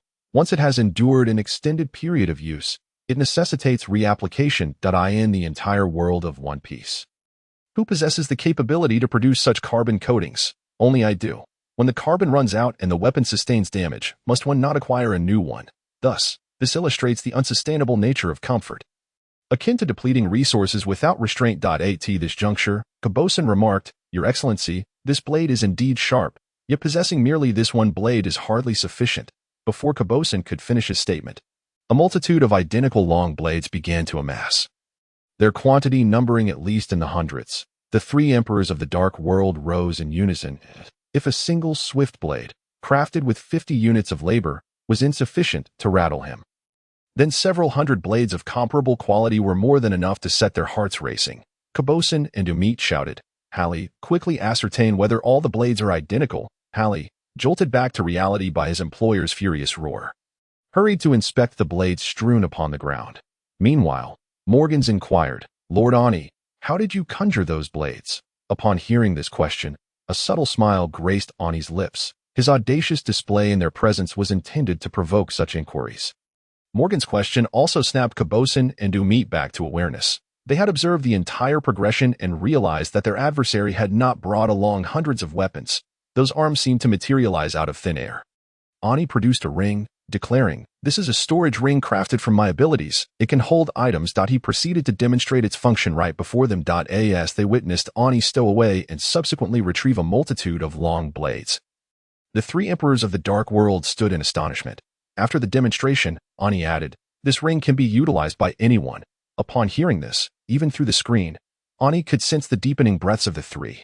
However, when Ani mentioned that the ring's capacity was limited to 1 cubic meter, Cabosin and Umit's expressions turned to one of dismay. One must understand that one was a shipping magnate and the other a storage tycoon. If only they had access to a storage solution of vast proportions, they would undoubtedly have relished it. However, 1 cubic meter was rather inadequate. After all, their possessions were often as sizable as entire ships or warehouses.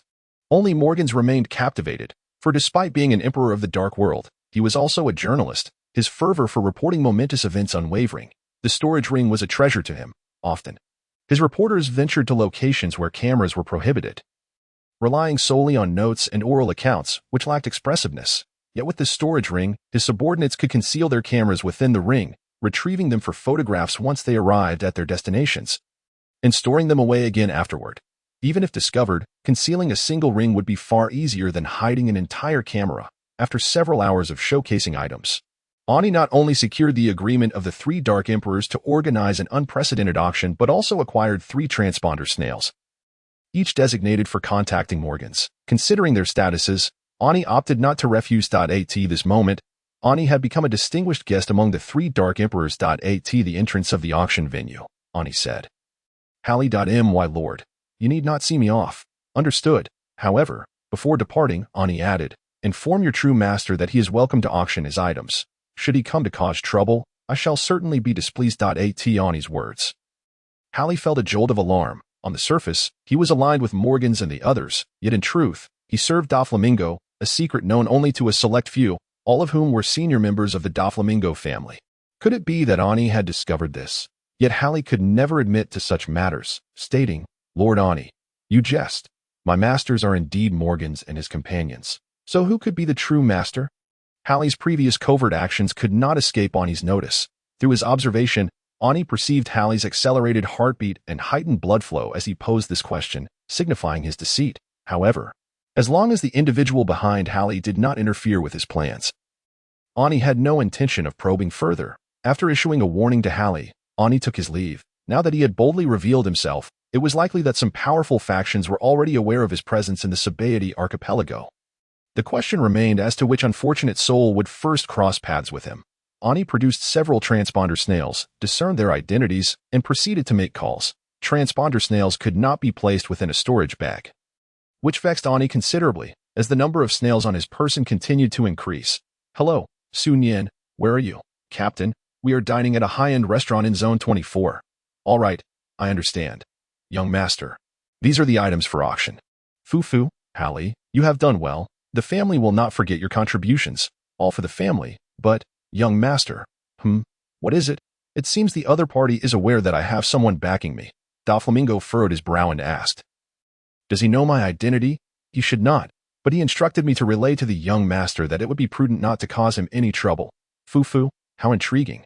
I understand. You may continue your duties. Yes, young master. After hanging up, Doflamingo felt a twinge of annoyance. Though he was a pirate, he had long since devised a plan.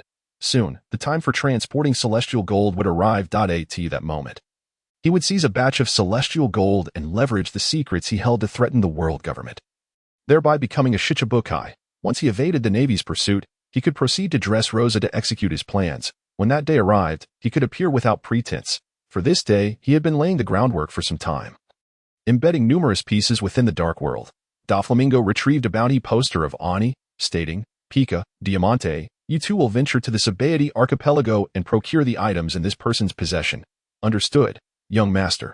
Although Hallie had warned Doflamingo not to provoke Ani, Doflamingo was not one to obediently heed such counsel. To encapsulate Doflamingo in a single phrase, he was not a good child who would comply without experiencing a beating first.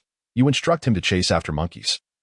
Yet he is compelled to pursue dogs. You direct him east, and he invariably heads west. Moreover, the allure of the possessions in the hands of an E is simply irresistible.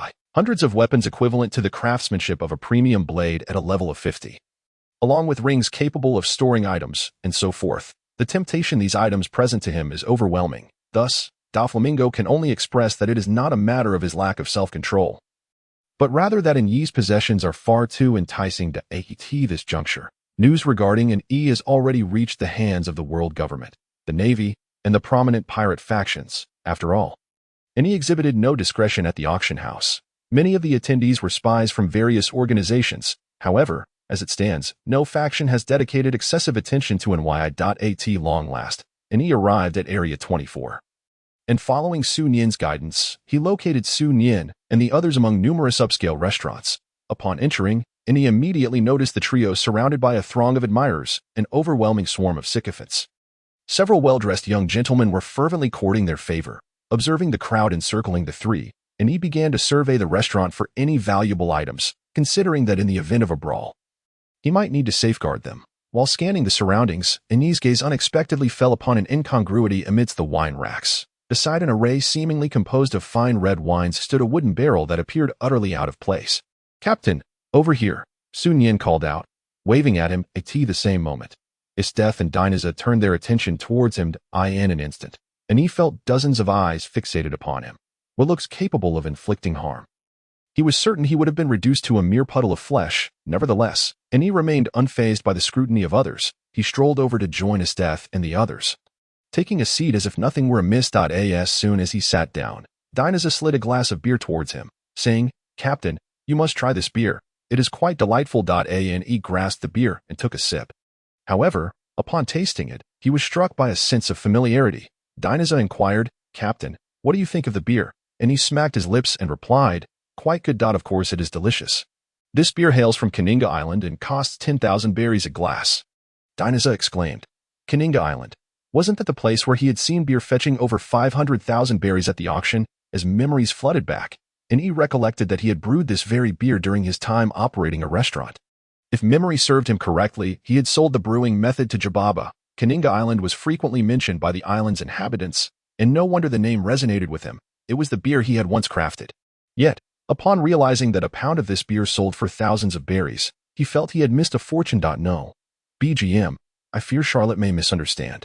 Esteth and the others observed in Yi's sudden despair, momentarily puzzled by how a mere sip of beer could evoke such a reaction. At that moment, a flamboyant young man interjected, Ladies, I possess a 5,000 square meter villa, a 20,000 square meter garden, 100 maidservants, and an unfathomable fortune in berries.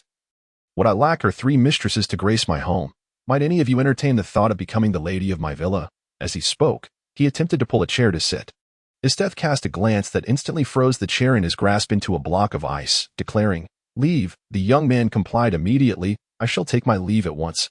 Others witnessing Esteth's prowess wasted no time in dispersing.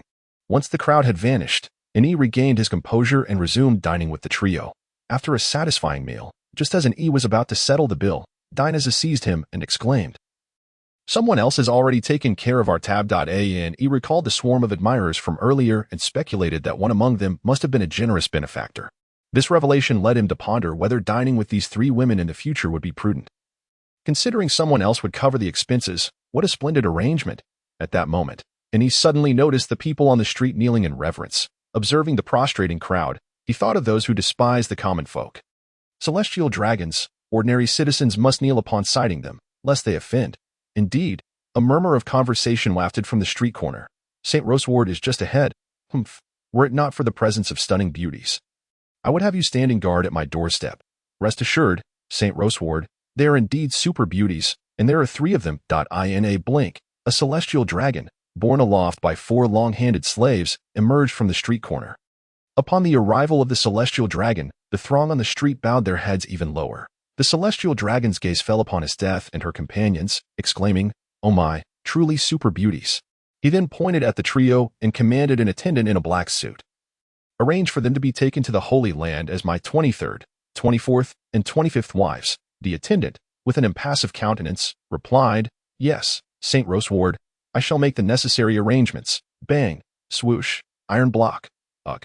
Just as the celestial dragon finished speaking, Sun Yin fired a shot, which was deflected by an attendant in a black suit using an iron block. However, Sun Yin's bullet was not easily dismissed. The attendant collapsed under its impact. That moment, the celestial dragon remained in a state of bewilderment, utterly unaware of the chaos unfolding.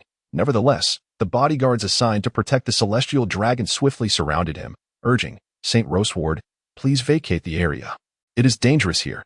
No sooner had the bodyguard spoken than the golden-haired, silver-eyed swordswoman approached, preparing to resist, only to suddenly feel her head spinning. In the end, she beheld the retreating figure of Saint Roseward and thought, "Wasn't I just in front of Saint Roseward?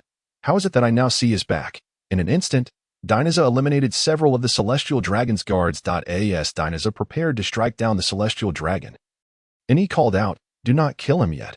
At Ani's urging, Dinaza altered her attack from a lethal strike to a blow, restraining most of her strength.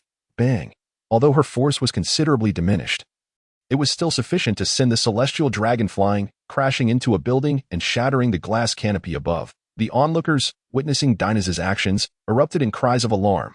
"Run! Someone is attacking a celestial dragon!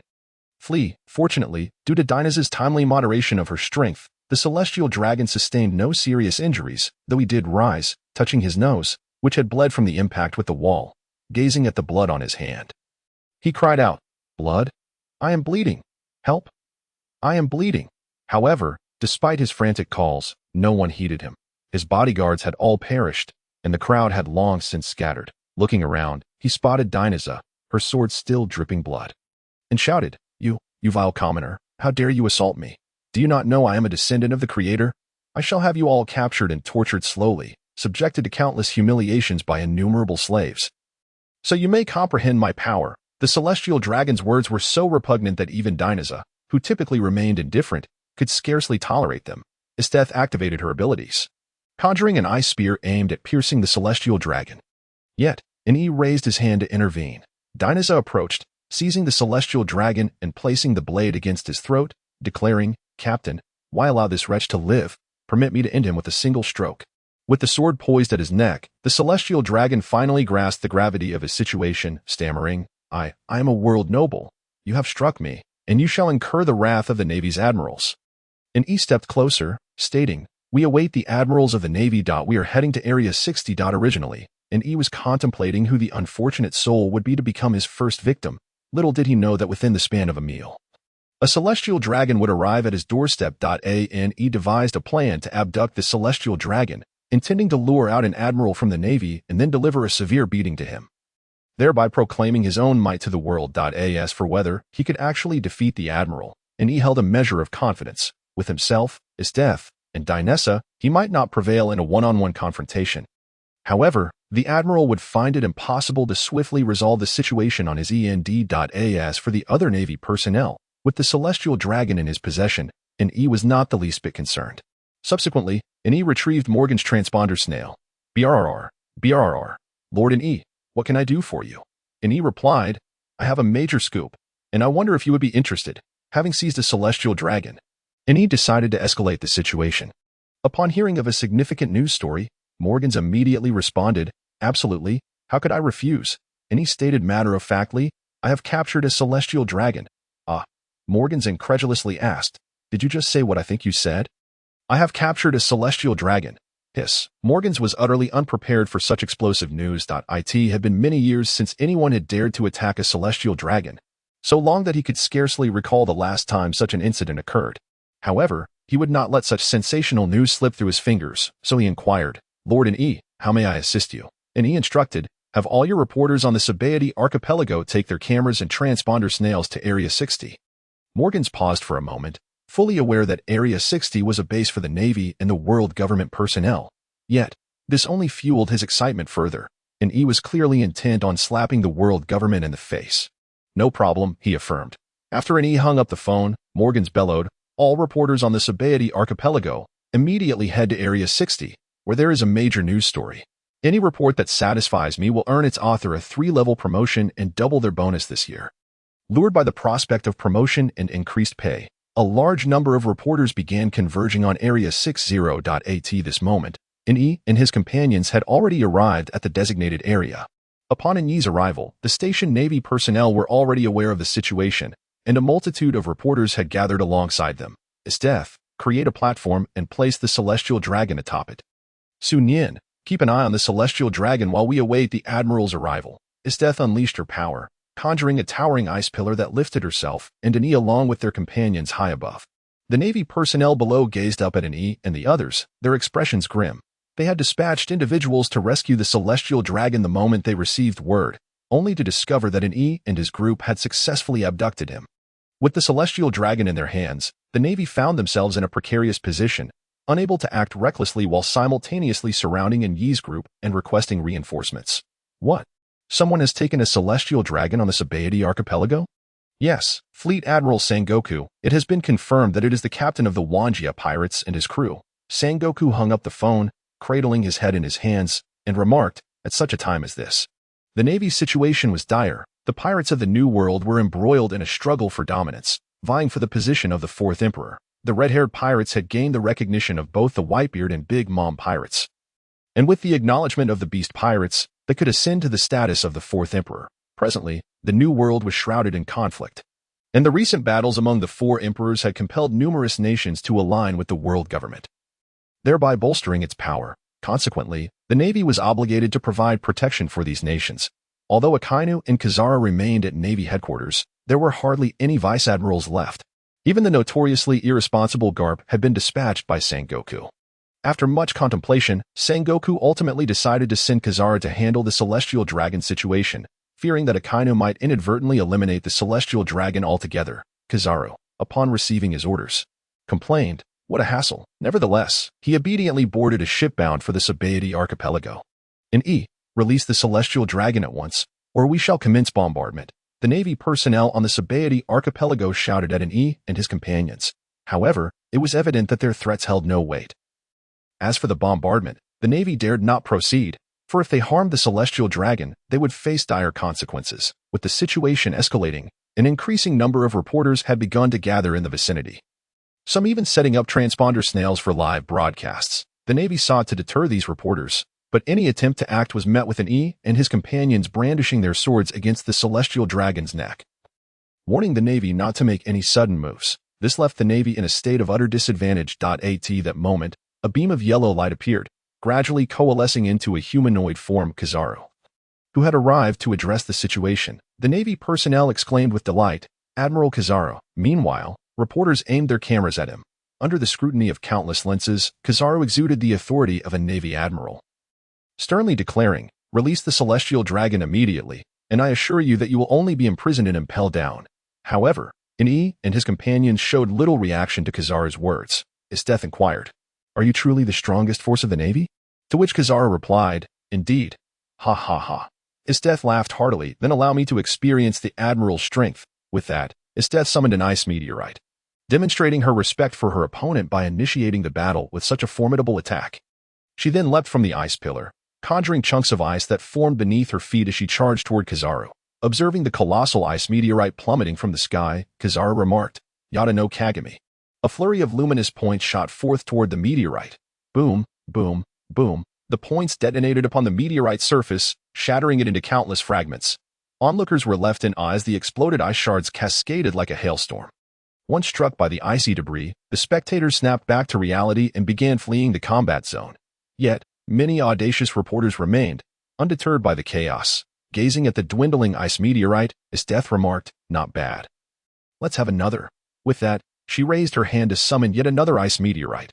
"How terrifying," Kizaru exclaimed, though his words belied his swift actions as he unleashed another barrage of light points, obliterating the second meteorite into pieces.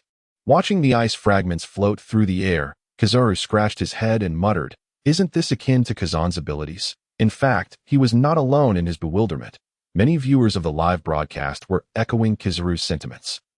Isteth's powers bore an uncanny resemblance to Akiji's, making it impossible for anyone to overlook the similarities. However, Kizaru soon found himself too preoccupied to ponder the matter further. Amidst the swirling ice shards, Isteth emerged, sword in hand.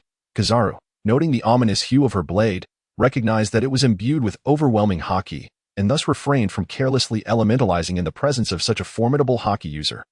Instead, he declared, Tento Mirakumo. He conjured a light sword using his powers and engaged in a fierce clash with Isteth's weapon. As Kizaru and Isteth engaged in a fierce battle, far away in the west blue, Akiji received a call from Sengoku. Sengoku-san, what is the matter? Akiji had barely answered the phone when Sengoku blurted out, Kazan, you're still alive. Akiji replied, yes. He was left momentarily bewildered by Sengoku's question. He hadn't offended the fleet admiral in any way. So why did Sengoku greet him with such an ominous remark? On the other end of the phone, Sengoku let out a sigh of relief, observing the formidable Isteth on the screen, who was summoning and launching ice meteors in her assault. Sengoku initially mistook her abilities for Akiji's freezing powers. He hastily called to inquire about Akiji's well-being, for the powers of a devil fruit resurface upon the death of its user. Coincidentally, Akiji had been absent, having traveled to the West Sea for some matters, which left Sengoku in a state of concern. Fortunately, Akiji proved to be unharmed. With this confirmation, it became evident that the woman wielding ice powers bore no relation to Akiji's fruit abilities. She must possess a different capability altogether. Sengoku then asked in a serious tone, Kazan, do you have a daughter? Akiji's heart skipped a beat as he thought, could it be that my relationship with Nico Robin has been revealed? That's impossible. I always venture out alone, and Sengoku has no reason to know. Akiji feigned ignorance, replying, Fleet Admiral Sengoku, what are you talking about? How could I possibly have a daughter? You know my circumstances, don't you? Sengoku fell silent again. As the three admirals represented the Navy's most formidable forces, no one understood their situations better than the Navy itself. After all, having ascended to the rank of admiral, any identity issues would render the Navy's intelligence department utterly inept. Though Akiji could be somewhat flippant, he truly had no daughter. Sengoku finally stated, oh, I see. Before hanging up the call, Akiji was left bewildered, pondering why Sengoku would pose such a peculiar question. Was he, perhaps, provoked by Garp? Regardless, he decided to return to his slumber. At this moment, on Satiate Archipelago, Area 60 lay in utter disarray. The ground was strewn with ice shards and deep craters, as a massive trunk of a Yakamama tree lay toppled.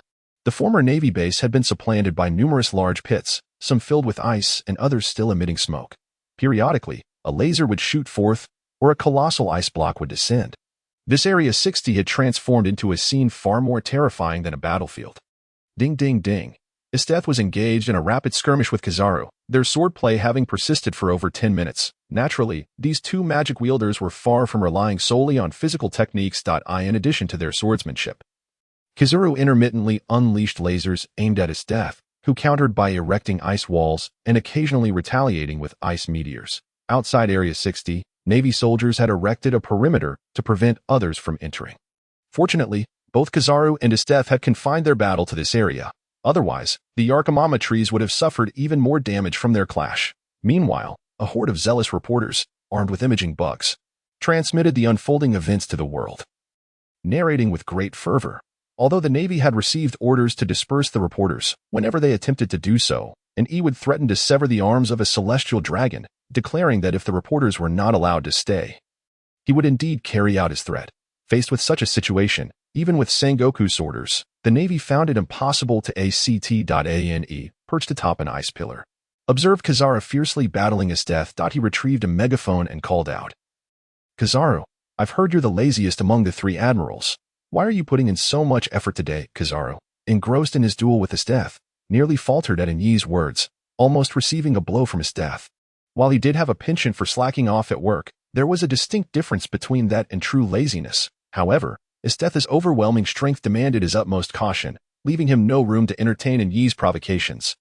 Noticing Kizaru's near mishap, Enyi grinned, deciding to continue his psychological warfare. Kizaru, I've heard that as long as your paycheck is in order, you can incapacitate anyone. How much do you earn in a month? I'll pay you double if you take down Sengoku, he continued. And Kizaru, as a Navy admiral, How can you be so unrefined? Doesn't the Navy care about its image? Is it truly acceptable for someone as lewd as you to exist? You're a waste of air, a walking disaster, and even the Sea Kings would prefer to blind themselves than be in your presence. The onlookers gawked at Yi's spirited insults directed at Kizaru while simultaneously witnessing the chaos of lasers flying around. Others could only liken his antics to a bear feasting on bamboo shoots. Oh, Kizaru, I've also heard that you're a Revolutionary Army spy infiltrating the Navy. Is that true? Whoosh, whoosh. This time, Kizaru could no longer tolerate Yi's taunts. Unleashing several lasers directed at him. He calmly deflected the lasers with his slippers. However, Kizaru, distracted by his attack on Yi, was struck by Estetha's blade, although he quickly activated his elemental transformation. The hockey imbued in her sword still caused him to bleed. Realizing the situation was beyond his capacity to resolve alone, Kizaru withdrew from the battlefield. Resolving the Celestial Dragon hostage crisis would require at least one more admiral. Esteth did not pursue him, for Kizaru was renowned for his speed, one of the fastest in the entire world of One Piece. As Kizaru exited the fray, and Yi remarked, "Kizaru, did I inadvertently expose your secret? Prompting your urgency to attack me even at the risk of injury? Otherwise, you wouldn't have reacted to my earlier insults." The onlookers turned their attention to Kizaru, pondering whether he truly was a spy for the Revolutionary Army. The notion seemed absurd, yet Yi's words held a certain weight. After all, Kizaru had remained indifferent to Yi's relentless jabs until the accusation of being a revolutionary spy arose, igniting his fury. Wounded, Kizaru involuntarily spat blood at Yi's words, and then he collapsed. Nearby Navy personnel immediately shouted, "Admiral Kizaru." The sight of Kizaru's fall was faithfully transmitted by the reporters to the world, causing a wave of astonishment. Esteth stood tall and vigorous, while Kizaru lay defeated. In that instant, countless individuals etched Estetha's name into their memories. And he smirked, thinking to himself, "Cunning old fox, pretending to be unconscious to avoid the situation." Through his observation hockey, he discerned that while Kizaru was injured, it was merely a minor wound. For someone of his caliber, it scarcely amounted to more than a flesh wound. As Kizaru fell, various factions across the globe scrambled to contact the multiversal pirate crew, recognizing that a figure of such strength, rivaling an admiral, warranted significant attention. Unlike most factions eager to curry favor with the multiversal pirate crew, Don Quixote Doflamingo was in a frantic rush to call time Andy. Though Doflamingo thrived on chaos, he was acutely aware that his subordinates were no match for an admiral. In the Grand Line, aboard a pirate ship adorned with statues, a beautiful woman gazed at the screen, declaring, "Let us set sail for Satiate Archipelago. I wish to meet this multiversal pirate crew." Sengoku, observing the fallen Kizaru, rubbed his temples and muttered, "That damned fool. Does he not care for the Navy's reputation at all?" Bloop, bloop. As the phone snail rang, Sengoku sighed, pondering the troublesome 5 old geezers. Nevertheless, he answered the call. "This is Sengoku." Sengoku. The Celestial Dragon hostage crisis at Satiate Archipelago must be resolved immediately. Otherwise, where does that leave the world government's dignity? In response to the 5 elders' inquiries, Sengoku replied, "With the Navy's current capabilities, a swift resolution is impossible, unless the Navy abandons the security of most of the allied nations in the New World. That is inconceivable. If the Navy cannot guarantee the safety of its allies, they will turn to piracy. What do you propose we do?" Clearly, one admiral could not resolve the ongoing crisis. At least 2 admirals were required. However, with Akiji still in the West Sea, dispatching Akainu would leave the New World in jeopardy. Could they rely on a group of vice admirals? Confronted by Sengoku's response, the 5 elders were acutely aware that the Navy was currently incapable of dispatching 2 admirals, given the paramount importance of the New World to the world government. However, if the present incident remained unresolved, the world government would find itself in equally dire straits. With a decisive click, the 5 elders terminated the call. What should be done now? It seemed the Navy would struggle to resolve the issue in the short term. Was it necessary to deploy CP to contend with the multiverse pirate crew? At least one CP of admiral caliber would be required. Aside from a few commanders who possessed such strength, yet, those individuals were not easily mobilized. Was it truly impossible to send someone? Surely not. A commander could be summoned, and Kizaru must be involved to ensure the safe return of Roseward. Very well. Admiral Kizaru received a call from Sengoku. At that moment, he was languidly reclining in a chair, sipping tea, when a Navy soldier entered. Kizaru took the call, and Sengoku issued a series of instructions. Upon concluding, Kizaru grasped the situation. The world government would send a formidable individual to assist him in the rescue operation, while his task would be to engage the woman wielding ice abilities. Observing the throng of reporters gathering, and the encroaching darkness, he remarked, "What a bother." At this juncture, an E brandished a loudspeaker, announcing, "Attention, Navy below. We are hungry. No, the celestial dragons are hungry. Immediately procure 300 pounds of delectable roasted meat from a high-end restaurant, along with some fruits and beverages, and deliver them below." A group of Navy personnel exchanged incredulous glances, bewildered by the audacity of the demand for provisions, despite the pretext of the celestial dragon's hunger. They could hear the underlying truth. It was their own craving for high-class roasted meat that was being expressed. What did they take the Navy for? A Navy Rear Admiral responded through the loudspeaker. "That is impossible." However, before the Navy could finish their objections, a voice resounded from the ice pillar. "Help!" And he had pushed the celestial dragon off the ice pillar.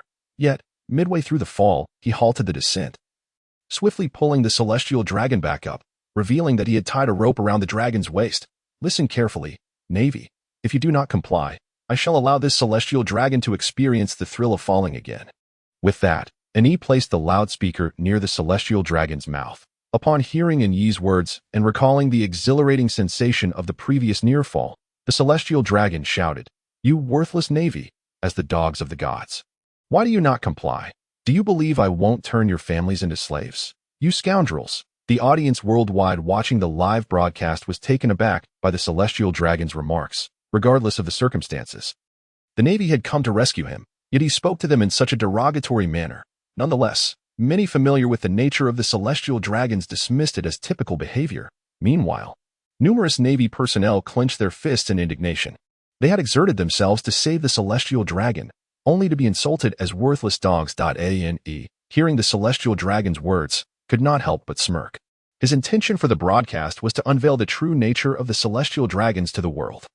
As for requesting food from the Navy, he bore no qualms. With the celestial dragon in his grasp and the entire world watching, he felt certain the Navy would acquiesce to his demands. Although excessive, the Navy ultimately had no choice but to comply. As and he feasted upon the delicious steaks and roasted meats, he allowed the celestial dragon to indulge in a few bites. Knowing that if the Navy had poisoned the food, it would be the celestial dragon who would perish first, perhaps the Navy understood that poisoning would be futile, as the food was undoubtedly safe.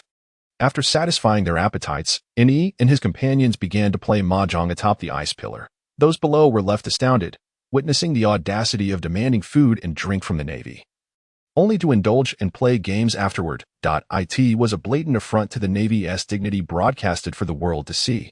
Yet, with the celestial dragon as a hostage, the Navy could do nothing but endure. After several hours of mahjong, N.E. produced 3 tents, distributing them to the 3 women, leaving himself and the celestial dragon to keep watch, a penalty for his earlier loss in the game.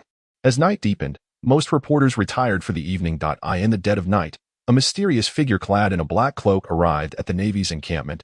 He was a CP member sent to assist Kizaru. "Admiral Kizaru, I am a member of CP-0 here to assist you.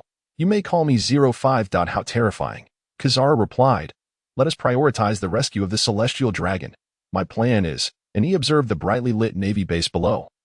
Pondering, were these Navy personnel not taking a break? Why were they so active at this late hour? Just then, a tent erupted with a flurry of lasers. "Damn it, Kizaru, you treacherous underling. Attacking a mere 20-something-year-old at this hour." Though he vocally cursed, his hands were quick, deftly swatting away the lasers with his slippers. In an instant, he dispersed them all while shouting, "Enemy attack." In reality, it was unnecessary for an E to take actions. Isteth and the others had already risen, alerted by their observation hockey.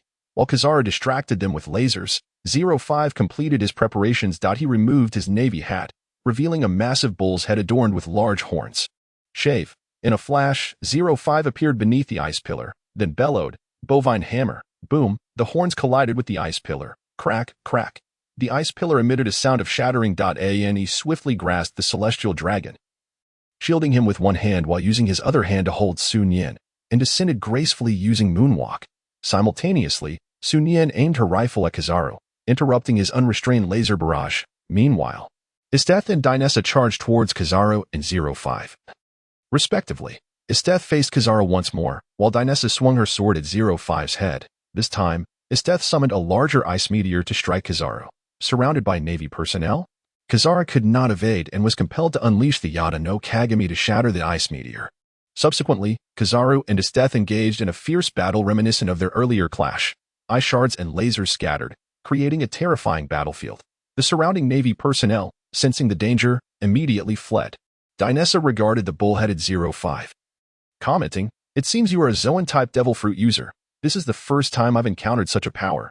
She smiled at 05. While Dinessa's smile was enchanting, 05 had no time to admire beauty. He licked the blood trickling down his forehead from Dinessa's earlier strike, utterly shocked by her formidable strength. Initially, they had presumed that the woman wielding ice abilities was the highest combatant on the opposing side. Although they were aware of a powerful swordsman within the Multiverse pirate crew, her absence from the assault on Kazara led them to underestimate their strength. Had the female swordsman joined forces with the ice user to attack Kazara earlier, they might have had a 50% chance of severely injuring him. The primary issue remained Kazara's extraordinary speed. Had it been another two admirals, they might have had a 90% chance of claiming one admiral's life. And he was well aware that in a 3-on-1 scenario, even if they could not eliminate the admiral, they would certainly inflict significant damage. However, Ani was still reluctant to completely sever ties with the Navy. After all, such a course of action contradicted his own plans. Moreover, this was the Shambordi archipelago, relatively close to the Navy headquarters. If pressed hard enough, the Navy could still summon several formidable vice-admirals, such as Magellan stationed in Impel Down or Fleet Admiral Sengoku. Thus, when his death clashed with Kazara earlier, Ani and the others refrained from intervening.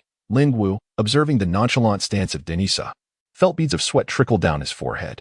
Although he was an ability user, his powers derived from the Zoan-type Nyo fruit, granting him the form of a massive bull. He was a pure martial artist, whereas his opponent was a swordsman.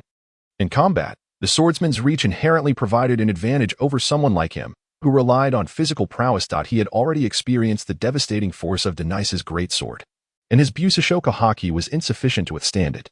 At that moment, Kazara had engaged with the opposing ice user, rendering their rescue plan a complete failure. Initially, Lingwu had intended for Kazara to launch a surprise attack to divert the enemy's attention while he destroyed the ice pillars and ensnared the ice user, allowing Kazara to rescue the celestial dragon with his speed. However, they had not anticipated the presence of yet another vice-admiral-level powerhouse. Dinessa, noticing the bull human's lack of response, resolved to take the initiative. With a swift motion, she appeared before Lingwu, unleashing a barrage of rapid sword strikes. Aware that speed was not his forte, Lingwu shouted, "Iron block." He simultaneously reinforced himself with Busashoka haki, hoping to withstand Dinessa's onslaught through the dual defense of iron block and haki. The rapid strikes rang out like a symphony of clashing metal, but despite their frequency, the blows lacked the force to pierce Lingwu's flesh. While Dinessa and Lingwu were engaged, a throng of Navy soldiers charged towards Ani and Sun Yen, shouting, "Advance, rescue the esteemed celestial dragon, and capture Ani." Faced with the overwhelming numbers of Navy soldiers, Sun Yen brandished two Popo Sha firearms. Activating their water blasting mode, the Navy soldiers soon realized that their weapons were either knocked aside or shattered. Given the presence of the celestial dragon, the soldiers were armed with melee weapons, allowing Sun Yen to effectively disrupt their advances with his submachine guns. As a result, he single-handedly subdued hundreds of Navy soldiers. Lingwu, while enduring Dinessa's relentless strikes, sought an opportunity to counterattack. Finally, he seized a moment. Raising his right foot, he stomped down forcefully. War tread. A tremendous impact created a circular crater several meters wide in the ground, causing rocks to erupt. Dinessa lost her footing, her balance compromised. Raging bull charge. Lingwu propelled himself, aiming his formidable horns directly at Dinessa. Just before the collision, Dinessa managed to position her greatsword horizontally. Bang! The force of Lingwu's horns collided with Dinessa's sword, sending her flying backward. Subsequently, Lingwu turned his gaze towards Ani, reminding himself of his objective, to rescue the celestial dragon. With a swift movement, he appeared before Ani, preparing to strike him down with his fists. However, the anticipated scene of him overpowering Ani did not materialize. Instead, his fists were thwarted by a mere flip-flop. As he stood in shock, he heard Ani exclaim, "Lushan Rising Dragon Strike." Yet this time, Ani wielded the flip-flop as his weapon. Lingwu was sent sprawling by the force of the blow. Bang! He crashed heavily onto the ground. At that moment, he sensed someone approaching from behind. Without time to rise, he rolled to his left. Boom! A great sword cleaved where he had just been, generating a shockwave that sent debris soaring several meters high, shrouding the area in dust. As Lingwu evaded the attack, he felt an ominous aura emanating from the smoke, transforming his hands into hooves through his beastification.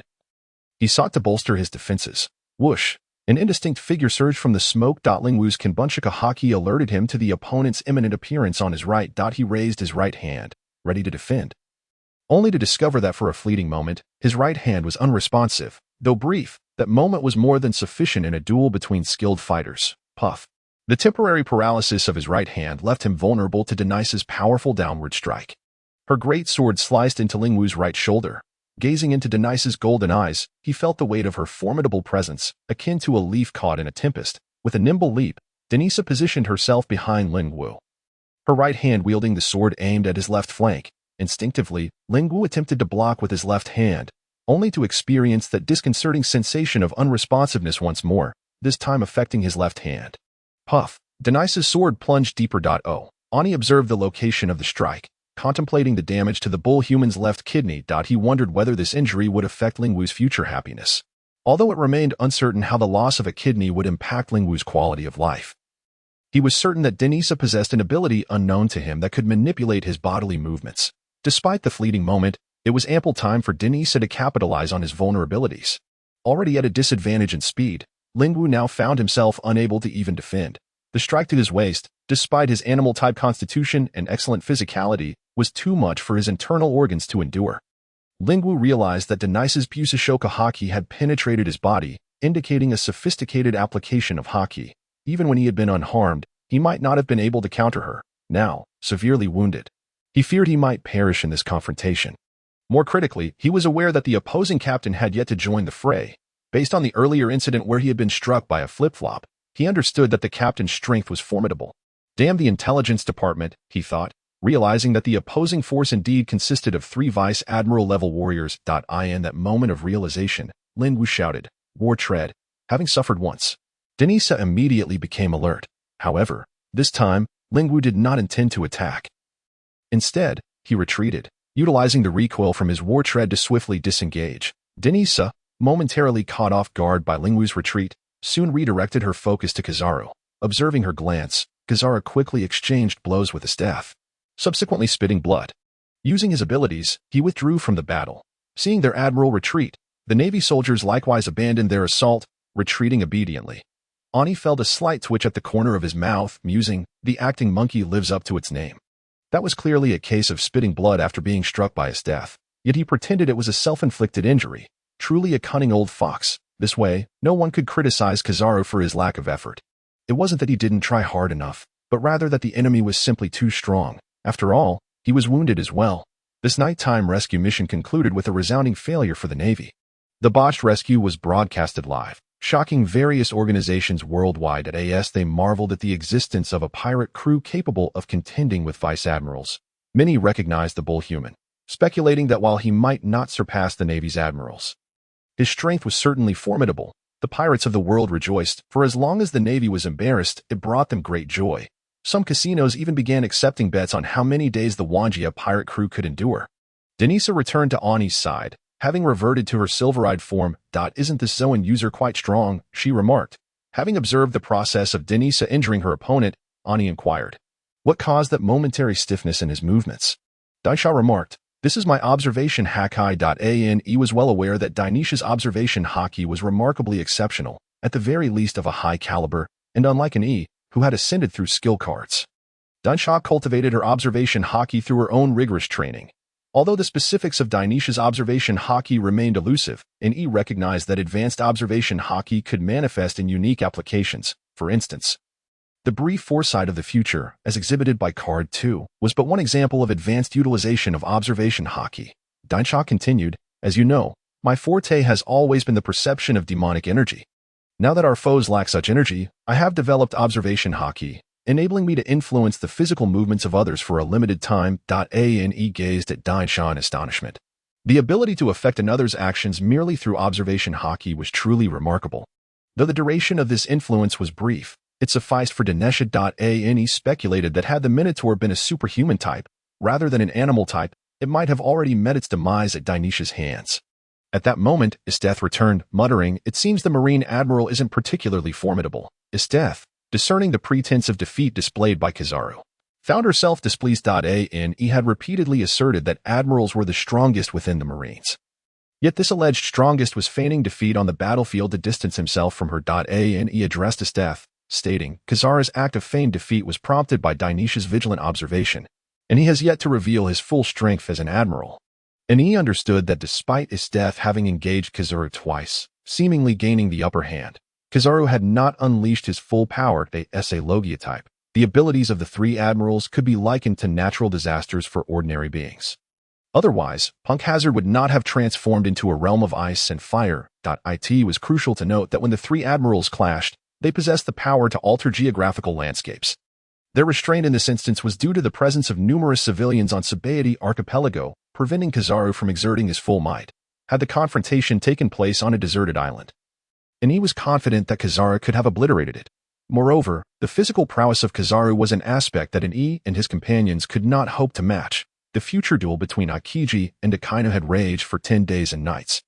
While it was uncertain how long Kizaru could fight, it was clear that he was on par with Akiji and Akainu in terms of physical capability. Neither his death nor an could endure such prolonged combat. Merely managing a day of continuous fighting would be a feat for them. In terms of stamina, Dainsha was the best, though she was half human, half demon.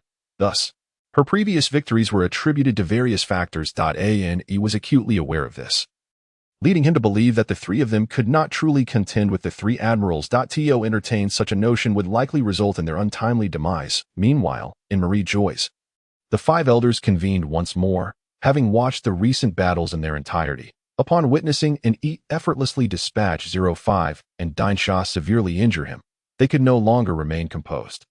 Although 05's strength paled in comparison to Kizaru's, he still ranked as a quasi-admiral level warrior. The ease with which an and Dainsha had incapacitated 05 underscored that, apart from the top three, no one else within CP0 could achieve such feats. Should they continue to send reinforcements? Who could they send? 01 and 02 were tasked with guarding the Holy Land. 03 was assigned to protect Vegapunk. And 04's strength was comparable to that of 05. Who could they dispatch? Perhaps it would be wiser to resolve this through negotiation, since the assailants had not fled after attacking the celestial dragons but instead chose to confront the Marines. It suggested they might have demands to negotiate. After some consideration, the others agreed. Indeed, had an and his companions left immediately after their assault, the admirals would not have arrived in time to stop them. Even Kizaru alone would have been unable to hinder their escape. However, the assailants deliberately chose to remain and confront the Marines, which was not typical behavior for rational individuals. Very well, they concluded, allowing the Marines to handle the situation entirely. Should issues arise, it would fall upon the Marine shoulders. Agreed. Bang. These rascals expect us, the Marines, to handle such matters. In the office of the Marine Admiral, Sengoku slammed his fist onto the table in frustration after receiving a call from the five elders. They actually suggested that the Marines negotiate with pirates. Although the Marines had engaged in negotiations with pirates in the past, those were conducted discreetly. What was the current situation? The number of reporters on Satiate archipelago nearly rivaled that of the Marines. The entire event was being broadcast live without interruption, but if the Marines were to negotiate, the entire world would be informed, tarnishing the Marines' image of justice. Nonetheless, Sengoku recognized that the five elders were resolute. Leaving him with no choice but to comply. He began to contemplate whom to send for negotiations. Although Kizaru was present, he was ill-suited for such discussions. Akainu's aggressive nature would likely escalate to conflict. So Akiji was the most fitting candidate. With this thought in mind, Sengoku picked up the phone. 05 looked at Kizaru, who was sipping tea, and requested, "Admiral Borisolino, I implore you to rescue St. Roswald once more." Hearing 05 address him directly by name, Kizaru felt a twinge of displeasure. Although 05 was a member of the world government, Kizaru was an admiral. In terms of rank, he surpassed 05.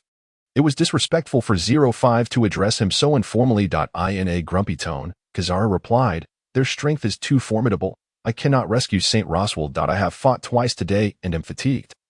I shall take my leave." With that, Kizaru disregarded 05's displeasure and departed. Just as 05 was about to voice another complaint, he received an urgent order. The following day, news of the incident reached every corner of the world capable of receiving newspapers. A band of pirates had kidnapped a celestial dragon on Satiate archipelago, and the Marine Admiral was powerless to intervene.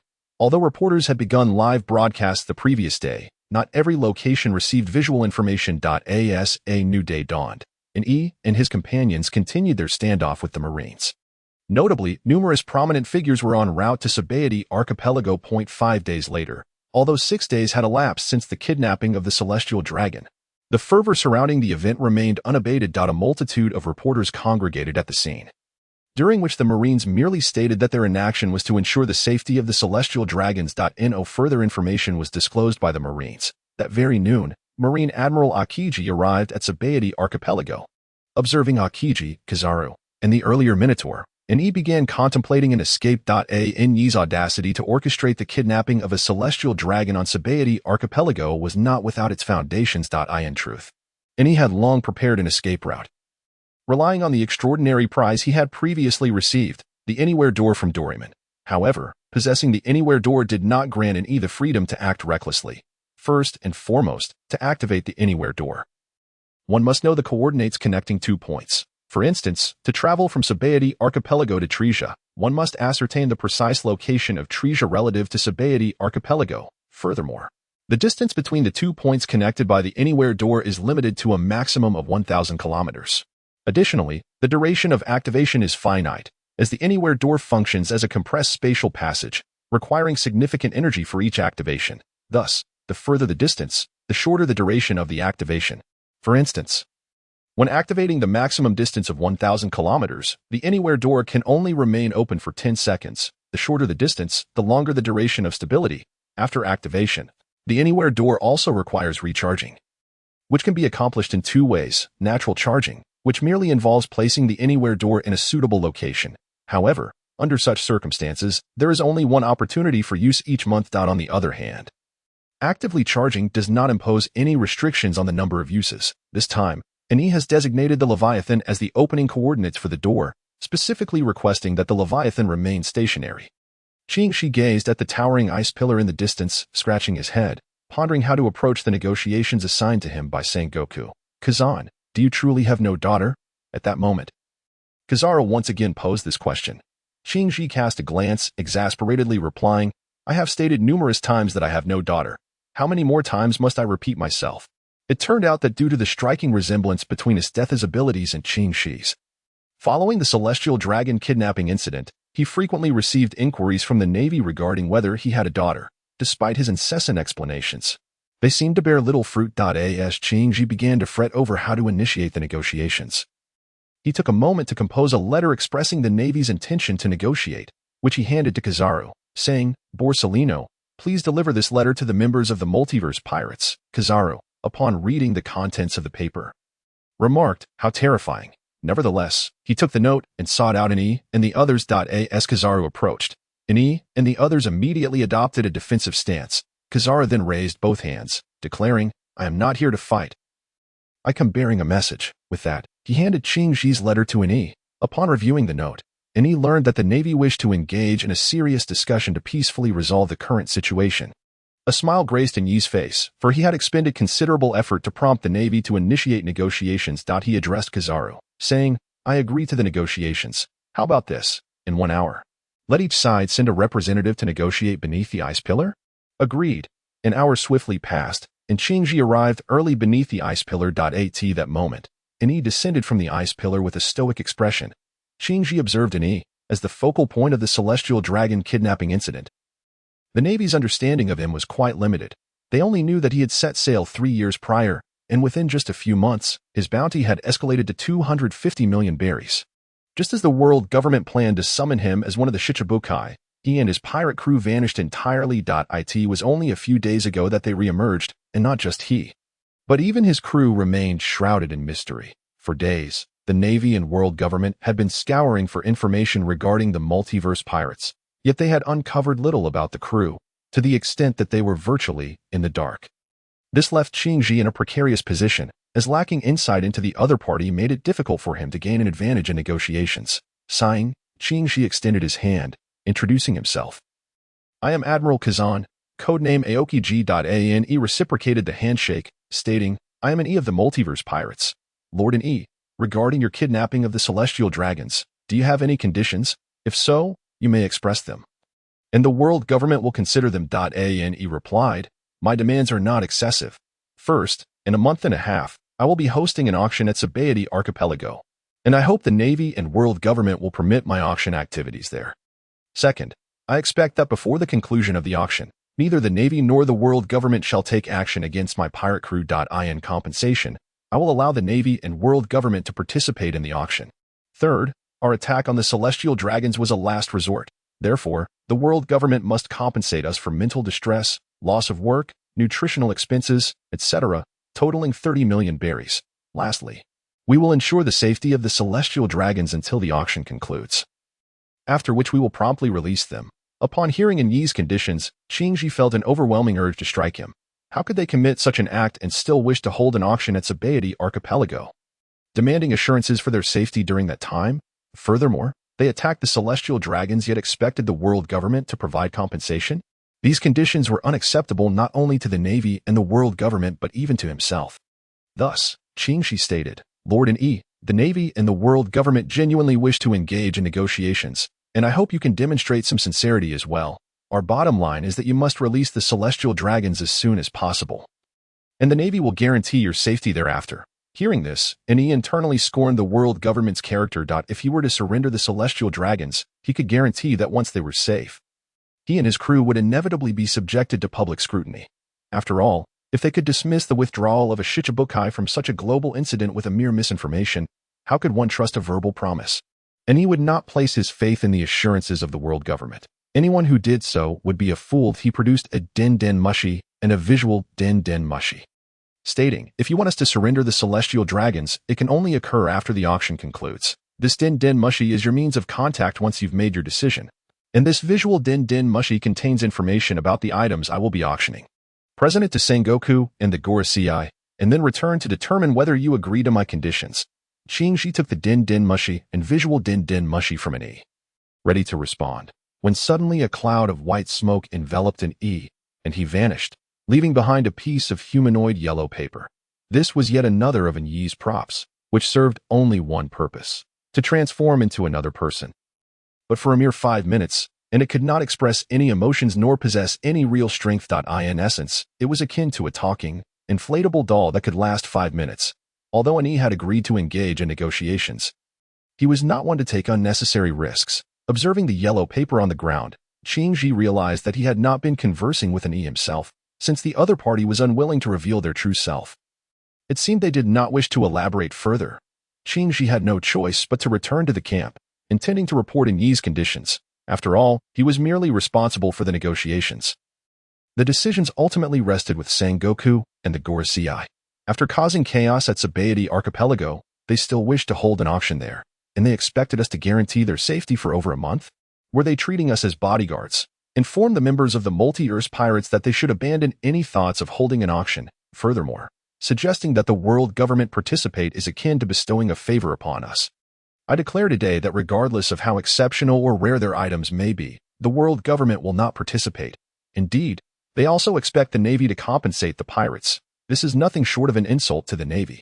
Additionally, the prompt release of the celestial dragons is the world government's bottom line. If they refuse to release them, we must take decisive action to suppress them. As Qingji observed the agitated Sengoku and the Gorosei, he realized his suspicions were confirmed. The moment he relayed Yi's conditions, neither Sengoku nor the Gorosei would entertain the notion of agreeing to them. Qingji had no choice but to present the den mushi he obtained from Yi. Playing the contents within, the visual den mushi displayed an introduction to the items intended for auction. As they beheld an array of swords rivaling the quality of the Great Blade, an inexhaustible supply of water bottles, storage items usable by anyone, and clothing that would fit any wearer, Sengoku and the Gorosei expressed their intrigue regarding their earlier claims about not allowing Yi to hold the auction. Those were mere words spoken in haste, not to be taken seriously. Moreover, no one had recorded it. So who could prove they had made such statements? Both Sengoku and the Gorosei understood that the items Yi presented were far too enticing. Soon, the Gorosei and Sengoku reached a swift consensus. The items in Yi's possession were of utmost importance and must not fall into the hands of any force outside the world government. Ideally, they should all be seized by the world government. Thus, they quickly dialed Yi's number. Hello, this is Yi of the Multiverse Pirates. How have your discussions regarding my conditions progressed? Sengoku replied. We have deliberated over your conditions, and compensating you for your losses is not an issue. Although it is somewhat embarrassing for the Navy to compensate pirates, as long as it is conducted discreetly and kept from public knowledge. It should be manageable since Yi is not demanding much. The prompt release of the celestial dragons is an absolute requirement from the world government, and I hope you can comply. Huh? You think I would release the hostages prematurely? That is utterly impossible. Once I let them go, what if your Navy takes action against me again? Our Navy has pledged your safety, and we shall not betray that promise. We can assure the journalists on the Satiate archipelago of this commitment. But what if the world government covertly orders your Navy to act? Will you comply? Sengoku knows all too well that if we lose the celestial dragon as a hostage, the world government will likely compel the Navy into action. After all, they now have an additional justification to act against me, and once they do, they will place the blame squarely on the Navy. Sengoku is well aware of the world government's character. Thus, he stated, if you wish to retain the hostages, we require that our Navy accompany you to ensure their safety.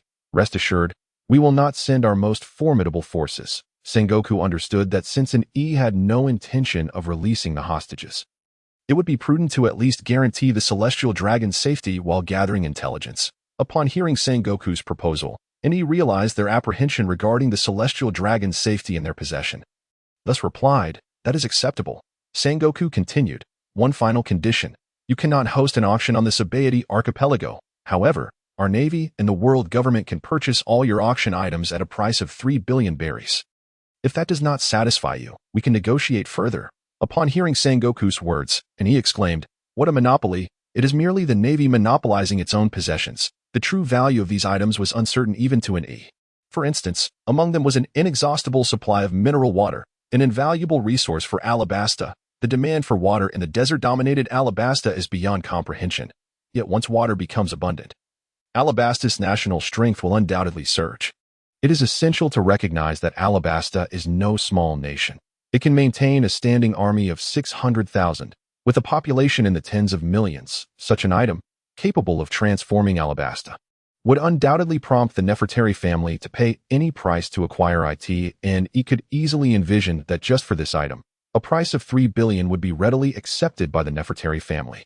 Therefore, when Sengoku sought to monopolize these possessions for 3 billion berries, and he naturally disagreed. He stated, Sengoku, listen carefully. The reason I am hosting the auction on the Satiate archipelago is due to its well-equipped facilities. If you do not permit me to hold the auction here, I shall leave immediately. Saying this, and he produced a door of all, directly vanishing into it before the astonished crowd. The door of all then disappeared. All onlookers were left dumbfounded by the sudden disappearance of an E and his companions. At that moment, a scene appeared on a screen, revealing an E and his group, who had just been on the Satiate archipelago, now aboard a ship. From one corner of the image, the Satiate archipelago was clearly visible. And he continued addressing Sengoku, I assure you, there are ample locations in the New World for my auction. Should you refuse to allow me to conduct my auction here, then you shall not procure a single item. Sengoku, observing An Yi's surroundings, finally understood why An Yi dared to kidnap a celestial dragon and confront the Navy directly. Aside from his strength, An Yi possessed the ability to escape at any moment. This meant that even if the three admirals were to converge, capturing An Yi would be an impossibility. The Navy's refusal to acquiesce to An Yi's demands did not faze him.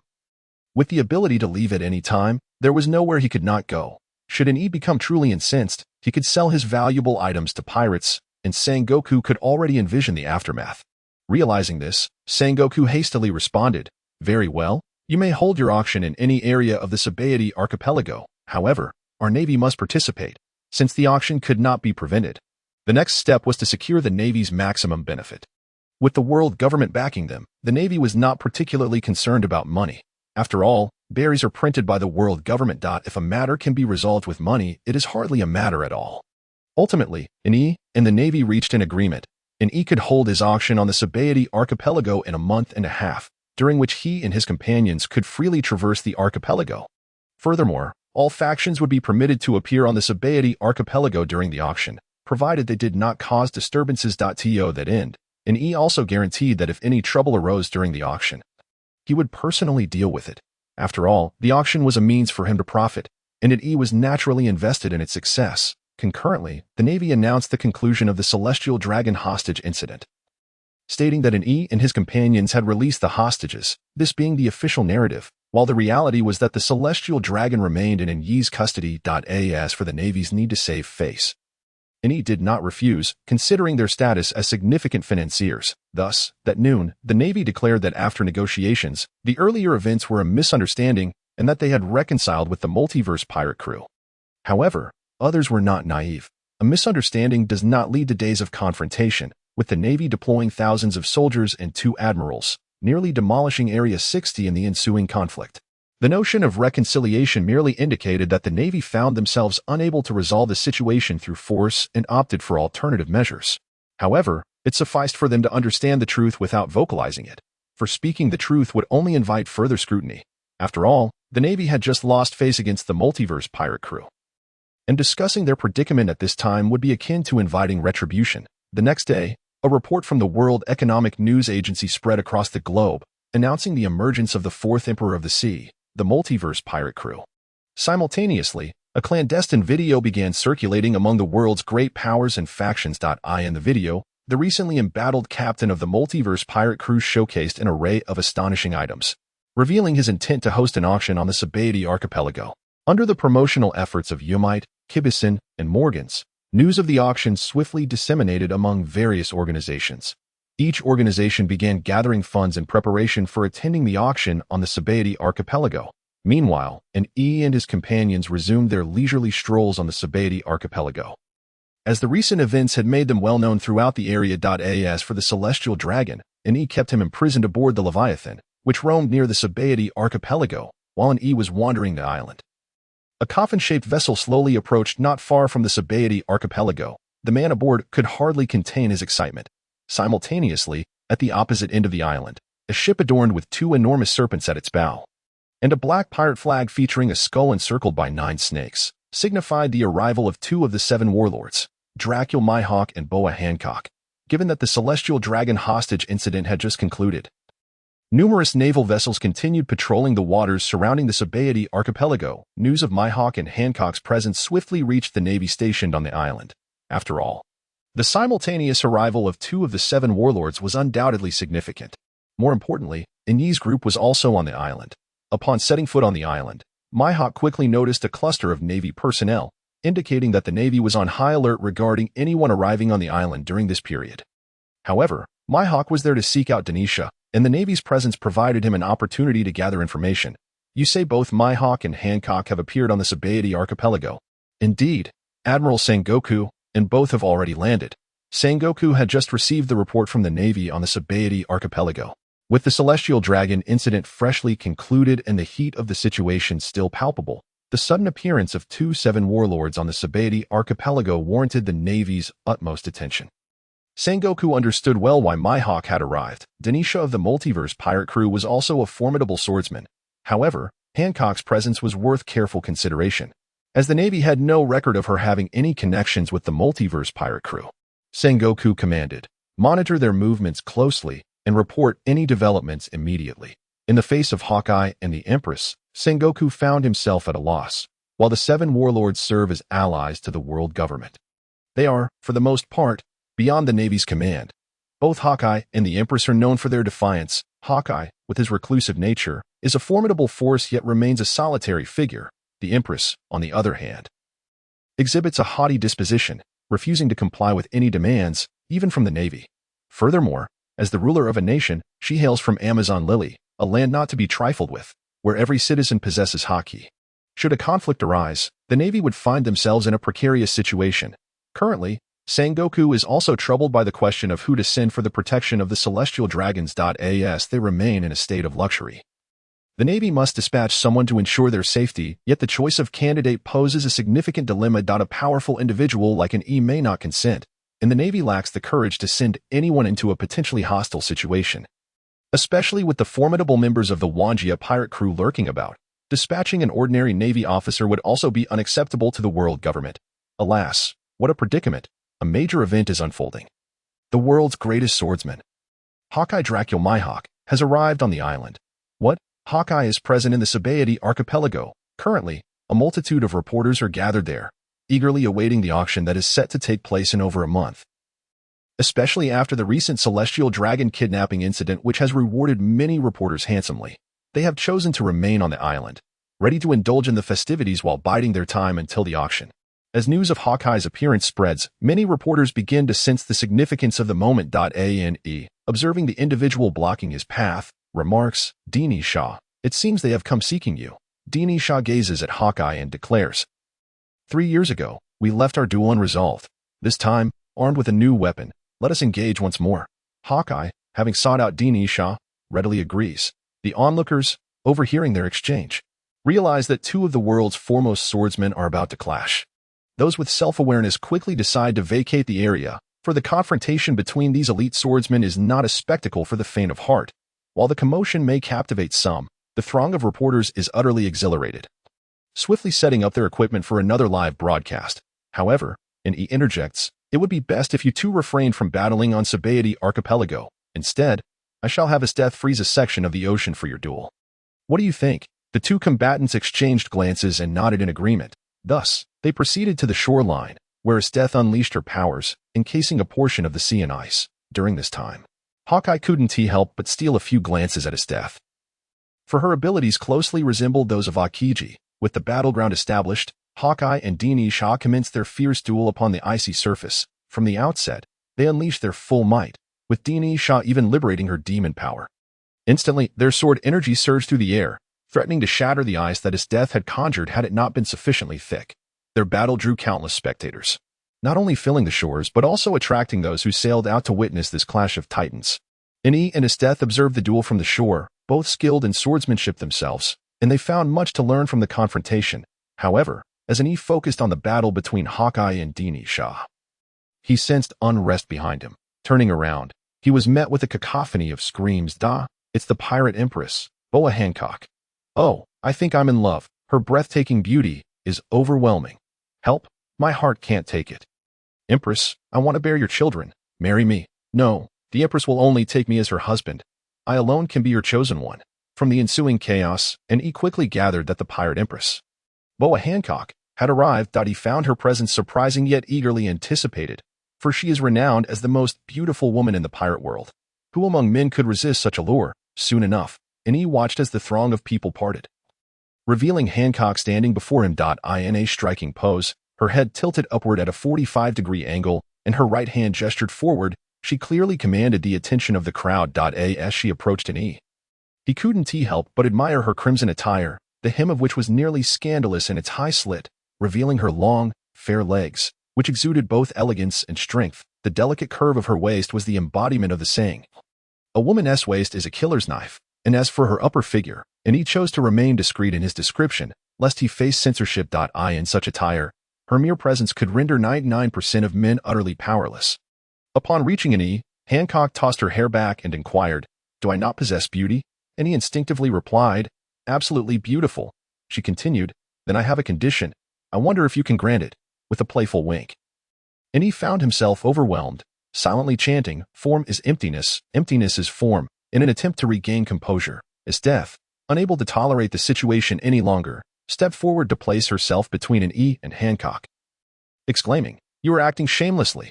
Hancock, upon hearing Esteth's words, frowned in evident discontent, yet she refrained from retaliating against Esteth. Instead, she turned to E and said, "I wish to speak with you privately. Kindly ask this ugly woman to step aside." Esteth, incensed by Hancock's insult, summoned a chilling gust that swept through the crowd, causing them to shiver. E, initially dazed, was abruptly awakened by the cold wind. Gazing at the tension between the two women, he sensed an ominous aura thickening in the air. Esteth turned to E and asked, "Captain, may I eliminate this woman?" Meanwhile, Hancock pleaded, "Though I may have misspoken, surely you can forgive me, for I am as beautiful as a celestial being." As E observed the hearts in the eyes of the onlookers, he realized they had been utterly enchanted. "You two should keep your distance while you fight." Esteth raised an eyebrow and challenged Hancock. "Do you have the courage to face me in combat?" Naturally, the proud empress would not decline such an invitation. Very well. The two then distanced themselves from the shore and stepped onto the ice. "You mean to say that Hawkeye and the Empress are engaging in battle with Dini Shah and Esteth from the Wanjia pirate crew?" "Indeed, Commander Sengoku." "Understood. Ensure you report any further developments immediately." "Yes, fortunately, they have begun to clash." For Sengoku, the prospect of Hawkeye and the Empress fighting the Wanjia pirate crew brings him little concern. Rather, he fears the possibility of them refraining from engaging in battle. At this moment, the waters surrounding Satiate Archipelago churn violently. Not due to inclement weather, but because of the fierce conflict involving four individuals. The clash between Hawkeye and Dini Shah has shattered the ice, sending sword energy soaring, while the occasional strike cleaves through the ocean. creating rifts that stretch dozens, if not hundreds, of meters. The battle between Esteth and the Empress is equally intense, with Esteth conjuring ice blocks while Hancock transforms them into stone. Yet Annie remains fixated on the duel between Esteth and Hancock. Pondering, how curious, why can't I see anything? With a skirt that high, there is no reason for me not to. Annie is perplexed by Hancock's ability to maintain her modesty despite the high slit of her skirt. A phenomenon that seems to defy the laws of gravity. Surely, Newton would be incensed by such an inconsistency. In comparison, while both battles are captivating, Annie finds himself particularly drawn to the conflict between Esteth and Hancock. As he would readily admit, indeed, the spectacle of a duel between two swordsmen pales in comparison to the captivating sight of a fierce struggle between two enchanting ladies. The confrontation between Eagle Eye and Dineshaw was not prolonged. Lasting merely a couple of hours, neither party declared a victor, yet it was evident from the relatively intact state of their garments that the outcome remained unresolved. However, the destruction wrought by their clash was considerable. With the icy terrain conjured by Esteth nearly obliterated, upon returning to the shore, Eagle Eye addressed Dineshaw, stating his intention to remain in the Satiate archipelago. His implication was clear. He wished to continue honing his skills in combat against Dineshaw, suggesting that they would engage in frequent battles for the foreseeable future. At that moment, an E sensed a shift in the battlefield between Esteth and the Empress. The clouds in the sky appeared unusually tumultuous, evoking a sense of foreboding within an E. Both combatants, having endured an extended confrontation, were now slightly breathless. Nevertheless, Esteth maintained the upper hand, as the advantages of a mage in close combat were undeniable. Despite the Empress's adept mastery of the three-color hockey, it was apparent that she was at a disadvantage in melee engagement. Boa Hancock realized that her beauty failed to sway Esteth, rendering her abilities ineffective and severely hampering her strength. Aware that her conventional prowess would not suffice to vanquish Esteth, the Empress resolved to unleash her trump card, the Conqueror's Hockey. With a mere opening of her eyes, the Conqueror's Hockey surged toward Esteth. Esteth suddenly felt a heaviness envelop her body. While the hockey did not render her unconscious, it felt as though an immense weight pressed down upon her, gazing at the Empress from a short distance. Esteth recalled a remark made by an E about the world's greatest warriors possessing this unique ability, the Conqueror's Hockey. According to an E, such a capability was a rarity, emerging in only one individual among a million, bestowed solely upon those of royal lineage. However, Esteth had never before encountered the Conqueror's Hockey and thus lacked a frame of reference. Now, she experienced it firsthand. At that moment, the Empress advanced with swiftness. Perfumed kick. Having battled the Empress for an extended period, Esteth was acutely aware that Hancock's feet were not to be trifled with, lest she risk petrification. Consequently, she could only conjure an ice blade to withstand the strike. Yet, Esteth soon discovered that her consciousness and movements had slowed, as if she were ensnared in a foggy stupor. The ice blade, struck by Hancock's kick, shattered into frozen fragments, while Hancock unleashed a flurry of rapid kicks. Under the oppressive force of the Conqueror's Hockey, Esteth's movements were hampered, and the speed at which she could conjure her ice blades fell short of Hancock's onslaught, forcing her to erect an ice wall to separate them. Subsequently, she summoned ice meteors to hurl at Hancock. However, under the weight of the Conqueror's Hockey, Esteth realized that not only had her speed diminished, but her innate abilities had also waned. Observing the meteors plummeting from the sky, and he understood that the two had ignited a true battle. Thus, he resolved to intervene, intending to halt their clash. If they continued, their garments would be torn asunder, and while he might revel in such a sight alone, the reality was that their duel was being broadcast live to the world. Hancock shattered the ice wall with a kick and charged once more at Esteth, who unsheathed her military blade. Just as they were poised to engage once again, a sandal intercepted Esteth's sword, and a hand grasped Hancock's leg. Feeling the smoothness beneath his right hand, and he mused, "Such silky skin." He then declared, "Let us cease hostilities." Esteth sheathed her sword, replying, "If the captain has spoken, then I shall relent." Noting that Agnes' right hand still clutched Hancock's leg, Esteth inquired, "How long do you intend to hold on?" Instinctively, Agnes replied, "With such a smooth leg, I can't help but."